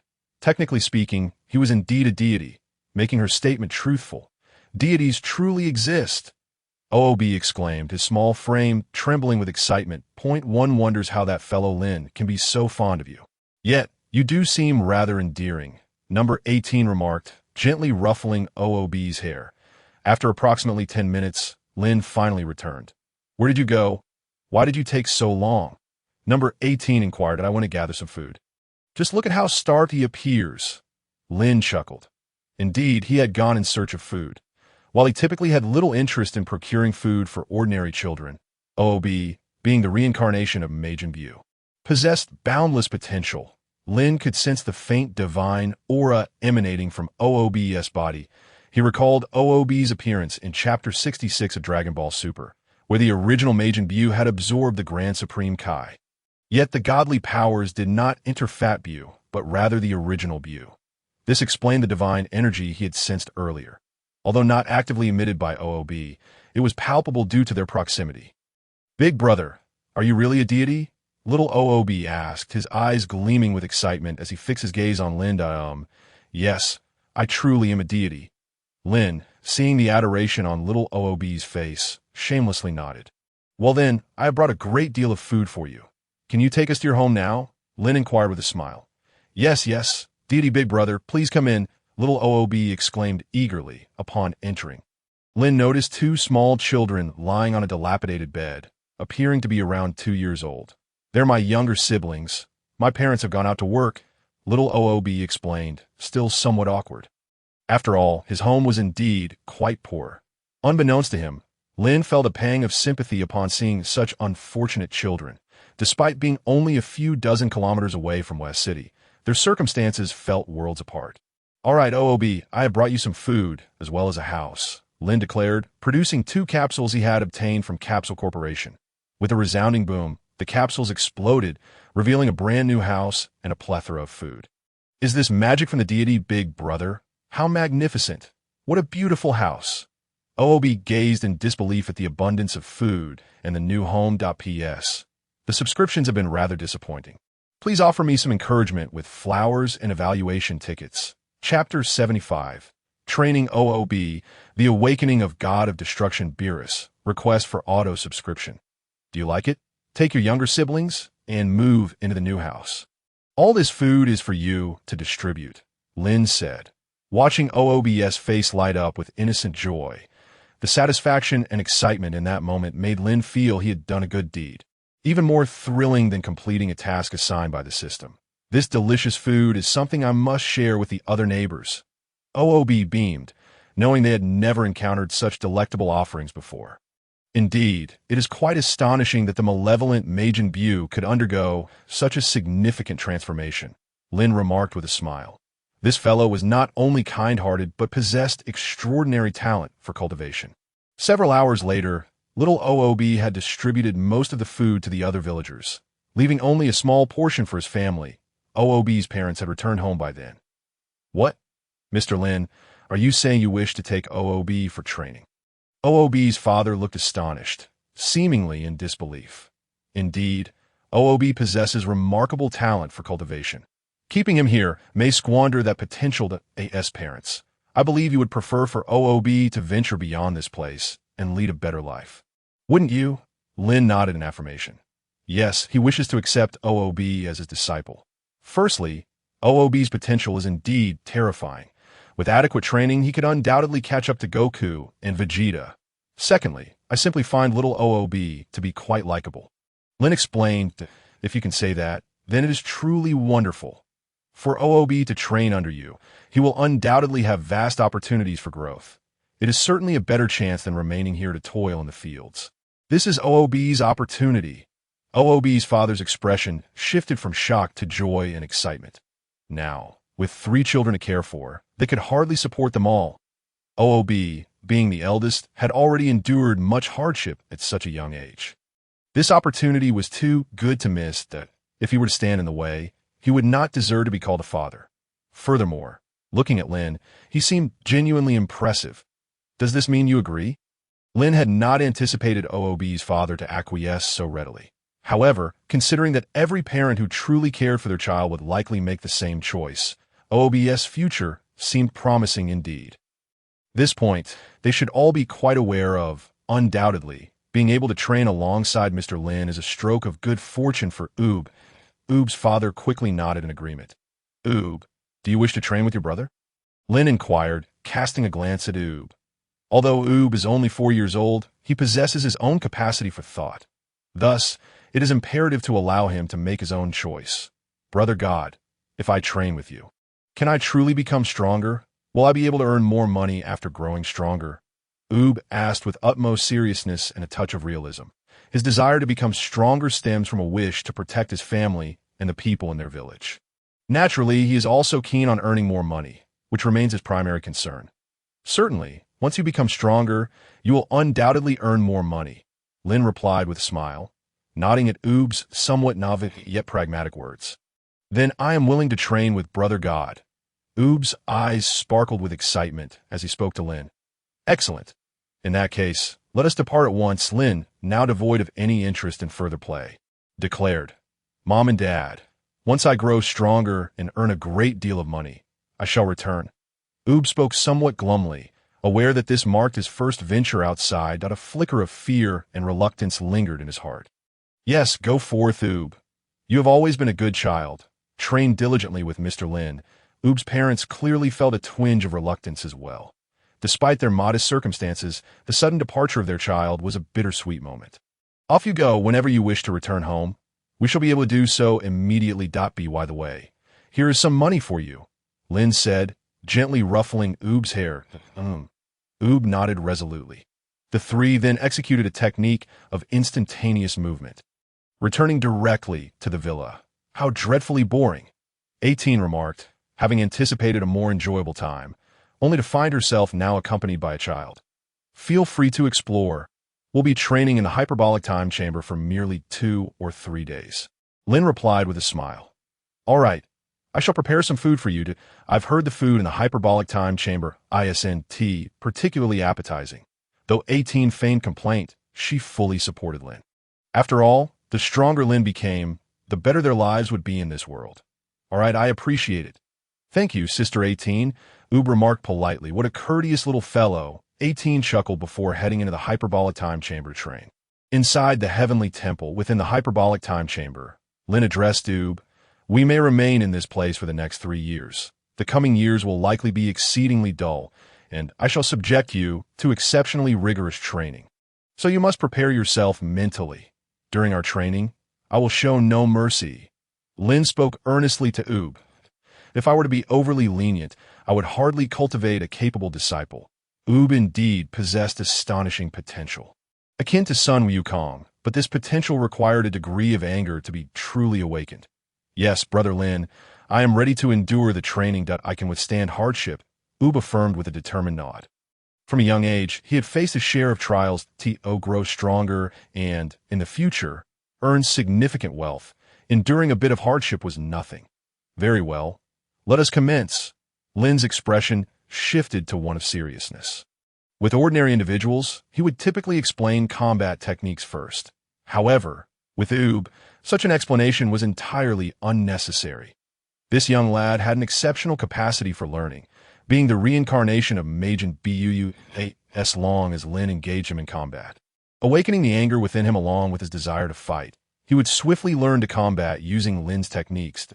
In an instant, Lin dashed to Oob's side and delivered a powerful punch. Oob, seeing this, quickly attempted to block, but his strength was no match for Lin's. After a single blow, Oob was sent flying. "Get up! Stand up quickly!" Lin bellowed that, "I can do it," Oob replied, a fierce glint appearing in his eyes as he stood again. "Good, let us keep going." Lin nodded and continued his assault point. 2 days swiftly passed, and within the hyperbolic time chamber, 2 years had already elapsed. Meanwhile, in the distant realm of the destroyers, Lord Beerus's alarm, which he set himself, has reached the designated time of 39 years. It is time to awaken, I presume. Whis glanced at the clock. Lord Beerus had been asleep for a full 39 years. 39 years prior, he had set the alarm. Boom, boom, boom. Almost immediately after Wiss's words, several explosive alarms detonated. Lying in bed, Beerus merely rolled over and continued to sleep. "Lord Beerus, the time has come. Your own alarm is wrong. It is time to rise," was called out calmly. I know. Beerus waved his hand dismissively, uncertain whether he was genuinely awake or merely mumbling in his sleep. "Lord Beerus, if you do not awaken soon, I shall have no choice but to rouse you with my melodious singing," Wiss announced, revealing a golden microphone in his hand, preparing to showcase his vocal talent. I understand. Beerus muttered a few more words as his body began to slide down. "Tisish, I've only slept for 39 years this time. It hardly counts as a proper nap," Beerus grumbled as he continued to slide. "This duration was set by you, Lord Beerus. By the way, I am curious as to why you chose a 39-year slumber this time." Wiss inquired curiously. It was known that Lord Beerus typically slept for over a century. Even a brief nap could last for 50 years. Well, Beerus's bleary eyes suddenly widened. 39 years ago, the Oracle Fish foretold that a formidable rival would emerge in the universe after 39 years. Beerus stated with great seriousness that Lord Beerus must be jesting. Surely, no one in this universe could possibly compare to the likes of the God of Destruction, Wiss replied coolly. After all, the God of Destruction stood at the pinnacle of the universe, and it was utterly inconceivable that anyone could rival him. Even the Kaioshin, who shares the same divine status as him, is vastly inferior in strength compared to her. While your statement holds some truth, I indeed had a dream during my slumber, a prophetic dream that formidable rival appeared in that dream. Just like the prophecy foretold by the Oracle Fish, such occurrences surely cannot be mere coincidences. Can they? Beerus inquired of Wiss. If it were merely a prophetic dream, he would not be so convinced. The primary reason being that the Oracle Fish had proclaimed 39 years ago that a worthy opponent would emerge after 39 years. Oh dear, I find myself somewhat lacking in confidence regarding Lord Beerus's prophetic dream. Did you not mention previously that an idol would move in next door? Yet that did not come pass. Wiss teased lightly. That is hardly comparable. This time, the Oracle Fish had already made its declaration. Beerus scoffed, asserting that this dream was exceedingly vivid. Therefore, it could not possibly be false. Speaking of which, I am quite intrigued. Do you recall the name of the rival who appeared in your prophetic dream? Lord Beerus? Wiss asked again, that he remained somewhat skeptical that a rival to Lord Beerus could exist in the universe. The name? It seems to be something akin to the god of super science, Beerus mused, reflecting as he mentioned that it appears to be something along those lines, though the exact name eludes me at this moment. Just as I was awakening, it was on the tip of my tongue, yet after conversing with Wiss, it completely slipped my mind. Chapter 76, The Arrival of the God of Destruction Beerus on Earth. Please subscribe automatically. Let us go inquire with the Oracle Fish. That creature informed me 39 years ago. It must possess the knowledge. Beerus, now fully awake, declared, to be honest, after billions of years, he had never encountered an opponent of equal standing.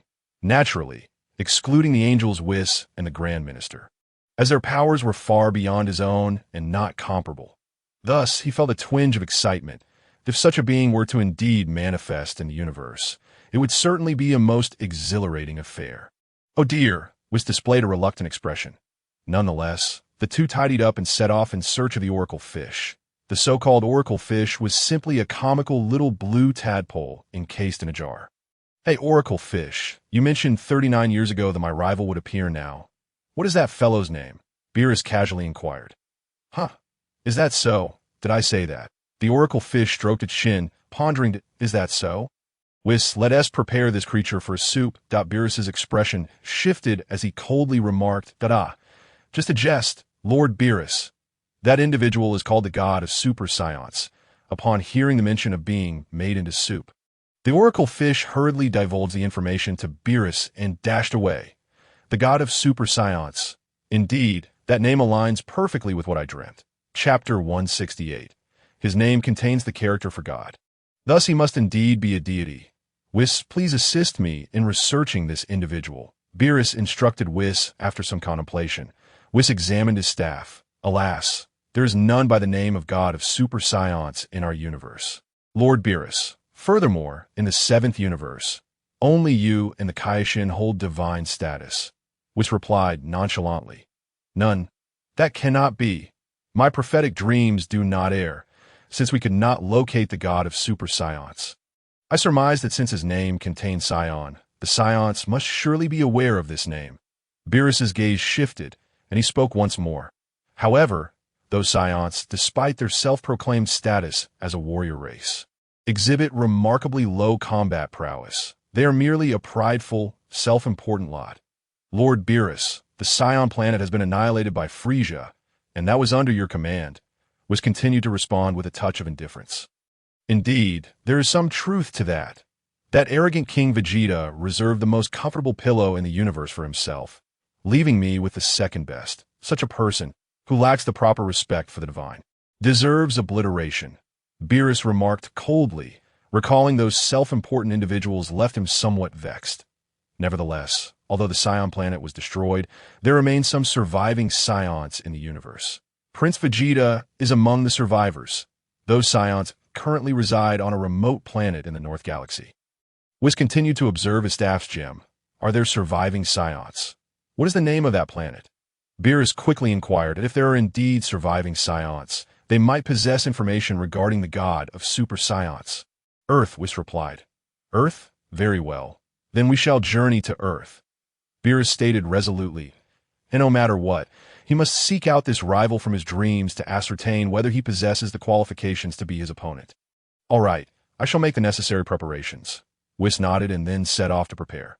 Meanwhile, on Earth, today happened to be Bulma's birthday celebration. The gathering took place on a picturesque island. Originally, Bulma had intended to host the event aboard a luxurious cruise ship, but due to the overwhelming number of friends, they opted to purchase an entire island for the occasion. Initially, Son Goku and Vegeta were training in the gravity room. However, they could not resist the relentless persuasion of Bulma and Chi-Chi, leading them to join the celebration against their better judgment. After all, the prizes for the birthday lottery were extraordinarily enticing, including yachts, villas, and the ultimate reward, the Dragon Balls. This was precisely why Chi-Chi insisted on Goku's attendance. Lin's invitation was also extended to them. However, Lin was occupied training with Ub in the room of spirit and time, leaving him no opportunity to partake in such festivities. Wow, these delicacies are utterly delectable. After such a long period of training, I have yet to enjoy anything this scrumptious, Son Goku exclaimed, eagerly devouring the food. Although he was a training fanatic, food held a unique allure for him. Humph, that scoundrel Kakarot. He arrived with a sour expression, yet now he feasts with unparalleled enthusiasm. Vegeta shot a cold glance at Goku, feeling somewhat displeased. It is worth noting that Lin possesses remarkable strength. Yet he remains diligently training in the room of spirit and time. Both he and Kakarot, as scions, have diverged significantly in power from Lin. Yet here they were, squandering precious time. The realization of superior individuals striving for greatness while they idly wasted time filled Vegeta with frustration. Wow, this is simply too delicious. Please bring me another serving. Son Wukong, in his usual carefree manner, was relishing the feast laid before him. But Bulma's birthday celebration was in full swing, and as noon approached, Wukong had nearly finished his meal, reclining in his chair with an expression of pure enjoyment. Hey, you must be full by now, Kakarot. Vegeta remarked coldly as he approached Wukong. Ah, it was simply delectable. I haven't eaten this heartily in quite some time. Wukong replied, patting his round belly with satisfaction. You realize that Lin is training in the hyperbolic time chamber. His strength is formidable, and he is diligently honing his skills. Are you planning to never catch up with him? Vegeta continued, his tone still frosty. You can't rush training, Vegeta. Sometimes, the more you strive to surpass Lin, the further you find yourself from achieving it. Wukong said with a cheerful grin he indeed yearned to surpass Lin and strengthen his own abilities. However, he understood that training required a balance of effort and rest to yield unexpected results. You scoundrel, are you implying something? Vegeta felt a sense of discomfort at Kakarot's words, interpreting them as a suggestion that he would never surpass Lin. Suddenly, a faint sound of something cutting through the air caught Wukong's attention, causing him to furrow his brow and look in the direction of the noise. Vegeta followed suit, and soon two unfamiliar figures came into view. Who are those two? Are they your friends, Vegeta? Wukong inquired, glancing at the newcomers. Their odd attire suggested they were not from Earth. One appeared to be a person, while the other was an anthropomorphic cat. How could I possibly know them? Vegeta scoffed, casting a glance at the pair. However, the cat seemed oddly familiar to him. Who is this fellow? I feel as though I've encountered him before, and upon seeing him, my body trembles. Am I afraid? Vegeta thought, furrowing his brow tightly. The moment he laid eyes on the cat, an immense pressure washed over him, reminiscent of a past encounter he could not quite recall. Hey, Wukong, Vegeta, for the time being, refrain from speaking and listen closely to what I have to say. The beings standing before you are Lord Beerus, the god of destruction. His power is exceedingly great, far beyond your imagination. He is unlike any opponent you have faced before. With a mere flick of his finger, he could obliterate the North Galaxy. Therefore, whatever you do, do not provoke his wrath. Remember, do not utter foolish words. Especially you, Wukong. Should you act foolishly, it could lead to the annihilation of the entire galaxy. The voice of the North Kai echoed in their minds. He had only just sensed Beerus' arrival on Earth, and had been deliberating whether to inform Wukong and Vegeta about him. After all, both of them were notorious troublemakers, especially Wukong, who upon learning of Beerus' immense strength, would likely spout some foolish notion about testing his strength. However, if he remained silent and the two angered Lord Beerus, the consequences would be dire, potentially bringing disaster not just to Earth, but to the entire North Galaxy. What? God of Destruction Beerus. Who is that? Wukong asked. Utterly bewildered, he had heard of the North Kai, but the title of God of Destruction was unfamiliar to him. Moreover, despite the North Kai's claim of Beerus' strength, Wukong felt no formidable aura emanating from him. What? Lord Beerus, the God of Destruction. Upon hearing this name, Wukong and Vegeta's expressions diverged dramatically. Wukong had never heard of Beerus, while Vegeta was well acquainted with the name. Memories flooded Vegeta's mind as he glanced at Beerus' face. He had encountered him in his youth when Beerus had mercilessly trampled King Vegeta, his father. Over a mere pillow, he distinctly recalled Beerus expressing his disdain for those who lack proper respect for the divine. Why has he come to Earth? Is it to destroy it? Fear washed over Vegeta's face. Though he typically exuded pride and had a strong sense of self-esteem, the presence of the God of Destruction, who could obliterate the Earth at any moment, instilled a primal fear within him that he could not suppress. Prince Vegeta, it has been quite some time. Beerus greeted him with an unremarkable tone. Lord Beerus, I wonder what brings you to Earth. Vegeta mustered his courage to ask, oh my surprise, you still remember me. Indeed, I have a matter to discuss with you, Beerus replied, maintaining his calm demeanor, high above them. Hey, Vegeta, is this God of Destruction Beerus really that powerful? Wukong leaned closer to Vegeta, whispering in curiosity. However, his attempt to speak softly was in vain, as Beerus' brow arched slightly at the sound.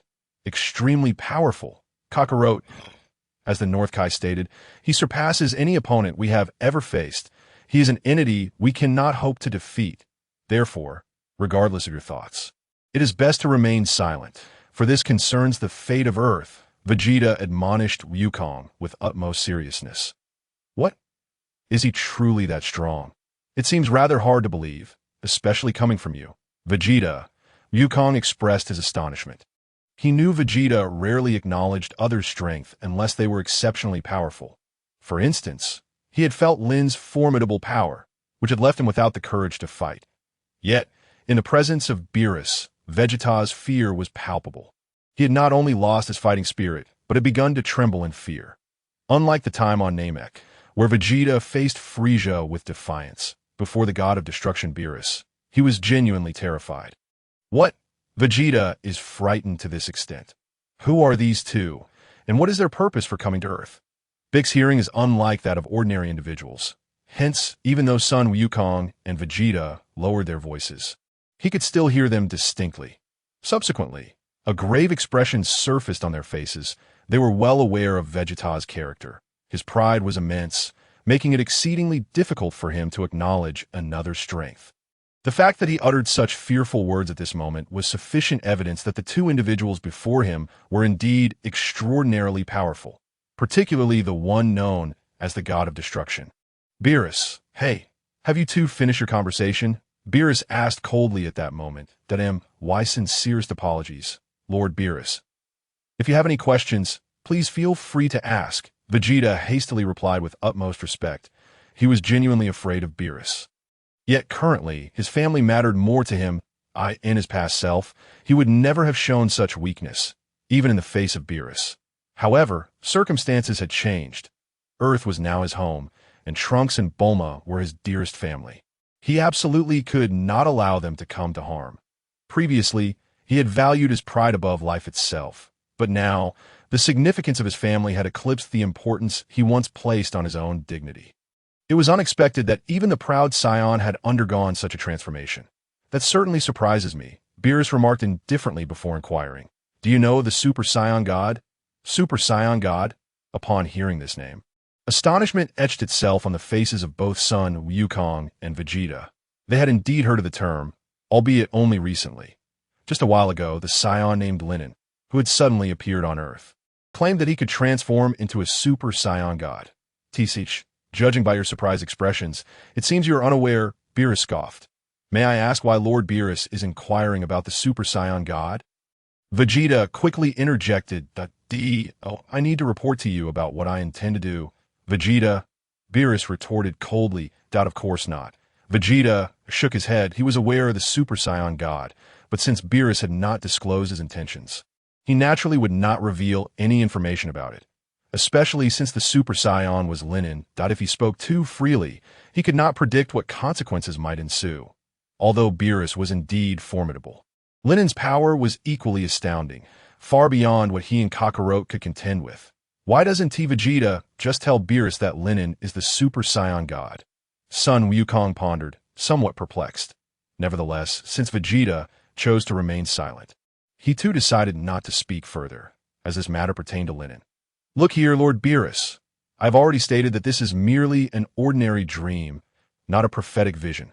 How could there possibly be anyone in this universe who could rival you? Whis remarked calmly from the side. Tisish, so it truly is just an ordinary dream, Beerus replied, somewhat begrudgingly. After all, he had expended over 20 minutes of his time to arrive on Earth, and now found himself empty-handed. Perhaps we should return swiftly, Whis suggested once more. A god of destruction. How could I leave Earth so easily without finding the Super Saiyan God? Beerus smirked with a hint of amusement. Lord Beerus, what do you intend to do? Vegeta suddenly felt a wave of unease wash over him as he observed the slightly sinister smile on Beerus' face. Did I not just tell you that what I intend to do does not require your reporting? Vegeta, Beerus shot a cold glance at him. Vegeta clenched his fists tightly. Undeniably, he felt a twinge of fear towards Beerus. However, if the latter sought to destroy Earth, then even if he could not defeat him, he would fight with all his might. Son Wukong glanced at the two before stepping forward suddenly. Lord Beerus, I've heard that you possess immense strength. Would you care to engage in a brief spar with me? Hey, Kakarot, what nonsense are you spouting? Vegeta's expression shifted dramatically upon hearing Son Wukong's words. It was far too early for a confrontation. Hadn't he just cautioned against provoking this being? Oh no. That fool is at it again, Vegeta thought, exasperated. Had he not previously warned Sun Wukong that Beerus was not an opponent they could challenge? Meanwhile, on North Kai's planet, North Kai himself was left dumbfounded by Sun Wukong's sudden challenge. Indeed, this fool had not changed one bit. Faced with a formidable opponent, he immediately sought to test his mettle. Last time, Lin En did not hold it against him, but this time, Beerus was an entirely different matter. As a god of destruction, he could obliterate the entire universe in an instant if he so desired.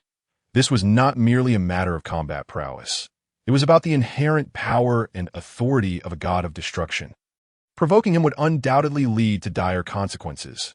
At that moment, not only were North Kai and Vegeta alarmed, but even the deities Jebet and the Elder Kai from the Kaishin realm wore grave expressions, mentally berating Sun Wukong for being a fool. However, what was done. No amount of cursing would change the situation now. Upon hearing Sun Wukong's proclamation, Beerus appeared somewhat surprised. What? You wish to spar with me? Are you serious? In a billion years, I have never heard such audacious ignorance. Beerus gazed at Sun Wukong in disbelief. This scion before him, although he had learned from Whis that he had defeated Frieza and indeed possessed considerable strength, remained leagues apart from a god of destruction. How astonishing that he would utter such nonsense. It seemed he had no comprehension of what a god of destruction truly entailed. That, of course, I'm serious. If Lord Beerus is as powerful as they say, I would feel immensely regretful if I did not have the chance to spar with you. Sun Wukong replied with a smile. Did I ask that so? It seems you are somewhat different from Vegeta. You still harbor the quintessential Scion arrogance, Beerus remarked coldly. Kakarot, do you realize that your current actions could lead to the annihilation of Earth? Vegeta furrowed his brows. Addressing Sun Wukong, if you had refrained from saying that just now, perhaps there would have been room for negotiation. But now, it appears Beerus feels provoked. This is not a favorable situation. I understand his strength is formidable. Vegeta, just let me indulge myself for once. Sun Wukong replied with a grin directed at Vegeta. Tisich, you idiot. I'm done with you, Vegeta snapped, turning his head away. Lord Beerus, please allow me to engage in a brief contest. Sun Wukong earnestly implored Beerus once again. Foolhardy wretch, if you seek death, I shall oblige, Beerus responded ominously. Beerus coldly uttered once more, I end this 174th segment. Since he had already arrived on Earth, he decided to let this individual, who had the capability to defeat Frieza, demonstrate the extent of his power. Goku chuckled, then clenched his fists, instantly transforming into Super Saiyan 2.0. He can elevate his strength to such a degree in an instant. Quite intriguing. It appears you are significantly stronger than when you defeated Frieza. However, I am not Frieza. Your current power is still no match for me. Witnessing Goku's sudden transformation into Super Saiyan 2, a flicker of surprise crossed Beerus's face. The audacious Saiyan reaching such a level is indeed remarkable. Furthermore, it seems this individual has grown even stronger since he vanquished Frieza. Of course, this strength is merely a reference point to Frieza.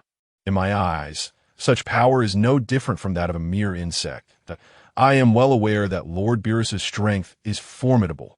Thus, I am prepared to unleash all my power in one go.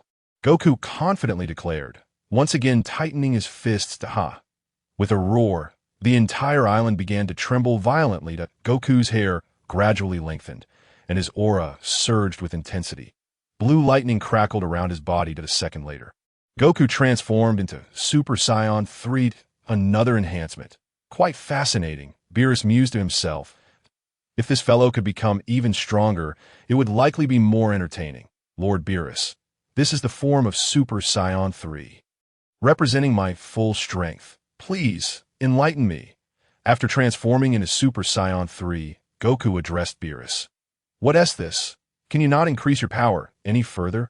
Beerus appeared somewhat disappointed. This is my complete strength. Goku nodded. Tisich, then let us engage. Beerus beckoned to Goku, a look of disillusionment on his face. This expression shows utter disdain for me. Whoosh, Goku swiftly vanished, reappearing behind Beerus, and launched a punch towards him. Beerus slightly tilted his head, then extended his right hand to his shoulder. Effortlessly grasping Goku's fist, he then casually tossed Goku away. Goku's expression changed drastically. He quickly raised his head, only to see Beerus already standing before him. With a gentle flick, Beerus struck Goku's forehead. Boom! Goku was sent flying. Bang, bang, bang. His body rolled across the ground before he landed on his feet mid-air. However, a blood mark appeared on his forehead, and pain etched across his face as he looked at Beerus. The world around him seemed to blur. How could this guy be so powerful? Goku vigorously shook his head, unable to comprehend. He had transformed into Super Saiyan 3, yet it felt as though Beerus was merely toying with him. Having lightly tapped his forehead, resulting in such a heavy blow. How infuriating! Kakarot's energy is clearly diminished. Could Beerus truly be this strong? Vegeta's brow furrowed deeply. Although he had long known that the god of destruction, Beerus, was powerful, he never anticipated he would be this formidable. No, it cannot be. Goku has transformed into Super Saiyan 3, yet he is utterly defenseless before that being. The battle swiftly drew the attention of everyone present. Piccolo wore an expression of sheer astonishment. It is known that Goku is currently the strongest Saiyan on Earth. Who could have imagined he would be in such a dire situation after transforming into Super Saiyan 3? Is this so-called god of destruction, Beerus, even stronger than the previous Saiyan Lin? How could this happen? In just a few short days, two such powerful beings have appeared. Gohan's brow was also tightly knit. Who exactly is that individual? I initially thought he was a friend of Vegeta or Goku. Bulma remarked irritably if he were indeed a friend of Vegeta or Goku, she would certainly treat him with courtesy. However, if these two were here to cause trouble, she would not forgive them. I heard Vegeta mention that he seems to be the god of destruction, Beerus. Moreover, Vegeta appeared frightened upon encountering him, indicating that he must have known him previously and that this being possesses incredible strength. Piccolo glanced at the group and began to explain. What? Vegeta was frightened. This individual is also a god. I do not care about that. If he disrupts my birthday party, I will certainly expel him. Bulma pouted, and no one is allowed to disturb my birthday celebration. Just then, Beerus's figure flickered again and appeared behind Goku. Goku had no time to react as Beerus's hand swiftly struck his neck.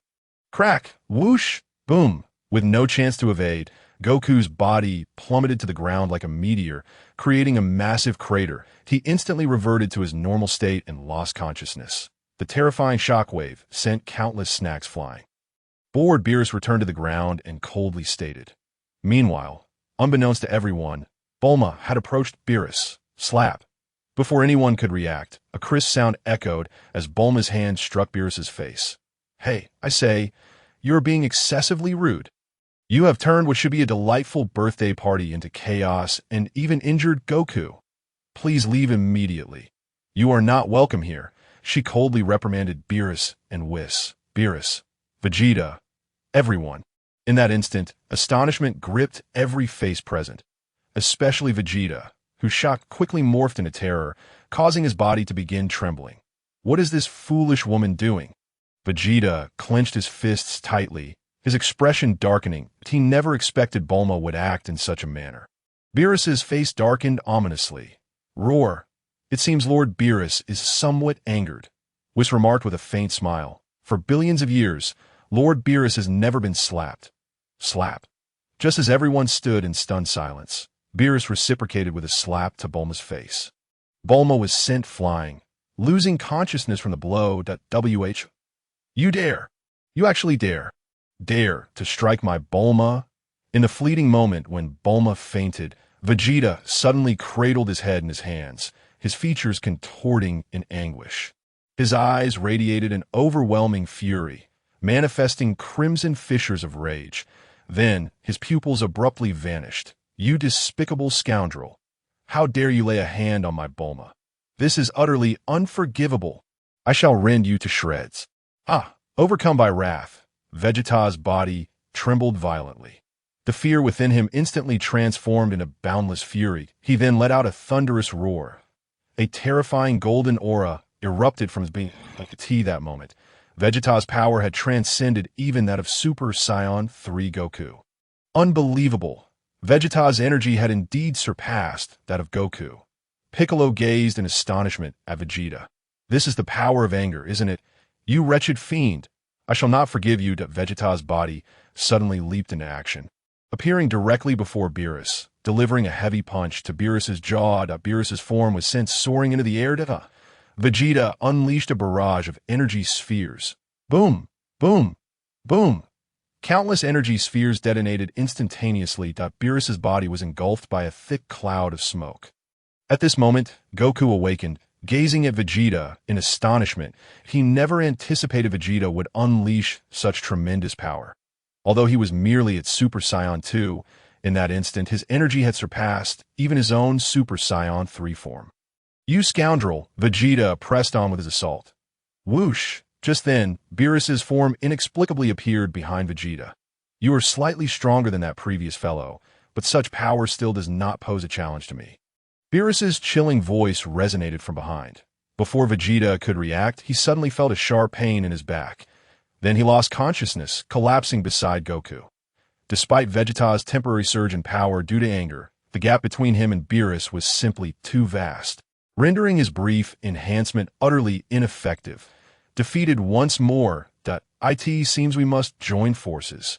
Gohan clenched his fists tightly, though he knew he had not transformed into a Super Saiyan, nor had he entered any mysterious form. His energy had merely increased slightly. "Goten, that cat is utterly insufferable.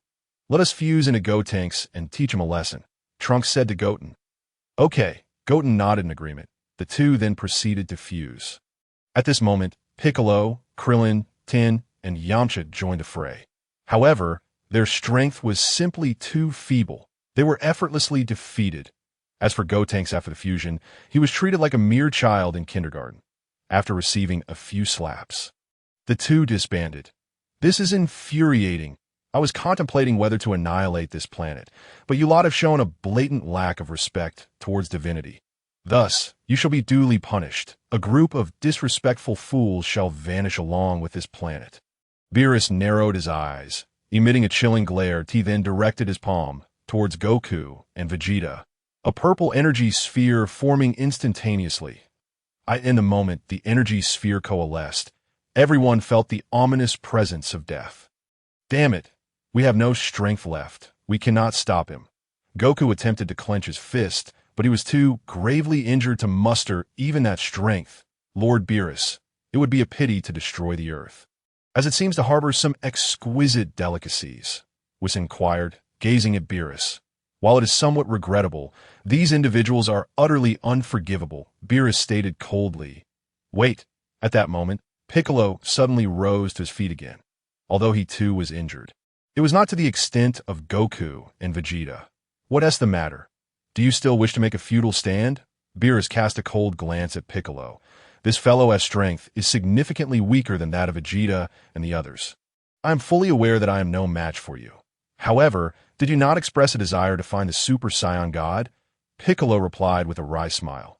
Previously, Goku and Vegeta had feared that revealing the existence of the Super Saiyan God would lead to Lin blaming them. Yet the current situation had escalated beyond control, that if they did not speak up, Earth might very well face annihilation. In such a case, everyone would perish alongside it. "What? Are you saying you possess knowledge of the Super Saiyan God?" Surprise flickered across Beerus's face. It was known that neither Vegeta nor the other Saiyan seemed aware of the Super Saiyan Goddess secret. Yet this green-faced creature did. This piqued his curiosity. "I certainly do. I can reveal to you the secret of the Super Saiyan God, and I can also inform you of his current whereabouts. But you must agree to one condition," Piccolo stated earnestly to Beerus. "Humph. Do you truly believe you have the standing to negotiate conditions?" Beerus coldly retorted. He despised the feeling of being threatened and having conditions imposed upon him.